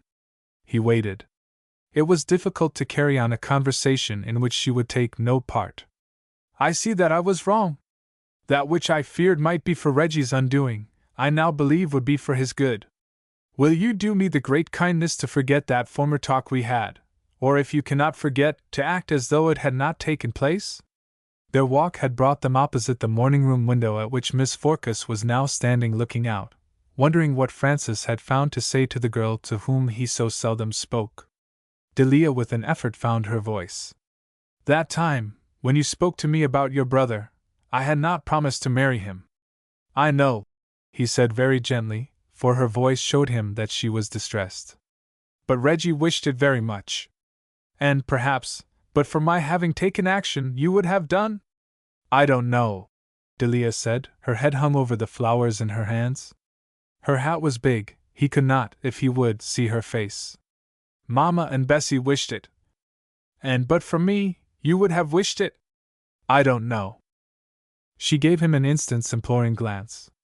Surely he must understand how difficult it was for her to explain to him how she felt about Reggie. The Reggie he was so nobly offering her. The Reggie, that not only her mother and Bessie, but now Sir Francis himself wished her to marry, and that therefore, undoubtedly she would have to marry. She could not tell him this, could only stand before him, for they had come to a pause in the middle of the gravel sweep before the big hall door, with hanging head, pulling nervously at the stalks of her flowers, and repeat with a childishness he must despise, "I don't know." "Well, we shall see," he said encouragingly. "But at least you will not hurry away? You will stay with us until Reggie comes home? Go to my sister and tell her so. Will you?" "If you wish it," Delia said. Miss Forkes, who under no circumstance could have been cold or inhospitable, received the intimation that Delia was to stay until Reginald came home with less than accustomed warmth. "Of course, my dear! You know I hated the thought of your going, but why is it to be for Reggie especially? Were you and Reggie such friends?" Delia admitted without enthusiasm that they were certainly friends. "Then, no doubt he will be glad to see you," Miss Forkes said, and thought to herself that now she was going to have the daughter of a felon for her sister-in-law. By way of solace to her family pride she turned from the impending, disastrous marriage of the stepbrother to that satisfying alliance her own brother had made. The daughter of a baronet had been his wife, the sister-in-law of a peer. The baronet was a banker, and rich. If the little son had lived he would have inherited his grandfather's fortune, which now had gone to the son of Lord Brace. Lord Brace, who was an Irish peer, wanted the money more than Francis, certainly, who had a sufficient fortune of his own, even without that considerable one his wife had received from her mother, and had left to him. All such facts, which Ada Forkes generally accepted as a matter of course, she now produced for the benefit of Delia, meekly counting the stitches of the Madonna lily, which when worked in beads, grounded in amber silk and framed in gold, would be converted into a screen, to hang on the marble mantelpiece in the Castlethorpe drawing-room. About the wife whom Sir Francis had loved and lost, who had lived for 2 years in this beautiful home, sitting to read, and eat, and sew, in her husband's company, walking the gardens by his side, cared for and tended and watched over by him, Delia had dreamed many dreams. Beautiful as an angel she had pictured her, and with an angel's nature, to be so loved, so inexpressibly mourned by him. She had dreamed dreams, but had asked no questions. She asked them now. Was she so very beautiful, Lady Forkes? Not to say strictly beautiful, which had surprised them all, Francis having ever been a beauty lover. She had what was called a dear face. And such manners. Such a dignity. Such an air of high breeding. I used to say to myself, small wonder that Francis is your slave. And was he? He was, indeed. Bound to her, hand and foot, with no thought but to please her, no wish but what was hers. Delia sighed for very fullness of heart. But only because of his love for her, understand. Not because she had him in the very least under her thumb. Delia shook a sympathetic head. I am sure he could not be that. He has never been the same since her death. Never! And never will be again. One would not wish him to be. It would spoil it. Delia sighed. Miss Forkes echoed the sigh. Well, I do not know, she admitted. People die, but the world has to go on, Delia. If the child had lived it would have been different, but it seems to me a pity there should be no one to come after Francis, to bear his name, and inherit his fortune. Of course there is Reggie, but… She stopped there, remembering that in all probability the son of Reggie would be the grandson of William and Lydia Day, felon and bankrupt grocer. The thought choked her. Had Francis remembered it? Whoever marries Reggie will marry a rotten reed, she said impetuously. I pity the girl who does it, from my heart. So do I, said Delia quietly, and knitted her brow, chasing a tiny fugitive bead with the point of her needle. Miss Forkes heard with surprise and satisfaction, yet was afraid to believe. What penniless girl, whose hand was her own to bestow, would refuse the wealthy young Forkes? Longing for further assurance, and greatly daring, she risked the question. You knew Reggie so well then, yet did not fall in love with him? Oh no, Delia said. She lifted her head from the frame over which she was stooping and looked calmly in the other woman's face, and Miss Forkes was struck with the perception of what a gentle dignity the girl had. A dignity less arresting, perhaps, than that she had admired so much in Francis's wife, but as effective. "Ah, well!" she smiled, immensely relieved, and overjoyed to find she might again take her protégé to her heart. "We shall see who there is that will be good and great enough for you, Delia. He will have to be both to deserve you. He will have to be both before I love him," Delia said calmly, but with the color in her cheeks. She put her head on one side to contemplate the lily growing so slowly under her fingers. "I needs must love the highest when I see it," she said half to herself. For while she had been talking and listening, she had been thinking of that sacrifice which she had but now thought was demanded of her, and she had made up her mind not to make it. When Sir Francis came in, that evening, he found lying on his writing table a little note with the signature, Delia Day. "I hope you will excuse me that I have altered my mind and decided to go home at once." It ran, "I think I am wanted there. I hope you will not think I do not feel all your kindness. I do feel it with all my heart."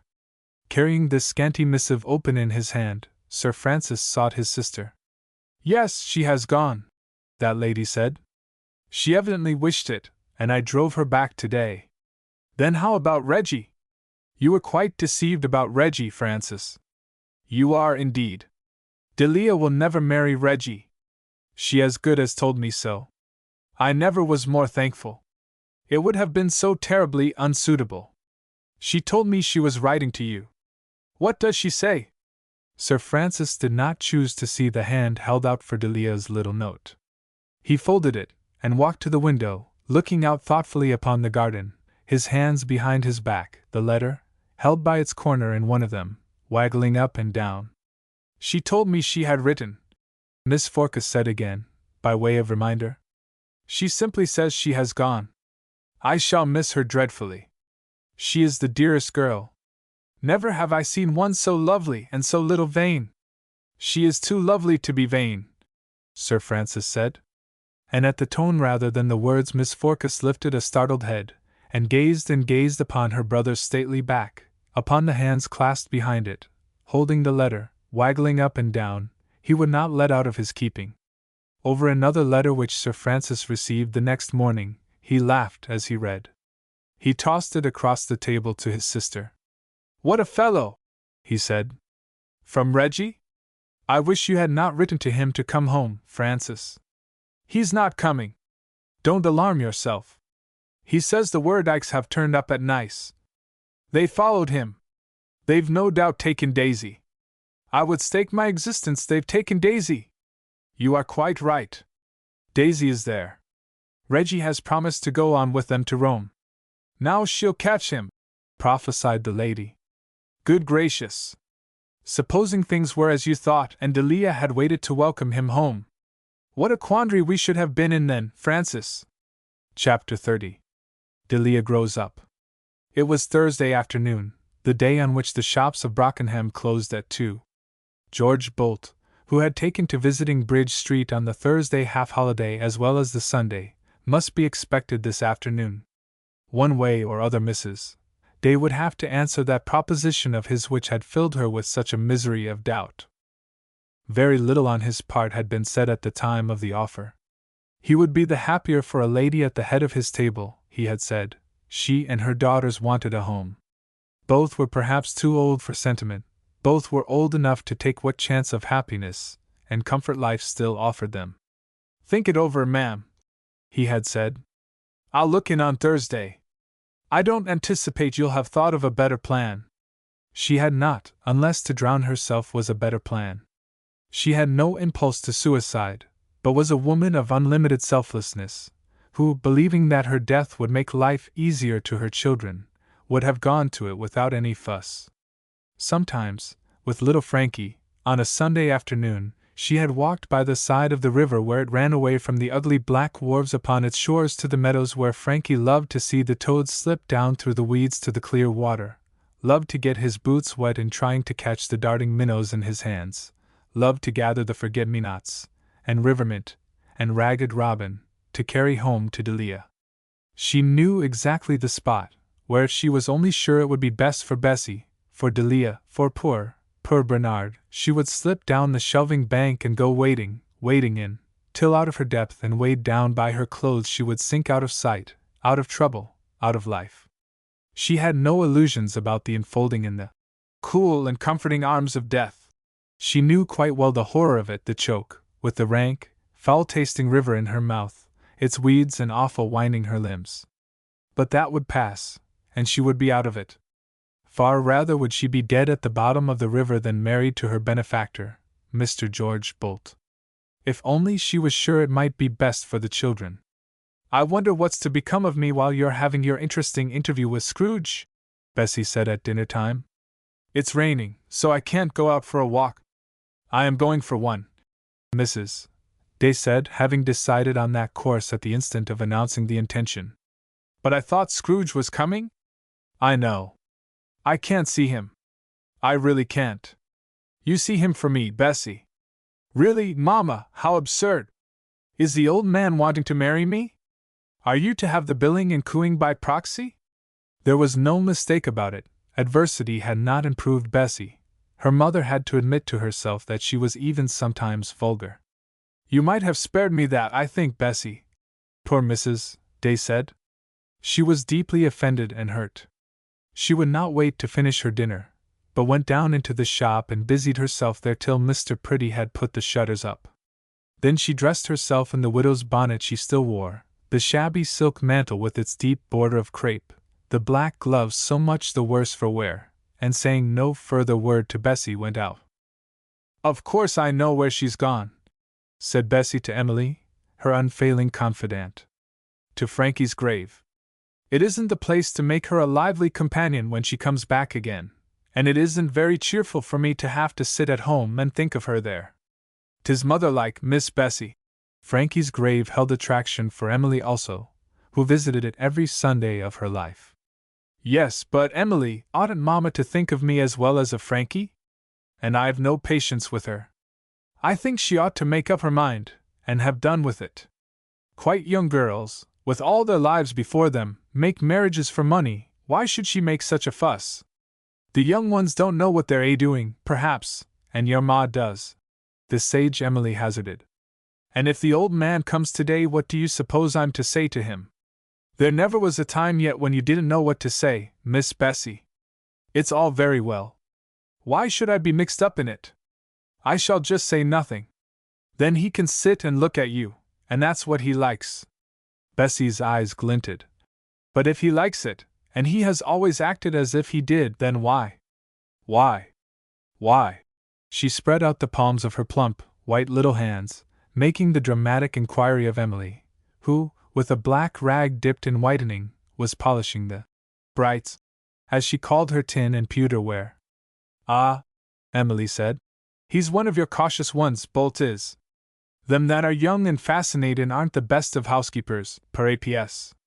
Bessie stood silent for a minute, watching the vigorous rubbing of a dish cover. "You go and change your frock," Emily said, glancing up at her. "Put on that black and white muslin you look your nicest in." "I ought to wear all black for a year, Emily." "You put on your black and white," coaxed Emily.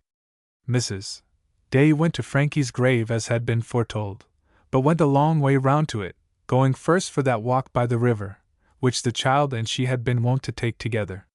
Finding that particular spot on the river bank which had been so much in her thoughts since Mr. Bolt had made his offer, she sat down there with the deliberate intention of deciding which course to take, out of the three open to her. To be turned, with her children, homeless and penniless upon the world, to become Bolt's wife, to drown in the river. An effort she made to keep her mind on these issues, but could only think, instead, of Frankie. Not of Frankie as he had played by the river, happily painted his pictures, rushed off noisily with the cutler's son to school, but of Frankie sitting to eat his bread and butter and radishes, one spring afternoon, his plate on his knees, removed to a distance from the tea-table, because Bessie had declared that he smelt of putty. It was an absurd little incident, forgotten until now, when it awoke in her memory to wring the mother's heart without almost intolerable pain. Banished? Not good enough to sit at the table with Bessie, her Frankie, her baby, her angel boy.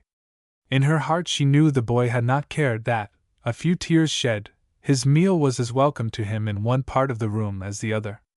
Yet that picture of him, sitting lonely, munching in his corner, beset her with pain too deep for tears. The little uncomplaining figure bitterly accused her, she was reproached by the reproachless eyes. So she sat by the river and cried there, unable to turn her mind to the living children, to Bessie, so hard at times, but only because she was unawakened, did not understand, to pretty Delia with her innocent allurements, her winning ways, to Bernard, who had written in his last miserable letter from India that he loved her best in the world. Of these she thought not at all, but only of the child eating his radishes in the corner, looking solemnly at her out of his big dark eyes. He called her from his grave, and presently she got up and went there. Delia, dropped by the Forcas carriage at the private door in Bridge Street, went running up the stairs and into the sitting room. Bessie and Mr. Bolt, sitting side by side on the sofa in that apartment, flew rather violently apart at the interruption of her entrance. "Well, Delia! What a way to dash into the room!" Bessie said, a flurried Bessie with red cheeks, bursting into a scolding tone, to cover evident embarrassment. "Where is Mamma?" Delia, gasping with astonishment, got out, and Bessie, in the flurry and perturbation of the moment, flung at her the sisterly advice to find out. Delia, pale of face, eyes staring, gazed speechless from Bessie on the sofa, in the black and white muslin recommended by Emily, to Mr. Bolt, now engaged in peering with sudden interest into the street. Then, shutting the door hastily upon the pair, she went to Emily, in the kitchen. "How long has Mr. Bolt been here?" Emily had not looked at the clock. "Is he going to stay to tea?" Emily would set an extra cup on the chance of it. "You'd best go and find your ma, Miss Delia. She's gone to the cemetery, and have no right to be there alone." "I am going, and Emily, I won't come into the house any more while that man is there, and Mamma shall not."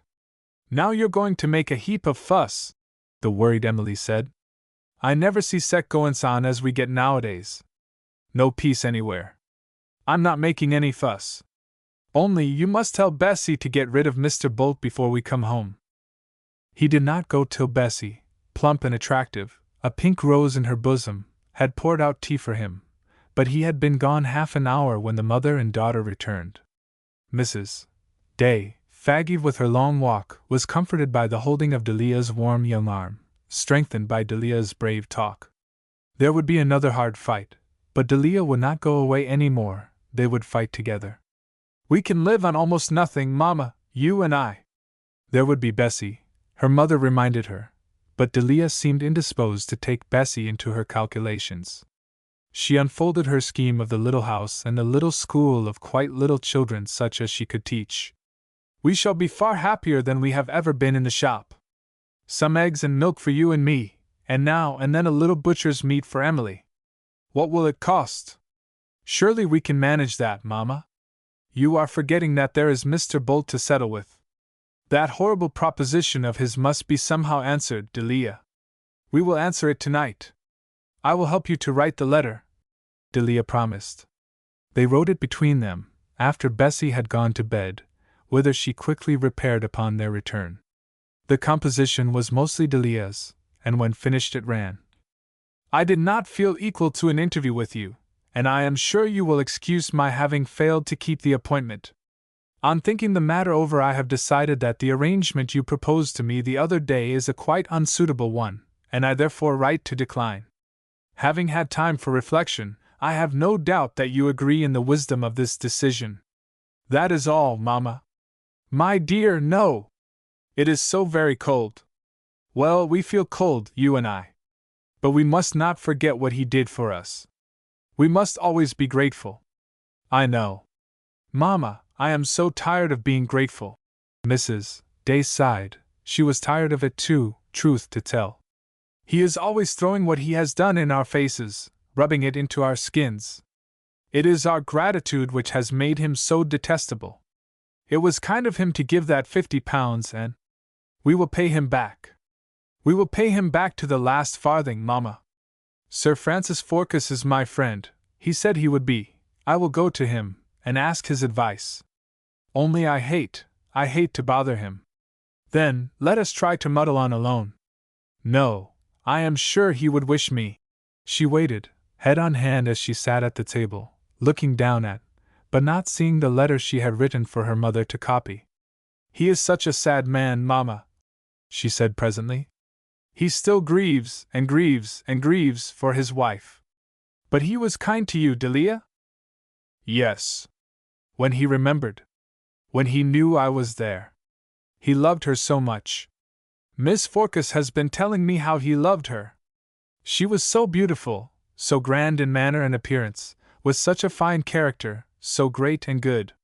There is a lovely monument to her in Castlethorpe churchyard. I went to look at it this morning, after Miss Forkes had been speaking of her. A white marble angel with a heavenly face stands above the grave looking upwards, a lily in her hand. Do you know what I felt, Mamma? I felt I would die if I could give her back to him. Delia! I would, Delia said, quite pale, and with a lip that trembled. I would die gladly if that could bring her back to him, and make him happy again. Mrs. Day looked at her daughter with a rather startled attention, and Delia, glancing up, and catching her mother's eye, smiled brightly. Come, now let us send off this letter, she said. When it was ready she ran down with it, herself, to the red pillar box, opposite the shop door. That matter is done with, she said as the letter disappeared within the box, and she turned to re-enter. The light from the street lamp fell on her mother's name, black letters on a white ground, above the shop door. Lydia Day, licensed to sell tobacco and snuff. And all that is nearly done with, she added, and whatever happens I am not sorry. She felt curiously strong and capable, competent to work her way, afraid of no difficulties. It is more than time I should grow up, and at last I have done so, she said to herself. She went through the badly lit little passage, and up the steep narrow stairs, with shoulders braced and head up. It was the having made, that day, a decision every worldly wise person would have condemned, but that she felt in every fibre of her being to be a right one, which had given her that feeling of confidence in herself she had hitherto lacked. She had chosen between comfort, luxury, the approval and adulation of the world, with Reggie Forkes, and the hard uphill fight for bare existence, with liberty and her own self-respect, and choosing, as she knew, well, she had felt herself to have grown in mental and spiritual stature. What has happened to me? She asked of herself. I feel like going out to fight battles tonight. Mamma, she said, going back into the sitting room where her mother awaited her. Behold, I am not a child any longer. I am grown up. Chapter 31. Bessie's Hour. For the best part of the week, Mrs. Day, attending in the vague and preoccupied manner which had been hers since Frankie's death to her few customers, marveled greatly and with supreme uneasiness of mind about Mr. Bolt. He took no notice of her letter, he did not come to the house. He is too much offended, she said to herself, wondering what form the vengeance she anticipated would take. At length, unable to keep silence any longer on the subject, she questioned Bessie. I hope Mr. Bolt was not very much annoyed at my leaving him on Thursday, Bessie? He didn't say he was, said Bessie pertly. But was he? You could judge from his manner, surely? If you asked me, then, I don't think he cared a ha'penny. I wrote to him, you know, Bessie. That finished it, I suppose? Well, I must say I expected an answer. Mr. Bolt has been in London lately. Perhaps it slipped his memory. London? That explains it. But how do you know, my dear? I happen to know, Bessie said, and escaped from further questioning. On the morning of the day when Delia and her mother were to look over the house which Delia had chosen for the scene of their new start in life, the girl went down into the shop to help her mother take stock of her stores of teas and sugars and soaps. The enterprising Coman, having done his best to ruin the widow's trade, had intimated his willingness to take the business over as it stood, and at once, leaving the family at liberty to continue in the house until Christmas. Having her younger daughter with her behind the counter, made her morning in the shop a different thing to Mrs. Day. She lost the weary air of hopelessness she had worn since Frankie's death, talked cheerfully to her customers, was brisk and alert over the business she and Delia had to do. It is surprising that Mr. Bolt, who has always insisted on having a finger in everything, should leave all this to us, she once said. Our letter must have mortally offended him, Delia. Never mind, Mamma, we will manage without him, Delia promised. She felt such happy confidence in herself. We will work, she said. There never were two people who worked as you and I will work. And I am sure, in her way, Bessie will help. Mrs. Day loyally added, but Delia was not quick to admit Bessie to her scheme. 25 lemons, said Mrs. Day, having counted the stock of that commodity. 2 of them going bad. Say 23, dear? 23 lemons, repeated Delia, entering that number in the stock-taking book. 3 whole, and 1/2 tin of ginger nuts, at 8 pence the pound. 3½ tins. Oh, wait a minute, Mamma. She held her pen suspended to look through the shop window. She looked carelessly at first, and then with intentness. A closed carriage was passing down the narrow street. The wheel grating against the pavement had caused her to look up. There is someone, all in white, in that carriage, she said. All in white? Have you got the ginger nuts down, dear? 3½ tins. It was someone so like Bessie. I believe it was Bessie, Mamma. Bessie isn't likely to be sitting in a carriage all in white. Say right when you've got the items down, Delia. Window sponges at 6 pence. Put down 19 sponges at 6 pence, Delia. Wait a minute. I'd just like to run up to see what Bessie is doing. I only caught a glimpse, but I'll be back in 1 minute, Mamma. Within that time she was back, a scared look on her face. Bessie is not in the house, Mamma. Mrs. Day looked up in mild surprise. And Emily is gone too. Emily? Gone? The street door is locked, the key taken, and they are both gone. Emily has no right to go off like that in the middle of the morning. Bessie should not allow it. I must speak to them both when they come home. We got as far as the sponges. Mamma, it was Bessie in white in that carriage. Her face was turned away, but I felt nearly sure. Someone was with her on the side farther away. That was Emily. Delia looked at her mother, as if questioning in her own mind how much of the truth she could bear, before she went on. Don't be upset, Mamma. I was going to tell you something. I feel sure Bessie is gone to be married today, and Emily has gone with her. Delia! Sit down for a minute. They have been so mysterious, all the week, haven't you noticed? And so busy, no one knew about what. Married! Married! How can she be married? There is no one for her to be married to. Do sit down. There is nothing to look so white about. Haven't you guessed? I have guessed all along. It is Mr. Bolt. Bolt! Mr. George Bolt? Yes. Mr. George Bolt? Yes. Mr. George Bolt. I keep telling you, Mamma. That day we wrote the letter, I ran upstairs unexpectedly, and they were sitting on the sofa, and that old man had got his arm round Bessie's waist. George Bolt's arm? Bessie? Our Bessie? Yes. Now don't faint or begin to cry. I am certain they have gone to be married. Bessie never would. She never would. It is awful of her. It can't be. It can't be. It is. I am sure of it as if I were in the church, seeing it done. Oh, Mamma, don't give way. Don't. I have told you, so that when they come back, here as they will. In half an hour, you may be quite brave, and not give way before them. Delia called Mr. Pretty from the cellar to the shop, and taking her mother's arm led her to the sitting room.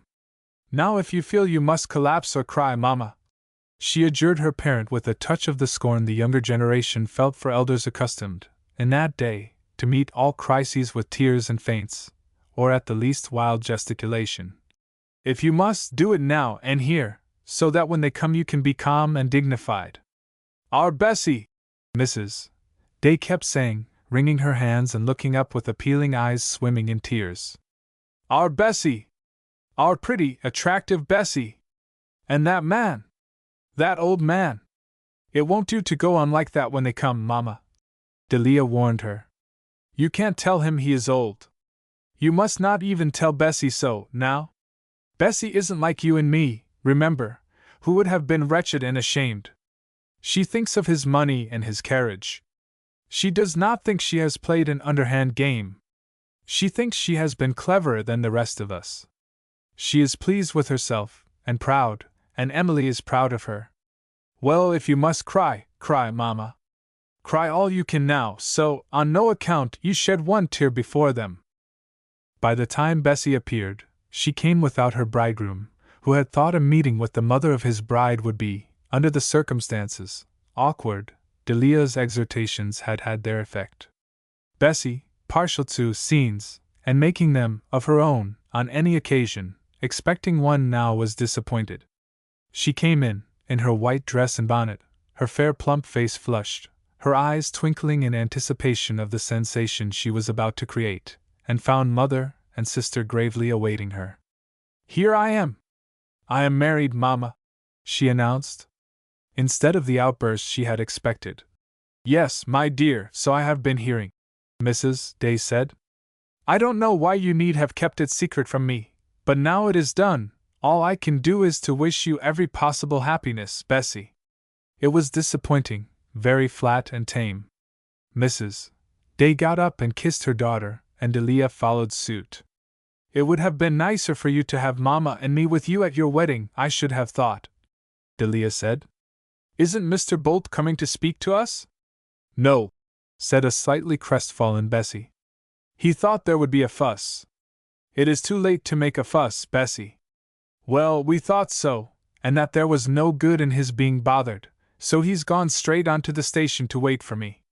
We go up to town by the 1.20. I join him in half an hour. The carriage will wait. That's all right, dear. You'd better have something to eat before you go. Emily was summoned to bring refreshments. The tray was all ready, having been prepared before they left for church, and on it was a small wedding cake bought with Emily's savings, and a bottle of port purchased from the same meager fund. The white sugared cake was to be a surprise to Bessie. A little present from me, Emily said as she set it on the table. Oh, you dear old thing! You must stop to eat some. Cut the cake, Delia. Delia would not usurp the bride's privilege, and Bessie, attempting the operation without removing her glove, split it down the palm. There, I've spoilt my glove, she cried, and turned upon her sister. That's your fault, Delia.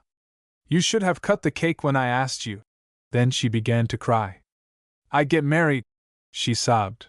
Mamma and Dita care no more than if I had gone out for a walk. No one cares. They sit there and stare, and won't say anything. No one cares. Oh, Bessie, my poor girl, God knows I care, the mother said. But what can I say? It is done, what can I say? Say something. Don't sit there, Bessie sobbed. Dita might sew up my glove, instead of sitting there. Delia had already found needle and cotton. Take your glove off, Bessie. Bessie tried to tear it from her hand. Her tears fell on the white kid. It is tight. I shall never get it on again. Oh, what shall I do, Mamma? I have to be there in half an hour. What's the time now? No, I can't eat the cake, Emily. You can eat it, and Delia, when I'm Gigi gone. Little Frankie would have liked some. Poor little Frankie. I always loved Frankie, Mamma. I'm crying now because of Frankie. They all cried then, and hushed and petted her, and made her drink a glass of poor Emily's wine, which still further flushed her cheeks, and made her laugh across her tears. Then they had to be stern with her, and scold her, lest she should be in hysterics. And through it all she kept looking at the clock on the mantelpiece. Only 5 minutes more, Mamma! Dita, Emily, only 5 minutes more! Dear, you're going to see the London sights. Emily comforted her, the tears raining down her own leather-colored cheeks. And your own carriage, and all. And your man in livery waiting at the door. And your gentleman that fond of you, he could eat you most. But in spite of these considerations, Bessie spent the last 5 minutes in the room she had so grumbled at having to live in on the sofa, her head buried in the pillow, her feet kicking, in the old ungoverned fashion, upon the horsehair cover. Delia fetched her own hat and the cloak which was to cover Bessie's white muslin for traveling, and eau de cologne wherewith to dab the tear-stained cheeks. "I'm coming with you, Bessie, to the station," she promised. "Emily must come too." "I may come in," Emily, still in her bonnet and shawl, assured her. "Don't you never think I may go in to leave you, my dear, till I'm forced to it.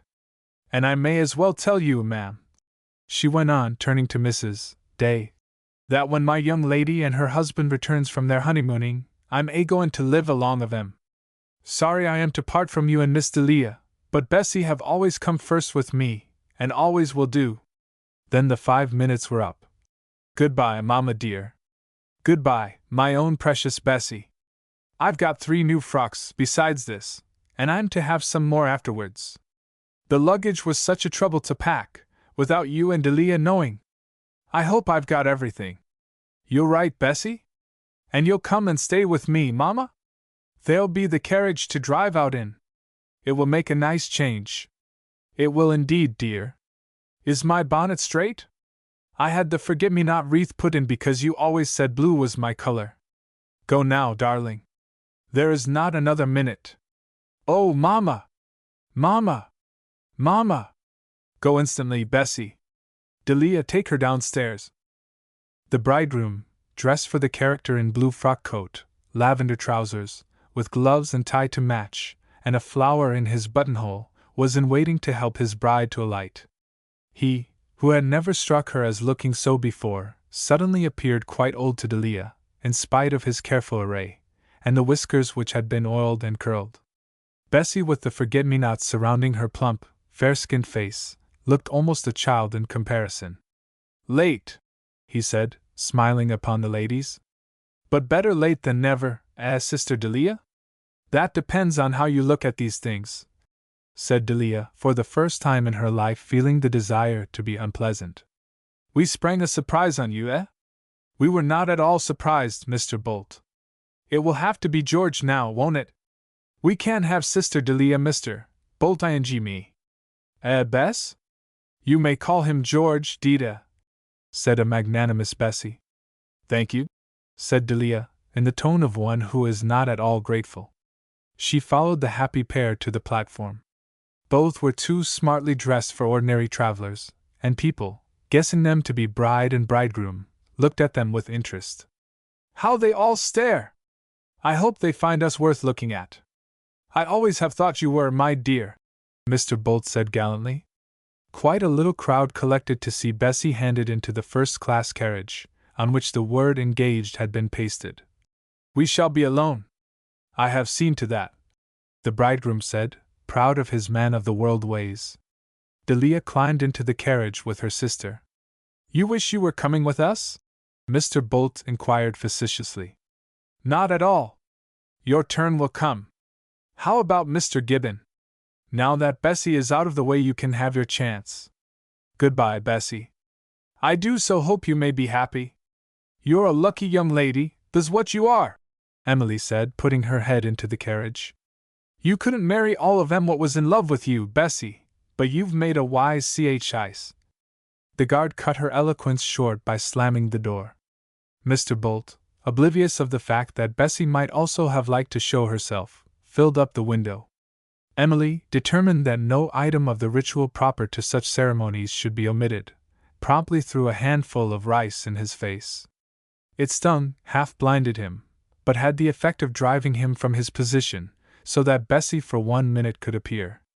The poor face in the white tulle and forget-me-nots looked anxious, frightened, appealing, and as the train, rushing on, carried it from them, the women left on the platform looked at each other through eyes blinded with tears. "Poor Bessie! She is such a child always," Delia said. "She is that, Miss Delia. I tell you how 'tis with me and Bessie, spite of her having such a way with her with the gentleman, and such a will of her own, I have always felt I haven't never lost the little girl I had to wait on when first I come to service with your ma." Chapter 32. The Man with the Mad Eyes. The other women being employed in the daytime, the sitting-room had been more especially Bessie's domain. How strange and chilling was the thought it would be empty of Bessie forevermore. Her untidy work basket peeped out from under the sofa where she always pushed it on the appearance of a visitor. The penny weekly paper in which she read of the fashions, and the romantic love matches of which she had dreamed while making an absolutely sordid marriage herself, was tucked behind the cushion of her chair. Delia stood within the doorway for a minute, without entering, feeling strangely bereaved and forlorn. Not much sympathy had been between the pair, but the ties of blood are stronger than is realized till marriage or death or division snaps the cord. With a lagging step, Delia went forward into the so pathetically empty room. On the table some flowers were lying. 2 deep purple blooms of clematis. The creepers so carefully trained to climb beside a certain hall door came into her mind. She had noticed on an occasion she would fain have forgotten, without knowing she had done so, that it bore 2 buds. Delia looked at the blossoms with an odd feeling of repulsion. She walked round the table to the side that was farthest from them. Then, lifting her eyes, she saw that Charles Gibbon was standing by the opposite wall. The open door had screened him from her on entering. "Mr. Gibbon!" she said, and her voice faltered with dismay. Only apprehension was in her eyes. He looked at her without speaking. It was curiously disturbing to see him standing there, his back to the wall, saying nothing. The broad, short figure, at one time so familiar in that room, now so alien and strange, the commonplace, plain-featured face, tragic with its new gray hue, the eyes. Delia remembered with a shudder some words recently spoken about the eyes. They were fixed upon her face. "Won't you come and sit down, Mr. Gibbon?" He advanced a few steps, and stood at the table opposite her. She looked at the flowers. "You brought these?" "For you," he said, speaking thickly. "They are the only 2 the clematis had. If it had 10,000 they would have been for you." Delia kept her eyes upon the flowers. She felt that she could not touch them. "You are very kind," she said. "You would say as much as that to any stranger in the street who had kicked a stone out of your path, and I. He was stammering curiously in his thickened voice. It seemed that the words he wanted to speak would not come. "And I, after all that I suffer, only kind?" he got out at last. With something of the expression of a trapped creature in her eyes, Delia looked past him to the door. He turned instantly, and shut it, and came back to his place opposite her at the table. "Your sister is married to Mr. Bolt today," he said. "At one time you could not marry me because of your sister. That impediment's gone. Another time you had some other excuse. Again another. Come, what excuse have you today?" He leant across the table to bring his face closer to hers. "You don't intend to marry me, do you?" She gazed at him with fear in her eyes, but did not speak. "You let me live beside you, set my heart on you, till there was nothing else on earth or heaven for me but you. You let me slave to serve a man I hated as a means of getting you. You let me get ready my house, every brick in it, every pound of paint laid on it for you. You—" "Mr. Gibbon, do wait! I think you are saying too much. I never deceived you. I never said I would marry you. I tried to make you understand. Listen! Have you always hated me? When you took my flowers and fruit, all the presents I lavished on you, tell me, did you hate me then? Certainly I did not. I thought you very kind and generous. Do you hate me now?" When she told him no, he stretched out a shaking hand to her across the table. "Then?" Delia stepped back from the hand and shook her head. "Why?" No answer. "Why?" "Oh, where would be the use of my telling you? But you shall tell me." "No." "Then I will tell you. You think you are going to marry someone else." Delia lifted her head and looked at him with proud offense. "You are not to say that, Mr. Gibbon. It is not true." "You think so," he persisted. "But you are not. Do you know why? Because I will stop you." "I know." "No! No!" He mercilessly slapped one of his shaking hands upon the table. "And I will stop you." He turned away, walked to the door, stood staring at it for a moment, his back to her, then suddenly faced her again. "Sir Francis Forcas," he said. He walked to the table, his eyes fixed on hers. "Sir Francis Forcas," he repeated. And once again, leaning across the table to bring his face close to hers. Sir Francis Forcas. Then he laughed in the girl's frightened face, and went out of the room. Emily put an inquiring head in at the door. He haven't gone? Mr. Gibbon haven't gone, Miss Delia? Well, now, when the mistress told me he was up along of you, I hoped 'twas another wedding comin' off. You shouldn't have let him go so quick, my dear. Delia had a dazed look about the eyes. He was horrible. I believe he is mad, she said. Emily clapped her hands together. Bessie's marriage have done that. I always told Bessie she'd send some of them to the lunatic asylum, or their graves. I believe he is mad. Which way did he go, Emily? She ran down into the shop where Mrs. Day, if daughters were married or daughters were threatened, must never forget that she was licensed to sell tobacco and snuff, was still toiling away at her stocktaking.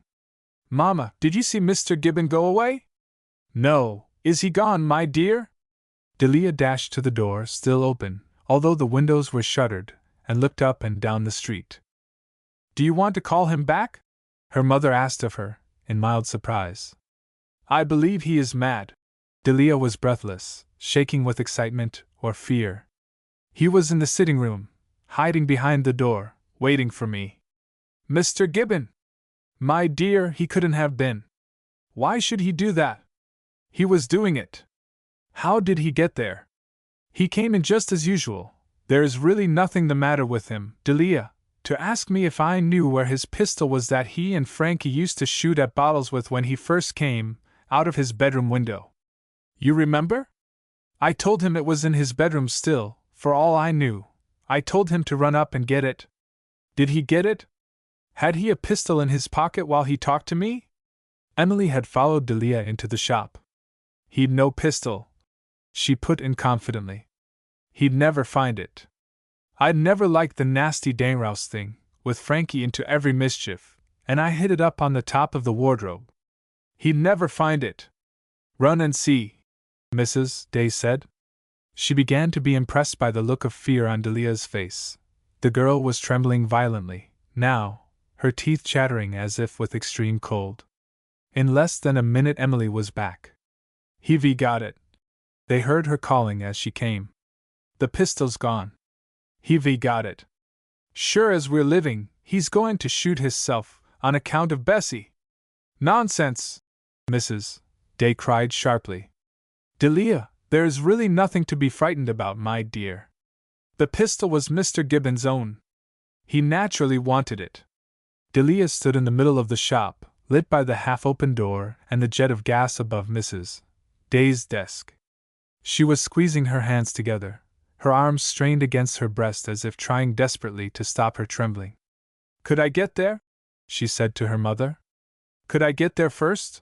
Her body was bent forward as if with the impulse to run, but she waited, squeezing herself in her arms, her brow knit, trying to steady her thought. If I can get there first, she said. Where, dear? Get where? What is it you want to do, Delia? She seemed not to hear. If I can get there first, she said to herself, then, going stumblingly, reached the door and was gone. The two women left, stared at each other's blank face in the mingled lights of the shop. She isn't running after Mr. Gibbon, surely, Mrs. Day said, helplessly perplexed. There's no good in her doing that. Gibbon's heart's set on Bessie, Emily declared. Do go after her, and bring her back, Emily. The great yard of the Hope Brewery was nearly empty. A young clerk, his pen stuck in the bushy hair above his ears, his hands in his trousers pockets, was whistling as he walked across it, stepping lightly from the shadows cast by the huge buildings to the sunshine of the open spaces. An enormous drayman was backing a pair of powerful horses, in order to bring his wagon under that portion of the wall over which a barrel hung suspended. Two other men, also of gigantic proportions, with red shining faces and aprons tied over their ample bodies, stood to watch the maneuvers. A groom in charge of a saddle horse by the entrance to the main building patted his horse's neck as he also looked on. Delia, flinging herself from the door of the four-wheeler which had brought her, dashed through the yard, consciously seeing none of these things, which yet photographed themselves on her brain and remained indelibly printed there till her dying day. She knew her way to the private room of Sir Francis, and made towards it, without pausing to heed the one or two men who endeavored to stop and question her. In the anteroom to the inner sanctum, a confidential clerk who always sat there flew up from his desk. "Excuse me, miss. A moment, please. You can't go in there. Sir Francis is particularly engaged." When she took no notice, he tried to reach the door before her, but Delia, too quick for him, dashing forward, opened and shut it in his face. Sir Francis was standing in his favorite position with his back to the mantelpiece, in riding dress, his gloves and whip in his hand. Delia, bolting into the room, and falling back upon the door, the more effectually to close it upon the confidential clerk, had an instant's vision of him in his calm unassailableness, in that unruffled perfection of appearance, which, while it had always awakened her girlish admiration, had ever seemed to remove him to an immeasurable distance. The sight of him, even in what was to her a supreme moment, had its habitual effect of pouring cold waters of discouragement upon her mood, of making her doubtful of herself, and any claim she could possibly make upon his attention. She had been presumptuous in pushing herself into his presence. Of course he was safe. Of course nothing could hurt him. The poor Honorable Charles, the erstwhile draper's assistant, with his common, thick-set figure, his hoarse voice, his unrefined accent, it was an offense even to think of him in the same breath with this elegant gentleman. How could this one on his high eminence of aloofness and security be endangered by such an one as that? To see and feel all this was the work of a moment. The moment in which she slammed the door on the protesting clerk, the moment in which also she felt the shock of awaking from her frenzied zeal that would have beaten down all obstacles to save this man's life, to the perception that her zeal would in his eyes seem an absurdity, that her presence there was superfluous if not impertinent, that she had made a fool of herself for nothing. Sir Francis suffered this inexplicable noisy invasion of his privacy with a look of annoyance and surprise breaking up the composure of his face. Then, seeing who it was who had thus burst upon him, who leant upon the door she had slammed, panting as if pursued, turning frightened, appealing eyes to him, the expression of his face changed, the whole man seemed to change. With a look such as Delia had never dreamed it possible he could wear, he went forward to her. In a tone she had not known his voice to take, he spoke her name. "Delia!" he said. She looked at him, but in rapturous wonder at the light in his eyes, listening spellbound to the delight of her name so spoken, forgetting who she was, where she was, in the whirl of bliss where her senses momentarily swam. Then he held out his hands and took hers, and held them locked in his against his breast. "My dear child, I was coming to you," he said. "You have come to me instead, my little Delia." Chapter 33. The Moment of Triumph. "While you were in my house I reckoned up the years many times." He smiled a little sadly, and shook his head, looking down at her. "They never grew any less, Delia. There are 25 between you and me. It is too much. Too much." "No," breathed Delia, with upturned, adoring eyes. "And, dear, they are not the only things between us, dividing me from you. A love I felt, a great love I thought never to feel again, in the past." He looked away from her, over her head into the years that were gone. Then his eyes came back to the eyes that were lifted to him, and he grasped her hands tighter against his breast. "There was Reggie, too," he said. "Poor Reggie! But I made what reparation I could. I gave him his chance. Did he ever have a chance, Delia?" She shook her head. "Never! What will he say to us?" There came a rap upon the door, and Sir Francis dropped the hands he held, and started back. "I am particularly engaged, Rogers," he said. The door was discreetly opened to admit not Rogers, but Rogers's voice. "I beg your pardon, sir, but there is a matter of some importance. If you could come for a few minutes." "I have told you I am engaged," the voice of authority protested. With a kind of discreet reluctance the door closed again, and Sir Francis, with the impatience of a lover whose ardor has received a momentary check, took the girl into his arms. With a hand pushed against his chest she held herself away from him. "Why?" he asked her. You are not afraid of me, Delia? Yes. Very much afraid. Tell me why, my dearest child? Oh, you know, said Delia, turning away her head. No! It is I who should be afraid of you, you, with your youth and beauty, and sweet and gentle goodness. I confess it, all those months you lived in my house, I was afraid. You said there were things between us, dividing us. You did not say what really is there. What Papa did. As she faltered over the words, there came a louder knocking upon the door, which opened almost at the same minute. Mr. Rogers's deprecating face appeared there, and behind it the face of a policeman. A minute, sir.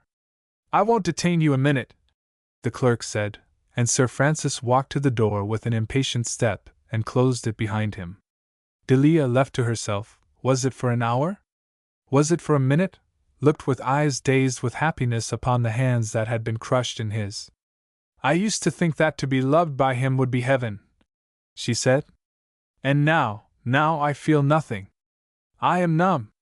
He came back very grave, his face unusually pale. Your cab is waiting. I will take you home, my dear child, he said. She crossed the big yard again at his side. The drayman was still at his horses' heads. The groom was taking the riding horse round to the stables. On the opposite side of the yard, beneath one of the arches of a heavy colonnade, a couple of policemen stood. One of them was making notes in a book. A group of workpeople stood nearby, and Delia remembered afterwards that there was about them and the rest an air of suspending something they were saying or doing while their chief and the girl at his side walked to the great entrance gates.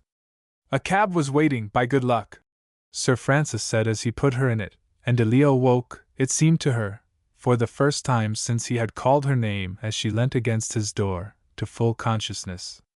It was mine, she said.